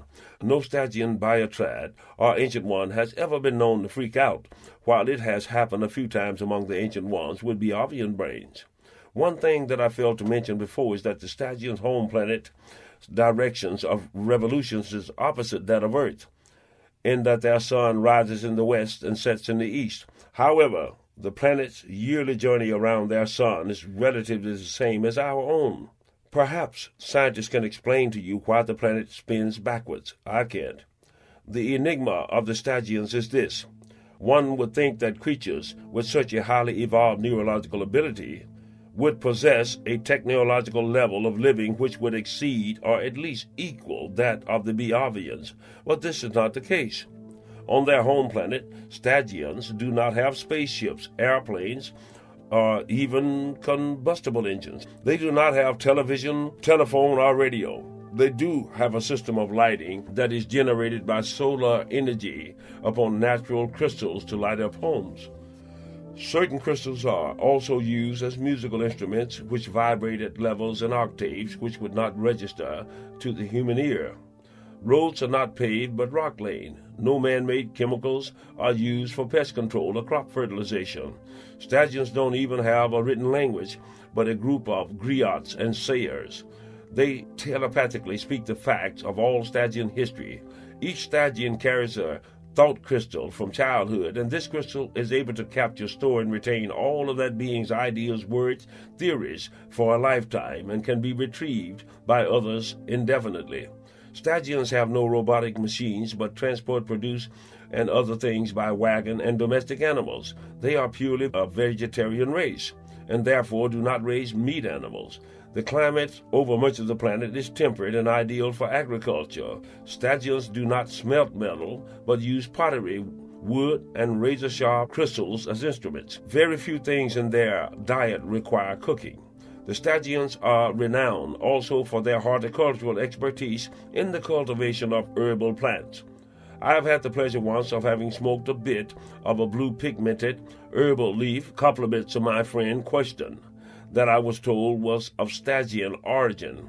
I have experienced nothing on earth which comes close to reproducing the esoteric and psychokinetic neurological effects of that Stangian leaf. Describing the effects that the herb had on me is beyond my ability. However, some of the most notable effects were the magnification of eyesight.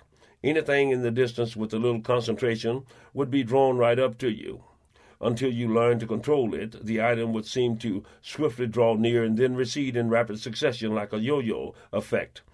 The atmosphere around you visually became a panorama of subtle colors, like a faded, moving rainbow. And you could actually see sound. Each sound appeared represented by a unique visual configuration. For instance, the word good shit appeared as long yellow balloon, light green spike ball. This to me, and Question proved to be hilariously funny. Sounds would swiftly fade or burst like bubbles, and had many colors and hues. Question would say, watch this. Brown zero, green dash, purple over. Then maniacal laugh, yellow, red, stars, brown, splash, dashes. The momentary ability to move solid objects with the mind was also an effect of the herb. I never saw a female Stangian with the Beovians, and I don't know the reason for this, because I know that they do exist on the planet Starg. Nor do I know their manner of courtship or mating. I do know that once a Stangian has left the home planet in the services of the Beovians, he cannot return there to live on a permanent basis, except when he nears the point of physical death. His recording crystal, however, is returned and placed in their archives, so we must conclude that the Stangian's way of life is a chosen way of existence, instead of one imposed by technical ignorance. The Stangian sayers, like the Earth's counterparts, are wanderers who live off the hospitality of their guests. However, except for local gathering spots, the average Stangian may spend a lifetime never leaving his home area. Stangian children are the exception. From an early age into young adulthood, Stangian children often wander far from home, usually in groups of 6, and are considered as a common responsibility to all Stangians. These wanderings may last anywhere from 1 to 100 years before the prodigal Stangian returns home. Few homes are ever without young Stangians, as another group generally comes by as the first one leaves. They have existed in this manner for uncounted centuries and in peace with one another. To my knowledge, Stangians do not manufacture or carry weapons, with the exception of a staff-like stick, which is a common fixture for each Stangian. I don't know much about their animal life on Starg, but apparently they do not live in fear of predatory animals. Stangians communicate telepathically in short neural bursts of instantaneous duration. For instance, a Stangian could probably recite the entire contents of the Encyclopedia Britannica to another Stangian in several seconds. Except for the Beovians, the Stangians are an easy second on my lackability list. Even though I was unable to comprehend communication with them, even the Beovians have to record and play back at a much slower pace any conversation with the Stangians. Atmospherically, the planet Starg, I am told, is suitable for human habitation. The oxygen content of their atmosphere is much purer than that of Earth. I once asked Tan, how could the Stangians possibly protect themselves should some hostile life form come upon their planet?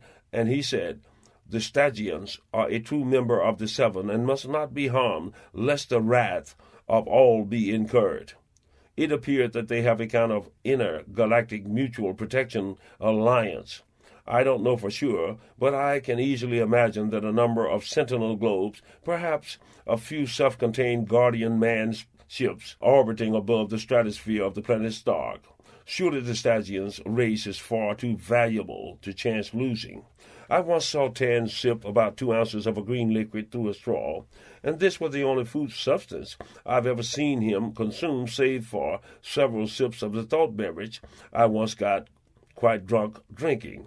However, as I remember, I did see a number of Biavians spread a kind of pink or green or blue syrupy, thick substance on the skin of their forearms and massage it in. I initially assumed the substance was some kind of skin lubricant, but it could have served some other purpose altogether. Perhaps it was also a way of eating. Then I think when Tan and Ella touched me, was it an act of affection, or were they tasting the salt on my skin? Do the aliens bathe and use soap? I can't say, as I never saw one take a shower or even go to the toilet. However, in my sleeping chamber, I have a commode and a wash basin and a soft water shower. I was also served some solid food during my stays there and a lot of liquid nutrients. Come to think of it, I can't ever remember being refused a request for food, drink, or even space drugs, though Tan did prevent me from overindulging in the latter on several occasions. To my knowledge, the aliens do not use any kind of cosmetics or deodorants, but their body odor, when detectable, is not unpleasant. Togs, on the other hand, tend to smell like lowland mud, not an offensive odor, but not a pleasant one either. In fact, strong odors of any sort were a rarity aboard the mothership. I told you of the powerful aphrodisiac-type odor that was released in the love chamber during my procreation span with the women, but it wasn't a thing that I detected at any other time. Even in the great Hyborian garden, with all of its life forms and dampness, the odors that one would associate with such an area were almost undetectable. Once there was a large ape-like creature in the Hyborian garden with his family, which consisted of an adult female and 2 young creatures. And as we passed near above them, I caught a distinct odor, which was forceful in the nostrils. The odor was so distinct that I felt it must have come from the bodies of those beings, even though I was a good 50 yards from them. I never realized just how dependent the human being is upon sounds and smells, or the lack thereof. The absence of loud, sharp, consistent noises aboard such a great ark, peopled by so many beings and moving machines, is a thing that I could not help but notice right away. If Biavians can hear through the teeny holes that served them as ears, it never became evident to me. For instance, if Tan's back was turned to me, I could snap my fingers or clap my hands, and he never seemed to notice. However, when I directed telepathic thought to him, he would immediately turn toward me. You would think that noise on all levels would be a common occurrence around a large number of deaf beings. I've never been around a bunch of deaf people on Earth, so I don't know if they are normally careful about making noise or not. In any case, under normal circumstances, a great deal of noise is to be expected when a large group of beings congregate. This is not the case aboard the great mothership. And to see so much activity going on, including hundreds of moving beings passing without generating a reasonable amount of noise, is disconcerting. Speech between Biavians, of course, is telepathic, so there is no outward sound there. The levitating transport discs are noiseless. When a Biavian, a group of them, are walking together, the silken fineness of their garments and the soft materials of their shoes or slippers keep sound to a bare minimum.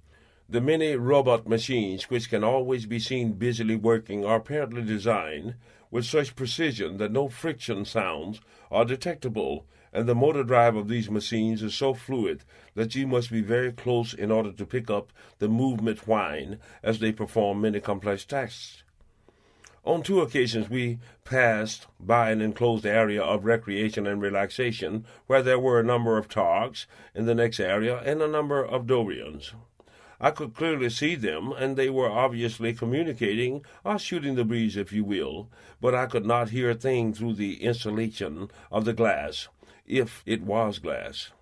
I also know that the Biavians have a technological means of dampening noise. I found this out when Question and I visited the Hyborian garden. At a certain distance you can see the birds flying about, see the fish jump in the water, see the waterfalls, the small creatures skittering about, but you can't hear or smell a thing. Only when you have crossed a certain invisible line near the water do these sounds hit you. It's just like someone has flipped a switch. Move back a few feet and the sound abruptly stops, as well as the smells. Not a leaf or insect, a drop of water escaped the barrier of the invisible boundary. But they can't hear in the first place. Why go through all of the trouble to muffle all the natural sounds? The reason that I dwell so long on the factors of sounds and smells, etc., is because the presence, experiences, and recording of these things is one of the only true means of separating dreams and hallucinations and mirages from reality. In such an enormous open area like the great mothership, no matter how great the technology, there will be noticeable variables in temperature and air movements. In moving about the ship, I could feel subtle temperature drops and rises, gusts of wind, wayward odors, and totally still zones. The temperature in different compartments or chambers also differed in degrees, though not radically. When we passed through the great halls of suspension animation, these temperatures variables could be felt keenly. For instance, you would hit a zone that could be uncomfortably warm, while a few seconds later you might experience a cold pocket, which might cause you to shiver momentarily. Nothing aboard the great ship, living or machine, seemed to be in a hurry, but moved along at a leisurely and calculated pace. No jaywalking businessmen or speeding motorists, no horns, curses, bumps, or grinds. The aliens obviously don't look at time the same as humans do. Yet they obviously know that humans need some sounds, just like we need sleep and regular nourishment. So they gave me question to talk to. And since questions, thoughts, and processes were gleaned from within my own psyche, I suppose that talking to him was somewhat like talking to myself. I can't truthfully say why he would have chosen to glean information from the sarcastic part of my personality, but in knowing question, I have concluded that he has an independent will of his own, and that he chooses sarcasm because he is by nature a stinking, devious, and lascivious-minded animal. I told you about the incident of the shiny metal thing that he gave me, which he had stolen from an extremely big Toxician. Well, on another occasion, he pulled a little purple red fruit pod from his pouch and was busy inspecting it closely when I asked him what it was. His answer was that the fruit was so good and rare and precious that he couldn't possibly waste it on a human who could never appreciate its fine qualities. This, of course, piqued my interest and made me determined to have a bite of it. I went on to explain to him that even though we had our ups and downs, ours was a friendship that would last a lifetime. Surely he wouldn't allow a thing like a little piece of fruit to jeopardize that bond, etc., etc. Finally, he chastised me for my selfishness in wishing to deprive a poor dumb animal of his last bit of sustenance, totally disregarding the possibility that he may go into convulsions of hunger and die, leaving my conscience to suffer knowing my greed was the cause. At this point, I felt an inclination to just smack him and strong-arm the fruit from him, but I let him continue. He was saying, "You don't realize what I had to go through to get this fruit. I had to sit up and beg and roll over and play dead like a motherfucker to get this fruit. But do you care? Methinks not. Oh well, I don't guess I should expect any more from a human who would ease out a fart and then blame it on a poor animal. Go on, take it. Just go on, take it." He flipped it to me, though doing so seemed to break his heart and make him shake his head in disgust. Fearing that he might change his mind, I immediately popped the pod in my mouth. I shortly concluded that I had made a bad mistake. The pod was as sour as vinegar, as hot as pepper, and had a persimmon-like quality that caused my mouth to pucker. I spat it out as best I could and started looking around for some water. I turned to question and said, "What the fuck you doing? Trying to cool me, you motherfucker?" And as he walked off, he flicked a few more parts of the fruit onto the floor, saying, "I didn't think that shit was ready to eat." And this is the typical example of Question's personality. Had I not consciously imprinted all the sights, sounds, tastes, and smells of these experiences in my psyche, I could easily have eventually convinced myself that it was all a dream, as I am sure many others have done. I swore myself to an oath that I would never forget, no matter what methods, short of brain damage, that these aliens might use on me to erase my memory. Even as I moved through life, down through the years, I always remained conscious of the fact that the extraterrestrials existed and that I knew them. Only the specifics of those visitations tended to elude me. Still, I never for a moment doubted that one day all of the necessary pieces of the puzzle would be revealed to me in due time. I'm sure that the fragmented and fleeting memories of many abductees of such experiences has driven them into the thresholds of paranoia and insanity. Perhaps in your life you have suffered some mental anguish because you couldn't immediately remember the answer to some question that you knew you should remember. The secret is not to let it bother you. Push it to the back of your mind, and it will eventually emerge on its own. With me, it took several regressive hypnosis sessions to open the floodgate of my recollections. To be sure, there are yet some hazy aspects of those experiences, and most of those hazy parts are probably due to the fact that Question exerted a bad influence on me by involving me in his nefarious preoccupation of getting high on something. Had it not been for him, I probably wouldn't have sought so much esoteric diversion. So that's it. The animal did it. Perhaps the rest of you humans are fortunate that the aliens have been open-minded enough not to blame all of Earthlings on me. I humbly concede that my actions and words on rare occasions may have been a bit less than gentlemanly. The crack that I made about the be obvious not knowing anything about fucking was petty, and certainly beneath the dignity of a conscientious representative of humankind. And I did try, to the best of my ability, to get them to flush Question out into deep space. But let me state that Question did some terrible shit to me also. It's only American to want to see him dead. Aside from that, and a few other incidents which are too minute to mention, I must say that I comported myself well, and you would have been proud of me. I do believe, though, that Tan may have been a little better disposed toward me if, upon receiving my first solid food, I would have requested something more flavorful instead of asking, "Hey, Slim, what's this dry shit?" And perhaps I should not have made fun of his boots by pointing out that they both looked like they were made for the same foot. I deeply regret that I stood watch while Question confused the working machines, and when he went to borrow something that wasn't his. Yet of this you can be sure.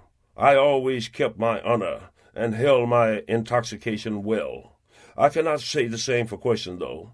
There is not a bone of devotion and fidelity in his body. He has no qualms about lying through his buck teeth, refusing to share his wafers, or snitching me off in a futile or cowardly attempt to save his own ass. No matter how revealing or emotional the moment, rarely, if ever, did Question get serious about anything. Once while he and I were sitting in the Hyborian garden, partaking of his pipe, somehow the subject of religion came up, and I began to explain to him how many people believe that the earth was made in 6 days. I told him how God decided to destroy humanity in a great flood, and how Noah saved 2 of all animals on earth in the ark. Before I could continue, Question reached over and gave me a half of a yellow wafer. And I was really touched at this unexpected show of generosity, and that he should show such genuine interest in biblical history. I thanked him and asked him why he was being so nice. He looked me right in the eyes and said, "Good buddy, I'm giving you my last wafer. Don't bother that I'm chancing starvation for one reason only."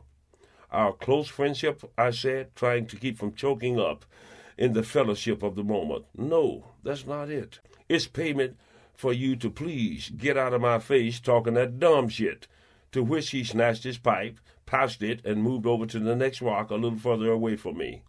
If I do not survive until the day of the great airlift of tens of thousands of humans by the aliens, I know that it will transpire anyway. The extraterrestrials are not omnipotent, therefore they cannot guarantee that the emissaries they have chosen, myself included, will succeed in gathering the number, in which case they have a plan B, which is more time-consuming but nonetheless just as effective.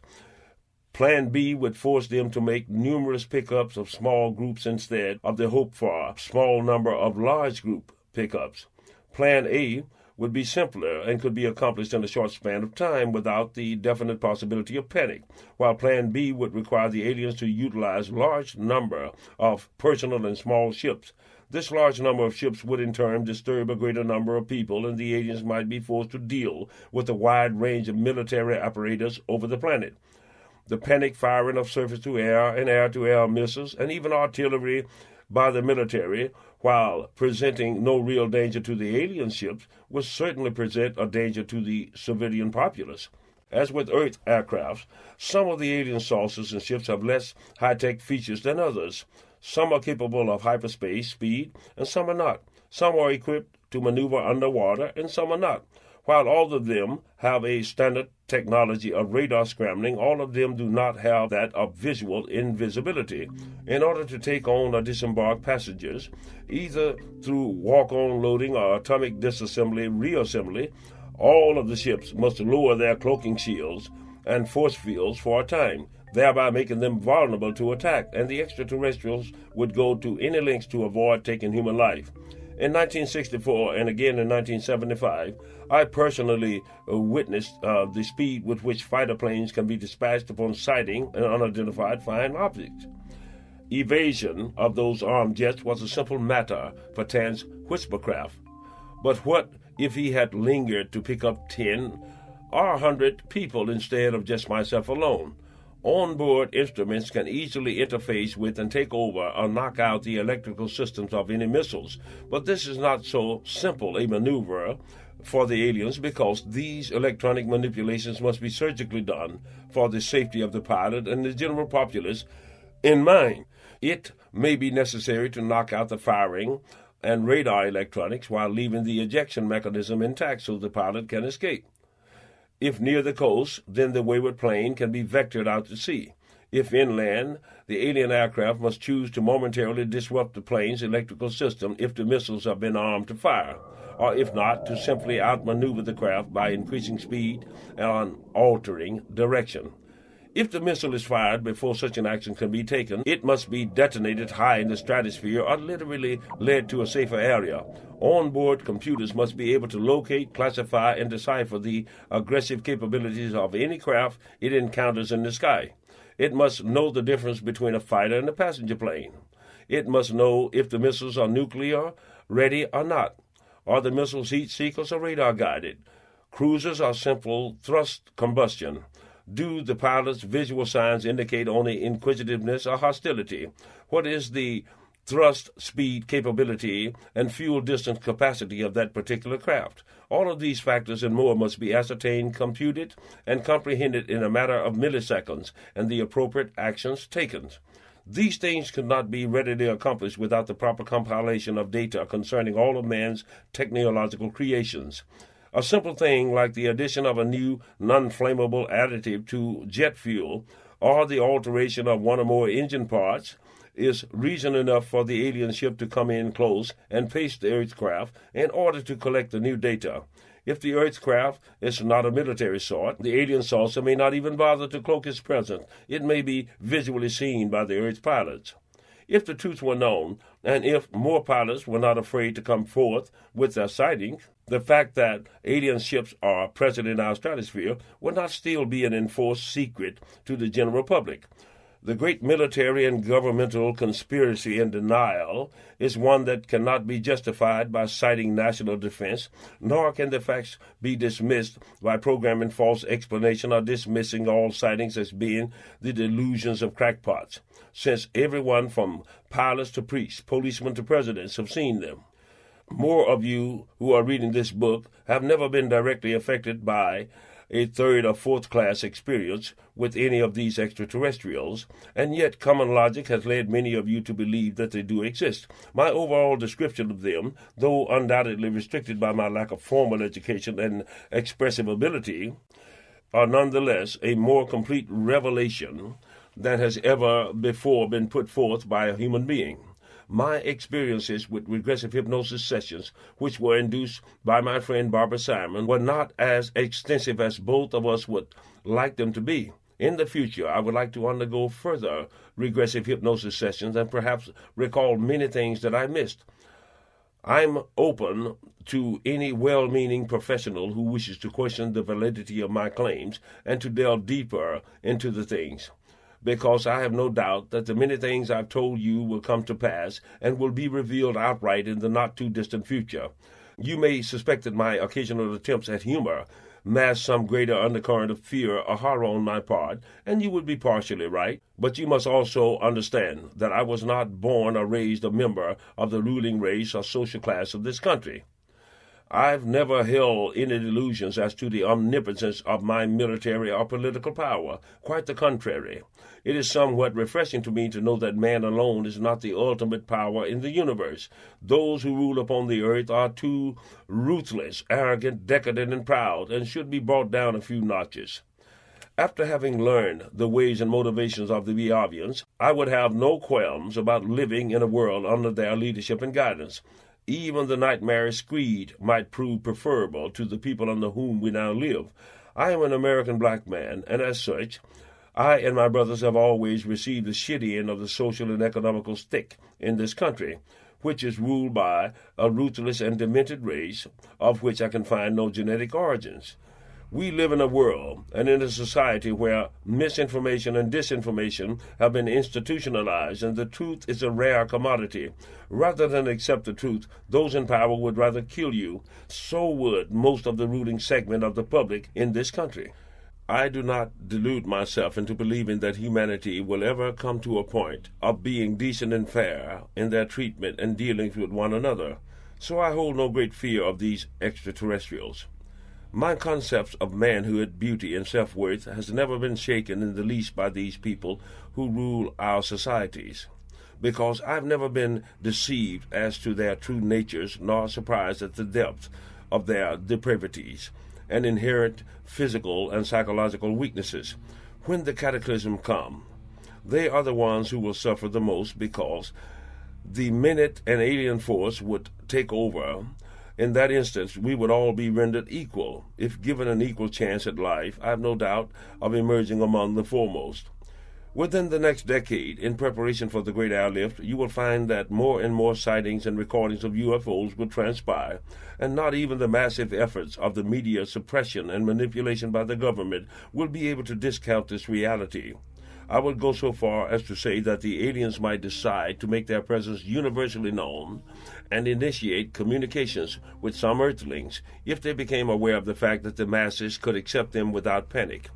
It is a fact that the U.S. government and others have spent literally hundreds of millions of dollars to erect listening devices which serve many functions, one of the foremost of which is an attempt to listen in on alien transmissions. I am told that some of these devices have indeed been able to pick up on a few ship-to-ship transmissions over the years, but ship-to-ship electronic transmissions are not the standard method of the UFO's communication. In the case of the Biavians, communications are done telepathically. I know this to be true because I have communicated via telepathy with Tan over vast distances of space on many occasions, and with the Targs on several occasions in the same manner. I don't think that man has the technology to record such transmissions yet. I've never been aboard a Biavian craft that did not have at least 2 Stygians aboard, and I understand that these Stygians are used extensively, if not universally, to transmit ship-to-ship communications. As I've said before, the Stygians communicate via short, intense bursts of telepathic data. In this manner, entire formations of saucers are able to maneuver with split-second precision in the skies. Earth scientists have long wondered how a formation of 6 or more UFOs are able to execute simultaneous course changes, starts and stops, and formation changes with split-second precision. This is how it is done. Biavians as well as Stygians are able to telepathically interface with the onboard computers. Crew leader, or the designated Stygian, will interface with the computer, and the remaining craft members will give over operations to that crew or formation leader. Each onboard computer will interface with the point computer and follow the instructions. Any course change, speed alteration, or aerial maneuver ordered by the point computer would automatically be acted upon as one by all onboard computers in a nanosecond, keeping the same velocity and clearance. For the most part, neither Biavians nor Stygians manually fly their own ships. This task is left to smart robots, which will fly alone or follow telepathic directives. These pilots' robots are smart enough to spot, check, and elude any approaching danger. These robots are also capable of scanning in a 360-degree vector, anticipating and maneuvering numerous obstacles at a given time with split-second precision. A case in point being the time that the craft I was aboard took a maddening flight through the ice boulder rings of Saturn. Tan, of course, directed the robot pilot to enter the ring, but the actual aerobatic maneuvers while in the rings were left to the computers. I needn't have to impress upon you the fact that scared the living shit out of me. The ship moved through the rings at a fantastic rate of speed, while evading the ice boulders just enough to miss them. Tan found my various depths of sheer terror quite fascinating, but to me it wasn't funny at all, especially after I learned that the aliens' technology is not perfect. Biavians love soaking up human emotions, and yet it was notable incidents such as those that imprinted themselves in my mind for recall at a later time. It is strange, but I feel that something tangible actually goes out of your body when another being is soaking up your thoughts and emotions. Perhaps it's just my imagination. On more than one occasion, Tan allowed me to mind link with him to a point of being able to see things through his eyes.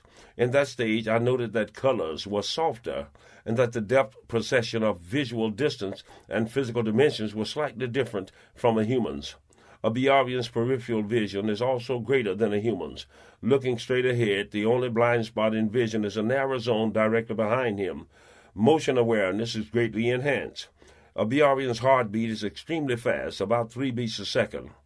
It is possible that they may have 2 hearts, but I am only guessing. Unlike humans, the Biavians do not daydream, but is always right on top of the here and now. You can't catch him napping. The Biavian state of being is neutral and without fluctuating emotions, and while there seems to be no noticeable feelings of love, there is likewise no inkling of hatred. I wish that I could go where they've gone and see what they've seen, but I would not like to be a Biavian. Being a human, even with all of the bullshit thrown in, is a lot more fun. I once asked Tan, or said to him, "Tan, do you believe that I love you, Nella, in question?" And he said, "Martin, I tell you truly, that we have never known such love before as that you give. But do you and Nella love me?" And he said, "Martin, inasmuch as it is possible to desire the presence of and find marvels within another living entity, none other has ever been so close to Nella and I save thee. And I would not fail to put forth my form and forfeit this consciousness so that you may live the more." Translation: We don't know much about the emotion of love, but I would not hesitate to lay down my life for your safety. "And what about question?" I asked. "This you must learn from question," says Tan. And sure enough, later on, while Question and I sat toking his pipe in my sleeping chambers, I put the question to him. "Question, all bullshit aside, tell me honestly, do you love me like I love you?" And Question said, "Slim, I love you much more than I'd love to have my nuts stumped. And I love your old lady even when she's not naked." And I said, "Question, can't you be serious just once in your godforsaken life? A simple yes or no would be sufficient." And he said, "I let you smoke my pipe, and I hung out with you. I give you choice shit out of my pouch, and would have kicked that targ in the ass about you if my back wasn't acting up at the time. I listen to your dumb shit day in and day out, and even sleep in the same spot with you. So what the fuck do you think?" "I'm sorry I asked, just forget it," says I. Question is like that. You can never get a straight answer or pin him down. As an afterthought, I asked, "You're probably with me just to keep an eye on me and to report back to the Biavians." And he said, "Marty, you are all right for a human, but you don't really know shit about me. If nobody can make you do anything you don't want to do, then what do you think about me?" These little big-head motherfuckers ain't so smart. They actually think that you are smart and that you know some deep shit. But me, I like you because you're a goofy-looking dickhead who probably won't try to rob my pouch while I'm sleeping, thereby causing me to bust my foot in your ass. Plus, you're not boring. Ugly, but not boring. Now, please return my pipe and take your ass to sleep. Thanks, question. Don't mention it. We are winding down to the conclusion of this manuscript, but the story is in reality just beginning. My time remaining upon this earth is not long. I realize that I have a job to do, and even though at this moment I don't have a dime, I know that the resources and personnel I need to convey this message will be forthcoming, all things in due time. Perhaps the aliens will play a direct part in the spreading of my words, and perhaps not. In any case, I have faith that it will be done. I have no doubt. I never asked for, and the Beavians never promised me riches upon the earth. I am basically at peace with myself, though I will always feel the pain that others suffer and seek to bring about a better world in any way I can. If I had been seeking to deceive you as to my experiences, then I could easily have stayed within the safety zones of superficiality. But I have chosen to reveal everything I know or think I know. Those for whom these revelations are meant will no doubt be duly influenced by them.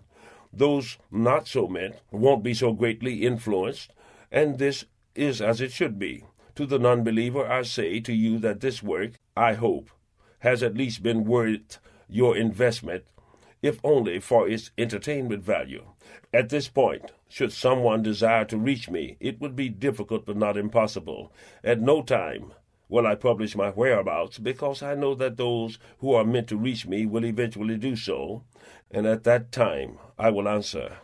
I do not consider myself the savior of the world, nor an all-knowing guru. I am but a simple spirit who has been chosen, for whatever reason, to be the bearer of these tidings. What if some high government official who reads this book and have enough compiled knowledge to know that it is probably true, decide to actually start doing something about the ecological and social situations within this country and the world?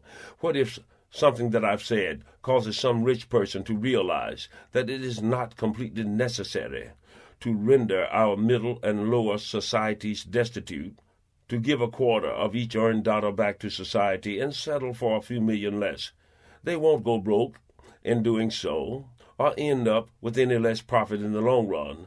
What if some factory owner reads this book and suddenly decides to spend money to put in the pollution scrubbers and the water purifiers? If I am telling the truth about my experiences, then we are in a heap of trouble. If I am lying or suffering a complicated delusion, then we are still in a heap of trouble. As we stand, should we continue on this path of self-destruction, there is no hope. Should we choose to come together and work together, perhaps there would be some hope. I stand open and ready to be tested and tried. You must scrutinize and weigh and measure all these things I've told you. I, for one, truly believe that even though you have accepted much of what your leaders are telling you, you are still not completely deceived, nor can you be continually deceived. We are, to a great extent, a victim of our own gullibility and corrupt desires. Soon it will no longer be possible to procrastinate away the facts of things, because the effects of our actions will be upon us. Must you see the pollution-deformed babies to know that they are surely on the way? Must your neighbor, your brother, or your child perish or polluted water in order for you to become aware of its existence? Man cannot repair the ozone layer once it's gone, nor explain away the skin cancer once the ultraviolet rays are unleashed. Man cannot cool the uranium atom once it has been activated, nor guard against the earthquakes. We could conceivably love one another and work together upon this earth. We could wipe out mass hunger, house the homeless, and be kind to the elderly. Not one of these good things have you done since we were first cast upon the sands from the Jurassic seas. Not once have you ceased to enslave and kill my brothers. Not once have you faced and accepted the reality of your actions. Not once have you known even the rudiments of love and respect for your fellow man. If at this moment every person would resolve to do that which is right and fair, then the very elements would sing out in gladness, and truly there would be no limit to what mankind may do. The die is cast, and we have a destiny to share, a destiny of our own making. The extraterrestrials did not wrong us by causing us to realize the elements of good and evil. The choice was ours. We have the innate qualities to truly be gods, but we have chosen to exist as beasts. Even your most divine creations of God are not devoid of the monster seed. That which you have done to these, the least of your brethren, you have done also to yourselves, and your legacy shall be inherited by your children, who shall be more ruthless. Still, it would not cost humanity 1 cent to love one another, but instead would gain us the universe. Hatred, bigotry, and greed, as you shall shortly see, will cost us a planet and perhaps our very continuance as a species. The aliens will endure without you and will not long mourn your passing. And the universe will not record so much as a shooting star in the skies for some other kind of entity to see. When some future cosmic wayfarer comes upon the rotted remains of what we once were, they will be fascinated at the stupidity of a fairly intelligent species who were too fucking gullible to not destroy themselves. For what it's worth, I have dearly tried to love you in spite of everything, and I know that you know how to do it better, if not right. I go now to prepare to ride the fiery chariots and fear not the thunder. I hope that some of you will eventually join me on this celestial sojourn, which shall warp through the trembling shadows of time. Peace be with you, one and all. Update 2007, Chapter 17, The Omega Zone. There is little more I can tell you as to the state of things on our belabored planet. When I wrote this book 17 years ago, hardly anyone was speaking of the subject of global warming. However, the subject now seems to be the fad of the day. I sincerely hope that it will result in something more than just political popularity posturing. Our precarious planetary situation is no joke, people. Hold your politicians to their promises, for if we do not, in a few years hence, all could be lost. You don't have to accept these things, I tell you.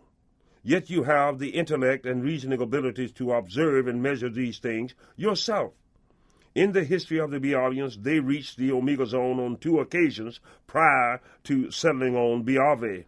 Luckily, they had the technology to move in mass to new, unspoiled planets.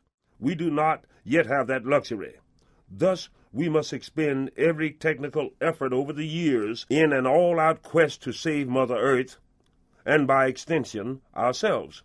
Down through history, revelators, seers, and messengers have warned of these things. I can claim no such distinction, because most of my information was given to me outright by my friends in the sky. Their information being based upon the scientific study of accumulative progression.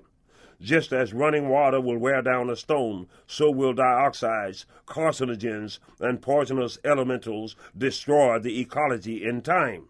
There will always be dangerous waste matter produced by human societies, yet we are capable of lessening the detrimental impact of this waste matter upon the ecosystems of the planet. Even a bird will take care not to soil its own nest, lest it invite disease and vermin. As the population of the earth grows, the resources and fossil fuels continue to diminish, many acts of desperation and madness will transpire. This underlying current of negative anticipation permeates individuals and societies. Push a wild beast back to the wall, and it will hurt you, because it feels that the only way out is through you. Thus is the state of things in the world today. Historically, when the privileged few attempted to own all of the resources while starving the struggling have-nots, something had to give. The same holds true of Mother Nature and even animal species today. My parents raised me on good advice, rewarded me for achievements, a good work ethic, and respect for others, regardless of their race or origins. These qualities are still within me. Unfortunately, many parents today are attempting to raise their children with mood-altering pharmaceuticals and disinterest, which on occasion may result in the rearing of a future spree killer, a mass murderer. The child of today needs the same moralistic anchor that children have needed since the beginning.